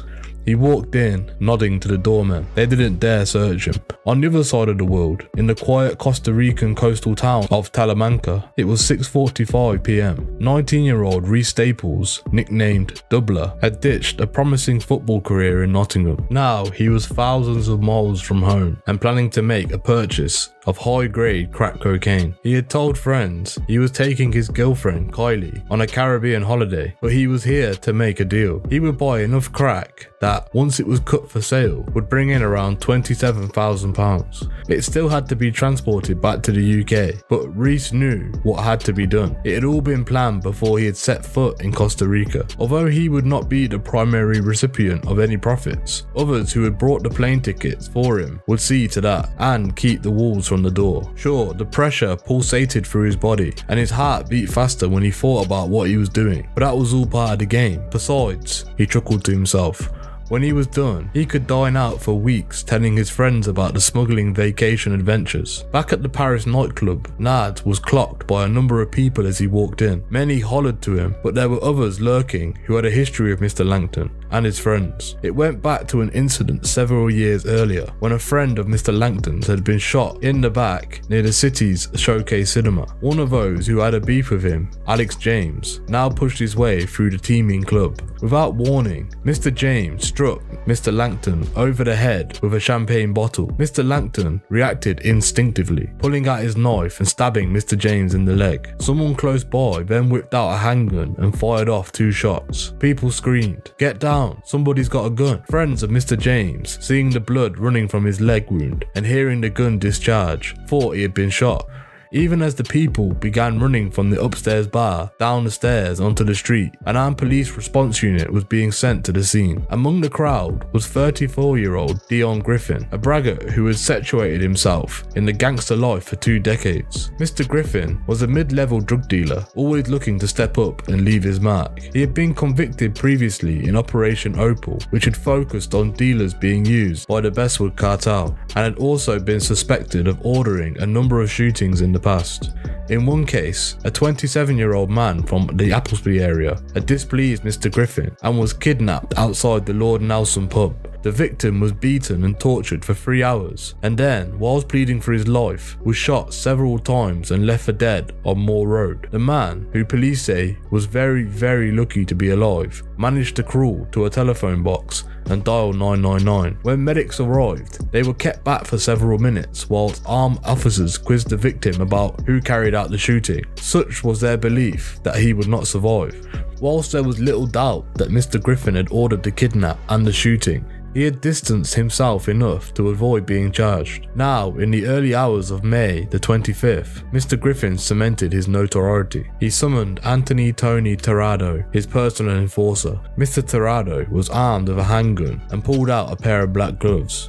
Together, they went searching for Bernard Langton, working their way through the Paris club as people spilled out onto the street. Mr. Griffin, Mr. Tirado, and an associate from Birmingham went outside and spotted Mr. Langton with blood streaming from his head wound, walking, then trotting down the street. Still thinking Mr. Langton might be armed, Mr. Tirado hid behind a pillar, then walked out onto the street again as Mr. Griffin ordered him to take him down from 20 meters. The sound of 4 gunshots erupted, and Mr. Langton was hit twice in the back as he fled down Pilcher Gate. He staggered before tumbling down a set of stairs near the Picture and Piano pub and the living room restaurant. Mr. Griffin and his cohorts fled. Armed police and ambulances, already summoned to Paris, arrived to find that stabbing victim Alex James had been put in the car by his friends, arriving at the Queen's Medical Centre at 2:18 AM. Mr. Griffin, Mr. Tirado and others, in another car, made their way to the hospital to check on the condition of Mr. James, arriving at 2:22 AM. But in the city centre, paramedics arriving at the Lace Market were not given immediate access to Mr. Langton because the incident was still considered live and no one knew if the gunman was still around. By 2:35 AM, Mr. Langton was finally on his way to the QMC, already unconscious. His ambulance drove to the accident and emergency bay of the hospital at 2:45 AM, followed by a police van, only to be met by a distinctly unwelcoming crew led by Mr. Griffin. They were intent on preventing the young man getting into the hospital for treatment. Even as Mr. Langton was taking his last breaths, Mr. Griffin stood at the centre of the group, screaming at the paramedics and the security staff at the hospital. "I hope you're dead. If he comes out, we'll finish him off. He's gonna die. He's not coming in here."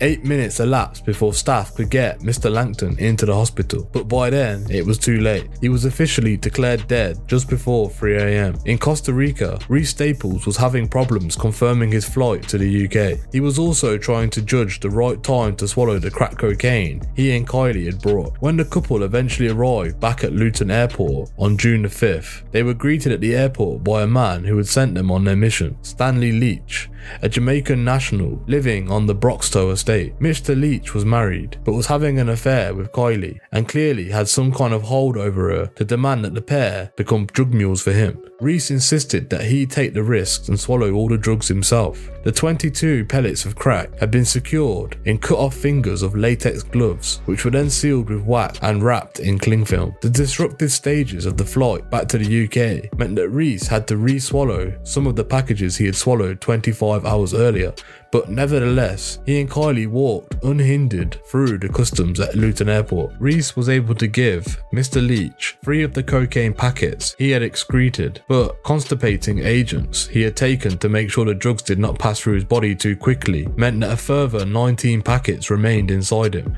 The day after arriving back, Reese was on the streets around Radford and Basford on his home turf. He didn't feel very well. He told Kylie he suspected some of the drugs were now leaking into his body and said that he thought he might be dying. Desperation began to boil over him, and in the early hours of June the 7th, he was picked up by a routine police patrol in the Basford area of suspicion of causing criminal damage to a car. At 1:15 AM, he was arrested and taken to Oxclose Lane Police Station, where he was placed in a cell. What took place during the next 3 hours is still not clear, but at 5 AM, officers in the custody suite area were alerted that their prisoner was suffering some sort of seizure in his cell. Like Bernard Langton, Reese Staples died in the ambulance on the way to the hospital. Nottinghamshire police, in line with policy of deaths in custody, immediately called the Independent Police Complaints Commission to investigate whether any of their officers had failed in their duties. The outpouring of grief among those who had known Reese was overwhelming. More than 4,000 people signed up to a Facebook page in tribute to him, and hundreds attended his funeral, many wearing t-shirts emblazoned with his smiling face. Few could understand what had led a 19-year-old away from his path as a promising young footballer to become a drug mule. Unfortunately, part of the answer was there in the double lives being led by many young people in the deprived inner cities. The aspiration these youngsters had set themselves were often so unrealistically high, a lucrative career in football, music and modelling, that when these dreams were dashed away, they saw few options other than becoming a drug dealer or living a gang life. Reese Staples had first come to prominence in 2004 when, as a 15-year-old from the city's Trinity School,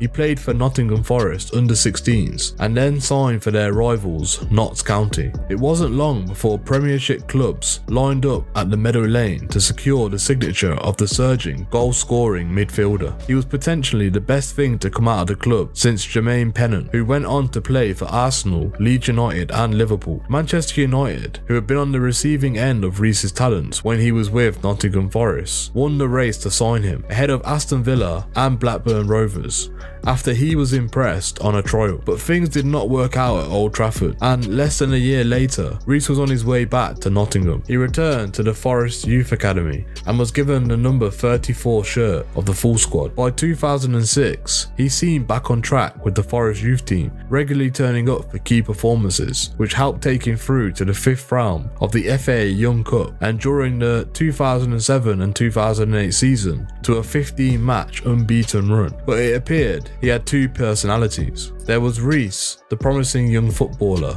and then there was Doubler, the Radford gang member, wearing his black bandana and drinking brandy. In the early hours of New Year's Day 2007, as Doubler, he was involved in a mass fight at a private party at the Variety Club in Radford. 3 people, including Reese, suffered serious stab wounds. He was rushed to the QMC by friends, who acted quickly enough to save his life. The violence he suffered that night seemed to sap his self-confidence.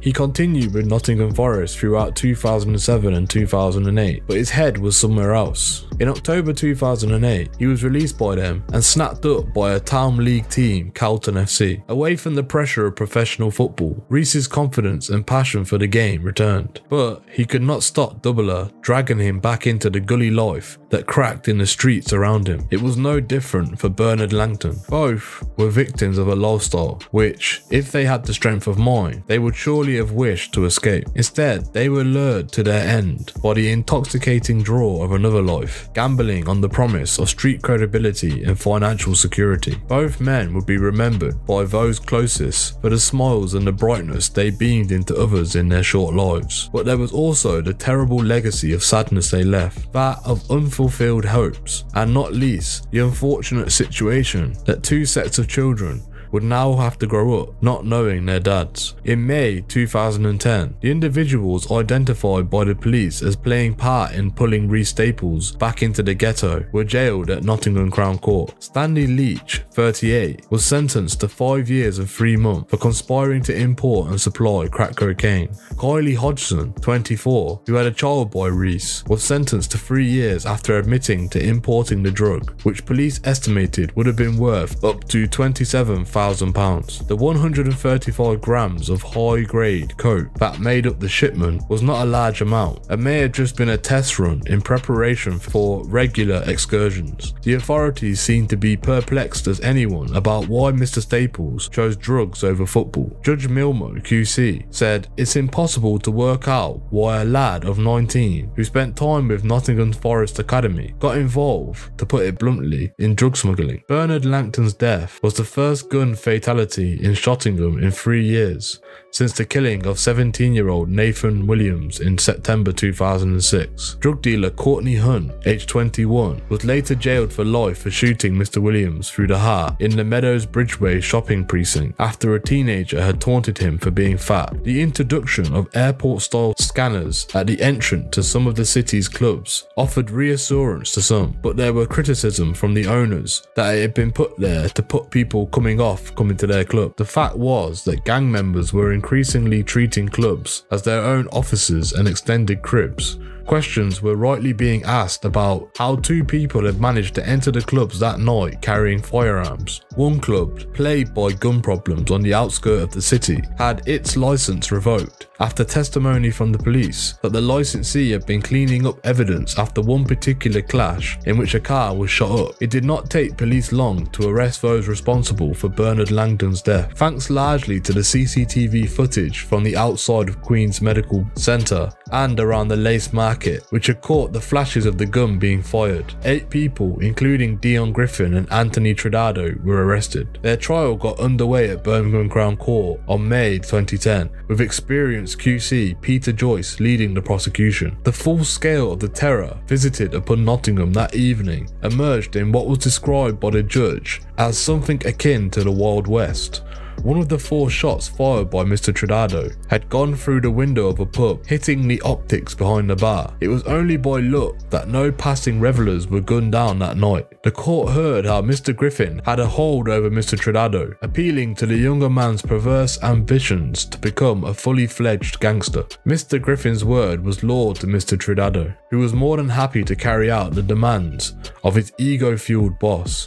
The evening after the shooting, the 2 of them had fled to Skegness, where Mr. Griffin, like Colin Gunn, kept the caravan for holding up. After a couple of days, Mr. Tirado was feeling the heat, not least because Skegness was full of people from Nottingham. He sent Mr. Griffin a text saying, "Ask what time I'm getting off. It's flaming here." Mr. Griffin replied with a calculated coldness of a man who had been there before. "No drama," he texted Mr. Tirado. "Just chill, no more text." Shortly after, a third man, Andrew Pleasance, aged 39, organised £100 town for a taxi for Mr. Tirado to disappear down to Gloucester, where he intended to hide out. Despite dumping more than 10 mobile phones they had used before and after the murder, the three were convicted on the basis of CCTV footage and the ability of the police to forensically map the signal movements through mobile phone masts and calls made between the missing phones. After a trial lasting more than 6 weeks, the jury found Mr. Griffin and Mr. Tirado, who both lived in the Top Valley area, guilty of murder. Mr. Pleasance was found guilty of assisting an offender and was sentenced to 4 years. The jury failed to reach a verdict on the third man from Birmingham who was accused of murder, sentencing Mr. Griffin and Mr. Tirado to life with a minimum of 28 years each. Mrs. Justice Sharp said the scenes at the hospital were utterly disgraceful. She added, "This was nothing less than a cold-blooded execution motivated by revenge. Innocent passerbys could easily have been struck by a stray bullet, and the public could have been caught up by something that resembled something from the Wild West." After the case, Mr. Langdon's mother, Christina, recalled upon her son's good nature. "I really miss his cheeky smile," she said. "He was always laughing and had a very bubbly character. He liked to make all of us laugh and was a brilliant dad. His daughter was only one when he died. He would always be spending time with his son, going to the park and taking him to the cinema. It's hard to believe he's gone, and they will have to grow up without him. People who did this have taken away my son from me and ruined my life. Everyone needs to wake up and know what's going on around them, and to understand gun crime devastates families."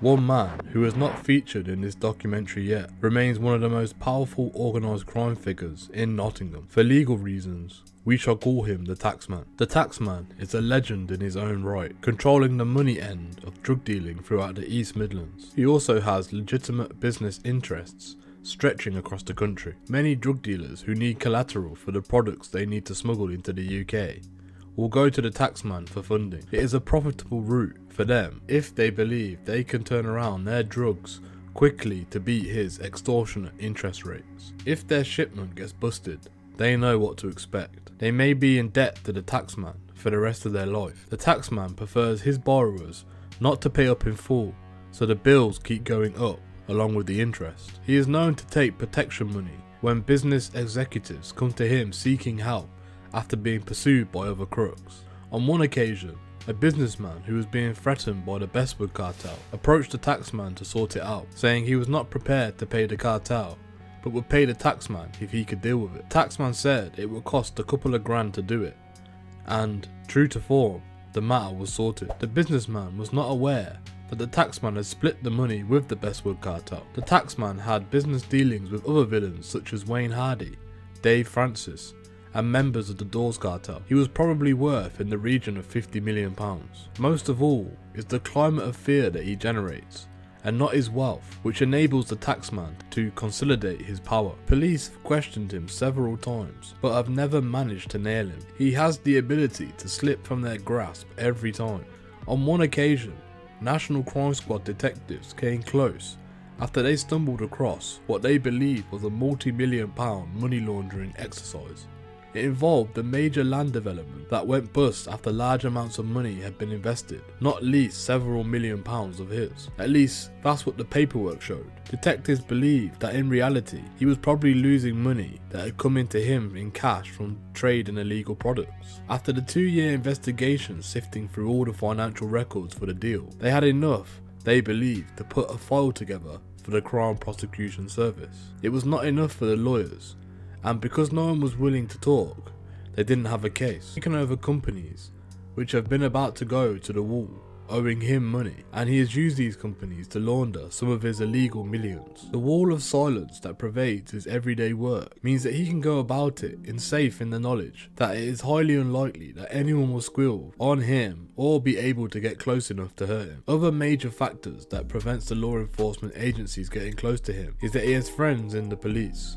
The Taxman has a number of former police officers who he can call upon for help, and some of them have even gone to work for him. One senior officer said, "I'm getting sick and tired of losing officers," and then the following day I find out that they have gone to work for him, the Taxman. It often means that he is aware whether we are snooping around him, and he can then adapt to any investigation and close up any chinks in his armory. He is able to legitimately have large amounts of cash going through his books at any one time, and that is the kind of business that drug dealers like best of all. It means that they can wash the money and it cannot be traceable without an extremely determined investigation. The taxman also knows that senior police officers are loath to sanction any major investigations into him for fear of failing and falling foul of expensive lawyers he can afford to hire. He is well respected and known by almost all the major villains in Nottingham, and by many legitimate businessmen as well. He does not overtly display his wealth, but lives comfortably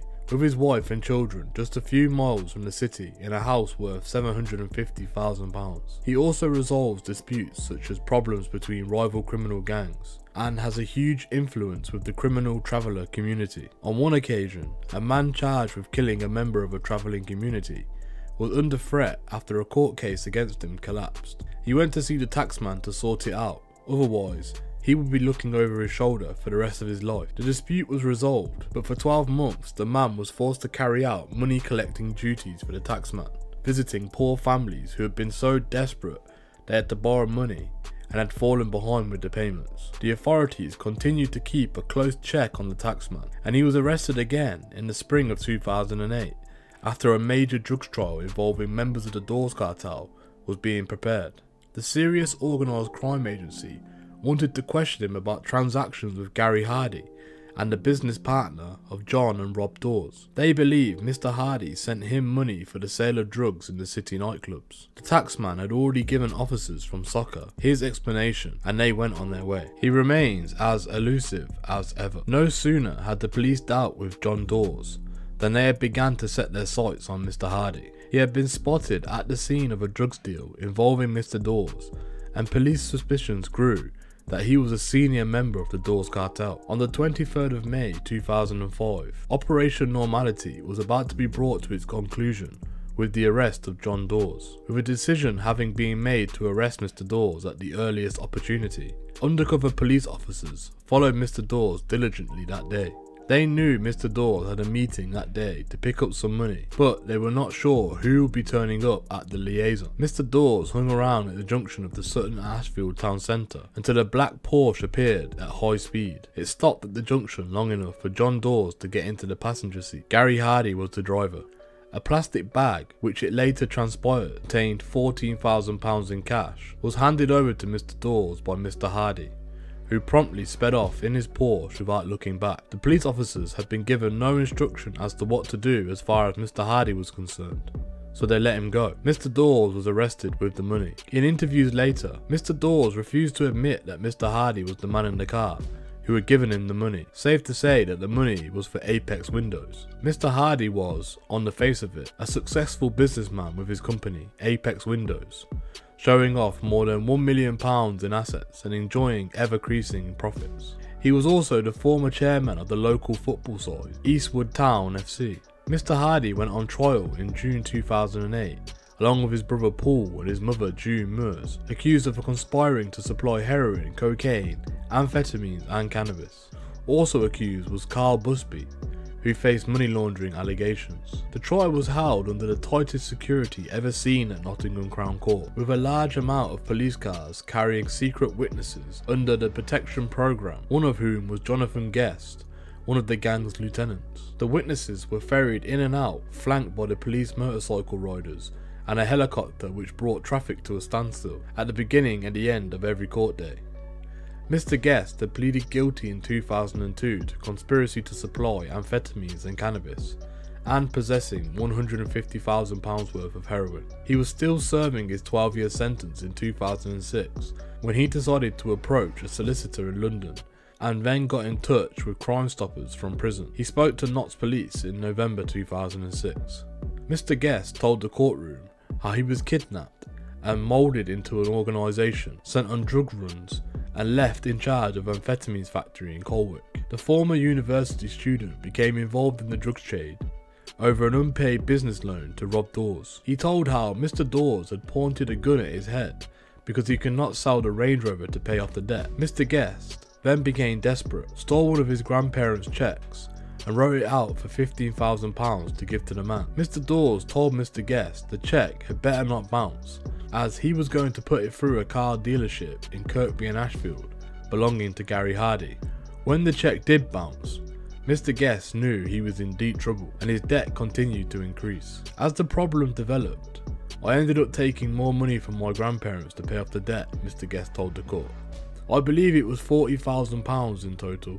That was just a figure they came up with. I was in debt to them, they owned me. Returning from a holiday, Mr. Guest knew Mr. Dawes would be waiting for him. They took me away in a car. I spent 6 months in an attic, in a house more or less under lock and key. Mr. Dawes would also pick up Mr. Guest from the house and use him as a bar prop, ordering him to get drinks at the bar and then taking him back to the house. As their trust grew in Mr. Guest, he was given a Renault Clio and trusted to deliver cash, sometimes to Rob Dawes and sometimes to John Dawes, in bundles of £1,000 notes.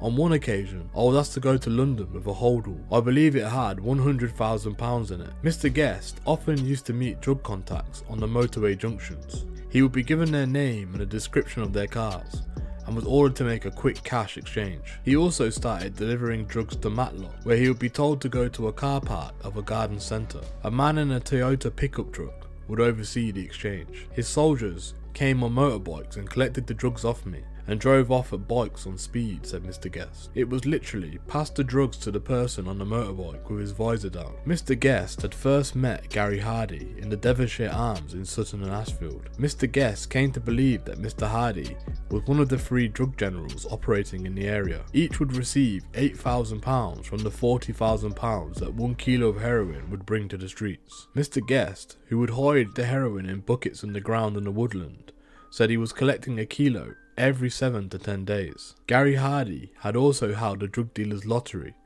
for a Mercedes car that he owned. 30 tickets were sold for £1,000 each, and among those who brought one each were David and Colin Gunn. The winner was determined by the bonus pool number each week on the national lottery. The trial heard how Mr. Hardy was one of the 3 generals of the Dawes cartel. Witnesses who had been part of the gang told how they were often asked to keep watch over a lorry trailer containing cocaine worth up to £30 million and hundreds of kilos of amphetamines and cannabis. Mr. Hardy himself had a fleet of luxury cars, which could not have come from his legitimate business dealings. Richard Latham QC, prosecuting, said, "Gary Hardy, we suggest, for at least 10 years leading up to the arrest on the January 4th, 2007, was a major player in the drug scene in Nottingham and the north of Nottingham. He had a cash-rich lifestyle, a stable of hugely expensive cars, Porsches, Ferraris and Mercedes, and he bought and sold properties, and his children were educated privately. To the outside world, he had a legitimate source of funding for his lifestyle. He was a director of a number of companies, but the companies were not successful and incapable of paying for his everyday expensive lifestyle. In August 2008, after a 3-month trial, the jury came back with its verdicts against Mr. Hardy. The 45-year-old was found guilty of conspiracy to supply heroin and amphetamines. Nottingham Crown Court also convicted him of money laundering and possession of criminal property.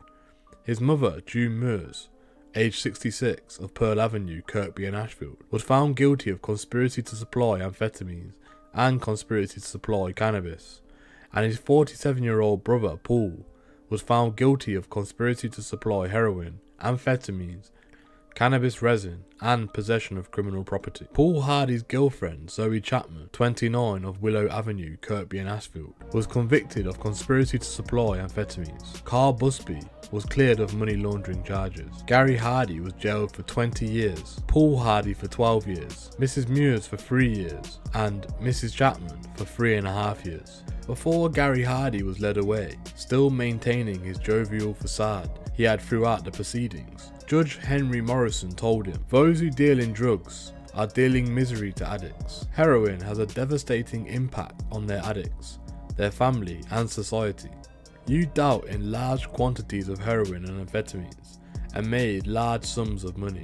It was easy profits for you, but it also means a long sentence. However, you are not in the same league as John Dawes. You will serve 20 years in prison." In August 2008, 2 more Dawes cartel members were jailed. Gavin Dawes, a 30-year-old cousin of John and Rob, was jailed for 15 years for involvement with a £14 million heroin consignment found in a garage in Ruddington just outside of Nottingham. Nottingham Crown Court heard how Mr Dawes was laundering at least £1 million a month for his cousins. Fellow gang member Brian Peck was jailed for 12.5 years after both men pleaded guilty.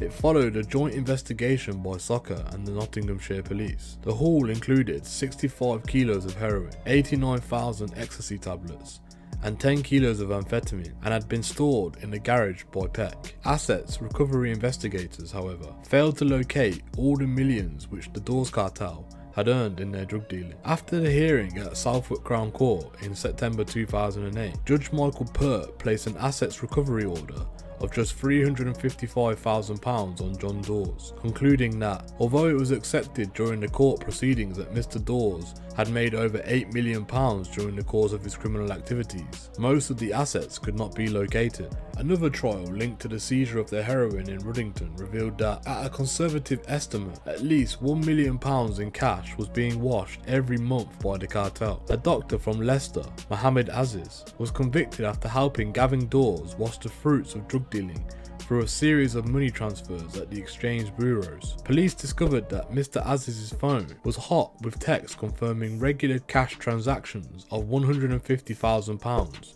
which were often heavily coded or encrypted. Mr Aziz, who was codenamed Spack by the gang, was trapped when the police discovered a ledger of transactions in Mr Dawes' car, which implicated Mr Aziz. Along with a number of others involved, he received 3 years jail time. In January 2009, another one-time associate of the Dawes cartel, who had built up his own drug smuggling operation, was caught by Dutch police as part of a British-led operation. Anthony Spencer, a 61-year-old career criminal from Coventry, had spent 40 years of his adult life behind bars, but was still organising shipments of amphetamines and cannabis to Britain. Soccer and the Dutch monitored his Midlands-based gang and bugged mobile telephones as they talked in code about the product being moved from Amsterdam to the UK. They used words such as garden work and green paint for cannabis, paperwork for money, and DVDs, CDs or film for synthetic drugs such as amphetamines. They also used words such as horse and jockey to discuss when drugs were being transported or when the couriers were arriving or leaving. As Mr Spencer made one more trip to finalise the details of the shipment, armed Dutch officers moved in on him and the drugs stored in the farmhouse just outside of Amsterdam. During Mr Spencer's trials, details emerged of the technologies now being used by organised crime. Mr Spencer's defence team presented the trial judge with a skeleton argument claiming that a roving bug had been utilised by the Dutch at the request of Soccer, and planned to argue that the intercept of the evidence gained was inadmissible. Dutch investigators and telecommunication experts were flown into the UK in preparation to defend the intercept evidence. Under the Regulation of Investigatory Powers Act, which governs surveillance and eavesdropping in the UK, telephone intercepts materials is inadmissible as evidence in the British court unless it is recorded overseas, and then only with proper authority of that foreign state. Telephone bugs usually intercept audible material while a phone call is in progress, but anomalies in the material received by defence barristers in the Spencer case indicated that the police were able to record conversations taking place even when a call did not appear to be in progress. In a legal argument to the trial judge,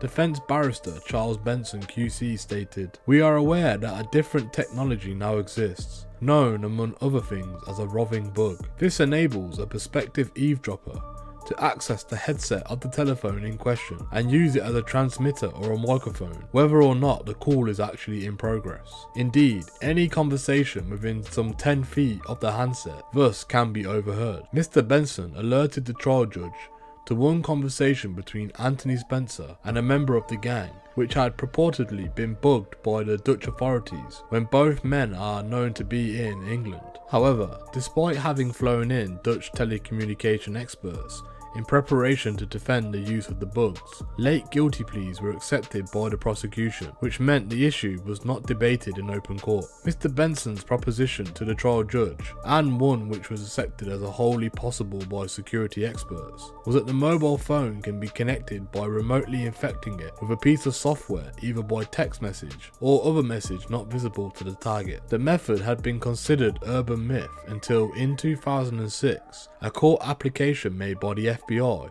in a case against two mafia families revealed that the roving bugs were being used in the United States. In 2009, the US National Security Agencies voiced their fears that the European-based terrorists and organised criminals had been turning to Skype software, which allows phone calls to be made over the internet as a way of thwarting the state eavesdropping. Mobile telephones, unlike personal computers, have no firewalls, making them easy targets for the implanting of rogue software through text or other means. The technology has been available for a number of years, and to my knowledge, was first used by the FBI against mafia targets, one security expert said. Basically, if you have the phone number and the IMEI number, the International Mobile Equipment Identity number, of the target, and you have the collaboration of the phone network service providers, a piece of software can be installed which turns the mobile phone to a roving microphone, or as a roving bug as it is known. The software can be installed physically or remotely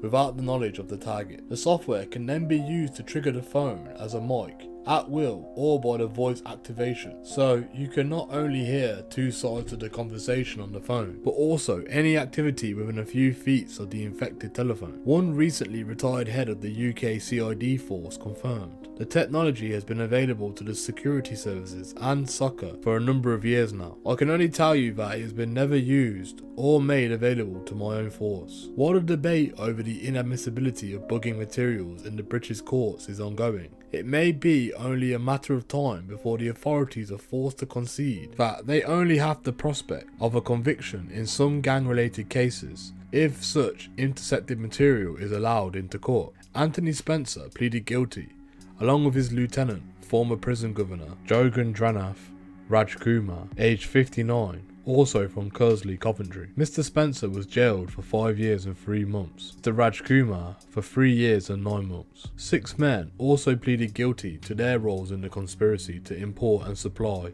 140 kilos of amphetamines and cannabis. Robert Dawes, John's brother, was proving a more difficult catch to land. Intelligent, ruthless, and with powerful connections, but wanted in 3 countries, the UK and Spain for drug smuggling, and Holland for questioning over the execution of teacher Gerard Meesters.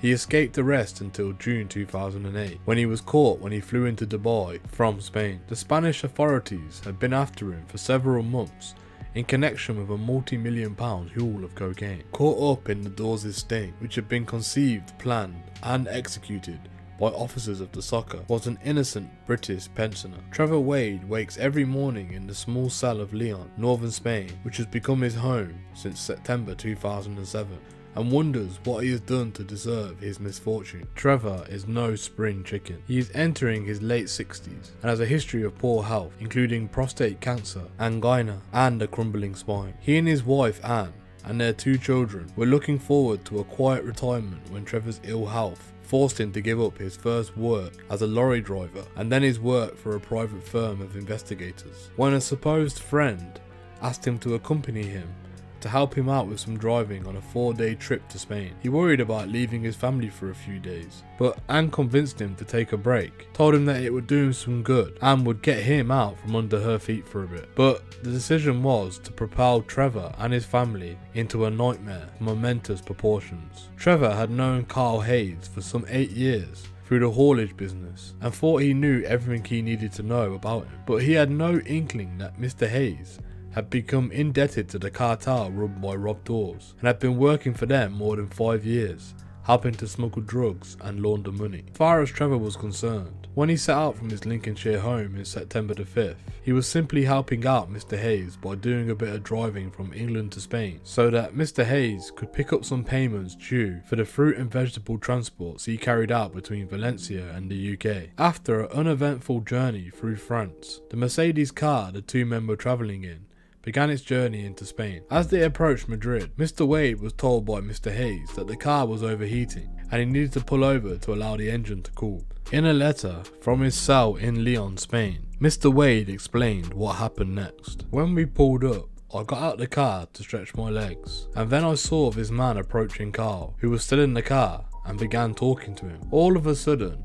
Carl got out of the car and handed his keys to the man, who then got in and drove off. I couldn't believe what I was seeing and asked Carl what it was all about. He said, "It's okay, he's English and he's going to check the water system for me." I told him he's crazy and he would never see the car again. I was puzzled, but he assured me that the car would come back, so then we went back to the bar for a coffee and to wait. After about 45 minutes, the car came back and the Englishman now had another man with him travelling in a red Ford Kia. The three of them all began talking and I just kept out of it, thinking this was none of my business. But when I got back in the Mercedes, I noticed a large carton on the back seat of the car which had not been there before. I alerted Carl to it and he said it was nothing to worry about, that it was just cigarettes which other men had asked him to bring to Valencia. I knew Carl transported fruit and veg from Valencia, so I assumed that this must be where he was going to pick up the money that was owed to him. We drove off from the coffee bar and the red Kia was in front of us. Carl said the other two men were going to show us a road out towards Valencia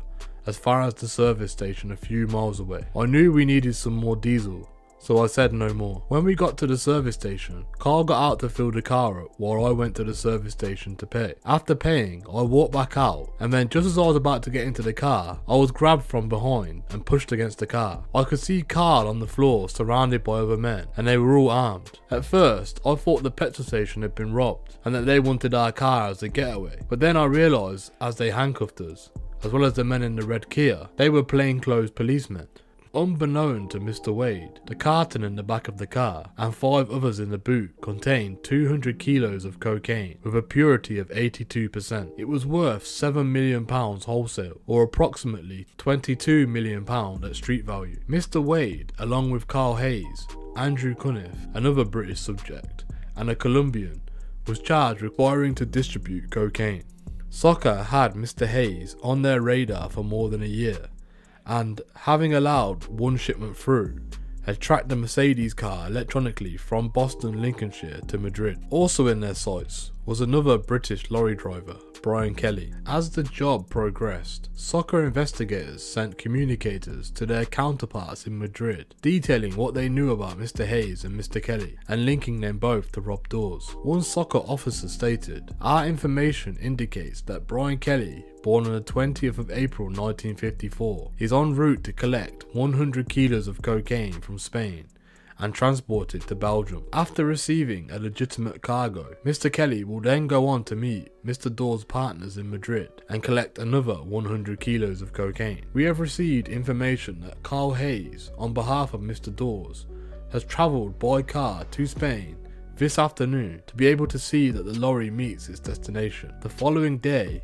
a new note was sent by soccer to Madrid. Our information indicates that Mr. Hayes is travelling to Spain to supervise the delivery of a quantity of cocaine to Brian Kelly. We suspect that given the distance of travel, that Mr. Hayes has a travel companion. We suspect that the last time Mr. Hayes did this journey, he collected the drugs and passed them on to Mr. Kelly. Mr. Wade's case was backed by statements made to soccer by Carl Hayes and his partner Paula Sharp, who ran the transport firm soccer suspected had been used by the Dawes cartel. Mr. Hayes claimed he was acting as an agent provocateur to try and nail members of the drug gang after his son had died from a drugs overdose. He has been visited in the Spanish jail at least 5 times by soccer officers who had offered to help him to get a reduced sentence from Spanish prosecutors in return for information about Robert Dawes. I have made it clear in my statements that Trevor's involvement in this situation was as a favour to me to help me drive from the UK to Spain, said Mr. Hayes. As a friend, I should have made all the facts and the full intentions known to him. Had I done so, I'm sure that Trevor would not have been in my car with me that day. Trevor and his family don't deserve this, and if he were to die in prison, the damage to his family would be unimaginable. More corroboration that Mr. Wade was innocent came from Paula Sharp, Mr. Hayes' partner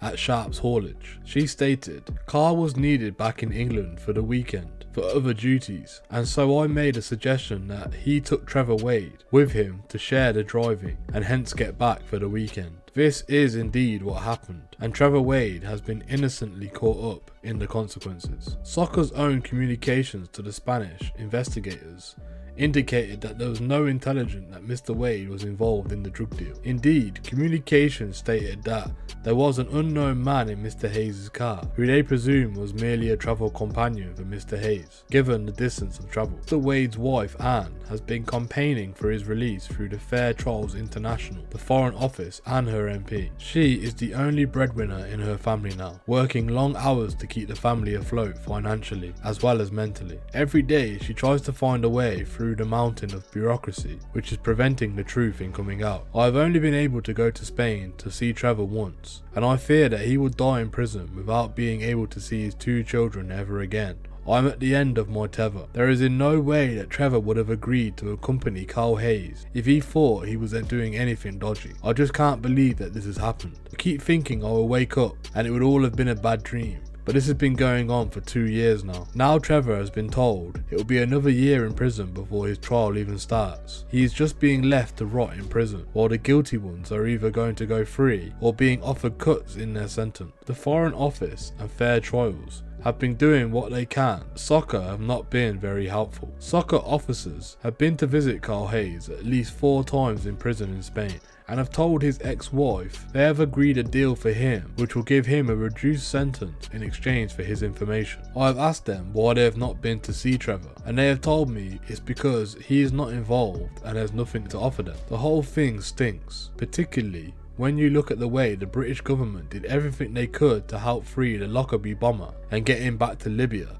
because of his prostate cancer, when he has been convicted of killing hundreds of people. Stranger still was the languid response of the law enforcement agencies in both countries towards the main target, Rob Dawes. There was a huge intelligence file on Mr. Dawes, including identification of businesses he had on the Costa del Sol and business interests in Dubai, where he sometimes based himself. He was being tracked all over the globe. Trevor Wade had been arrested on the 6th of September 2007, and yet it took another 9 months for the authorities to track down Mr. Dawes. He was only arrested because he had made the mistake of thinking he was immune from international warrant in Dubai. As of July 2010, 2 years after his arrest, there was no sign of him being extradited to any of the countries which had accumulated so much information about his brutal methods and drug smuggling. Meanwhile, Trevor still sits in his cell, wondering what's been going on. At worst, like Kevin Musgrove, he is a victim of his own naivety, guilty of trusting someone whose background and intentions were concealed from him.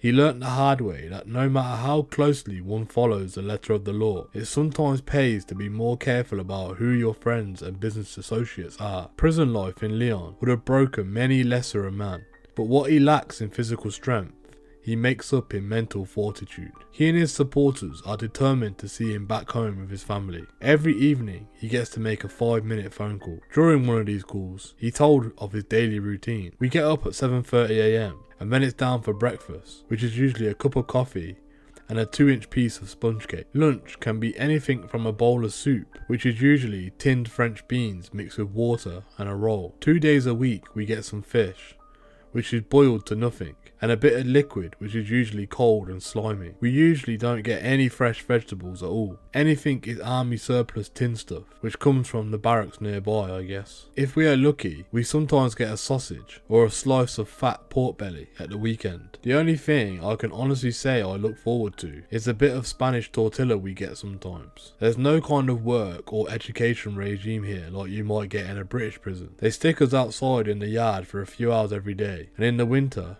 and spring it's bloody cold sometimes. There is nothing in the cells except a bunk and a chair and a table I'm sharing with 3 other people. There is no distinction between prisoners here. I am in with terrorists on one side and paedophiles on the other. Bloody scary at times. Trevor's situation contrasts sharply to that of Gavin Dawes, cousin of Rob and John Dawes. He was, at the time of Mr. Wade writing the letter, residing in HMP Loudon Graham in Nottinghamshire. He has good 3 meals a day, access to an Xbox, Sky television and a phone in his ensuite cell. Mr. Dawes is serving 15 years. Amazingly, he has access to his own Facebook page from his prison cell, and in his own word, is living a life of Riley. He may well be out in 5 years, and allowed to go on home visits in 3 or 4 years. Meanwhile, soccer insists they cannot extend any further help to Trevor Wade. Soccer has an obligation, under the relevant statutory disclosure provisions, to make available to Spanish prosecutors any material in our possession that would assist in Mr. Wade's defence or undermine the prosecution's case, said a spokesman. But the proceedings in relation to Mr. Wade and Carl Hayes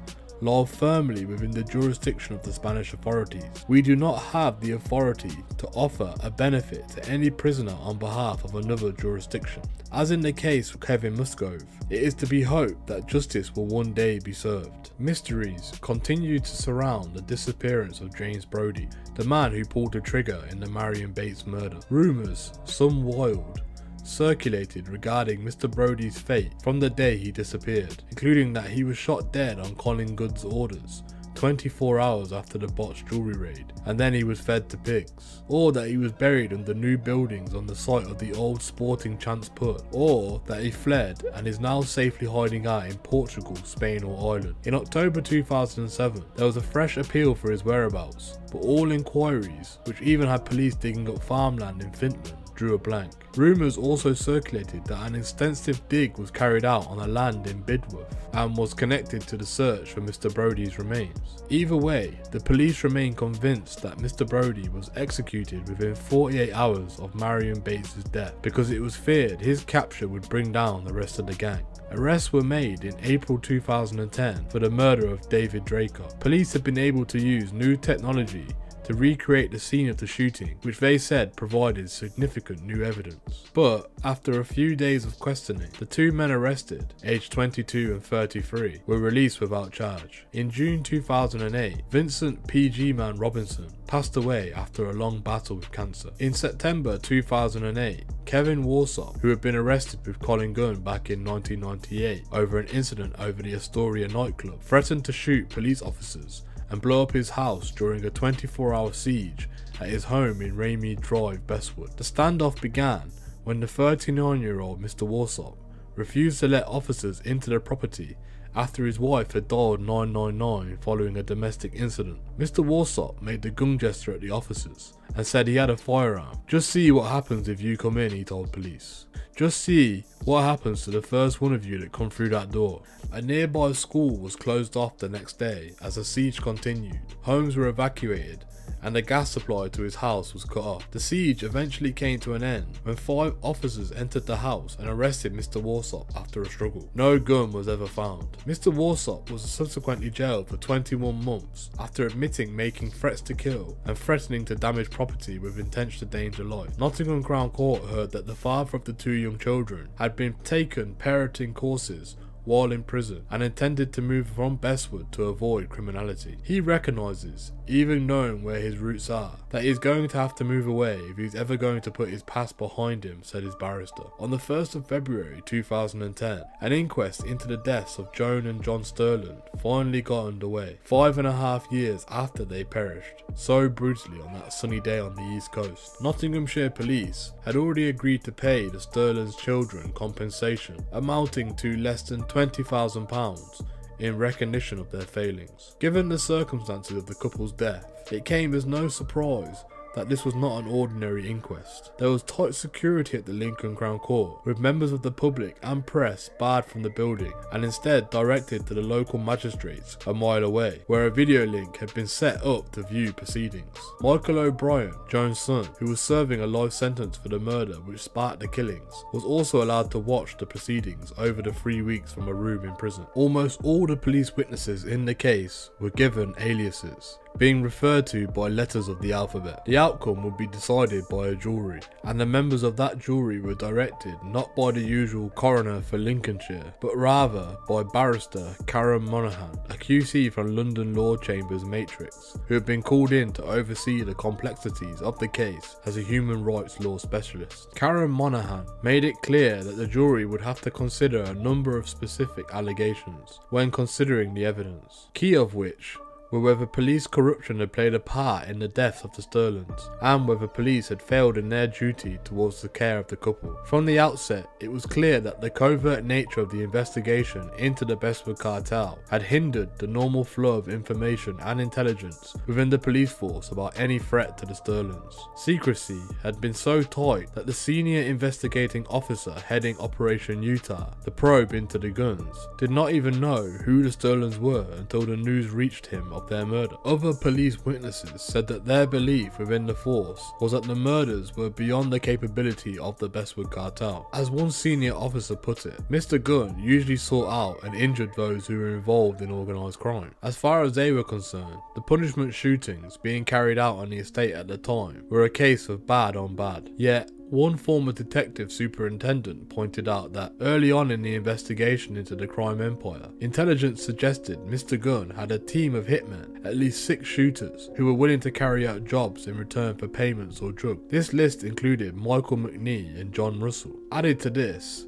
the intelligence log revealed more than 100 snippets linking Mr. Gunn to the procurement and use of firearms over the period of that year. All this was information available to some senior officers many months before the slaying of the grandparents. Other information to emerge from the inquest included a more detailed account of just how much danger Joan Sterling had put herself in order to help the police nail her own son. One of Colin Gunn's original motives for sending the shooters after the couple when they were living in Carlton, Nottingham, was that Mrs. Sterling had not given up on her son. However, it emerged in evidence that in fact Mrs. Sterling had received a phone call from Michael O'Brien in which her son had demanded £50 for food and drugs and confessed to the murder of Marvin Bradshaw. Mrs. Sterling duly related this to the police and a meeting was set up in a supermarket car park in Bulwell. Unknown to Mr. O'Brien, armed police maintained watch as the money was handed to a friend of Mr. O'Brien, and by following his car, police were able to arrest Mr. O'Brien a few days later in Leicester. After her own home in Carlton was shot up,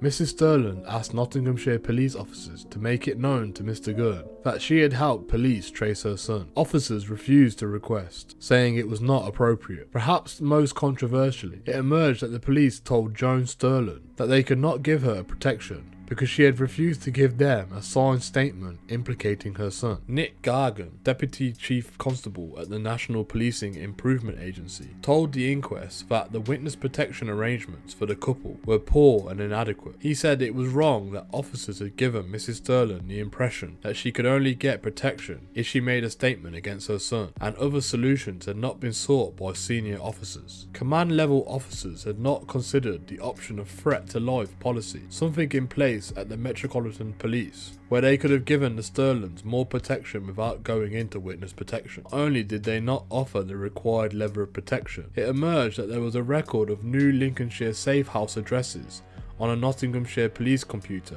at least 3 weeks before the murder. A prison inmate who had drug dealings with the Gunns claimed the addresses had been compromised by DC Charles Fletcher, but an anti-corruption officer stated that although Mr. Fletcher had logged onto the computer about the Sterling's old addresses at the Carlton after the shootings in 2003, he had not accessed the computer for the Trustthorpe's addresses. It was conceded that the information about the addresses eventually came from a British Telecom employee making a reverse X directory number check. When the jury returned with its verdict, after more than 3 weeks of evidence, there was an inevitability about the result. All 6 major failings, Nottinghamshire police were identified by the jury, which also found British Telecom had failed the couple. Police had failed to take reasonable steps to protect the couple, failed to put inadequate protective measures in place at their Trustthorpe home, failed to manage intelligence and information properly, failed to investigate the reprisal attacks after the murder of Marvin Bradshaw, failed to perform a proper risk assessment on the couple,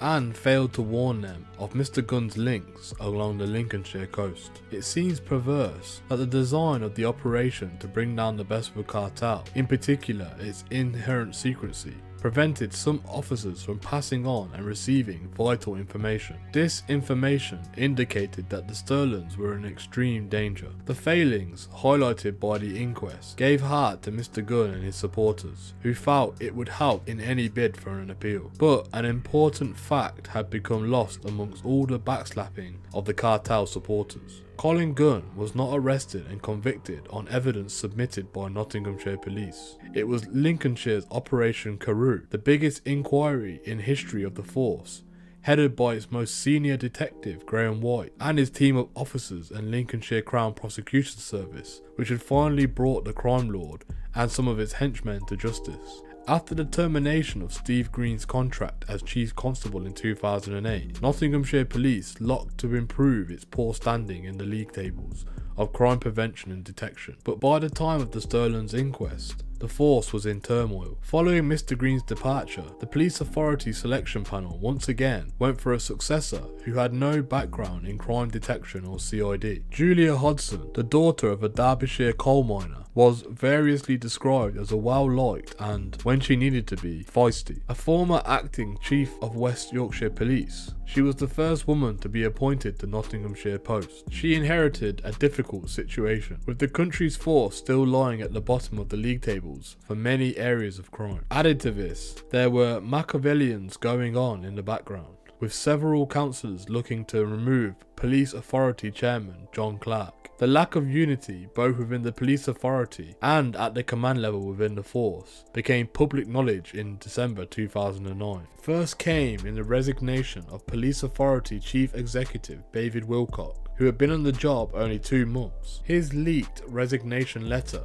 shook the authority to the core. Whilst it is not unusual to find multiple challenges running a parallel in the public sector, wrote Mr. Wilcock, to find so many in one organisation with no inherent capacity to support self-improvement is extraordinary. In my experience, the current situation has not happened overnight. It seems to have accumulated without action over a period of time without being tackled. John Mann, the MP for Bassetlaw, publicly criticised the force in the same week during the Prime Minister's questions in the House of Commons, suggesting that an organisation malaise was hindering the Nottinghamshire's crime-fighting abilities. The day after Mr. Wilcock's revelations, documents leaked to the city's daily newspaper revealed that Deputy Chief Constable Howard Roberts had been embroiled in a private clash of personalities with the head of HMIC, Dennis O'Connor, the Chief Inspector of Constabulary. It was a dispute that Mr. Roberts' claim went back to 2005, when Nottinghamshire was under public scrutiny following Steve Green's declaration that the force couldn't cope with the murders on its patch. The public nature of the spat, which only came to light after it was discussed at a closed police authority meeting, was a huge embarrassment and led to the inevitable witch hunt for the person who had leaked the material. The dispute centred on Mr. Roberts' belief that his career possession was being impeded because he had stood up to criticisms from Mr. Connor when the Home Office called in investigators to probe Mr. Green's can't cope comments. Mr. Roberts suggested HMIC had subsequently taken to sabotaging his applications for various high-profile police posts. He also believed HMIC had played some part in blocking a 12-month extension to his contract at Nottinghamshire, which had been rejected by police authority members. Mr. O'Connor and Mr. Roberts declined to comment on the revelations. The fact was that HMIC was already taking a keen interest in running Nottinghamshire Police. Indeed,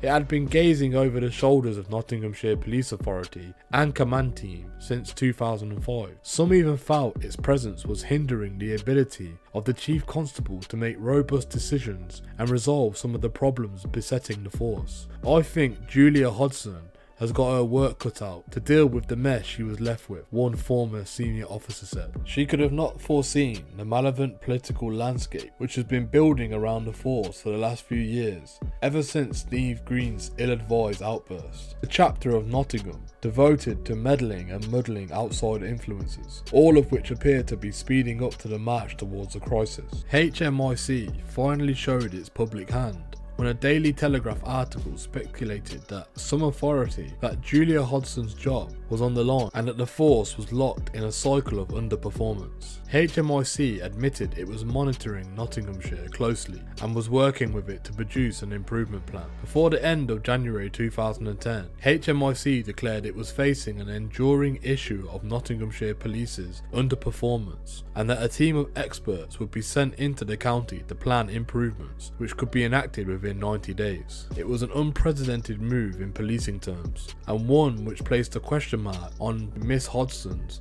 long-term future. A team of experts included 2 current chief police constables and a police authority chairman from outside the forces, the chief executive from British Transport Police Authority, and a captain of industry in Tony Wilkinson, former chairman of the Wilkinson hardware stores. It would be headed by Adam Penn-Burton from the Cabinet Office, who had recently overseen the biggest shake-up in history of the civil service. Before the team had completed its findings, the police authority chairman of 10 years, John Clark, announced he would be stepping down. At the same time, he denounced the leaks from the police authority, which he said had been referred to Derbyshire Police to investigate the offences under the Data Protection Act.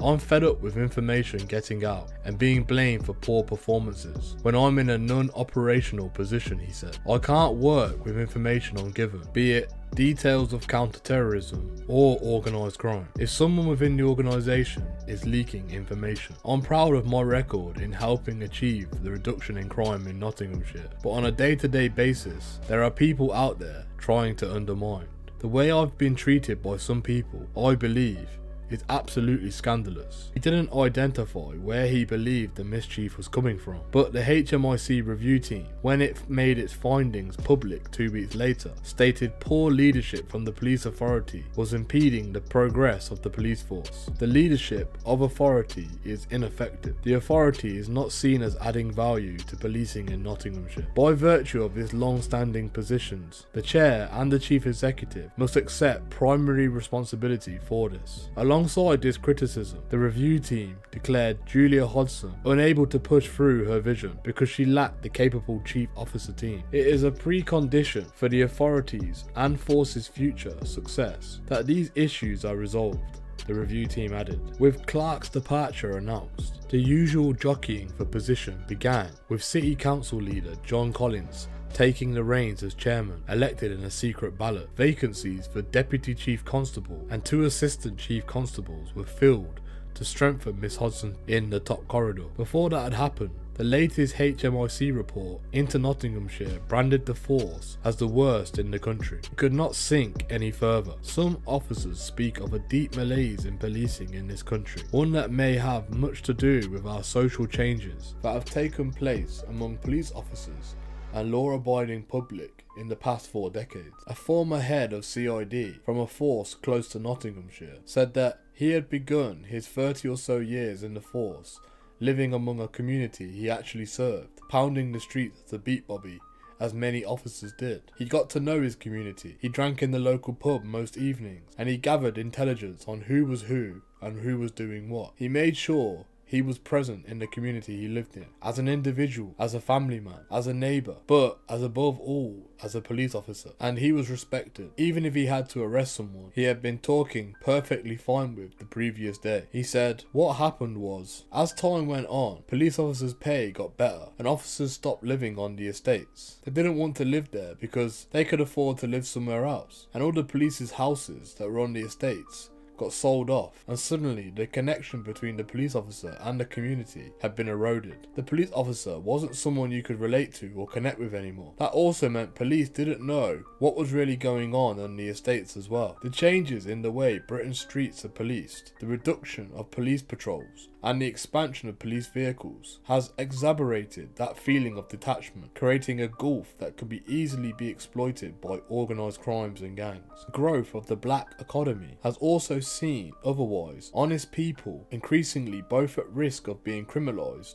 and becoming victims of crime. Faith in both the criminal justice system and the police to deliver what the public demand is at an all-time low. In Nottinghamshire at least, it seemed the bottom had been reached. In 2002, HMIC Inspector David Blakely had stated, if you lived, worked or visited Notts, you are more likely to have a crime committed against you than anywhere else in the country. 8 years later, HMIC assessed Nottinghamshire as the worst force in the country, and only in Greater Manchester or London were you more likely to be a victim of crime. It seemed that Nottinghamshire's outlaws still ruled the roost. In March 2010, Janice Collins, the mother of Brendan Lawrence, finally saw his killer brought to justice. After 8 horrendous years, she watched as Renee Sapon, aged 29, a gang member from the St Anne's area, received a life sentence with a minimum 22-year term. The judge, Mr. David Clark, was reminded to reflect on how Brendan's death had been the start of so much pointless tragedy in the city. This killing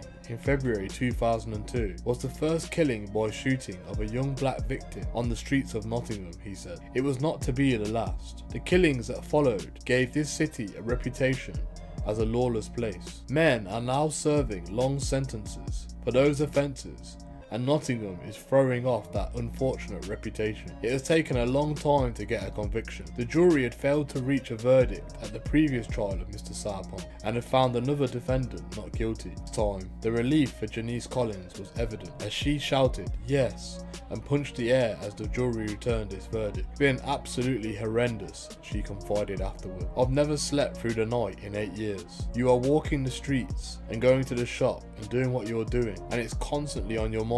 You know who shot Brendan? Well, we know now. It's taken 8 years, but we got there." Organised crime continues to flourish in Nottingham, despite the work of all the agencies tackling the problem. Alongside homegrown gangs, there are now Chinese and Vietnamese gangs running cannabis hydroponic farms in empty houses and industrial units. Law enforcement agencies fear that foreign, particularly Eastern European gangs, are making an impact on the city, sometimes filling the gaps created by successful prosecution of local drug lords. Drugs, prostitution, credit card fraud, and people trafficking are their areas of expertise, and they appear more adept than the British gangs at laundering their gains. Meanwhile, firearms and knife crime remains huge problems among the youth of Britain. The answer lies not in a number of arrests to be made, but in the offer of a positive future for the young, a future that does not involve them becoming drug dealers or gang members. There is hope in groups such as Unity Football Team, set up by Maurice Samuels in 2005 after the murder of Danielle Beacon, and made up from youngsters